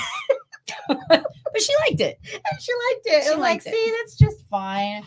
It works. All right. So we kind of got rushed in the beginning of the show at 3:00 because tech issues or whatever, but we got it all going. We're fine. So let's catch up like we were going to catch up at the beginning. Let's do it. So this past Friday, I'm in my Day of the Dead, Dia de los Muertos. Today is All Saints Day. And you are... I mean, is it not obvious? Come you on. are a Longhorn. You're killing me, Smalls. Yeah. Yeah. We're going to dress up a little bit, but we had fun over Halloween. Yes, Friday night we did the Hispanic alumni event at the Alumni Center. We'll talk about did I dance? CB. So since we can't put the comment up, CB asked Rocky, "Did you do the dance yesterday?" Dressed as Miraculous. That one. No, where she goes like as that. Wednesday. Yeah, as miércoles. Yeah, I was Wednesday yesterday. Megan, you were Weird Barbie. That was fun. You did such a good job. But I was born for that role. You were born for Weird Barbie. So we went to the Hispanic alumni event. It was really nice. This is really cool. So the University of Texas is the #1 Hispanic serving institution in the country. Yeah. Which is huge because there's a lot of great schools that really, cater to and recruit us Hispanic students like UTSA and Texas State and, all the schools around all over. There's schools around California New Mexico that really target Hispanic students. And the University of Texas is number one. Yeah, that was I was pleasantly surprised. That was a cool. Yes. And they have a 95% retention rate. Freshmen coming back and staying in school. Yeah. That was amazing. Year 1 to year 2 retention. That's a great stat. That's a big deal for any school. demographic, and especially when you have so many first generation students. That's huge. So good job, Hispanic Alumni Association, and they help by scholarships, and they had a really fun event, and they had bingo, and we were talking last week about, is it rigged? And one person won twice, but we're not going to call it rigged. No, there were a lot of winners. No, there was some wonders, but one guy won twice. How lucky was he? Just really lucky. Really lucky. Yeah, I love it. You could be lucky because you could meet Ricky Williams on Friday. That's right. At Covert. Yep. Covert Ford. So Bee Caves. Yep. Covert and Bee Caves, which is kind of towards Lakeway. Bee Caves, Texas. Yeah, I have it. Right here. Let's just talk about it. Go ahead and talk about Covert and BK. Bring So it in. if you want to go out to Covert, they're a family-owned group. They are an automotive dealership that have been in this Austin area for 100 years. They are committed to high-quality selection of new and pre-owned vehicles, outstanding customer service. The venue out here at the Bee Caves, Covert Bee Cave, it's beautiful. Gorgeous. It's new. And when you go this Friday to meet Ricky Williams, it's lunchtime, 11 to 12. Check the Texas Sports Unfiltered Twitter for the exact times. They give you lunch. They have all these free sodas and juices and things. And it was good lunch. It was tacos and barbecue. I don't know what it is this Friday, but the lunch was gonna really be great. good. Yeah. And so you'll get to meet Ricky Williams. Anyway, while you're out there, you can walk around, look at the Buick, GMC, Cadillac, Chrysler, Dodge, all the nice vehicles. Jeep and Ram. Yeah, you've talked about maybe doing a Jeep in the future. Yeah. Breaks my Bronco heart, but I know. But they can get you taken care of. Speaking of Jeep, this is a great story. And I brought the little picture to show you if you can see. There we go. This is Ricky, me, and my husband. So we went to this is Richard playing. You like our very high tech. This like is very high tech. In. I could upload it, blah, blah, blah. Except we don't have access. access. I can't access it. But anyway, so we went to a fundraising event for Texas golf something. And my husband was in the group with Ricky and they played golf. Okay. So we're walking the course. And at one point he says, we come up to a hole and they're giving away a car and the hole in one, this beautiful, whatever car it was. They're giving away a car. And so Ricky Williams says, I won a car once. Like, you want a car? And he's like, yeah, Pro Bowl. I was MVP of the Pro Bowl, so I want a car. Like, wow, that's pretty amazing to win a car. Yeah. And so we kind of talk, and they're like, so what car do you drive now? He's like, that car. That's awesome. I know. It was a Jeep. He won a Jeep for MVP of the Pro Bowl. So that's a pretty cool story. Anyway, I brought the pictures to show y'all. But y'all can take a picture with Ricky. It'll be a digital on your phone, not printed like this. But anyway, y'all can meet Ricky Williams. That's a big get. That's a big get. Really cool. Really cool. So definitely come check out the beautiful campus for Covert Bee Cave. Look at some new or wonderfully pre-owned vehicles there if you're in the market. But come on, y'all, come and meet Ricky Williams. Like, that's pretty cool. You don't get that chance very often. That's very cool. Legend. Legend. Absolutely. So before we jump into, we're going to talk a little more Texas. We want to look over some of the games in college this week. Yep. But before we do that, I would be remiss not to give my Detroit Lions some props on Monday Night Football. Monday night. That was right? They played so well that the Raiders fired everybody. Look at that. I mean, not that the Raiders were terribly great. I think they're 3-5 on the season now. I know, but that was the but nail I'll take in the their dub. coffin. I'll take the dub, and anytime you can get somebody fired, that's a good job as a team, right? I don't know. You Is put that the nail in the coffin? Is that our benchmark? The Yeah. Raiders. Sorry to our friend Paulo, who's a big Raiders fan, but he is. But that's okay. I was polite during the game. We were texting. No. But I was polite. It was a good, polite. solid win. The Lions looked great. It was a bounce back win. You kept feeling like, this is where we blow it. This is where we blow it. I'm burned. I've been a Lions fan. Megan, your team's gonna win. I've been a Lions fan far too long. I've watched them lose games that they should have had with Justin Tucker 66-yard freaking field goals in the last second. So I was happy to see the Lions bounce back after a couple of perhaps not so great performances. Yeah, well, my Titans won this week with the backup quarterback. They did, and so which you're happy about. Which I'm happy about, because please let Tannehill go to the Bears or somewhere else. Why would you do that to Rojo? Why would you do that to Rojo? Go somewhere else. Go somewhere. I heard Minnesota. Oh yeah, poor Minnesota. Cousins. Yeah, he had surgery, the Achilles surgery that went well. Yeah. But I hope they said maybe Colt McCoy. Yeah. There. So anyway, just the Tannehill. Tannehill had his moment. He did a few nice things over the years, and I'm good. But still not a fan. I'm done. I'm done. You good? Yeah. So we have young kiddos, and I want to see them play. And they're starting to back up on again Thursday night because he did so well. Thursday night, good times. Yeah. All right. You guys have played a couple Thursday night games now. Feels like we're always Thursday night because I'm in class. Right. So this hour we're rolling. We have top 10 sports stories. So it's just like last week, all over the place, all the fun things that we want to make sure we talk about. And then we're going to pick our games against the spread, college football. We have good stories about women in sports. We have our rants, but we can't play the music, but that's okay. We'll get through it somehow. Right. That's all right. And then we'll let you know what's going on for the weekend. And Stephen, yes, you didn't realize that St. Brown had strep throat. Yeah, he'd been fighting through that. So it was good. I mean, he's been incredible. Yeah. Sorry. So no, you're good. You're good. I was just going to say, didn't Mahomes had struggled, but didn't he have like the flu all week and then he had to get out there and play? Mm-hmm. Yeah, strep. Yeah, it was. Oh, no, I'm talking Mahomes. Yeah. That was a rough game for them. Do we have that? Yes, they did beat Atlanta. Thank you. Is that something we have on our conversation? It doesn't look like it, so I'm going to bring this up. Well, go ahead. The Chiefs lost, which I don't care one way or the other about the Chiefs. I know our dear friend Kelly was pretty upset. I mean, I love Mahomes. I do too. Yeah. I actually really do like him.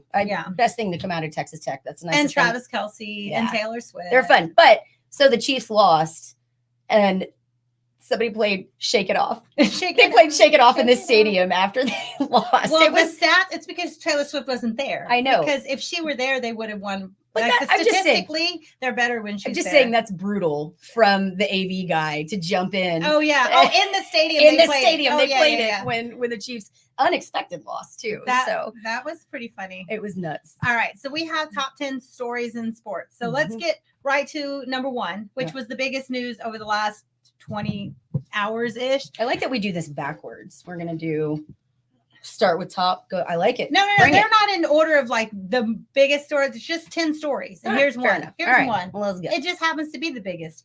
College Football Playoff Committee rankings are out. Everyone's fine with exactly the way they came out. Nobody has an issue of anyone being ranked ahead of other teams. Not a single complaint. Everyone's happy with the format. It was very clear on what they're looking for. And I'm sensing a little sarcasm here, just a little bit. There's no way to rank 25 teams and have everyone be happy. Right. Yes, what have you done for me lately? Also, you beat so-and-so, but then you beat so-and-so, and your win looked better because so-and-so's now ranked this when they were that.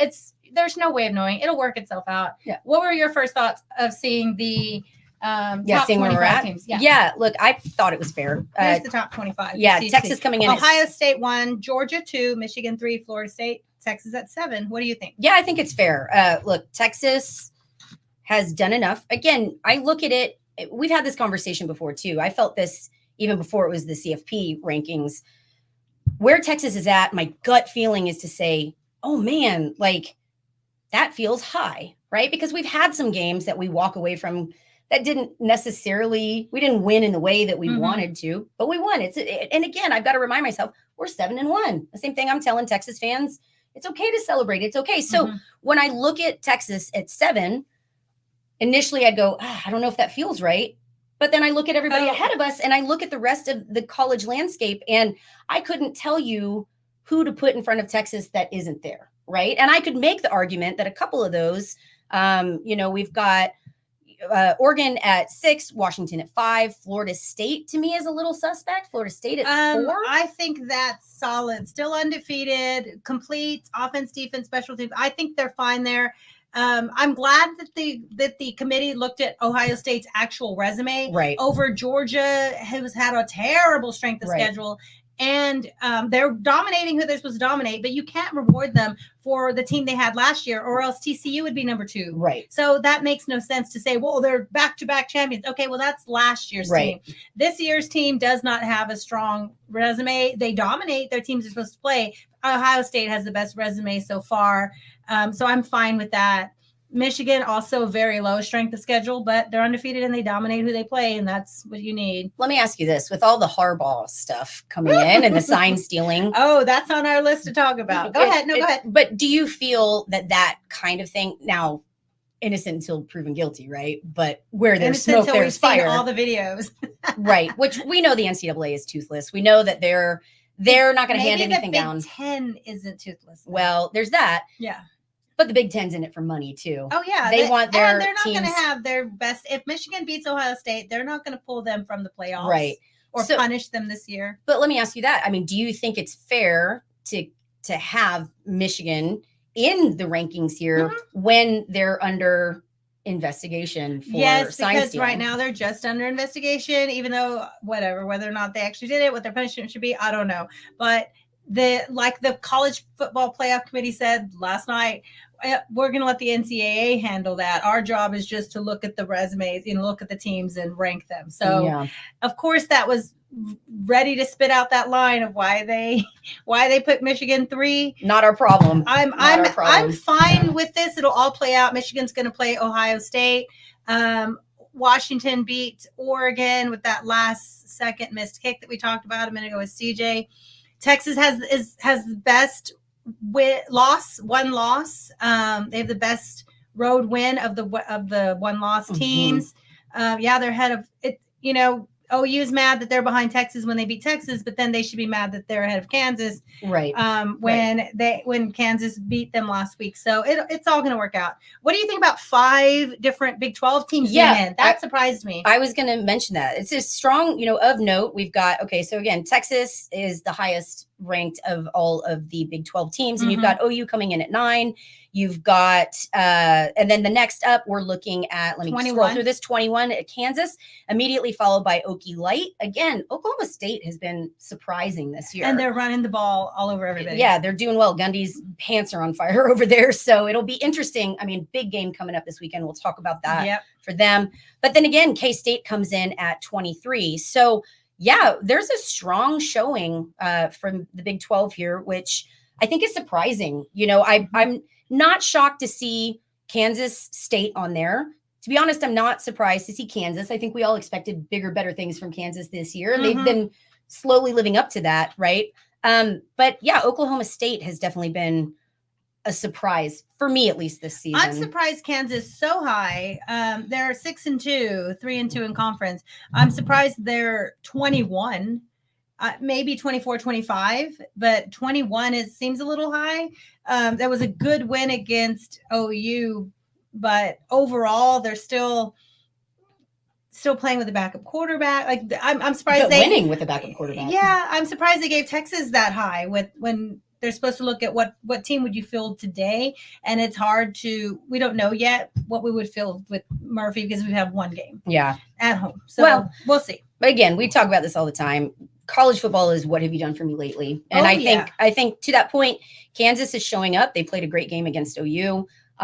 K-State had that dominant win against TCU last week. So K-State, I would flip K-State and Kansas at least. Okay. I think we'll see. Have K-State and Kansas, they haven't played each other yet. They will. Farmageddon, right? Yeah, that's coming. Mm-hmm. I could see K-State just wiping the floor with Kansas right now. I don't know. Right. Why is USC so high?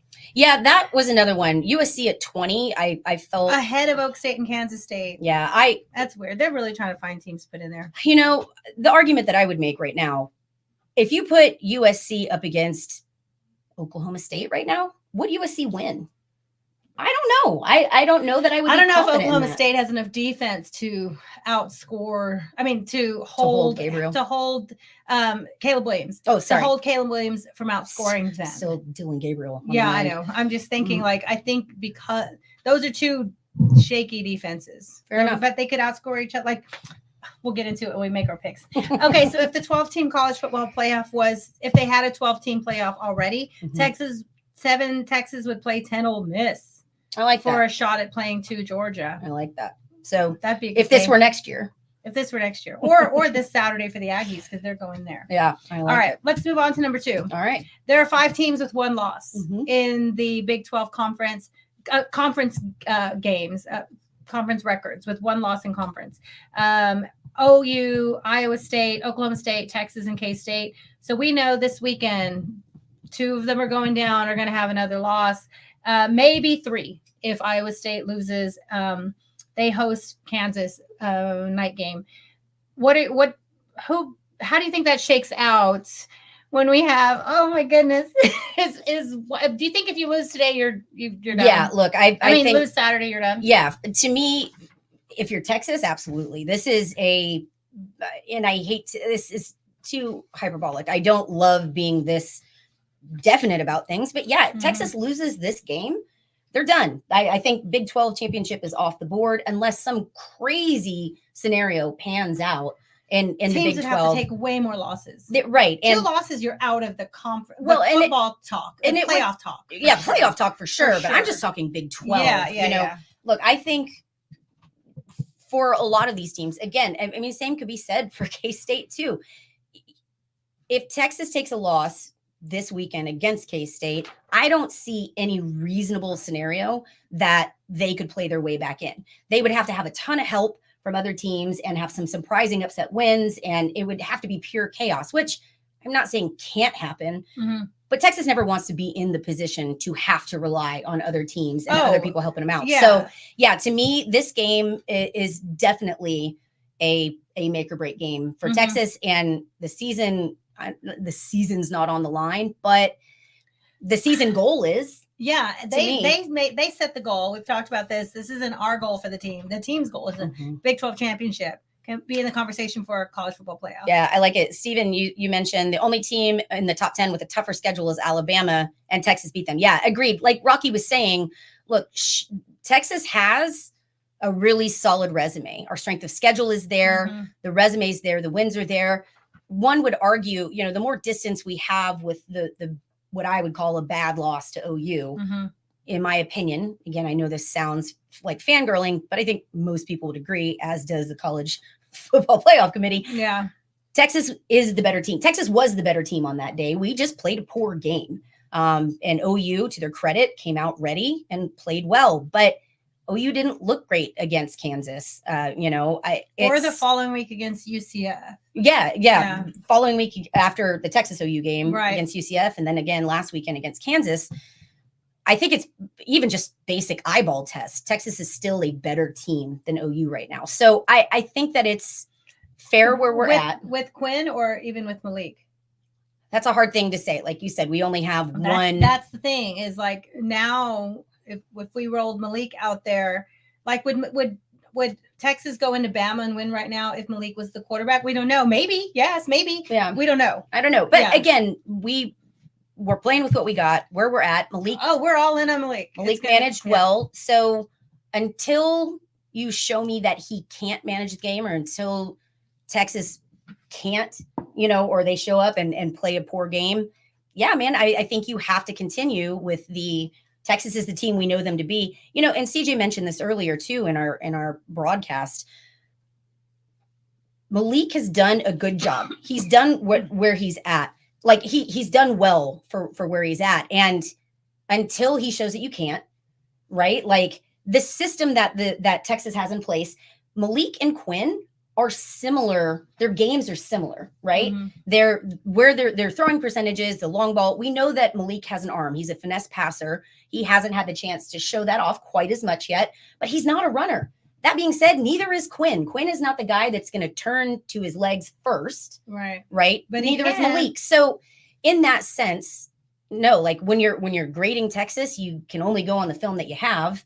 And more so than some other teams that are running their backup quarterback, I think Texas with Malik and Texas with Quinn still runs a similar game, right? You're not completely changing the game plan. So I think there's that. Yeah. So if Texas, this game against K-State on Saturday, if they win the game, they have a 74% chance of making the Big 12 championship. This is according to Cape Ford ratings. 74% chance of making the championship game. If they lose, it goes down to 26. Yeah. Same for K-State. If they win, they have a 77% chance of making the championship game. If they lose, 28%.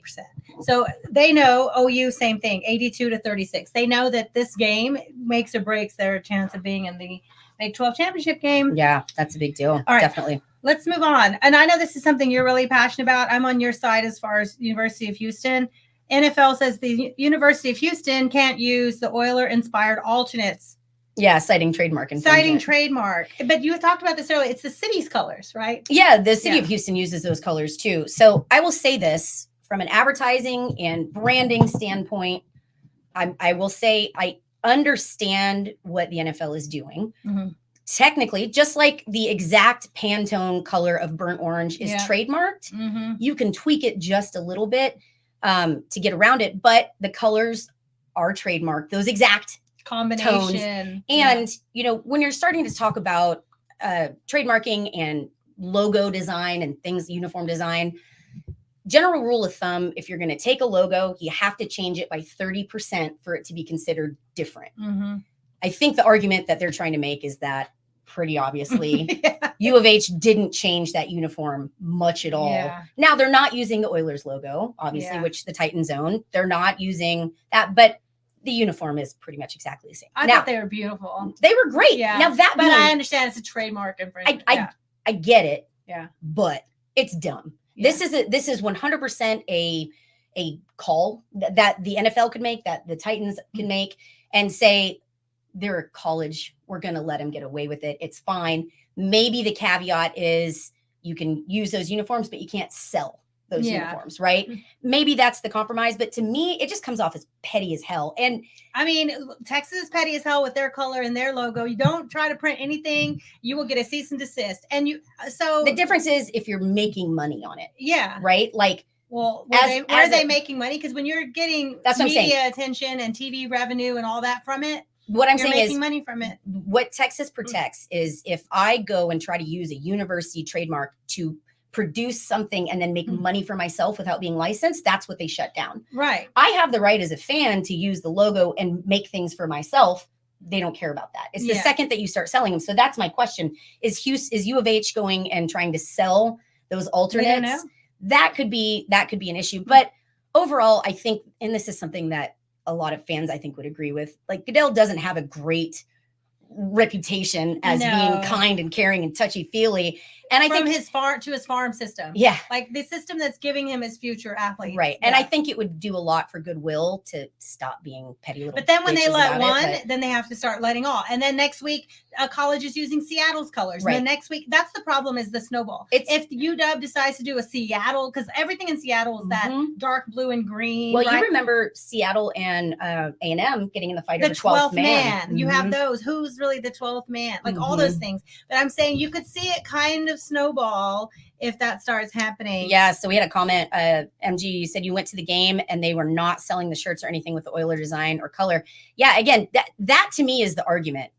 If the school goes out, now maybe the other part of it was U of H didn't ask permission, and maybe it could be Maybe they've been warned before and they went ahead and did it, or they were told they can't do it and they went, I don't know. If it was a thing that U of H came up and said, hey, Titans, hey, NFL, we'd like to do this as a special thing. Do we have permission? Now, I also And they understand said the no. philosophy of it's better to beg Ask forgiveness than permission. ask permission. Yeah. So I again, well, Houston needs all they can get because they are dead last in recruiting of Power 5 teams. Dead last. but again, the argument is like They need all they can get. the Oilers look, the Oilers brand, the Oilers, those colors, that uniform, that means something to the city of Houston, where Mhm. I don't think it means anything to the city. Well, I mean, the franchise is the franchise. They I get own it. So again, logically, I can make the argument and I understand it. I still think Yeah. it's bullshit. So All right, I'll let you introduce number 4. all right, Texas Rangers at Arizona Diamondbacks. That's a big deal. Yeah, game 5 is tonight, 7 p.m. on Fox. So Texas is favored. We know that BK is at that game. Brad Kellner, good luck. Yeah. CJ Fogel, big fan, good luck. Yeah, we have a lot. And I'm going to say this. I think y'all know I'm an Astros fan, but I'm also the person that's from Austin, right? Like I'm not from Dallas. I'm not from Houston. So I'm Astros, then Tigers, and then I cheer for the Rangers. Like I don't have Oh, a I'm happy problem for them. I don't have a problem with the Rangers like a lot of Astros fans do or Rangers fans have with, the Astros. I hope they do well. I'd like to see them succeed. I mean, good for them. I have a lot of friends that are Rangers fans. So yeah, but big game tonight, Mhm. obviously. That will be 7 o'clock, 7:03. Yep. So potentially, they could take it all tonight. So Mm. it'll be fun to watch either way. Lots of people going to the game tonight. Absolutely. That'll be fun. Good luck, y'all. But you don't talk about it. No, don't when it's talk about happening. it during the game. Once the game is started, don't talk about it. I love it. All right. Okay, so let's Lane Kiffin. We'll come back to that Yep. in a second. So Lane Kiffin, he's always good for a soundbite. Yeah. He likes to troll the teams. This week in his media, because he's the coach of Ole Miss. They have Aggies coming to them on Saturday. They're ranked number 10 in the country, and he said that they're going to go up against a team that you would think would be top 10 with their roster, but they're just trying. Their goal right now is to get bowl eligible. Throwing out Coach Fisher's Jimbo's words right back at him that they're just trying to get bowl eligible in year 6. Do you like it? I mean, where's the lie? You would think they have a top 2 or 3 or 4 roster in the nation. Mm-hmm. Why are they not a 2 or 3 or 4 top team in the nation? Yeah. Look, I get the argument. Texas for years had some pretty great Oh recruiting yeah, we classes. had tons of great roster and we were not. But coaching had to go. I don't always agree with Lane Kiffin. You are absolutely right. He is wonderful for a he's a soundbite. troll, yeah. And he is. Petty is his favorite color. And it looks good on him. It does look good on him. He's good at it. I'll say that much. That's for sure. Embarrassed. But yeah, I mean, listen, but exactly. Bulletin board. It is, but we've talked about this before too. Does Jimbo Fisher give a shit? Again, like what does he have to lose? He's the one who said we're just trying to be bowl eligible. Right. So, I think that's fair game. If a coach throws that out there, especially with the expectations that A&M had coming in, Lane Kiffin's going to take advantage of it. I think it's fair that he comments on it. So I'm here for it. They beat the Gamecocks at home. We're going to pick that game in a minute when we pick our college football games. I like it. All right. Keeping with A&M, Mhm. one of their big 5-star defensive lineman commits, Mhm. Dominic McKinley, who has said he will be back at A&M next weekend for Mhm. their home game. They have Mississippi State the following weekend. Mhm. So him and his brother are invited to Texas this weekend. Again, with that 11 a.m. kick, it's hard for anybody to get to Austin when they have a game, maybe Friday night, a high school game, maybe Friday night or whatever. I have a feeling Texas will find a way to make it work. I don't know. Maybe there's a plane coming that way that Don't know. has an extra seat. I don't know. What do you think about if right now Aggies are 5-3. If they end up 5-5 over the next couple games, do you see Texas taking advantage of these recruits who are in this? Yeah, absolutely. I know LSU's already taken advantage. Listen, I mean, it's flip miss already for A&M at least. We've seen some decommits.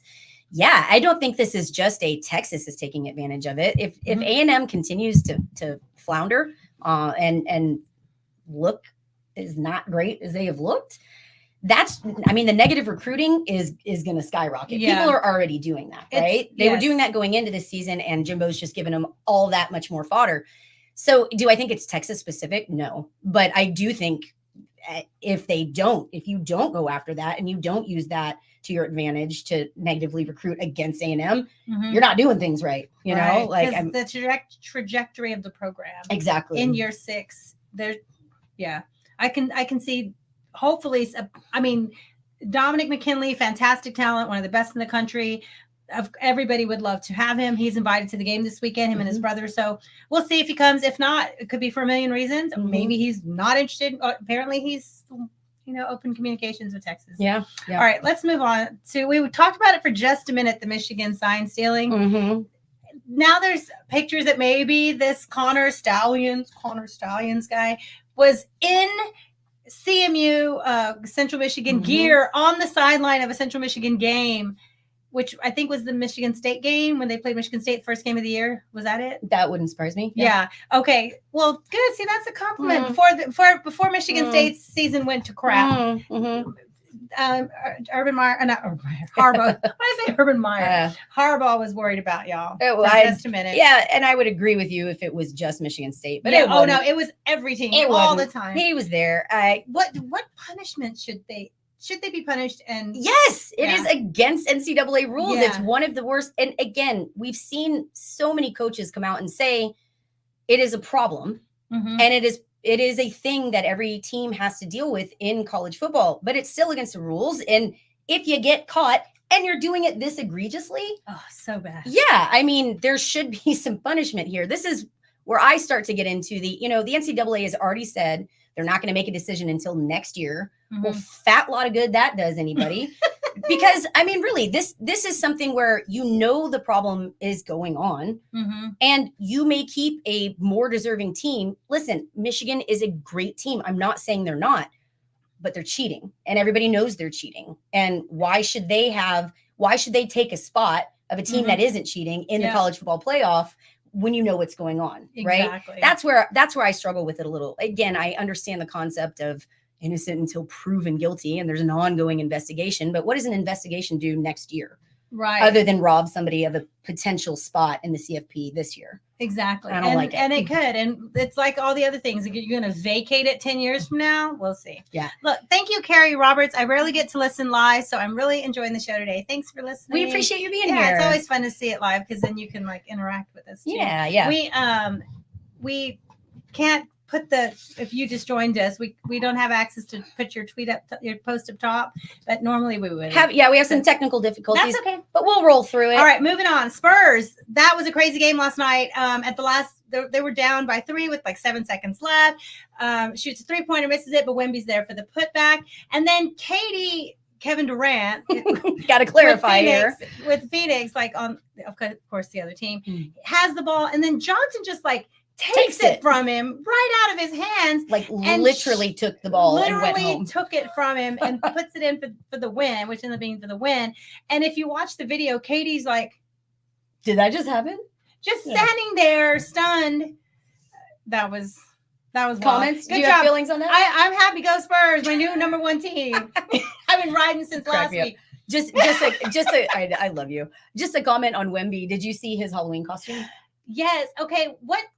He was Slender Man. He was who? Slender Man. Okay, I don't know who Slender Man is. Because you don't watch movies ever. Yeah. I don't know. Who is? I know I've seen the character. Yeah. What's it from? It's just it was a thing, like a movie that came out I want to say like 7 years ago, somewhere around there, where it was just creepy and it became this phenomenon. Oh, see, I've so he's seen the it, but creepy I don't know character. what it is. Yeah, so he's the creepy character, but like dude is over 7 foot. It was perfect. Oh, it looked so he had good. the white bodysuit on that covered, so he didn't have any features. And then he didn't know what his churros suit. were, and then he said later in his press conference that he actually does know churros. He just couldn't Couldn't of it make at the time. connection. Yeah, Well, good he for lives in San Antonio now, so he's going to learn churros. I love it. Flavor Flav's national anthem. Did you hear it? I heard about it. I didn't watch it live. Actually wasn't that bad. I mean, at some point was it like Roseanne Barr bad? Oh no, not at all. He actually was legitimately trying to sing. Mm-hmm. He had an okay voice, better than okay. Mm-hmm. You can tell he practiced and trained for it. It wasn't that he was being disrespectful. Mm-hmm. At some point, we're just gatekeeping the anthem to elite opera singers because it's such a hard song to sing. It is a hard song. And there's a lot of people who want to sing it and try really hard. And I thought it was okay. It wasn't Whitney Houston, but it was okay. And for him to get so much backlash. Well, he got the words wrong. There's that. Well, he did say to the something, yeah, to the pair or something. Yeah, like that. I mean, he got the words wrong. There was a few, but overall, I think it was a genuine effort. Okay. I'm not saying like vilify the dude. Yeah. People but at are the same so time, hard I on will him. still make the argument that like there are better singers, unknown people that would have been better to go there, like especially if you don't know the words, man. And I get it, you're nervous, you're under pressure, fine, but I just don't understand. He missed a couple words, but I think overall, for the hate he's gotten, I thought it was a genuine. The internet overreacting? That never happens. I thought it was a genuine effort. And he said it was a bucket list item that he can't spend his life worrying about what other people think. Oh, and that he's handled it well. But again, my only argument would be, I'm sure a lot of people would like to have that platform. Why was he the one chosen? You know what I mean? That's all. I know. But I mean, there's literally 100 sports events every week, 200 maybe every week. Opportunities for people to sing the national anthem. All right. There's plenty of opportunities. That's fair. All right. Number 10. All right. You want to kick us out? So we mentioned this earlier. If y'all are just joining us, please do not forget to come join us out and the whole TSU crew. Texas Sports Unfiltered. Unfiltered, yes. Join us out at Covert Bee Caves this Friday, where you get the chance to meet Ricky Williams. He'll be out there chatting with people. Mm-hmm. You get Take free pictures. Yeah, you get pictures. You get free food. You get drinks. Non-alcoholic. Really good flavored soda kind of thing. Yeah, but it'll be awesome. So if you guys haven't had the opportunity to check out Covert Bee Caves, it's a beautiful campus, a lot of really great vehicles out there, and you get to meet Ricky. Like that's super cool. So cool. I'm excited about that. That's so like it'll be a lot of fun. And Schultz's Saturday morning for the pregame. Texas Sports Unfiltered has you covered pregame too. Iconic Schultz's Garden. There will be set up there, so you can come meet the Texas Sports Unfiltered people and get ready for the game. It'll be fun. All right. And if you don't have the chance to make it out to Schultz's this weekend, you're going to be watching Texas and looking for a place to watch, y'all just call AV Consultations. They've been around Austin since 1988. They've been around for forever, and they take care of Central Texans. So whether it's a home theater, a man or woman cave, a she shed, whatever you need, or even outdoor security, home security, they will get you taken care of. They are, don't spend your money and your time like looking for a place to watch the game when you can make your home the best place with the best equipment. So give AV Consultations a call. It is 512-255-8678, or check them out online at avconsultations.com. All right. Good job. Yeah. You got to get hooked up. I did. All right. So we have college football picks now. All right. Are you ready? I'm ready. I think I'm ready. I always think I'm ready. I don't know how we did last week, but we don't have to worry about it. I'm sure we were great. Well, we don't need to dig it all out. That's right. Let's talk about the games this coming weekend. It is week 10, big games. There's some good ones that start clearing up that picture of who's going to be in the football playoffs, right? Mm-hmm. So this one is not affecting the college football playoff, but it's still football on a Thursday. Yes, but Thursday there's games every night. But let's talk about Fox Sports 1, Big 12 matchup. TCU, who was in the college football playoff last year, at Texas Tech. These are two teams that are 2-3 in conference, and Tech is 3-5. Everything runs through Lubbock. They're actually favored by 3.5 points. Tech. But this game is 50-50% win chance. Whew. All right. I'm going to let you. Do you want to pick that one? Yeah, I'll pick that one. Okay. Listen, I I have not seen anything from Tech that tells me they're going to win this game. I know they're playing for pride at home, but frankly, TCU's been a hot and cold team. I know that they had a butt whooping last weekend. Can they recover from that? I'm going to take TCU on this one. TCU on the road against Texas Tech. I just don't think old Joey is going to be ready for TCU. So, yeah, TCU takes it and obviously covers. How about you? I think Texas Tech is actually building a little bit of a run game. I think they're going to rely on that, even though they're on QB3. I'm going to say they actually win and cover at home. TCU doesn't have an identity. I'm going to go with Tech covering and winning at home. All right. And you had what? Who? I'm taking TCU in this. To win outright. I win outright. Yep. All right. Let me make sure that I mark that you picked TCU. So we can forget to check this next week. Yeah. All right. I like it. We don't have to pick it. We don't have to pick this game, but I just wanted to let you know Wyoming, who was on a hot start and then met Texas and then has stumbled a bit. They're hosting Colorado State. Wyoming by 7 on this one. Yeah, I mean we don't have to pick it, but hopefully Wyoming bounces back. Yeah, I don't see Colorado State coming in. Again, they're still a 5-3 team.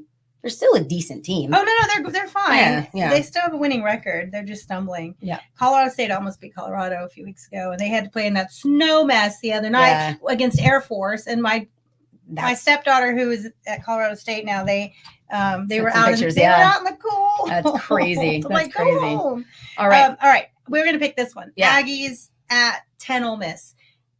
Ole Miss favored by 3 at home. What do you? You want to go first? Yeah. Look, Ole Miss is 7-1, like Texas. A&M is 5-3, and it's at Ole Miss. I don't see Jimbo Fisher doing anything with this. I think that by 3 is crazy to me. I would take that money all day long. So I'm going to say Ole Miss wins and covers. All right, I'm with you. Ole Miss. I think it's going to be tight. I think the Aggie players are going to put some effort in. I think the scheme, though, at the end of the day, is too predictable for the Aggies' offense. And I like Ole Miss's defense. So I'm going to say Ole Miss wins and covers, and I think it's going to end up being a 10 to 12-point win at home. Yeah, I think it's a healthy win. Right. We don't have to pick this one, but Notre Dame's at Clemson. Poor Clemson is now 4-4. I say poor Clemson for Cade Klubnik. I do not say poor Clemson for Dabo Swinney, who went on a rant against a caller about when you know things are going well when your head coach is lashing out publicly against his own fan base. A dude on the radio. Yeah, like good luck with that. Okay, somebody asked real quick, what's our costume? Is it against the law to say y'all look kind of hot? No, that's not against the law. Only kind of hot. Thank you. No, mine's Dia de los Muertos. I just kind of did a little Day of the Dead thing. The vibes. Just a little Day of the Dead thing. I didn't want to go all out with the makeup and everything. I feel like I have to reference Mean Girl. You see the horns? Hello. You see the hair? I'm a Longhorn. Duh. I'm a cat. No, I'm a cat. I'm a cat. Yeah. Anyway, my hair is all crazy now. No, but we appreciate that. Thank you. We figured this is my day of kind of the. Yeah, we're kind of Dia reminiscing about Halloween and doing a little Dia stuff. Day of the Dead. It's November. Yeah, it's good times. All right. So Missouri goes to 2 Georgia. That Georgia's still favored by 15.5. So that's a big game. That's a big game.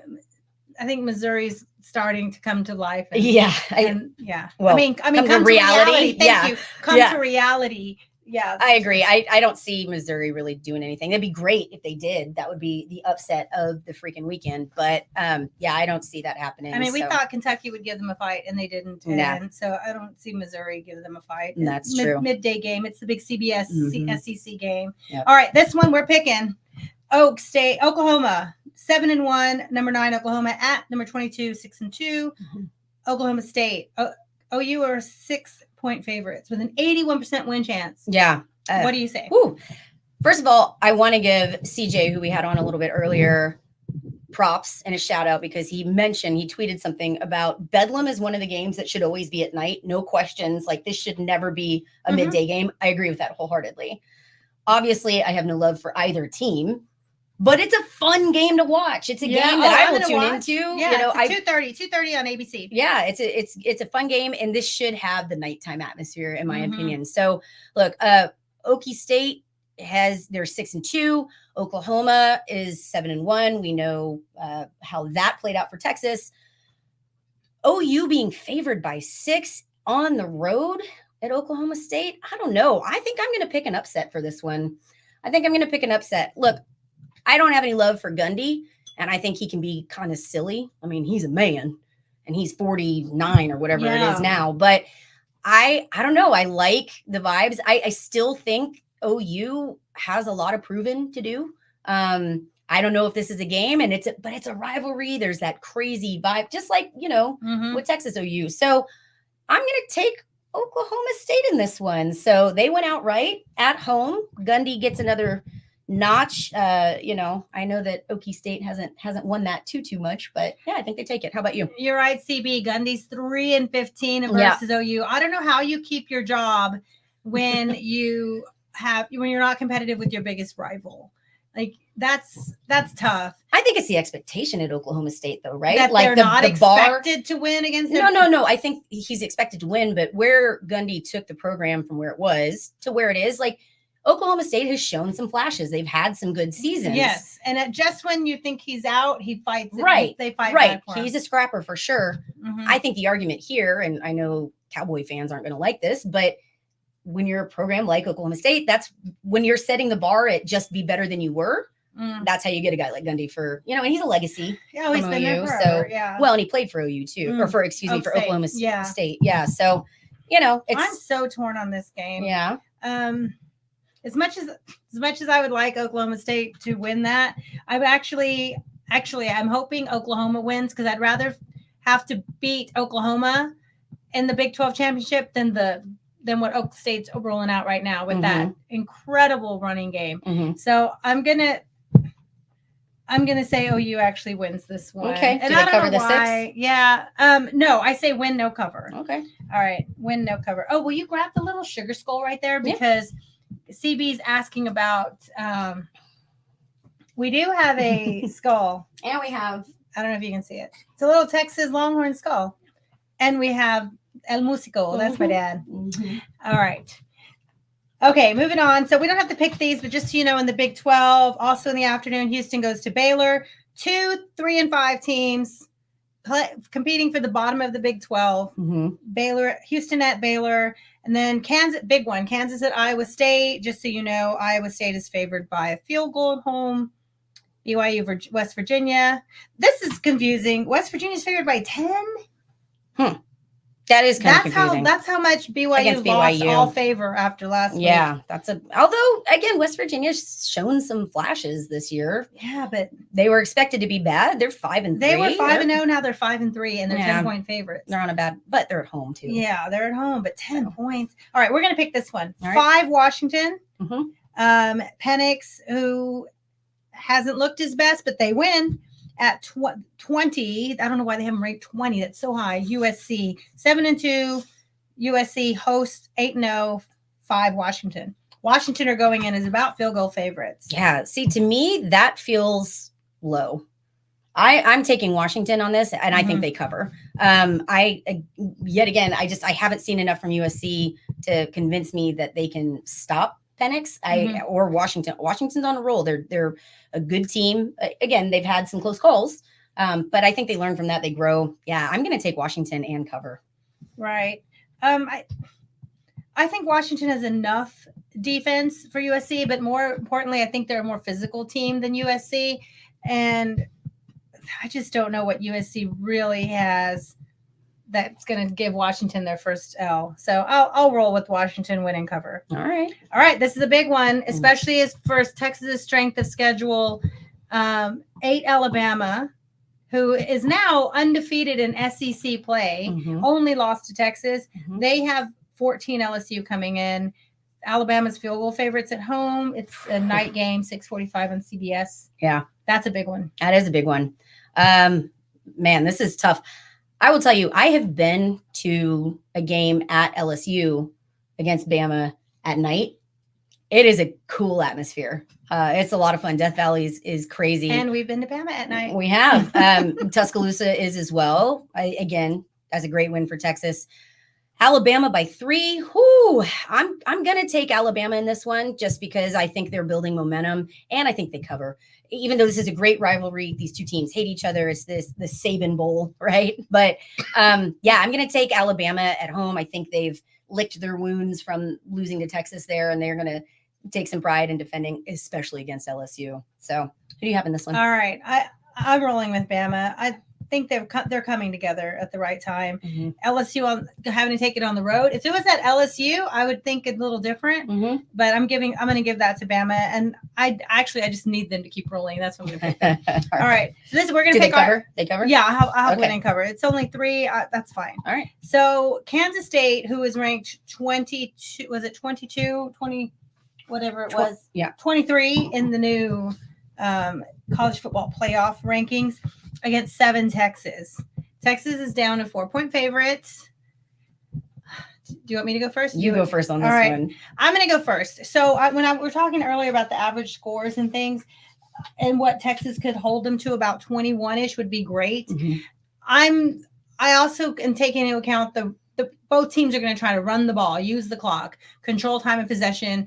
So, and also we have to scale back a little bit of the offense with Malik just getting his second start against a much better defense than we faced last week.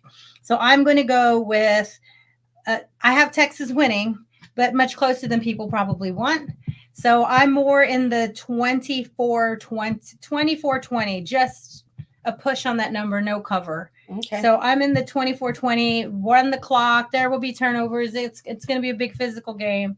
So I have 24-20 Texas. Okay. I like it. I'm going to go out on a limb here. Oh, no. I know. I agree. I think this is a close game. Okay. But I do think Texas offense gets some things figured out. Again, the difference between Malik's first start and his second game, I think we're going to see better communication, better decision-making. Texas has been doing well. We've scored 30 every game. I'm going to say Texas does that again. Okay. I think it's a Texas 38.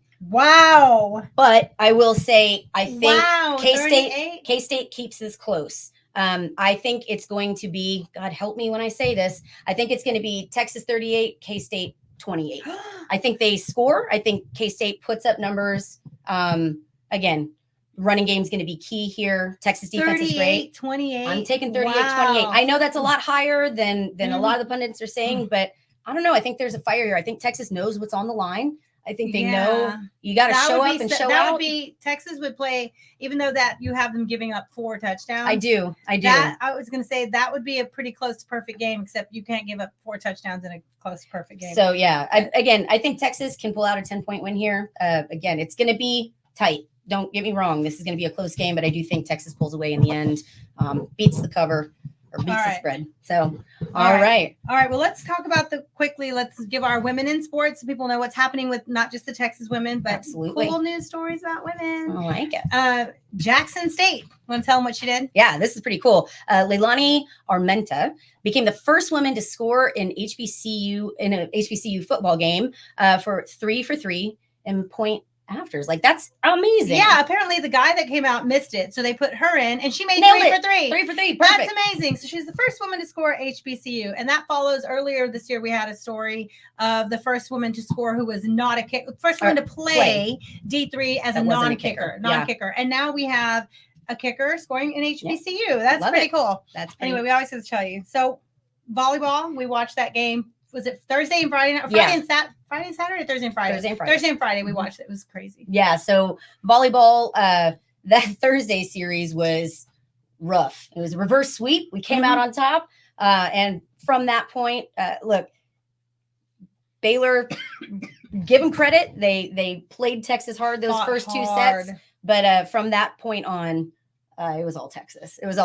So again, reverse sweep on Thursday. And now Texas is 11-0 in conference play in volleyball. So that's a lot of fun. Again, we see West Virginia come to town this week. No, they go to West I'm Virginia. sorry. Yes. They go to West Virginia Thursday and Friday. Right. So we've got Thursday at 5 p.m. and Friday at 4 p.m. So nice thing about that is that you can actually watch that game and then still make it to Texas baseball's fall ball on Thursday and Friday. Fall ball is that evening. And Sunday. Right now, the Texas soccer is playing. They started at 4:30 against Texas Tech. If you're not already there, no, they're at Mike Myers today still. Oh, so I don't know why it says Round Rock on the Big 12 page, but then when you go to actually get actually Mike Myers. tickets and look at it, stream the game or watch the game on TV, they're at Mike Myers. It doesn't make any sense. Anyway, I think they're here right here here at campus.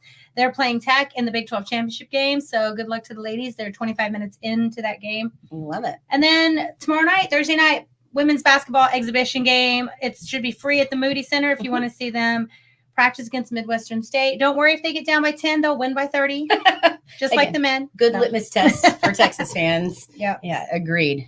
All right. Well, we are wrapping up.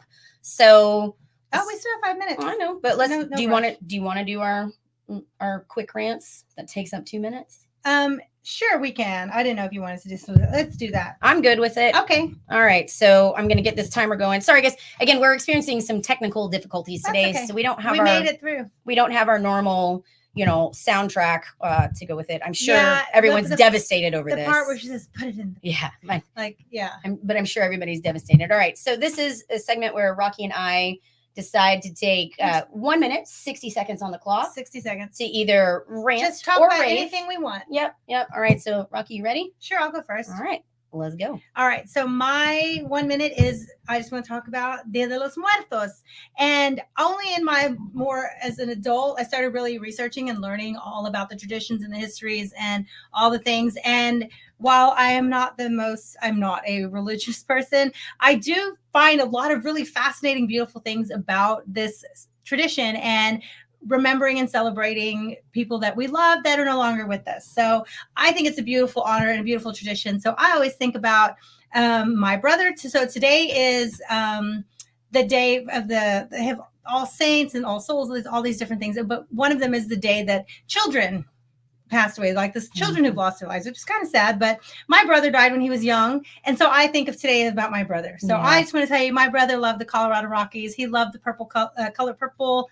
The color purple, not the movie. He was a big Michael Jackson impersonator, and he was just a super cool athlete. And that's all I wanted to say. So you're thinking about him today. Yeah, That's something great. about my brother today. I like that. That's very cool. I will just make a note. Today would have been my grandfather's 97th birthday.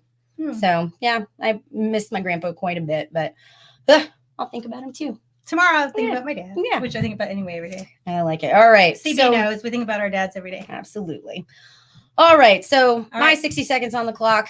I know for the past few weeks, y'all, I've been fussing in my moments here. So I'm going to say some positive stuff. Oh, good. I adore Halloween. It's one of my very favorite. It's one of my very favorite holidays. Probably my favorite over Christmas, I have to say. But one of the things I noticed this year, thank you for letting me come over.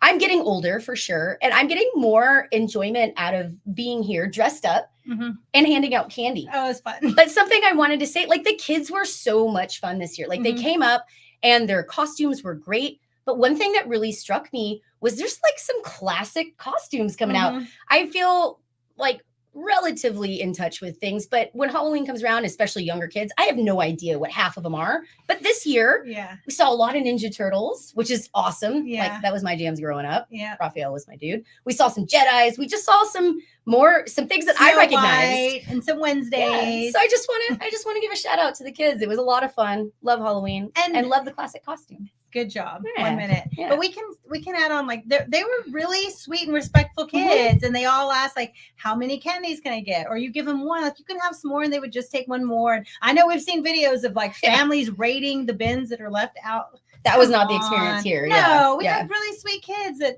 were just thank you, happy Halloween, trick or treat. They were cool. Yeah. We had fun handing out candies. All right, so Friday night baseball. Yep, all weekend. Thursday, Friday, Saturday. Thursday, Friday, Sunday. Thursday, Friday, Sunday. Because Saturday's a home game. Yep, and they're all exhibition. It's orange and white games. This will be a ton of fun. It's your first time. It's and only time to see baseball until the spring. So come check it out. It's at the Dish, free admission. So it's really fun for the family, and it's something to do around football. So come check out Texas baseball. And then, do we want to close it up with your Titans? Are we gonna leave on that note? Titans tomorrow night at the Steelers. I mean, what's there to say? I won't get to watch it live because I'll be in class. So as soon as root for your team is what you're saying.